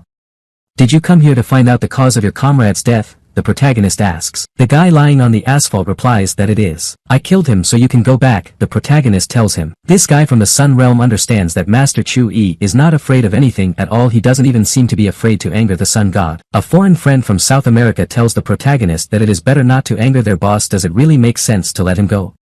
Chu-yi says he doesn't care. So if the Western forces start attacking then at least it won't be so boring. If they don't have pre-heaven level warriors then there's nothing to be afraid of. Master Ho just laughs. If we make complete chaos then their leader will come to us, says the protagonist. His comrade says he agrees with him. Legends about the Sun God have been circulating for thousands of years and no one knows where he is. At the same time his henchmen seem to be weaklings, says Chu-yi. Yes.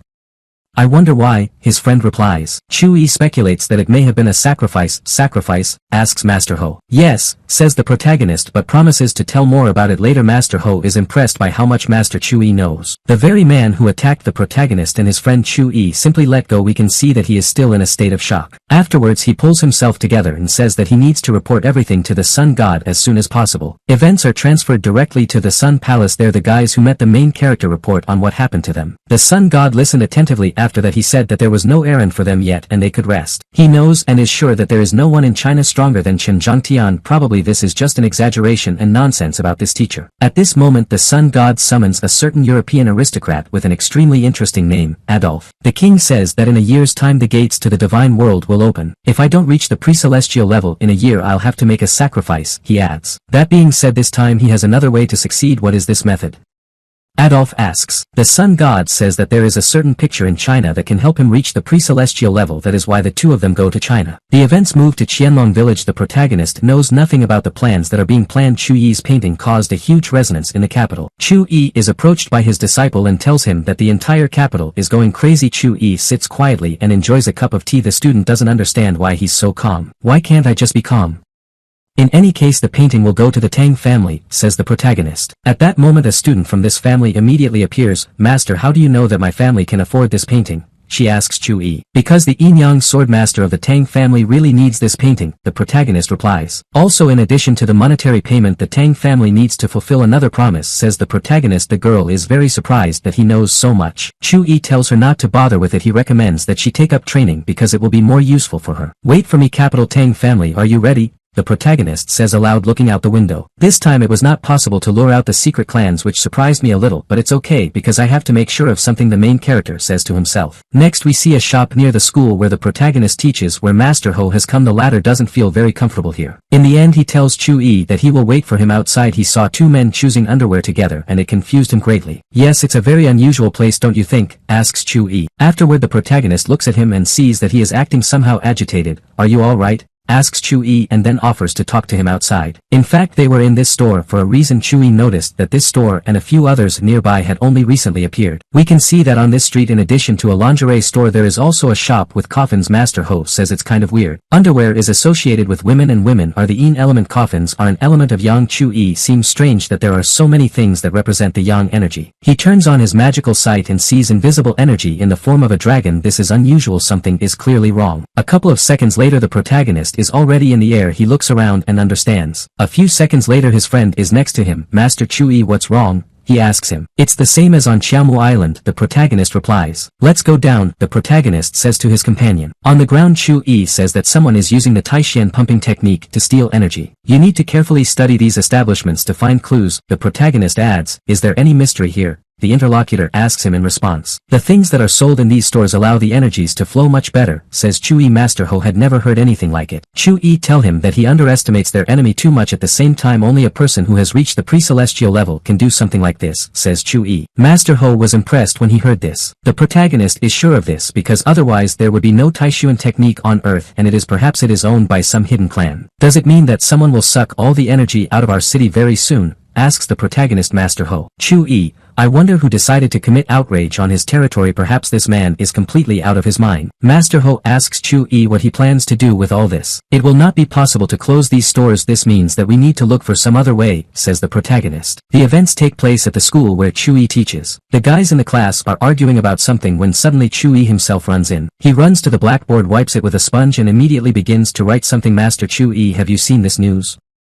One of the students asks him. What other news? The protagonist asks him in response. The students are extremely dissatisfied. There will be some kind of winter military training. It looks like the headmaster has gone completely crazy. The mayor says that he has heard a rumor that someone asked the director to do this. At the same time they even have a photo of the person who did it. They begin to look at it and when they zoom in they are very surprised. The man, though his back is turned, seems very familiar. It seems that they all know him. Of course this is their homeroom teacher. The guys start getting angry and screaming. Chu-yi doesn't understand why they're so dissatisfied. It's all for their sake. Of course students are not thrilled with this as no one wants to overload their schedule. They don't understand why they need it at all. The events are transferred to the city of Suanhu, namely we go out to the building of the company, Xiaoshan Technology. There's several men are playing a board game next. We are talking about the same picture. Would you like to meet her? Asks one of them. The second replies that if it's just a painting he doesn't need it. This is the head of the company, Mr. Wang. The second man says that Mr. Wang only appreciates really big events which he admires. Right after that he loses that game. The head of the company tells him that he is very easy to beat. Next the assistant reports to the boss that a certain Lord Chu has appeared in Jiangnan. He killed the master. He asks his boss if he wants to make him his subordinate. Mr. Wang immediately became angry. He seems to know perfectly well who he is talking about. What is Lord Chu doing on this planet? He thought, it can't be him. He couldn't be reborn here so easily. In this life Master Chu won't be able to suppress me. These thoughts arise in his head. Afterward the boss asks his subordinate what is going on in the Zhejiang third school. Why are his seals broken? After a while the subordinate, having dealt with the situation, tells the boss that there will be some kind of winter military training and this is the director's initiative. Mr. Wang is surprised. This is a suspicious coincidence. A similar thing happened on Xiaomu Island and now in the third school too nothing has worked. Mr. Wang says there are 18 places of destiny in China. These are 9 dragons and 9 phoenixes. For now they will stop at the city of Suhu because other options are not available. Next we see the protagonist at home. He just got out of the shower. His father calls him. It looks like something has happened. The parent informs the protagonist that the Tang family has come to visit him. Chu-yi is excited. He was really scared for his father. What do they want?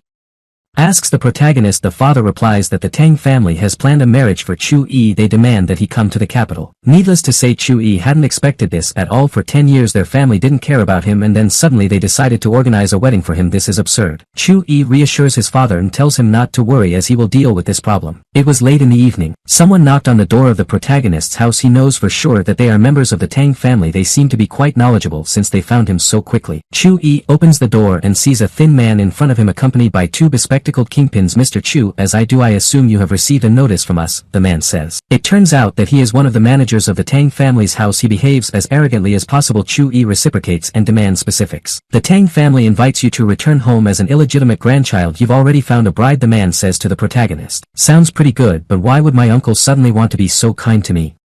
Chu-yi asks in response. The protagonist's fiancé is from the Chen family. The man says that it is a great luck to become a relative of this family, therefore you need to be grateful. Become a primak? But the members of the Tang family had never allowed themselves to do that. Why did everything change all of a sudden? The main character continues to ask questions. The man pathetically turns in the direction of the exit and says that you need to stop chattering. The protagonist has to follow him. You're also going to teach me? What if I don't go with you? Asks the protagonist in a menacing voice. You don't have the right to make decisions anymore.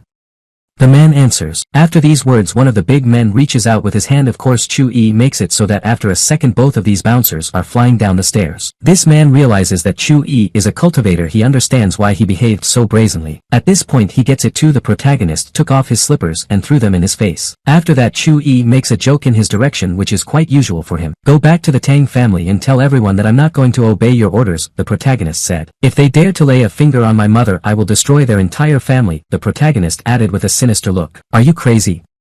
How dare you talk to the Tang family like that?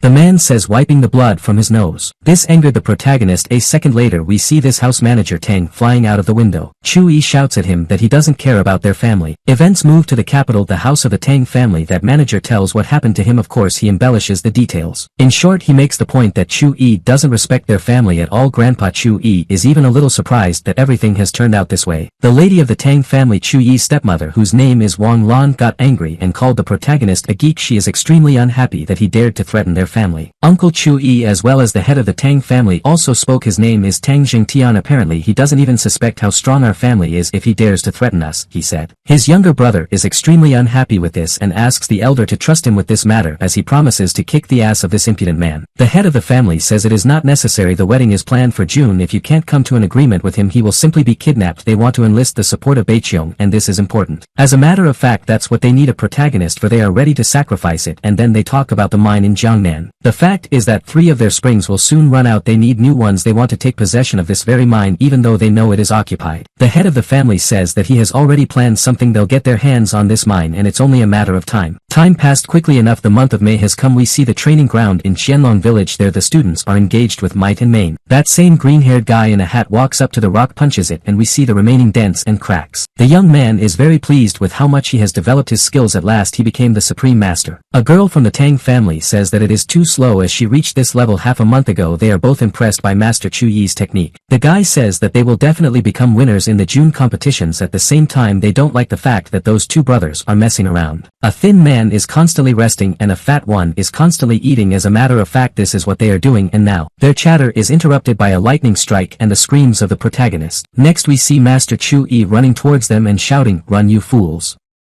I'm about to be struck by lightning." The children realize that Master Chu-yi is attracting electricity again. The apprentice laughs and says that Zeus himself decided to punish their teacher. The fact is that Chu-yi has advanced in cultivation just today, so he wants to master the base of the lightning technique. At the same time he's not sure it's going to work. In the next second we see that he is indeed struck by lightning. It looks very impressive. The power is such that students are literally scattered in different directions by an energy blow. It seemed that Chu-yi had reached the second stage of mastery. From the lightning the clothes on the main character literally evaporated, since the temperature of the electric discharge is very high. Chu-yi concentrates in the temple of the Thais. He was never able to try out the strong yin-yang fist. Now he wants to correct this oversight. We see him trying what he has planned. The disciples only watch what is happening in the sky. Hiding behind the stones they see that their master is now able to summon lightning, which is cool. The protagonist is also watched by Master Ho. He understands that he will never reach such heights. Chu-yi is even willing to risk his life for this. "Strike at my body, thousands of lightnings," the protagonist shouts. We see a strong electrical surge that formed in the form of ball lightning around the main character's body. Next Chu-yi descends to the ground. As we remember, he is completely naked. The pupils began to turn away so as not to see all the virtues of their teacher, as it was indecent. Chu-yi makes jokes about it as he thinks they are just impressed by his brilliance in terms of technique. The disciple tells Chu-yi that he is harassing girls naked in broad daylight and that this is not quite normal. Chu-yi only now realized that he was naked. Now he himself is screaming not to be looked at and for everyone to close their eyes. The protagonist takes off and flies away. This disciple just laughs at him. Then the events are again transferred to the capital. We see a lady from the Baikong company named Chen Qingqing. This is the same girl whom the father decided to marry to the main one. Right now she is complaining about it to Shi-er, who is sitting next to her and reading something. "And who is your future husband?"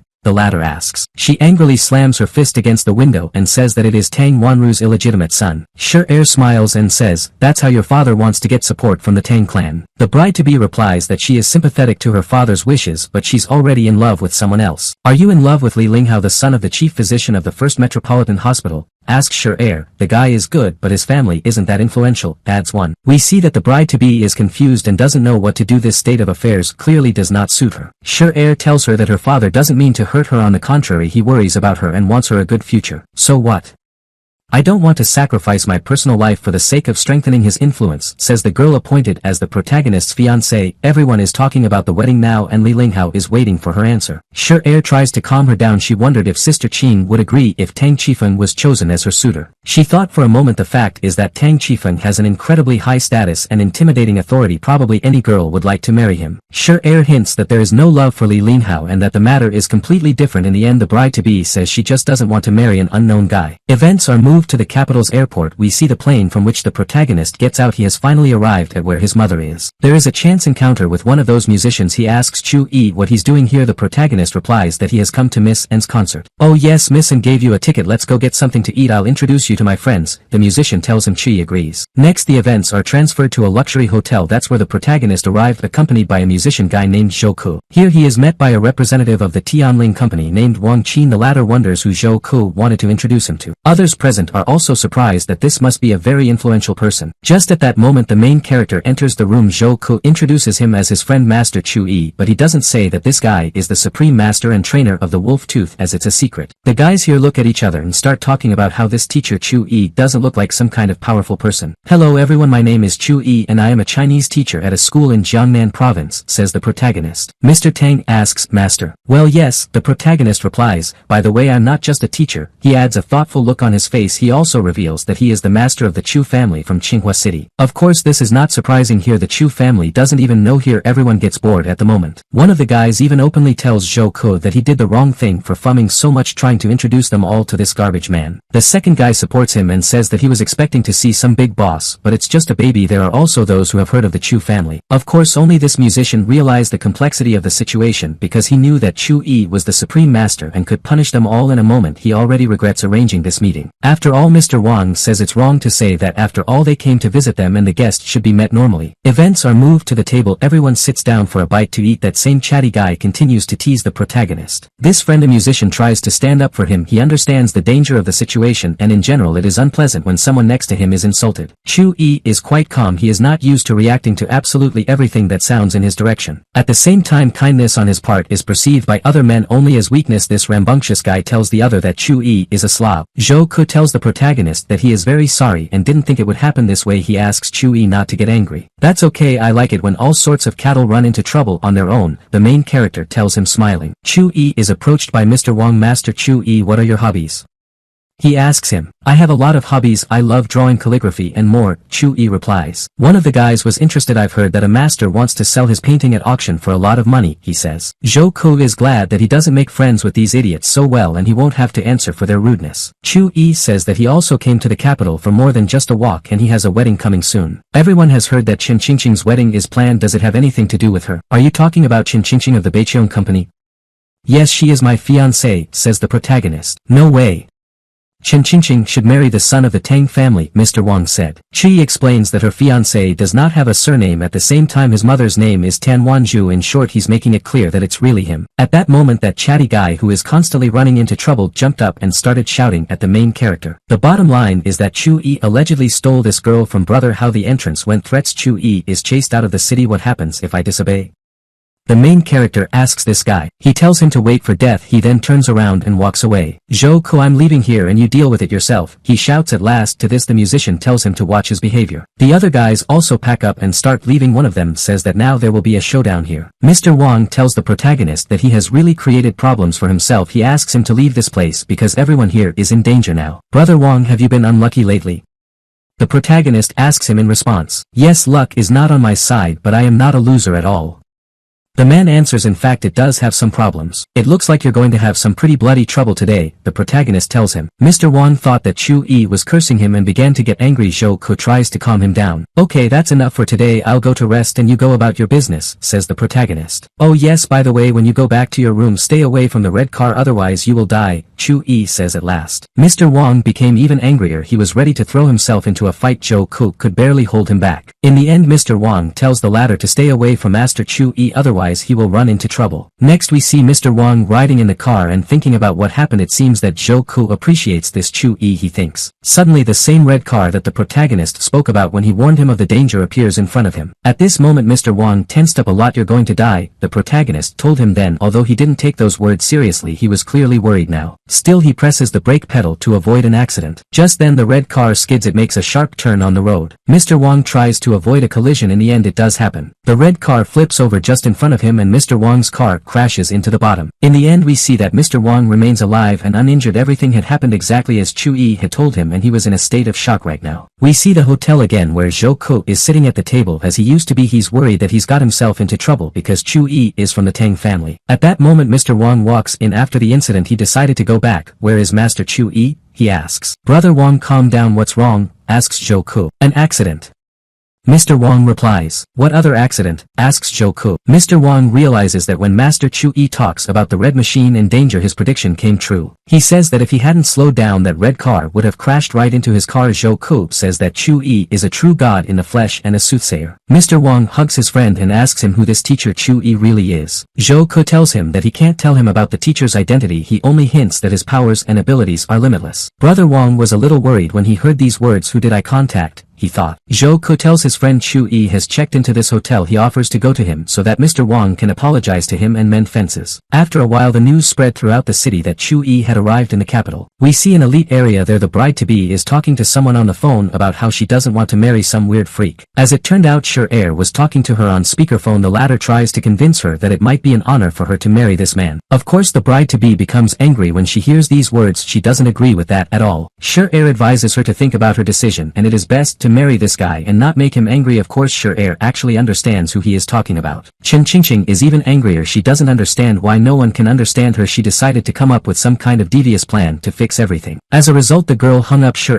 realizes that Chu-yi and this girl are two different. Chen Qingqing is far from Master Chu-yi. The girl wants to tell her grandfather about it as soon as possible. She also plans to call someone and find out something interesting. She calls Lola. Next we see the Li family. There's also a conversation about the upcoming wedding. Li Linghao is speaking. He thinks it's no good. His father tries to explain to him that this marriage is nothing more than a proper and sensible business move for Beiqiong. This is definitely very profitable. But father, if this continues all our efforts will be in vain, the son replies. It turns out that it was his father who forced the boy to court Chen Qingqing so that he could get the position of director in the company. His father tells him that he recently performed a successful operation for the head of the Long family, so he decided to side with them. If I have a girlfriend from the Long family, then we will most likely be able to shake Chen Shao. His son tells him his father tells him that this is the case so he can safely eliminate this Chu-yi. The events move to the living room of the Tang family. Everyone is discussing the main character there. Everyone is extremely unhappy with his behavior. There is an assumption that Chu-yi is clearly up to something unclean. At the same time everyone hopes for the best and is sure that at the end of the month there will be a wedding even without prior registration. The family goes on to say that they should do their best to attract him to their family. We need to make him understand that our family is very influential, says the head of the family. Meanwhile we see that the protagonist is engaged in cultivation. The Taishian technique seems strange to him and he needs to be careful. At that moment someone knocks on the door. Come in, says the protagonist. Mr. Wang and Zhou Ku come to see him. They are impressed by the protagonist's skill. Mr. Wang bows to them and asks for his forgiveness. He says he didn't know he was dealing with such a powerful master. Chu-yi can clearly see the fear in the man's eyes. He doesn't like it too much because he doesn't want everyone to be afraid of him. He perceives himself as a kind, handsome man. Chu-yi tells everyone to relax a little. He offers to sit down. Afterward he tells Mr. Wang that he accepts his apology. At the same time he wants to ask him for help. The favor is that Chu-yi has spirit stones and he wants to sell them. The men are surprised that he has such a valuable commodity. Mr. Wang asks how many stones the protagonist has. If there are several of them, then he will try to find buyers. Chu replies that there are many. He owns a spiritual spring. Mr. Wang is impressed to say the least. You can see it in the look on his face. How big is this mine? He asks. About 10 times more than American mines and of better quality, the protagonist replies. Mr. Wang knows very well that last time there was almost a war over such a spring. He asks Chu-yi how Chu-yi isn't afraid. None of the people living on this planet will dare to take away my spiritual mine and anyone who tries will regret it, the protagonist replies. Zhou Ku asks if Master Chu-yi really wants to entrust them with this task. The protagonist replies that he trusts them and that these people have connections in the criminal world, so he is calm. Mr. Wang asks him where he should start. At the same time he is well aware that it will be beneficial for him as well because in this case they will be able to get even richer. To start, take some stones and put them up for auction. Don't forget to get the attention of the Tang family, says the protagonist. He wants them to eventually realize that he owns a spiritual spring. He bluntly says that he came to the capital in order to deal with the Tang family. The boys are impressed that Master Chu-yi wants to get rid of this family. This is a bold and rather self-confident decision. Next we see the pavilion where music concerts are held. The protagonist came here accompanied by Mr. Wang and Zhou Ku to Miss N's concert. Zhou Ku tells the protagonist that the mood towards Chu-yi doesn't seem to be too positive. Chu-yi replies that it's not a problem because whoever wants to cause trouble for him will end up raking it in. Those present are really discussing the main character. I don't think he's worthy of marrying Chin Chin Ching, someone says to someone. Chu-yi walks around the hall and looks around. He grabs a glass of wine and tries to act casual. This world is small, he said when he saw his ex accompanied by the same chatty guy who had previously run into the protagonist. The boyfriend asks the girl what happened because she is clearly worried. She tells him that her ex is here. It's that guy over there named Chu-yi. Of course Yang Ling portrays herself as a victim in this situation, saying that she couldn't get rid of him for a long time. Her boyfriend looks at Chu-yi and laughs, saying there's nothing to worry about. If he tries to hurt the girl then he will not think it is enough. Chu-yi continues to pretend that he didn't notice anyone. At that moment his ex's boyfriend approaches him and tells him that Chu-yi will have to answer for molesting his girlfriend. Yang Ling chuckled and said that Chu-yi probably didn't expect him to become a laughing stock today. Chu-yi says that he didn't just molest her but they had a good time in bed, and yes, you could probably call it molestation. Yang Ling's boyfriend loses his temper. Are you tired of living? He says to the protagonist. Yang Ling tells Chu-yi that he's nobody here and he'd better get out of here as soon as possible. Her boyfriend supports the idea and orders Chu-yi to get out of here. Other guests join the conversation. Someone just laughs and someone directly tells Chu-yi to get out of the capital. Well, there's nothing I can do about you, the protagonist says, rubbing his head. This guy comes closer to him and continues to tease Chu-yi. At the same time the main character remains calm and constantly jokes about him. The jokes turn out to be quite funny, which hurts this guy even more. At the same time many of them come to those around them and they begin to laugh. This guy tells the protagonist that he is going to kill him. He also tries to respond to Chu-yi with some barbs but he doesn't succeed too well. Well, what kind of people are going now, because the conflict has just begun and we are already talking about a fight, the main character says jokingly, like little children. He adds, are you all children? He asks those around him. Instead of the word children, he used a slightly more abusive expression but with the same meaning. Needless to say the other guests were also angry with him. There were now many more people who wanted to stuff his face. Yang Ling was satisfied. She was glad that Chu-yi was asking for more. She wanted someone to finally get used to it. Chu-yi sees a smile on her face. If she dared to cause trouble for me she will have to answer for it,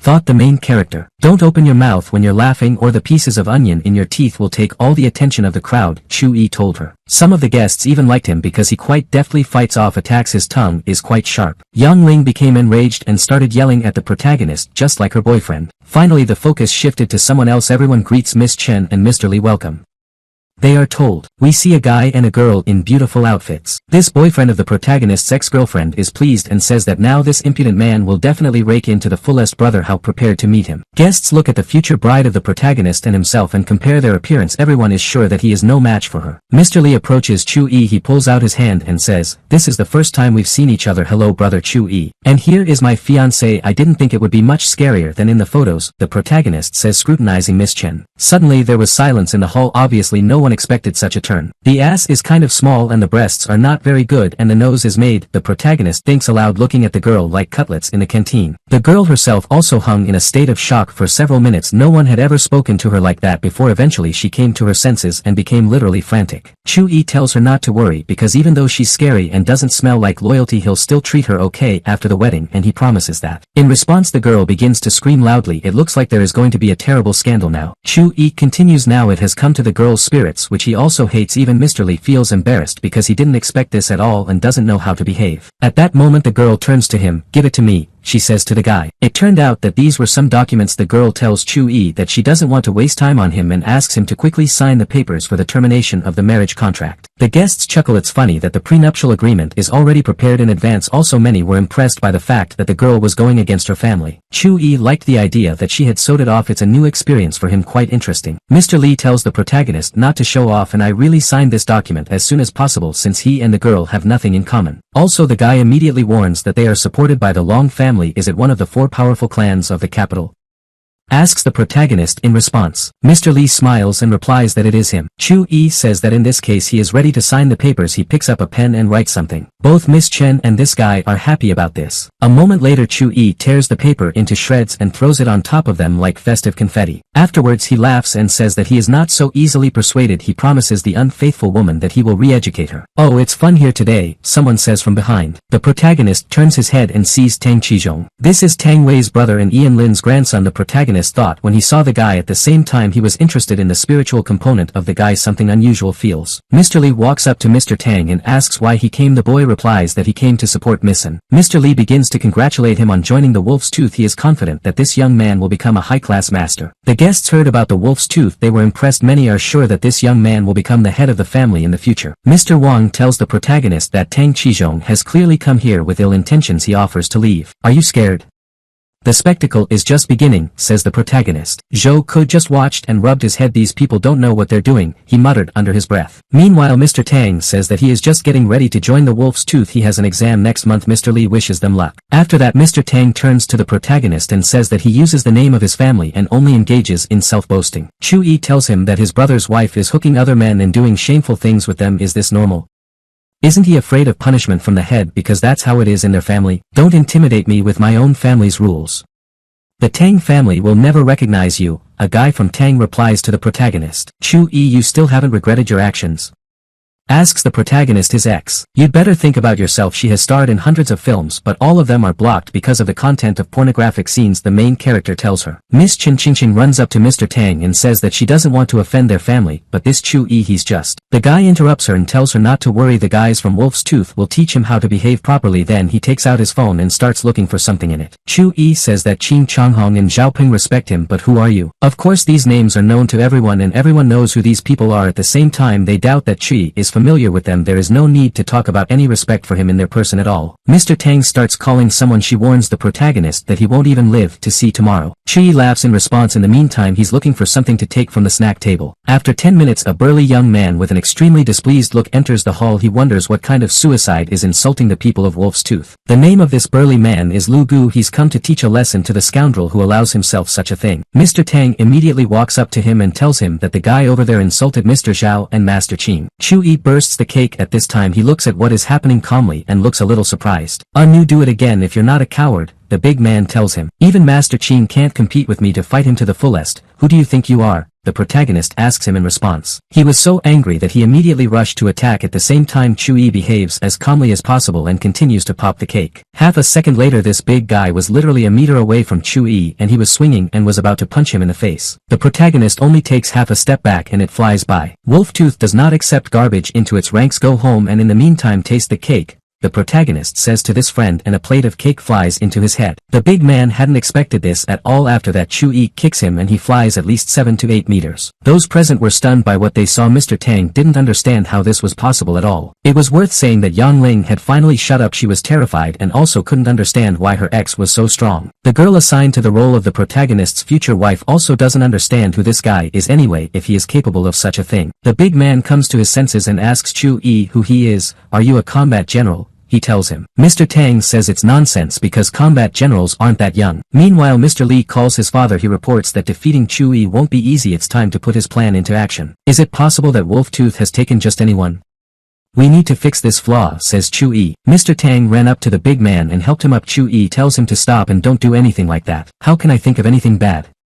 I just want to treat you to a cake," Chu-yi says. After that with the power of his mind he picks up various products from the tables there in the air. Then like cannon shells it all flies towards this big guy from Wolf's Tooth and Mr. Tang. "Stop," someone said to the protagonist standing behind him. "Mr. Chu-yi, you're not welcome here. You'd better leave this house," said a man accompanied by guards. "You're so boring," Chu-yi says. Zhou Ke tells this gentleman that they have invitations. What right does he have to kick them out? The gentleman replies that they have nothing against the musicians but that Mr. Chu-yi should leave because he has angered all the guests. The fact that he is a combat general does not excuse him and no one is obliged to tolerate his antics. Chu-yi replies that he came to the concert because he promised Missen. "It's a good thing I didn't marry you, otherwise your stupidity would have been passed on to the next generation," says Miss Chen Qingqing. She doesn't believe that Missen personally invited him. Chu-yi joked that his future wife was already thinking about children and he was flattered. This gentleman repeats that Mr. Chu-yi must leave, otherwise there will be consequences and there will be no need to blame him for it later. Chu-yi wonders what the consequences will be. Did they really decide to beat him?